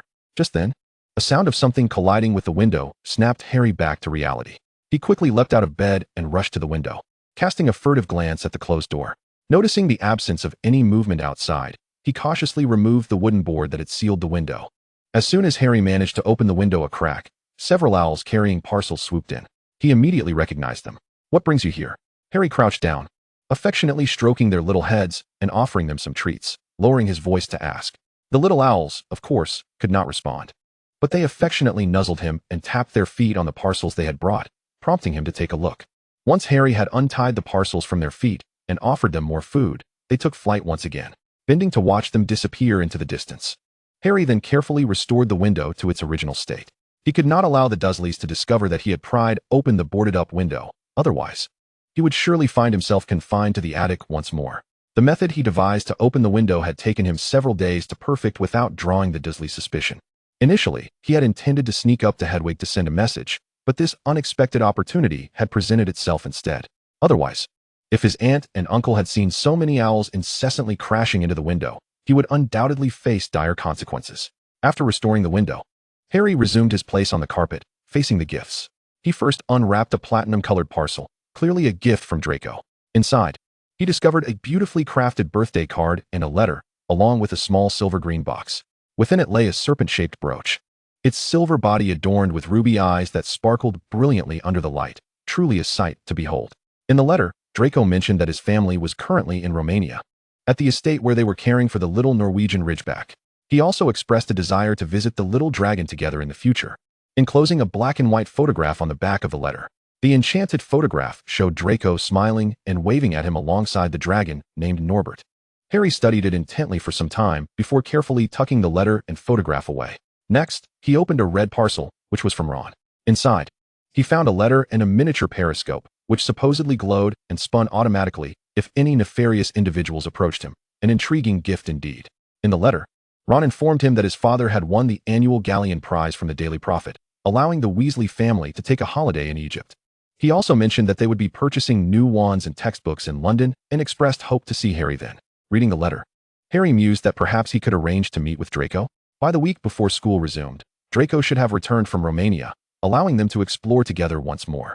Harry was equally fond of the gift Hermione had sent, which was precisely what he needed. She had sent a broom care kit, along with a manual titled Broom Care Handbook, as his broom indeed required some attention. To be honest, he had not anticipated this. He had assumed Hermione would send him some sort of journal or another intriguing book. Besides the correspondence from Hogwarts, only one more parcel remained, wrapped in gray cloth, with a somewhat crooked inscription reading Happy Birthday and signed by Hagrid. Harry carefully unwrapped the parcel, only to be met with the sound of something gnawing and the package shaking vigorously. This caused him to pause in his unwrapping. He truly had no idea what Hagrid might have sent him, given that, in Hagrid's mind, items he deemed harmless could very well be perilous. A prime example would be the spiders he kept in the Forbidden Forest, which he affectionately referred to as his beloved babies. Yet, despite knowing the potential dangers, he couldn't suppress his insatiable curiosity about what Hagrid had truly gifted him. He retrieved his wand from beneath the bed, preparing himself for an imminent confrontation, and then cautiously unwrapped the packaging. When the contents were revealed, Harry found himself momentarily taken aback. He had entertained countless peculiar possibilities about what might be inside, yet never did he anticipate it to be a most peculiar book. Indeed, a book. The exquisite green cover bore the title in shimmering gold letters, The Monster Book of Monsters. However, in stark contrast to its beautiful exterior, the book possessed 2 rows of exceedingly sharp teeth. Suddenly, the book lunged at him with a fierce snap. Without a moment's hesitation, Harry pounced upon it, desperately attempting to stifle its attempts to make noise. As expected, Hagrid's gifts were always the most extraordinary. After an arduous struggle lasting several minutes, Harry finally managed to subdue the frenzied book, binding it securely with a belt before he felt at ease. Only then did he pick up the note Hagrid had written for him. Initially expecting mere casual chatter, he was instead met with a somewhat perplexing revelation that this book was to be one of his essential textbooks for the upcoming term. Merlin, was this truly acceptable? With a tumultuous swirl of emotions, Harry opened the letter from Hogwarts. He had anticipated it to be a routine notification regarding the school schedule and a list of required books for the next term, but to his surprise, there was an additional permission slip. It stated that third-year students could visit Hogsmeade Village on weekends, but parental or guardian consent was required. This stringent condition caused Harry's fleeting hope of receiving good news to plummet into despair. After all, persuading Aunt Petunia to sign for him would undoubtedly prove to be an arduous task. How he wished for a guardian who genuinely cared for him. Chapter 74. The Letter from Hogwarts. When breakfast time arrived, Harry descended from the cupboard to the dining room below. The Dursleys were already seated at the table, cheerfully enjoying their meal. As usual, they were completely indifferent to whether Harry joined them for breakfast, uncaring of his thoughts, and utterly oblivious to the fact that today was his birthday. Fortunately, Harry had long since grown accustomed to their demeanor, and he paid them no mind as he helped himself to some bread. Just as the clock on the wall struck 9, Uncle Vernon hastily finished his sandwich and turned to Aunt Petunia, saying, "Petunia, I think we need to leave soon. Maggie mentioned her train arrives at 10. Upon hearing Uncle Vernon's words, Aunt Petunia suddenly recalled the matter. She quickly set down the sandwich she had been preparing for Dudley, kindly reminding him to eat more, before rushing upstairs to change. Sitting nearby, Harry grimaced at the mention of Aunt Maggie's name and blurted out without thinking, "Aunt Maggie? She is coming here?" "Indeed." Uncle Vernon replied impatiently. "Now, listen closely. She knows nothing of your detestable abilities. Therefore, I do not want any strange occurrences while she is in this house. Understand?" Harry, feeling a surge of frustration, bit into his bread with a vengeance and forced out 3 words through clenched teeth. "Understood." Once Aunt Petunia had changed and descended the stairs, she too warned Harry, "And remember to show respect to your Aunt Maggie. If I see you being rude to her in any way, you can stay locked in the attic for the foreseeable future. Do you hear me?" Harry glanced in her direction, took a deep breath, and lowered his head to conceal his simmering anger. He quickly composed himself, for he needed their assistance in signing that permission slip. Now was a prime opportunity for negotiation. "Of course, I will respect Aunt Maggie," Harry said slowly, raising his head to face Aunt Petunia, a perfectly crafted false smile adorning his face. "But I hope you can assist me with signing that school permission slip." "Huh, why on earth should we help you?" Uncle Vernon sneered disdainfully. "Allowing you to stay here is already our greatest act of kindness." "You certainly don't need to help me," Harry replied. "However, I cannot guarantee that I won't accidentally reveal certain details." His face wore an innocent smile. "You." Uncle Vernon glared at Harry, clearly infuriated by his words. His fists clenched as if he were about to strike him, but Aunt Petunia intervened just in time. "Listen here. We will sign that wretched permission slip," Aunt Petunia said, her brow furrowed with anger. "But you must behave yourself while Aunt Maggie is visiting. Do you understand?" "Of course. I swear I will," Harry replied without hesitation, pleased to have achieved his goal. Once Aunt Petunia and Uncle Vernon hurriedly departed, Harry cast a glance at Dudley, who was still fixated on the television, and quickly stuffed a few bites of bread into his mouth before stealthily making his way to the basement. His Hedwig was locked away down there, and this was the perfect opportunity to check on his poor little owl. Harry carefully opened the basement door, providing Hedwig with some water and food, while gently stroking her little head. "Hedwig, I'm so sorry I can only sneak in to see you like this." Hedwig emitted a couple of plaintive hoots, nuzzling against her owner's hand, clearly unwilling to remain in the cramped, dark basement, hoping her master would take her away. "I think you need to get out for a while," Harry said soothingly, avoiding the pitiful gaze of his pet. "You can go find Draco. He will take good care of you." Upon hearing this, Hedwig hooted in discontent, her eyes brimming with indignation. After much effort, Harry finally managed to soothe Hedwig, assuring her that she need not be angry anymore, and then he carefully lifted the cage and dashed into his room like a thief. He quickly shut the door, peering through the gap in the window to ensure no one was nearby, before cautiously removing the wooden slats sealing the window. Only then did he release Hedwig from her cage. Harry allowed Hedwig to flit about the room as he fervently penned a brief letter. Once completed, he reviewed it to confirm there were no issues, then called for his little owl, solemnly tying the note to her leg. He reiterated the importance of seeking out Draco before carefully sending her on her way. Chapter 75, Aunt Maggie. It was only after watching Hedwig soar into the distance that Harry set about restoring the window to its original state. He first tidied his unruly hair, which seemed to defy all attempts at order, and once that was settled, he turned to sit on his bed, contemplating how to confront his loathsome aunt. From a young age, every encounter with Aunt Maggie had been marked by her incessant criticisms of his attire and hairstyle, or her relentless chatter about his parents' demise. Otherwise, she would bestow upon him some worthless trinket, while presenting Dudley with a gift that appeared lavish, all the while looking down upon Harry with disdain and deriding him as deserving only of the rubbish. She seemed to relish the moments when Uncle Vernon would punish him for any perceived misstep. After all, a burden like him should not be present in the home of his beloved brother, but ought to be sent to that wretched orphanage, where he could reside with those parentless children. She believed that would be his rightful place. Although he himself shared this sentiment, why not simply send him to the orphanage? As long as he no longer had to face that family, he believed he would be content with any outcome. "Harry, for heaven's sake, why aren't you out here to help?" Aunt Petunia shouted loudly as she returned home. Hearing her call, Harry abandoned his musings and hurriedly dashed down the stairs. He certainly did not wish to be caught in any wrongdoing that might jeopardize his lunch. Upon reaching the door, he immediately spotted the aunt he so despised. She grasped an oversized suitcase in one hand and cradled her beloved bulldog, named Lippy, in the other. "Oh, where's my Dudley?" Aunt March, without even glancing at Harry standing nearby, hurled the hefty suitcase at him and strode into the house. Having heard the commotion, Dudley soon emerged. As soon as Aunt March caught sight of her cherished nephew, she rushed over and enveloped Dudley in a single arm, planting a hearty kiss on his chubby face. "My dear Dudley." Aunt Marge released Dudley and extracted a banknote of unspecified denomination from her pocket, handing it to him with an indulgent smile. "Here, take this. Go buy yourself some sweets." Upon seeing the banknote, Dudley's face, which had been nearly smothered by her embrace, instantly blossomed into a grin. "Thank you, Aunt Marge." "Marge, would you care for some tea?" Aunt Petunia kindly inquired as she took Lippy from Aunt Marge's hands. "And what can Lippy eat now?"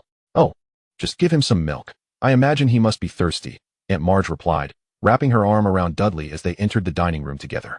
Just then, Uncle Vernon, who had just closed the door behind him, cast a threatening glance at Harry, who was still clutching the suitcase, and in a hushed tone warned, "You better remember what you said, boy."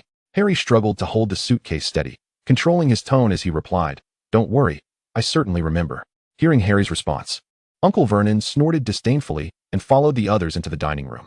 Once they had all entered, Harry laboriously carried the suitcase upstairs to the guest room to place Aunt Marge's belongings. Woof, woof, woof. The bulldog, who had been happily lapping at the milk, immediately barked at Harry as he passed by. This triggered a memory from his childhood, when Dudley, in his mischievousness, had tugged on the dog's tail just as Harry happened to be walking by, leading the dog to believe Harry was responsible and chase him down several streets before relenting. Dudley had laughed about it for ages, even boasting about it, and causing Harry to be ridiculed at school for quite some time. "What are you still doing here? Hurry up and put my things away." Aunt Marge bellowed at Harry, her eyes filled with disdain. Harry fervently reminded himself of the importance of that permission slip, forcing a smile as he responded to Aunt Marge, "I'm on my way." "Humph. It seems you've become a bit more sensible," Aunt Marge scrutinized Harry, attempting to find fault in his appearance. Finding nothing wrong, she finally waved her hand as if granting him mercy, indicating he should leave her sight. The following days could only be described as disastrous, and Harry found himself yearning for the time before Aunt Marge's arrival. After all, being ignored by Aunt Petunia's family was far preferable to being openly scorned and criticized. Indeed, some things are fundamentally flawed, and there is no remedy for them. As she spoke, Aunt Marge cast a deliberate glance at Harry, lifting her teacup. "It's as if it's inherited, whatever sort of creature it is. It can only produce its kind." Upon hearing this, Harry, who had been trying to maintain a low profile, tightened his grip on the fork. His gaze turned icy as he fixated on the teacup in Aunt Marge's hand, attempting to teach her a lesson. He then endeavored to channel the increasingly agitated magic swirling around him, directing the restless energy straight toward the teacup. Suddenly, with a resounding bang, the teacup in Aunt Marge's hand shattered. Scalding tea splattered all over her, and shards of the cup even tore through her beloved red skirt. The incident left Aunt Marge utterly stunned. She stood there, dazed, clutching the remaining pieces of the cup, speechless. Aunt Petunia, seated beside her, was also taken aback, shooting a furious glance at Harry before anxiously asking Aunt Marge, "Marge, are you all right?" After a lengthy silence, Aunt Marge finally regained her composure. Clumsily brushing away the porcelain shards from her clothes, she retrieved a handkerchief and slowly wiped the tea that had splashed onto her face, finally managing to reassure herself. "Oh no, I'm fine. It must be the fault of the teacup. I've encountered similar incidents elsewhere, so don't worry, Petunia, no need to make a fuss." However, this feeble explanation did little to dispel Aunt Petunia and Uncle Vernon's suspicions regarding Harry. Yet, not wishing to expose Harry's peculiarities in front of Aunt Marge, they reluctantly let him slip back to his room. Harry had hoped that such an incident would temper Aunt Marge's behavior. However, come dinner time, she resumed her usual tirade, first lauding Dudley for his countless virtues before swiftly turning her attention to Harry. "Look at this one. He is the epitome of a counterexample. Not to mention his pitiful frame, that unruly mop of hair is simply ridiculous." As she spoke, she rolled her eyes and continued, "He looks like a scruffy rat from a gutter. One might think you've been particularly harsh on him." Chapter 76, Escape. Hearing her words, Harry fervently repeated the mantra of the application form in his mind, attempting to maintain his composure. He could not afford to unleash his magic twice in a single day, as that would leave him unable to explain himself to the Ministry of Magic and might even breach the regulation of Underage Sorcery Act. Although Harry continued to endure, Aunt Marge clearly had no intention of letting him off the hook, insisting, "Just as I said at lunch, this is all hereditary." She pretended to comfortingly pat Petunia on the shoulder and added, "But, Petunia, I'm not speaking ill of your family here. If blame must be assigned, it should fall upon your sister. She truly lacks discernment. To elope with a man of unknown origins, the consequences of which are now laid bare before us. As far as I know, that man is named Potter, isn't he, Vernon?" Aunt Marge took a generous swig of the red wine before looking at Uncle Vernon, raising her chin in inquiry. Uncle Vernon, however, seemed disinclined to discuss it further. He merely mumbled an indistinct acknowledgement, offering Aunt Marge a piece of dessert, saying, "Marge, try this. It's something Petunia made, quite good." "Oh, thank you." Aunt Marge accepted the dessert and took a bite, Yet contrary to Uncle Vernon's hopes, she did not shift her focus elsewhere.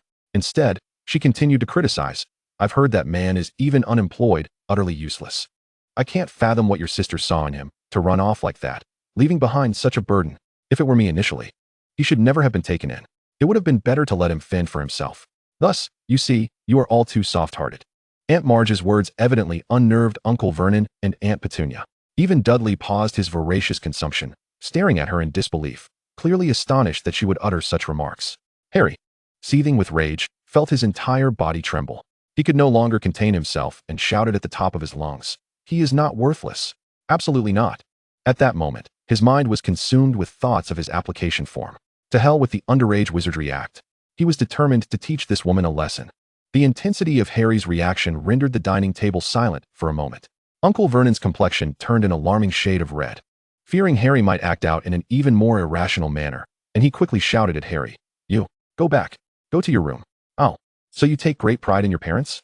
Aunt Marge seemed undeterred by Harry's furious demeanor, even convinced that her words were justified. She continued, embellishing her tale. "I remember they died in a car accident, didn't they? I can guarantee it was your worthless father, intoxicated and disoriented, causing that tragedy. They were not. They were not." Harry sprang to his feet, gripping tightly the wand that slipped from his sleeve, searching for a spell that would deliver a severe lesson. "They were. You ungrateful, barbaric little." Before Aunt Marge could finish her sentence, she suddenly began to swell and ascend, like a balloon filled with hydrogen, rising higher and higher. Aunt Marge, Aunt Petunia, and Uncle Vernon were clearly stunned by this unexpected turn of events. It wasn't until Harry grabbed his belongings and moved to the doorway that they snapped back to reality, shouting furiously at Harry to return, cursing, "Come back. Hurry up. Put her down. Do you hear me?" But Harry was beyond caring, pointing his wand at the advancing Vernon, threatening word by word, "If you don't want to end up like that, you'd best not move." He then flung open the door and dashed outside with his luggage without looking back. Harry had no idea how long he walked. Once he detached himself from his fury, he felt as if the surrounding silence was about to engulf him entirely. An inexplicable emotion gripped him tightly, making it hard to breathe. He knew he had indeed acted incorrectly. He understood the implications of violating the Underage Wizardry Act. Perhaps in a few days, he would receive an expulsion notice from Hogwarts, and the Ministry of Magic would be after him. He thought to himself, perhaps this was the end. However, worse than that was the fact that he currently had nowhere to go. No, perhaps he could seek out Draco? With only a few weeks until school began, he could first go to London, then stay a few days at the Leaky Cauldron in Diagon Alley before finding Draco. With this thought, Harry convinced himself that he could take a gamble that his status as the boy who lived was significant enough. Perhaps the Ministry would merely issue him a simple warning, and Hogwarts would not expel him, but merely impose a reasonable consequence. He gazed down the seemingly endless street, gritting his teeth, and ultimately made up his mind. He chose to take a chance and head to Diagon Alley. Fortunately, Hermione had educated him about a mode of transportation in the Muggle world called the Night Bus, which provided emergency transport for lost wizards, taking them wherever they wished to go. Harry retrieved his wizarding robes from his trunk, donning the hood to conceal the prominent scar on his forehead. He then raised his wand and uttered the incantation, a bright light flashing at the tip of his wand. Suddenly, a deafening crash erupted behind him. Two warm yellow beams of light instantly dispelled the surrounding darkness, and Harry turned to see the source of the illumination. It was a triple-decker, deep purple bus, with the words Night Bus scrawled haphazardly across its side. "Welcome aboard the Night Bus. I am your conductor, Stan Shunpike." A young man with enormous pointed ears stepped out from the bus, introducing himself to Harry. Harry glanced at the peculiar bus, deliberately lowering his voice and altering his tone. He slowly replied, "Hello, Mr. Shunpike. My name is Lehigh Evans. How much for a trip to Diagon Alley in London?" "London, you say? Let me see. Oh, you only need 11 sickles." Upon finishing, Stan Shunpike scrutinized Harry for a moment, noticing his obviously expensive attire, and continued, "Also, if you're willing to pay 14 sickles, you can enjoy a cup of hot cocoa. If you feel that isn't sufficient, pay us 15 sickles, and we'll throw in a hot water bottle and a toothbrush." Hot cocoa. Harry felt that he truly needed a warm drink given his current predicament. Having already paid 14 sickles, it would be wise to add another for a hot water bottle and toothbrush, ensuring he would be more comfortable. Thus, Harry readily handed Stan Shunpike 15 sickles and boarded the bus. To Harry's surprise, there were no seats inside the bus, only several iron-framed beds.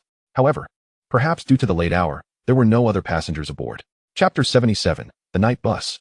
Stan Shunpike guided Harry to a seemingly decent bed and tucked his luggage beneath it. "That's our driver, Ern Plunkett.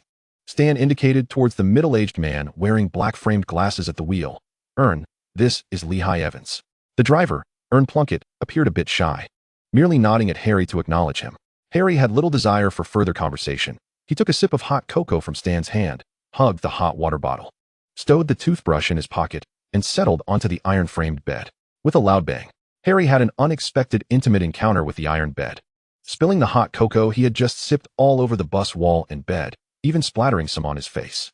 Lying there, Harry clutched the now empty cup, momentarily at a loss for how to react. After a brief pause, he struggled to rise, only to find Stan looking at him with concern. Oh, goodness. Seeing Harry's disheveled state, Stan Shunpike hurriedly cleaned him up before Harry could utter a word. Once Harry was restored to a semblance of neatness, Stan, feeling a tad guilty, said, "My apologies. I should have warned you to be careful." It's all right." Harry waved his hand, indicating that he was fine, though his tightly gripped hands on the bed's railing betrayed his inner turmoil. Stan scratched his head, glancing around, and grabbed a newspaper from the stand, offering it to Harry. "There's still some time left in the journey. You can read the paper to pass the time." Thank you." Harry accepted the newspaper and nestled against the head of the bed. After all, in this bus that occasionally jumped to great heights and emitted loud bangs, Harry found it impossible to sleep. He idly flipped through the pages of the newspaper in his hands. At that moment, a haggard man with long, unkempt hair caught his eye. Yet for some inexplicable reason, Harry felt a strange sense of familiarity towards this individual. However, upon noticing the accompanying article beside the photograph, he swiftly dismissed that fleeting sensation. A fugitive supporting Voldemort. What could possibly evoke such a sense of kinship in him? Shaking his head, Harry set the newspaper aside and closed his eyes, awaiting their destination. After a night of relentless travel, they finally arrived at the door of the leaky cauldron just as dawn broke. A profound sense of relief washed over Harry. He resolved that he would never again subject himself to that cursed night bus. Just as Harry was about to lift his luggage and step into the leaky cauldron, a diminutive figure cloaked in stripes hurriedly called out to him. "Harry, is that you?" "Wait." Turning back in confusion, Harry recognized the current Minister of Magic, Cornelius Fudge. He recalled that it was Fudge who had previously taken Hagrid away. Before Harry could react further, Fudge had swiftly appeared by his side, his hand firmly gripping Harry's shoulder, as if fearing he might vanish at any moment. Subsequently, Harry found himself being ushered into the leaky cauldron by Fudge. He made no effort to resist, obediently following Fudge inside, behaving almost uncharacteristically docile. Upon entering the leaky cauldron, the dim lighting cast a unique ambience throughout the establishment. The owner, Tom, who had been waiting inside, approached with a broad smile. "Minister, you've arrived. It seems you've found him," he said, his tone laced with respect, glancing curiously at Harry. Fudge nodded, appearing somewhat weary as he replied, "Yes, Tom, this is Harry Potter. We need a quiet place to talk." They followed Tom through a narrow corridor and entered a relatively tidy little room. Seeing that Harry had no intention of fleeing, Fudge finally released his grip and gestured towards the sofa by the fireplace, indicating for him to sit. Once seated, Tom presented a menu. "Minister, would you like anything? I have the freshest butterbeer and specially crafted magical desserts, both of which are quite delightful." Fudge waved his hand dismissively. "No, thank you, Tom. Just a special dessert and a cup of hot tea for him will suffice." Harry remained silent, casting a cold glance around the room, ensuring there was no threat before feigning nervousness by pressing his lips together, reflecting the emotions he felt were expected of him at that moment. Noticing Harry's demeanor, Fudge gently patted him on the shoulder. "Don't worry, Harry, it's quite safe here." When Harry still remained silent, Fudge adjusted his clothing and introduced himself. By the way, I forgot to mention, I am Cornelius Fudge, the Minister of Magic." Harry nodded, fully aware of this fact, yet he had no intention of revealing it. After all, Draco had previously warned him that Fudge was not as incompetent and naive as he appeared. At that moment, Tom entered with a tray, which held not only the tea but also a plate of chocolate biscuits. "Here is your tea and dessert, Minister," he said respectfully. "Thank you," Fudge replied, placing the tray on the coffee table and handing the dessert to Harry with a friendly smile. "Go on, eat. You must be famished." Harry accepted the dessert, remaining silent as he sat, acutely aware of Fudge's demeanor towards him, which confirmed his significance within the wizarding world. He had indeed made the right bet. However, to seize the initiative, he needed to extract more information from Cornelius Fudge. Once Tom had departed and seeing that Harry still had no intention of speaking, Fudge sighed. "To be honest, you've really made a mess of things, running away from your aunt's house like that. Thankfully, you came to no harm. Rest assured, we have dealt with your Aunt March. Our people rescued her and modified her memory." Noticing Harry's continued silence and angry expression, Fudge pressed on. "You needn't worry about your aunt's attitude. Although they are understandably furious, They have agreed to let you return for the summer. However, you must remain at school during Christmas and Easter. I will not be going back, Harry declared resolutely.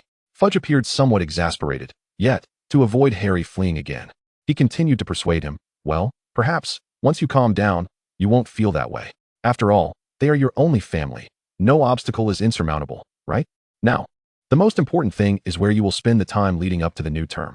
Would you be willing to stay at the Leaky Cauldron for the time being?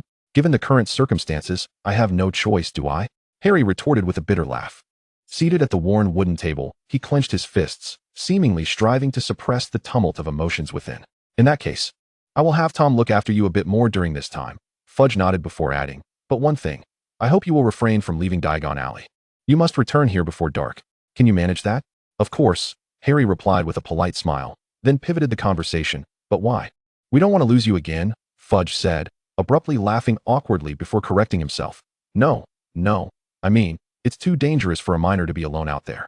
We have an obligation to ensure the safety of every underage wizard. With that, Fudge stood up, preparing to leave. Noticing Fudge's urgency, Harry suddenly recalled the article he had seen in the newspaper and asked, is there any news about Sirius? The question seemed to catch Fudge off guard, making him visibly uncomfortable. Why the sudden interest in that? He inquired. Oh, have you heard something? Ah, we are also eager to locate him. To imprison him once more in Azkaban, Fudge sighed. But at the moment, there is no news of his whereabouts. However, I believe we will eventually capture him. After all, I've never seen the guards at Azkaban so vexed. Fudge glanced at Harry's expression, noticing his lack of response, waved his hand dismissively. All right, I really must be going. Fudge hastily exited the Leaky Cauldron, leaving Harry alone to ponder deeply. Not wanting to lose you again, did that imply that he had always been under their surveillance? It seemed implausible that they had found him so quickly, merely moments after his escape. Clearly, his reputation as the savior held immense significance. And as for Sirius Black, for reasons he couldn't quite articulate, Harry felt an inexplicable connection to him, as if there lay some crucial secret hidden beneath the surface. Yet, at that moment, Harry was too weary to delve into such matters. After a single night, he felt as though he had traversed a surreal dreamscape. After admonishing his aunt, he fled from the confines of the Leaky Cauldron, remarkably unscathed by any repercussions, and relished over 10 days of newfound freedom. This was a life he had never dared to imagine, yet had longed for fervently. Without even changing his clothes, he collapsed onto the bed, allowing the plush bedding to envelop him, bringing him an unprecedented sense of relaxation. Harry let out a contented sigh, haphazardly pulling the blanket around himself, and swiftly drifted into slumber. Awakening groggily at 2 in the afternoon, Harry contemplated that had it not been for the gnawing hunger in his stomach, he could have easily continued his repose. This experience was utterly novel. He could disregard all responsibilities, and even if he missed mealtime, he need not fret about enduring hunger or attending to the chaotic household chores. There was no need to be summoned to tend the garden or engage in other tasks. Most importantly, there was no one to nag him about his shortcomings. Harry leisurely washed up in the bathroom, slipping into a simple set of casual attire. After meticulously arranging his hair to effectively conceal his iconic scar, he ambled outside. Following a relaxed meal at the Leaky Cauldron, he made his way to the backyard. He retrieved his wand and tapped the third brick from the left atop the rubbish bin, at which point the vibrant scene of Diagon Alley gradually unfolded before him. Naturally, he had not neglected to withdraw a sufficient amount of galleons from Gringotts to embark on his brief escapade. Over the past few days, Harry had embraced a life of ease.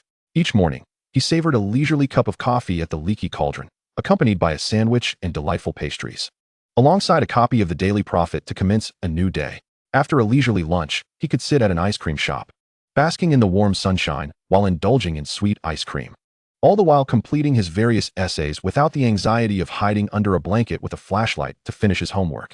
He could wander through the myriad of shops, perusing for anything that caught his fancy. Moreover, he had purchased special back-to-school gifts for Draco and each of his friends. As the school term approached, with just a week remaining, Harry received a note penned by Draco, delivered by Hedwig. This charming little owl appeared to have gained a bit of weight, her feathers shimmering more brightly than before, clearly well cared for by Draco. Harry, I have returned from Romania. I hear you are residing at the Leaky Cauldron. Would you like to visit my home? If you decide to come, please reply. We could also go together to purchase the necessary books for the upcoming term. Your friend, Draco. Although Harry was delighted to receive Draco's invitation, it was evident that the languid days of the past fortnight had made him reluctant to relinquish this rare opportunity for continued enjoyment. He pondered, since Draco could invite him, perhaps he could extend an invitation to Draco as well?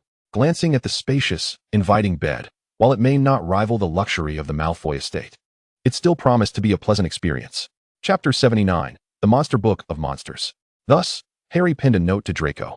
Draco, I regret that I cannot come to you, but would you like to stay at the Leaky Cauldron with me for a few days?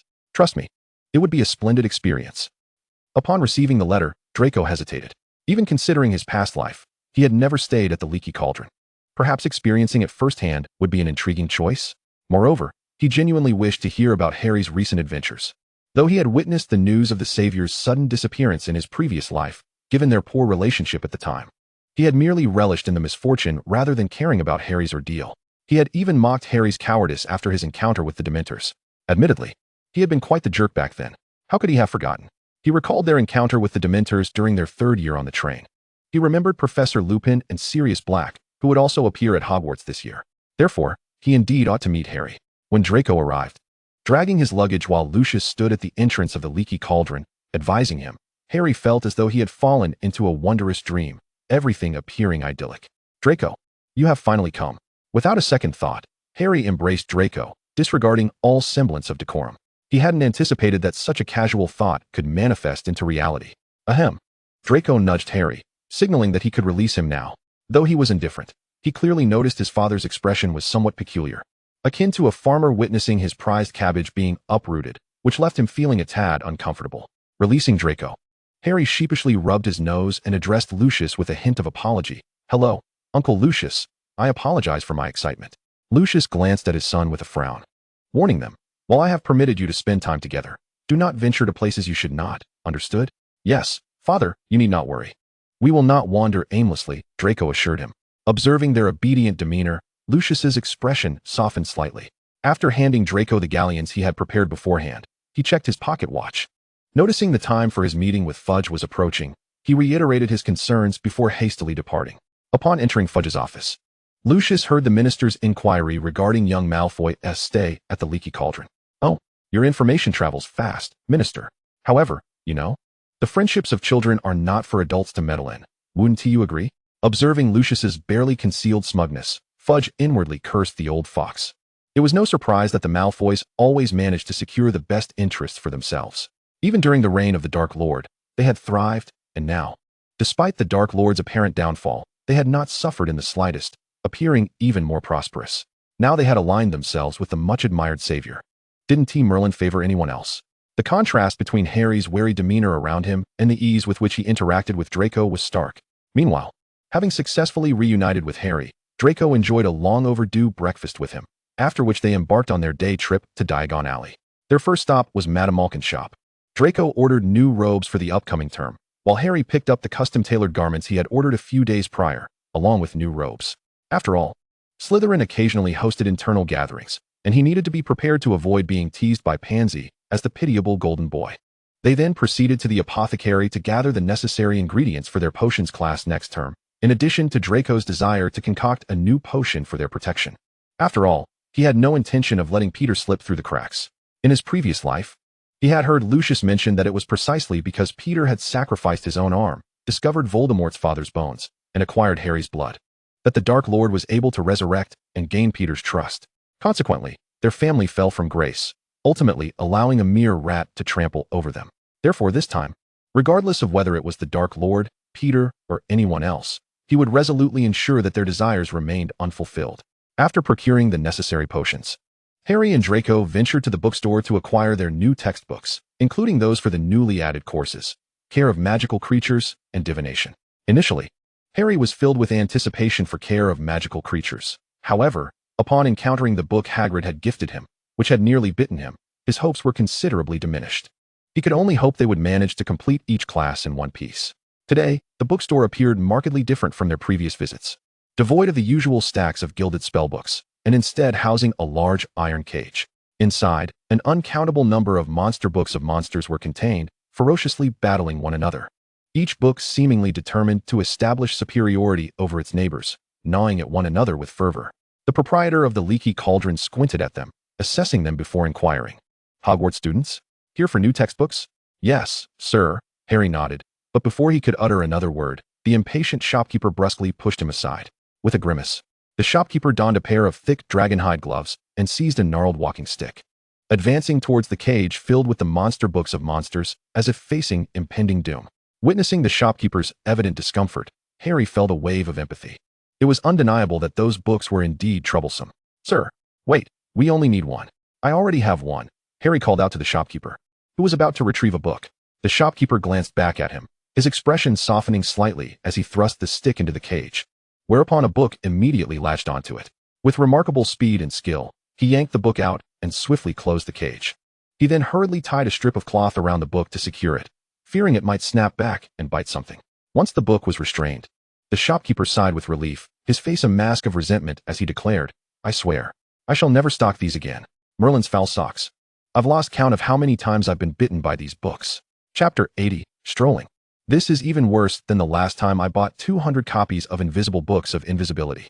I spent a fortune, and I still haven't recovered those books. I thought nothing could be worse, yet here we are. Enough of that. Do you have anything else you desire?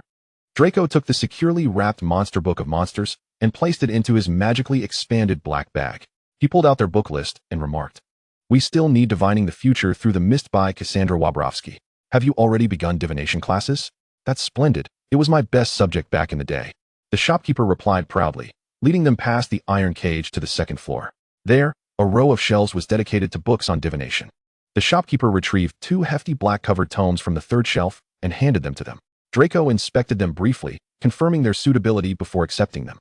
At that moment, Harry's attention was captured by a book displayed on a small table to the left. Curiously, he inquired, "Is that also a book on divination?" The shopkeeper followed Harry's gaze, landing upon a tome titled Ominous Signs. What to do when you know doom is approaching. His expression grew solemn as he warned, "I advise against reading that book too lightly.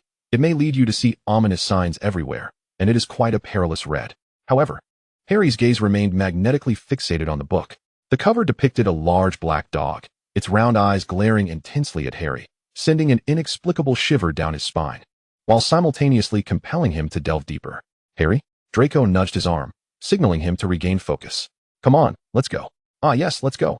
Harry finally snapped back to reality, casting one last bewildered glance at the book before following Draco downstairs. As they completed their purchase and exited the leaky cauldron, they noticed a throng gathered around the Quidditch shop. Exchanging glances, they silently agreed on their intentions and made their way towards the crowd.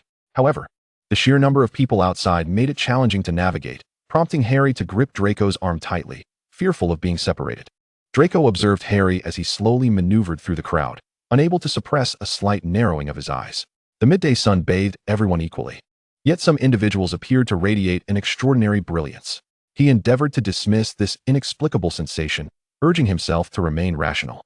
Upon infiltrating the throng, they spotted a small platform showcasing an exceptionally striking broom. "Wow, that broom is stunning. I've heard it's the fastest broom in the world, right?" "Indeed. I heard the Irish International Club just placed an order for 7 of them." The crowd buzzed excitedly about the broom. Harry leaned closer to inspect the plaque beside it, which read, "This is the latest high-speed flying broom, the Firebolt, featuring an aerodynamic design and a premium ash wood handle treated with diamond polish. Each broom is inscribed with a handcrafted registration number. The tail of the broom is composed of meticulously selected birch twigs, shaped for streamlined efficiency, granting unparalleled balance and exquisite accuracy. It can accelerate from a standstill to 150 miles per hour in 10 seconds and exhibits magical braking capabilities. Price upon inquiry." "Price upon inquiry?" Harry pondered, recalling his substantial collection of galleons. While he believed he could afford such a broom, he hesitated. After all, he already owned one, purchased just last year, which he had only recently broken in. If he were to switch, he would need to relearn, which felt like an unnecessary expenditure of time. Draco, meanwhile, contemplated the broom named Firebolt, recalling how Harry had achieved numerous victories with it. Should he perhaps gift it to him? He fiddled with the sapphire cuff Harry had given him that morning, considering that, based on what he knew from his previous life, the price would not be vastly different. However, observing Harry's indecisive demeanor, he ultimately abandoned the idea. Had the broom's price been explicitly stated rather than left open-ended, he might have purchased one for Harry, understanding that such a gift would be equitable and devoid of any obligation. Yet, he knew Harry well. He relished giving to others but despised feeling indebted, even to his closest friends. Perhaps it stemmed from a childhood filled with deprivation, where he had never received much, so when faced with excessive generosity, he would become uncharacteristically flustered. Thus, Draco deemed it unnecessary to impose such an emotional burden upon him. However, he truly did not believe that Harry needed to be entangled in anything. it was evident that he remained blissfully unaware of the extent of his wealth, even oblivious to the fact that the considerable pile of galleons alone was sufficient for him to lead a life of leisure indefinitely. In truth, it was rather endearing. Draco felt a profound chill at his own wayward thoughts. While it was undeniable that Harry was indeed quite handsome, to find him adorable was an entirely different matter. Surely, some unknown creature must have invaded his mind to provoke such bizarre notions. Meanwhile, Harry, reluctantly retracting his gaze from the broomstick, noticed Draco's expression of vexation and inquired curiously, "Draco, what is the matter?" "Oh, I'm fine." Draco quickly adjusted his expression and flashed a smile at Harry, deftly shifting the topic. "What shall we have for dinner later? How about we go to that steakhouse at the end of the alley? I must say, their black pepper sauce is simply exquisite. You are sure to love it," Harry proposed excitedly, not delving further into Draco's earlier demeanor. As days passed, the start of the school year approached swiftly. They had nearly explored every nook and cranny of Diagon Alley, with their most frequented spot being the Quidditch specialty shop. Each time they passed, they would gaze longingly at the firebolt and fervently discuss their previous matches, as well as the forthcoming Quidditch practices to be intensified upon returning to school. Eventually, feeling unsatisfied, they even covertly altered their appearances using Polyjuice Potion and ventured into Nocturne Alley to procure some unique items. After all, no one could recognize them, which afforded them a certain reckless abandon. Just as they were deliberating where to have lunch, they suddenly heard someone calling their names from behind. Turning around, they saw Hermione and Ron striding towards them. "We finally found you," Hermione exclaimed joyfully. "We went to the Leaky Cauldron looking for you, but the owner said you were here, so we came over." Ron nodded in agreement, adding, "We wandered around for ages and couldn't find you. We were thinking we might just wait to see you at school." Fortunately, Ron had sharp eyes. He spotted you two from afar, and when we called out, we were thrilled to find it was indeed you. Hermione felt fortunate, believing their luck had turned out well. How serendipitous. Harry beamed at the sight of his friends, gesturing towards the steakhouse at the end of the alley. "We were just about to have dinner. Care to join us?"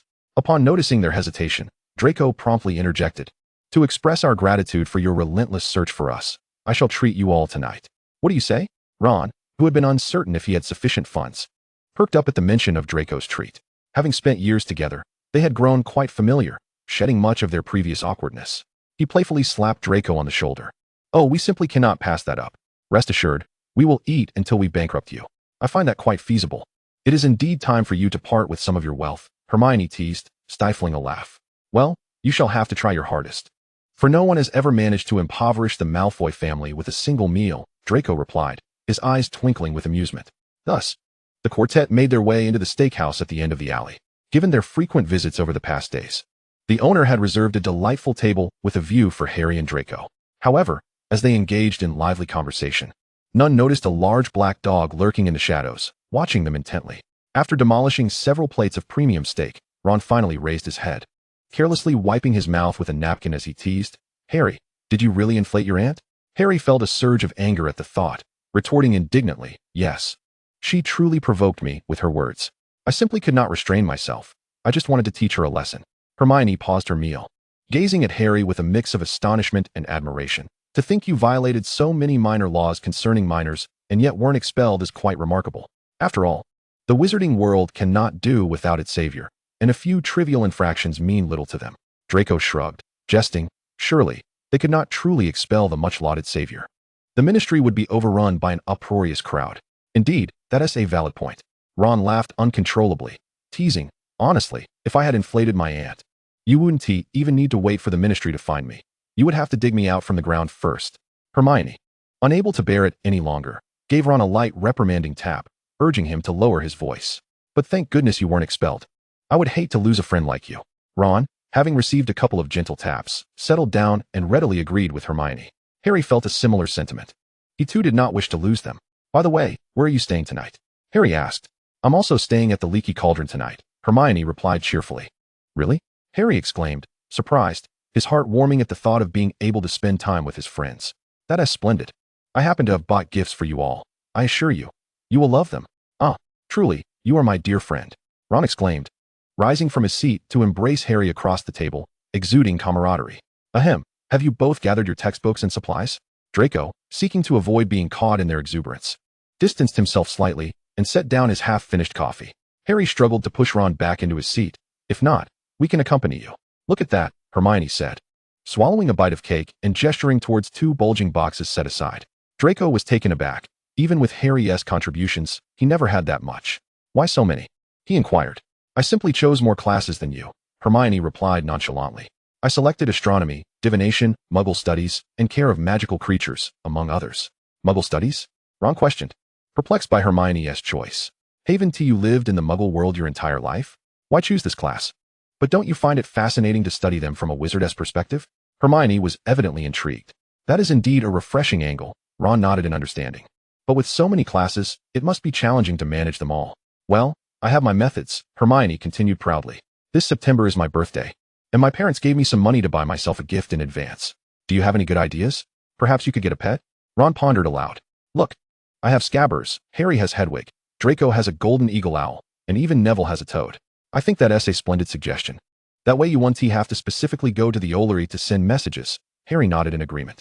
Hermione considered this. Realizing she indeed lacked a good companion, that's a rather good idea. Having finished his coffee, Draco wiped his mouth with a napkin. I remember there's a magical shop just around the corner. If you're interested, we could take a look. Perfect. I can take Scabbers for a checkup, Ron said, pulling his pet rat from his pocket. He has been acting strangely since we returned from Egypt. I'm worried he might be ill. Upon seeing the rat, Draco immediately recognized it as Peter Pettigrew. In his previous life, following the cessation of hostilities, Harry sought to vindicate the heroes by graciously accepting an interview with the Daily Prophet, recounting their lesser-known feats. Among these revelations was the truth regarding Sirius Black, who had been wrongfully accused and betrayed by Peter Pettigrew. It was only then that the public realized the extent of their misunderstanding towards Sirius.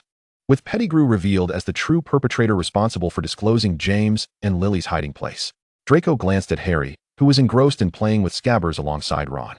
Perhaps he could orchestrate a delightful surprise for Harry? He was well aware of Harry's longing for familial connections. If he could restore Sirius's name, Harry would finally be able to claim him as a legitimate family member.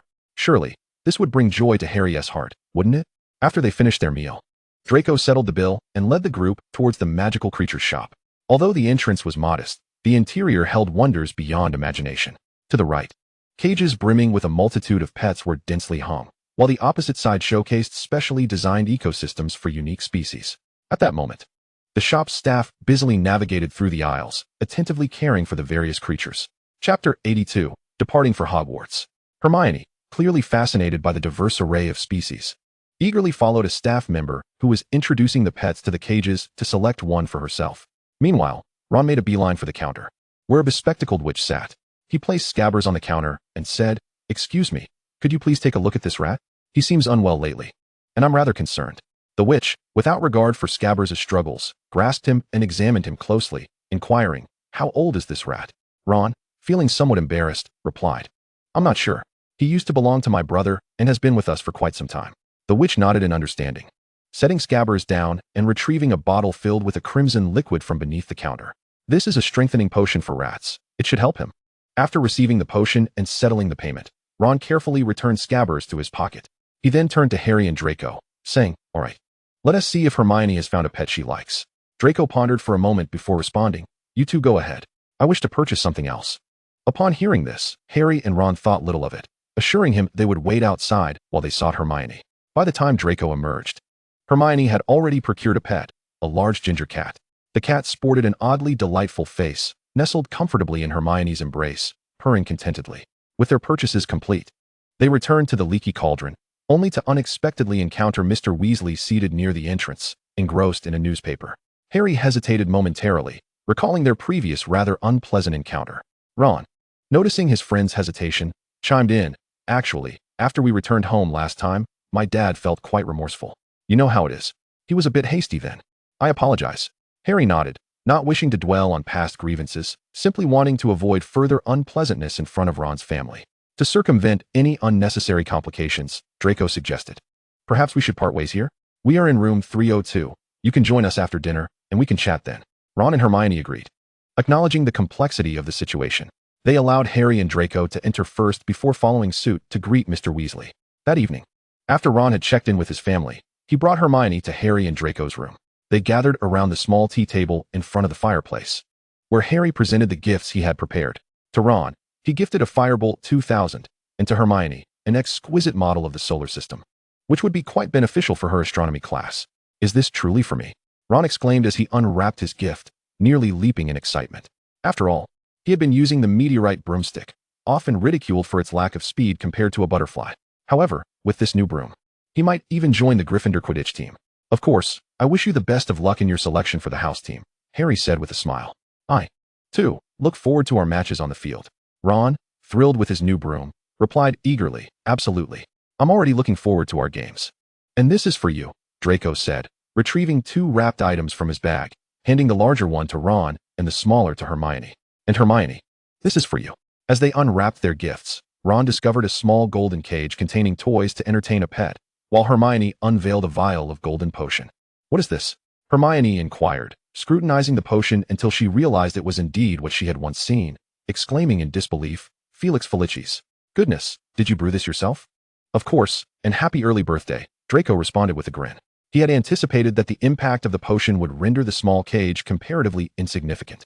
With various protective enchantments woven into it, he was confident that Pettigrew would not be able to infiltrate their lives again. The 4 of them spent the remainder of the night joyously playing and laughing before reluctantly parting ways. The following morning, Lucius awaited them at the Leaky Cauldron, ready to escort them to the station. When they arrived, only a few minutes remained before departure. Harry immediately spotted Pansy and Blaise, who were conversing while waiting on the platform. Upon realizing their approach, Blaise waved enthusiastically, urging them to hurry. You're quite slow, Pansy remarked. Fortunately, I sent Goyle and Crabbe ahead to secure our compartment. Otherwise, we would have been cramped with others. Harry and Draco exchanged amused glances and quickened their pace, carefully navigating Pansy's commentary. As they maneuvered through the throngs of passengers, Goyle and Crabbe stood flanking the door of a compartment, waving them over as they arrived. Once settled, Blaise teased. Harry, I heard you sent your aunt soaring into the sky. Enough of that. She was insufferable. She deserved it. Harry retorted, showing no remorse. Curious about Harry's recent experiences, Pansy and the others prompted him to share, and he presented them with the gifts he had brought along. Chapter 83, The Oncoming Danger. To be candid, Draco felt a twinge of anxiety. He was aware that, midway through the journey, Dementors would make a sudden appearance.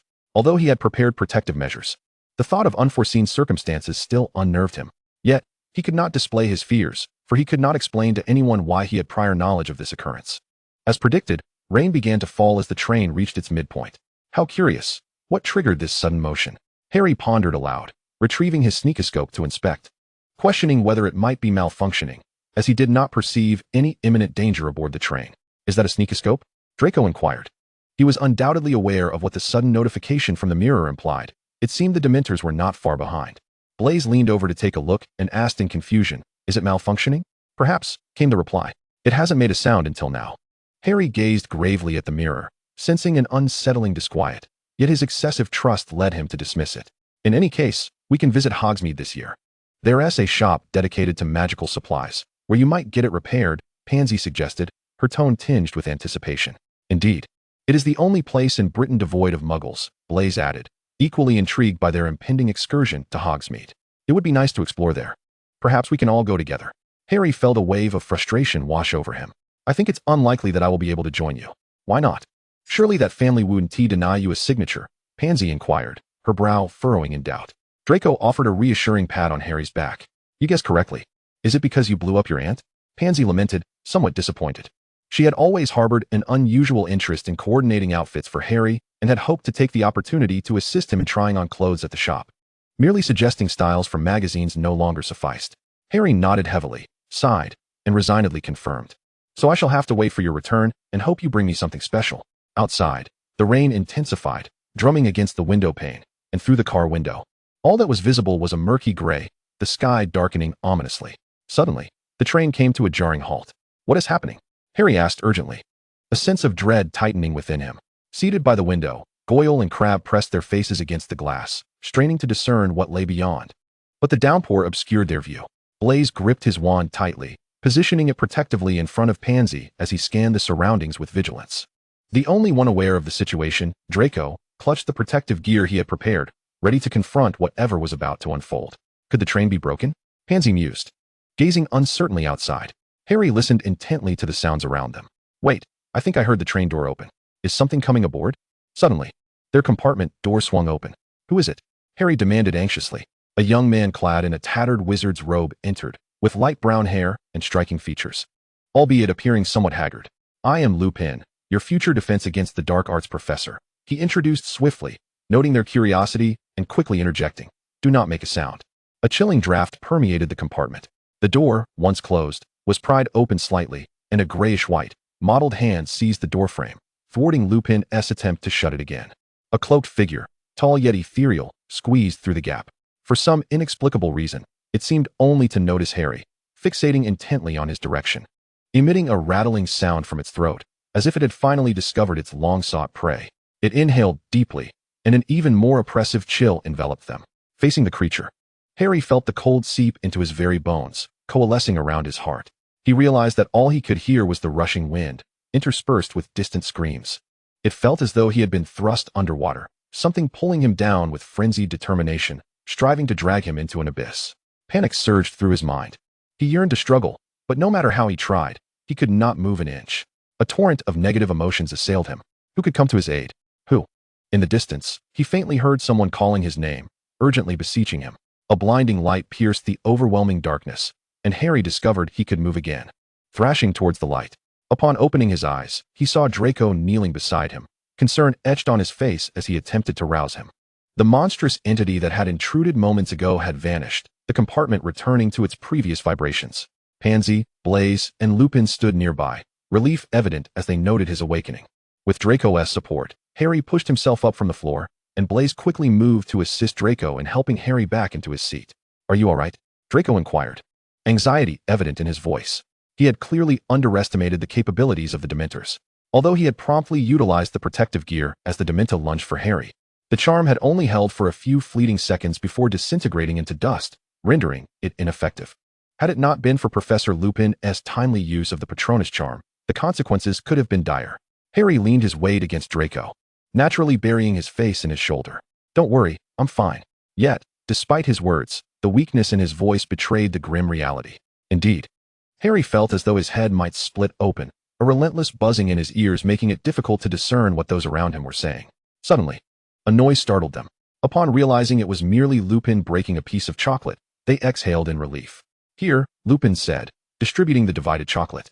"This will be of aid to you." While they all accepted the chocolate, only Goyle and Crabbe actually consumed it. Chapter 84, The Dementor. Lupin, observing their hesitation, chose not to comment, reflecting instead on how Slytherins were indeed more guarded than others. Just like that individual, it had always been a personal burden for him. He wondered if things would have been different had he acted otherwise in the past. Blaise, noticing that Goyle and Crabbe felt somewhat improved after eating, finally popped the chocolate into his mouth and asked, "Professor, do you know what that creature was?" Lupin remained silent for a moment before responding, "A Dementor. The Dementor of Azkaban." "Why would a Dementor from Azkaban appear on the train?" Blaise queried, puzzled, although he had never seen one before. He knew they were not supposed to leave Azkaban lightly. "I'm afraid I don't know," Lupin said, casting a glance at Harry, who had begun to recover somewhat. Allowing himself to relax. "It seems everyone is all right now. I will go check in the front." Seeing that Lupin genuinely seemed unaware of the situation, Blaise refrained from pressing further, confident he would eventually uncover the truth. Thanks to the chocolate, Blaise felt the lingering chill fade significantly, addressing the group. "This stuff really works. I feel much better." The others, trusting Blaise, followed suit and consumed their chocolate, indeed feeling a sense of relief.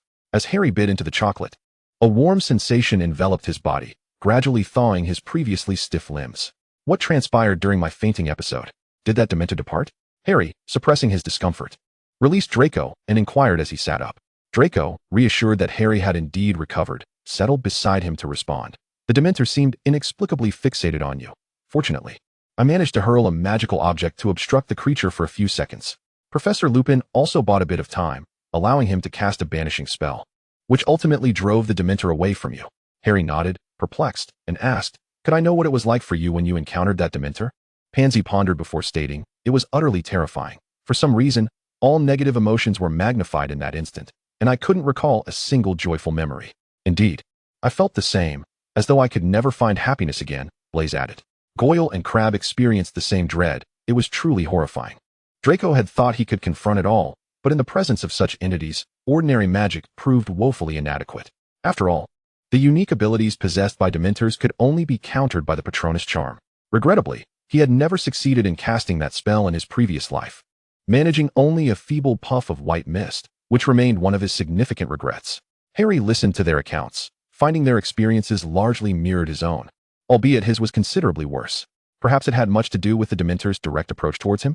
As the Dementor withdrew, the rain outside gradually ceased, and they soon reached their destination, with the train halting at Hogsmeade.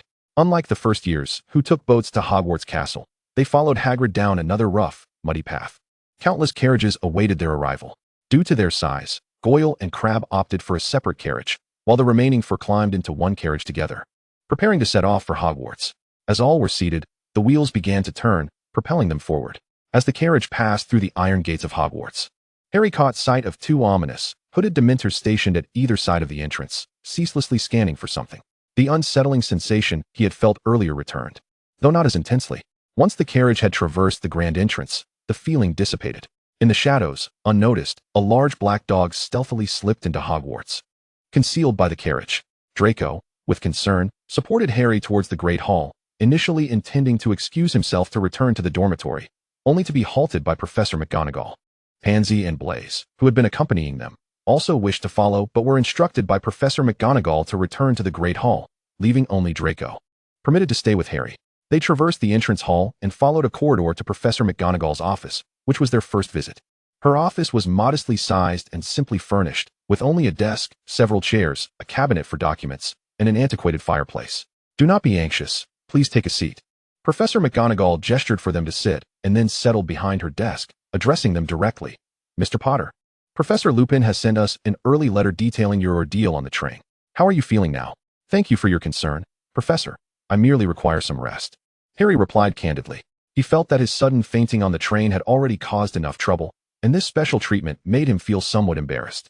At that moment, a sudden knock interrupted their conversation. Upon receiving permission, Madame Pomfrey entered in haste, asking, "Professor McGonagall, who has been injured?" I assure you, I am fine." Harry defended himself. However, Madame Pomfrey disregarded his words and approached him, placing her hand on his forehead and stating, "You appear somewhat weak and cold and damp. What has happened?" "It was a Dementor," Professor McGonagall succinctly replied. "What does he require now?" Madame Pomfrey contemplated before saying, "Let him stay in the hospital wing for the night to observe for any residual effects. We can assess the rest later." "Professor, I truly am fine. After Professor Lupin gave me chocolate, I felt much better," Harry protested, reluctant to be isolated in the infirmary on such a festive occasion. Upon hearing Harry's words, Madame Pomfrey's expression visibly softened. "Chocolate?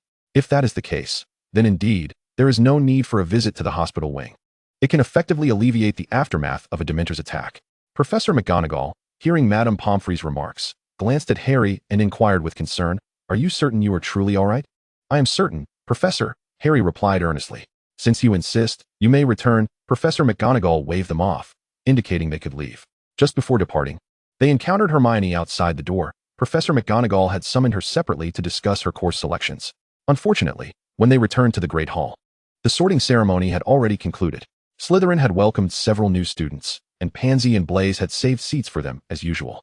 Given that only the four of them had been present during Harry's fainting spell, and Professor Lupin had shared the incident only with a few teachers, no one was aware of the circumstances. Observing Harry's somewhat unusual pallor, no one thought much of it. After all, few could remain unaffected after encountering a Dementor. Chapter 85. A brief interlude regarding the past life. The first time I encountered him, those enchanting emerald eyes captivated me. In a bid to forge common ground, I eagerly shared everything I knew, reveling in his attention and momentarily forgetting myself. This was my inaugural desire to befriend someone, yet I overlooked his concealed impatience and disdain. Our paths crossed again, and after traversing a lengthy carriage, I finally spotted him. This marked the first step in our divergent journeys. Thus, when I extended a hand of friendship, he retorted that he could discern who was an outcast. I could not fathom why he would choose that impoverished Weasley over me. Was I truly so unacceptable to him? Perhaps this was a testament that from the very beginning, we were never meant to walk the same path. Anger clouded my judgment. I thought if I could not be his friend, I might as well be his nemesis. Yet, the simplistic nature of childhood love and hate, where right and wrong are starkly delineated, only served to push him further away. He was a Gryffindor, while I was a Slytherin, caught in the inherent opposition of the school and the relentless clash between us. In his eyes, I became a mere shadow, met only with disdain. In the Forbidden Forest, I walked alongside him. Thanks to my reporting, this shared journey ensued. It was evident he must despise me. But what of it? I despised him too. Later on, we found ourselves opposing each other on the field. He fought valiantly for his honor, while I endeavored to secure glory for my house. I understood then that we could never walk the same path. His audacious exploits snatched away the trophy that rightfully belonged to our house. And I harbored a deep-seated resentment towards Professor Dumbledore's favoritism, coupled with a disdain for my own obsessive preoccupation with him. Regrettably, my thoughts remained fixated on him. In time, I took to mocking him for his fear of Dementors, even donning a cloak to frighten him occasionally, believing it might evoke memories of me. Perhaps it would instill a modicum of fear in him. Yet, it seemed that he grew unperturbed, and thus, I faded from his thoughts. The moment I realized I needed to sever ties with him entirely was when the dark mark branded my arm, marking me as a Death Eater rejected by the wizarding world. My father's downfall plunged the Malfoy family into despair, compelling me to uphold our legacy. Reason dictated that I should no longer dwell on him. Yet, he appeared to delight in opposing me. I was acutely aware of his relentless pursuit throughout the semester. Had it been the old me, I might have engaged him with enthusiasm, but alas, I had pressing matters to attend to. I ultimately accomplished the tasks assigned by the Dark Lord, yet joy eluded me. Was what I did truly right? I could not fathom it. On the school rooftop, Professor Snape executed Dumbledore in my stead, and in that moment, I comprehended that any connection between us was irrevocably severed. After all, he was the celebrated savior while I was the despised Death Eater. Two divergent lines, how could they possibly intersect? When I encountered him again, I barely recognized the transformed visage before me. Had I not been so intimately familiar with his features, I might have truly failed to identify him. But I lied, claiming ignorance and relinquishing an opportunity that could have restored the Dark Lord's favor upon the Malfoy family. Did I regret it? I did not know. In our final meeting of youth, I never anticipated that he would turn back to save me. As I beheld his outstretched hand, a long-forgotten thrill surged through me. Yet I understood that it was merely a fleeting moment. When the war concluded and I stood in the courtroom, I feared I would share my parents' fate in Azkaban. To my astonishment, he stepped forward to defend my actions. I gazed at him in disbelief, thinking, truly, a saint is he. How exasperating. Subsequently, I bore the weight of my family's responsibilities alone. Even though his assistance was subtle, I was keenly aware of his support. Yet at that juncture, we resembled darkness and light. Me, lurking in the shadows striving for illumination, and he, radiantly shining in the light, distancing himself from the dark. I could not touch him, nor did he require my contact. Years passed, and I occasionally followed news of him, yet I consistently evaded any opportunity for interaction. Our final encounter in this lifetime occurred at King's Cross Station. He appeared to be thriving. Chapter 86, Divination Class. Pansy was on the verge of inquiring about Professor McGonagall's summons to Harry and the others when Dumbledore's address interrupted her. First, I extend a warm welcome to our new students joining us this year, and a hearty welcome back to everyone returning to Hogwarts. Before you indulge in the feast, I must share a few important announcements, one of which is particularly crucial. As you may have noticed, we currently have several Dementors from Azkaban on the premises, dispatched by the Ministry of Magic for a specific task. I trust you have already encountered them on the train. I must make it abundantly clear, the nature of Dementors does not accommodate any pleas or justifications. Therefore, during their presence, I do not wish to see anyone leaving the school premises without permission. No trickery, no ruse, and no disguises will elude their gaze, including invisibility cloaks. Please do not give them any reason to harm you. I expect the prefects and the heads of houses to ensure that no student comes into conflict with the Dementors. Dumbledore surveyed the room, noting the seriousness etched on every face, before continuing. Furthermore, I am pleased to announce that this semester we welcome two new teachers. First, we have Professor Lupin, who has graciously accepted my invitation to fill our vacancy in the Defense Against the Dark Arts position. Harry glanced towards Professor Lupin, who offered a brief greeting, prompting a sparse applause that could hardly rival the enthusiasm for the previous Defense Against the Dark Arts teacher, Lockhart. However, after the events on the train, Harry was confident that Lupin's capabilities far surpassed those of Lockhart, igniting a renewed anticipation for the class. Draco merely cast a glance at Lupin before his gaze shifted to Professor Snape. Although he was aware of Snape's long-held desire to teach defense against the dark arts, the peculiar intensity in Draco's stare towards Lupin suggested more than just anger. It seemed tinged with a hint of hatred, perhaps even more complex emotions. It felt strange. As for our second instructor, Hagrid will be taking on the role of our new Care of Magical Creatures teacher. This revelation astonished Harry. It was no wonder Hagrid had sent him that biting book.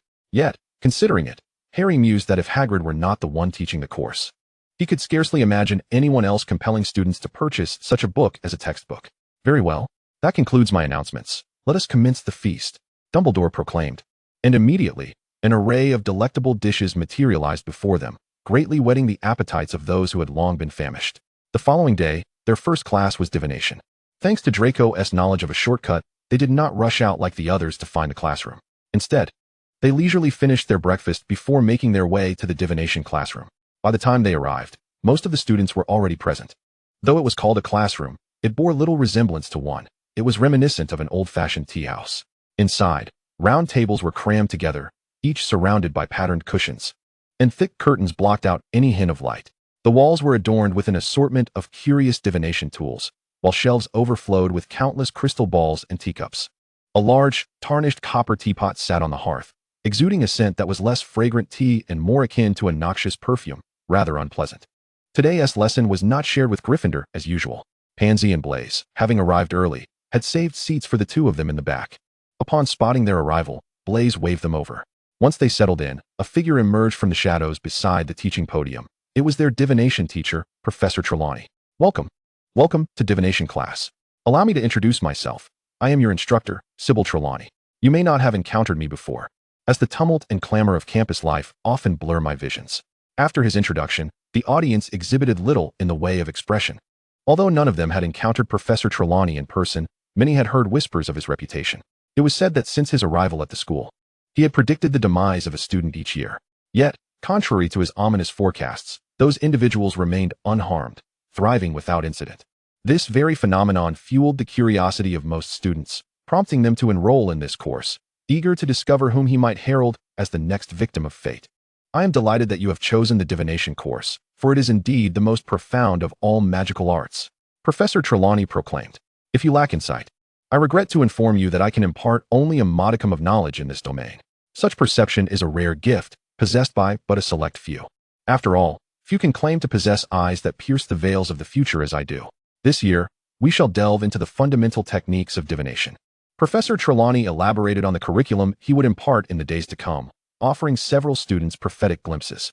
He also mentioned that around Easter, one among them would depart this world forever. For those privy to the truth, this revelation elicited little concern. In fact, they found his eccentricities rather amusing. However, for the uninformed, such pronouncements were steeped in dread, particularly for our Harry. This recollection transported him back to a book he had encountered in the bookstore, one that explored omens of death. He vividly remembered the cover, adorned with the image of a large black dog, its gaze fixated upon him, sending shivers down his spine.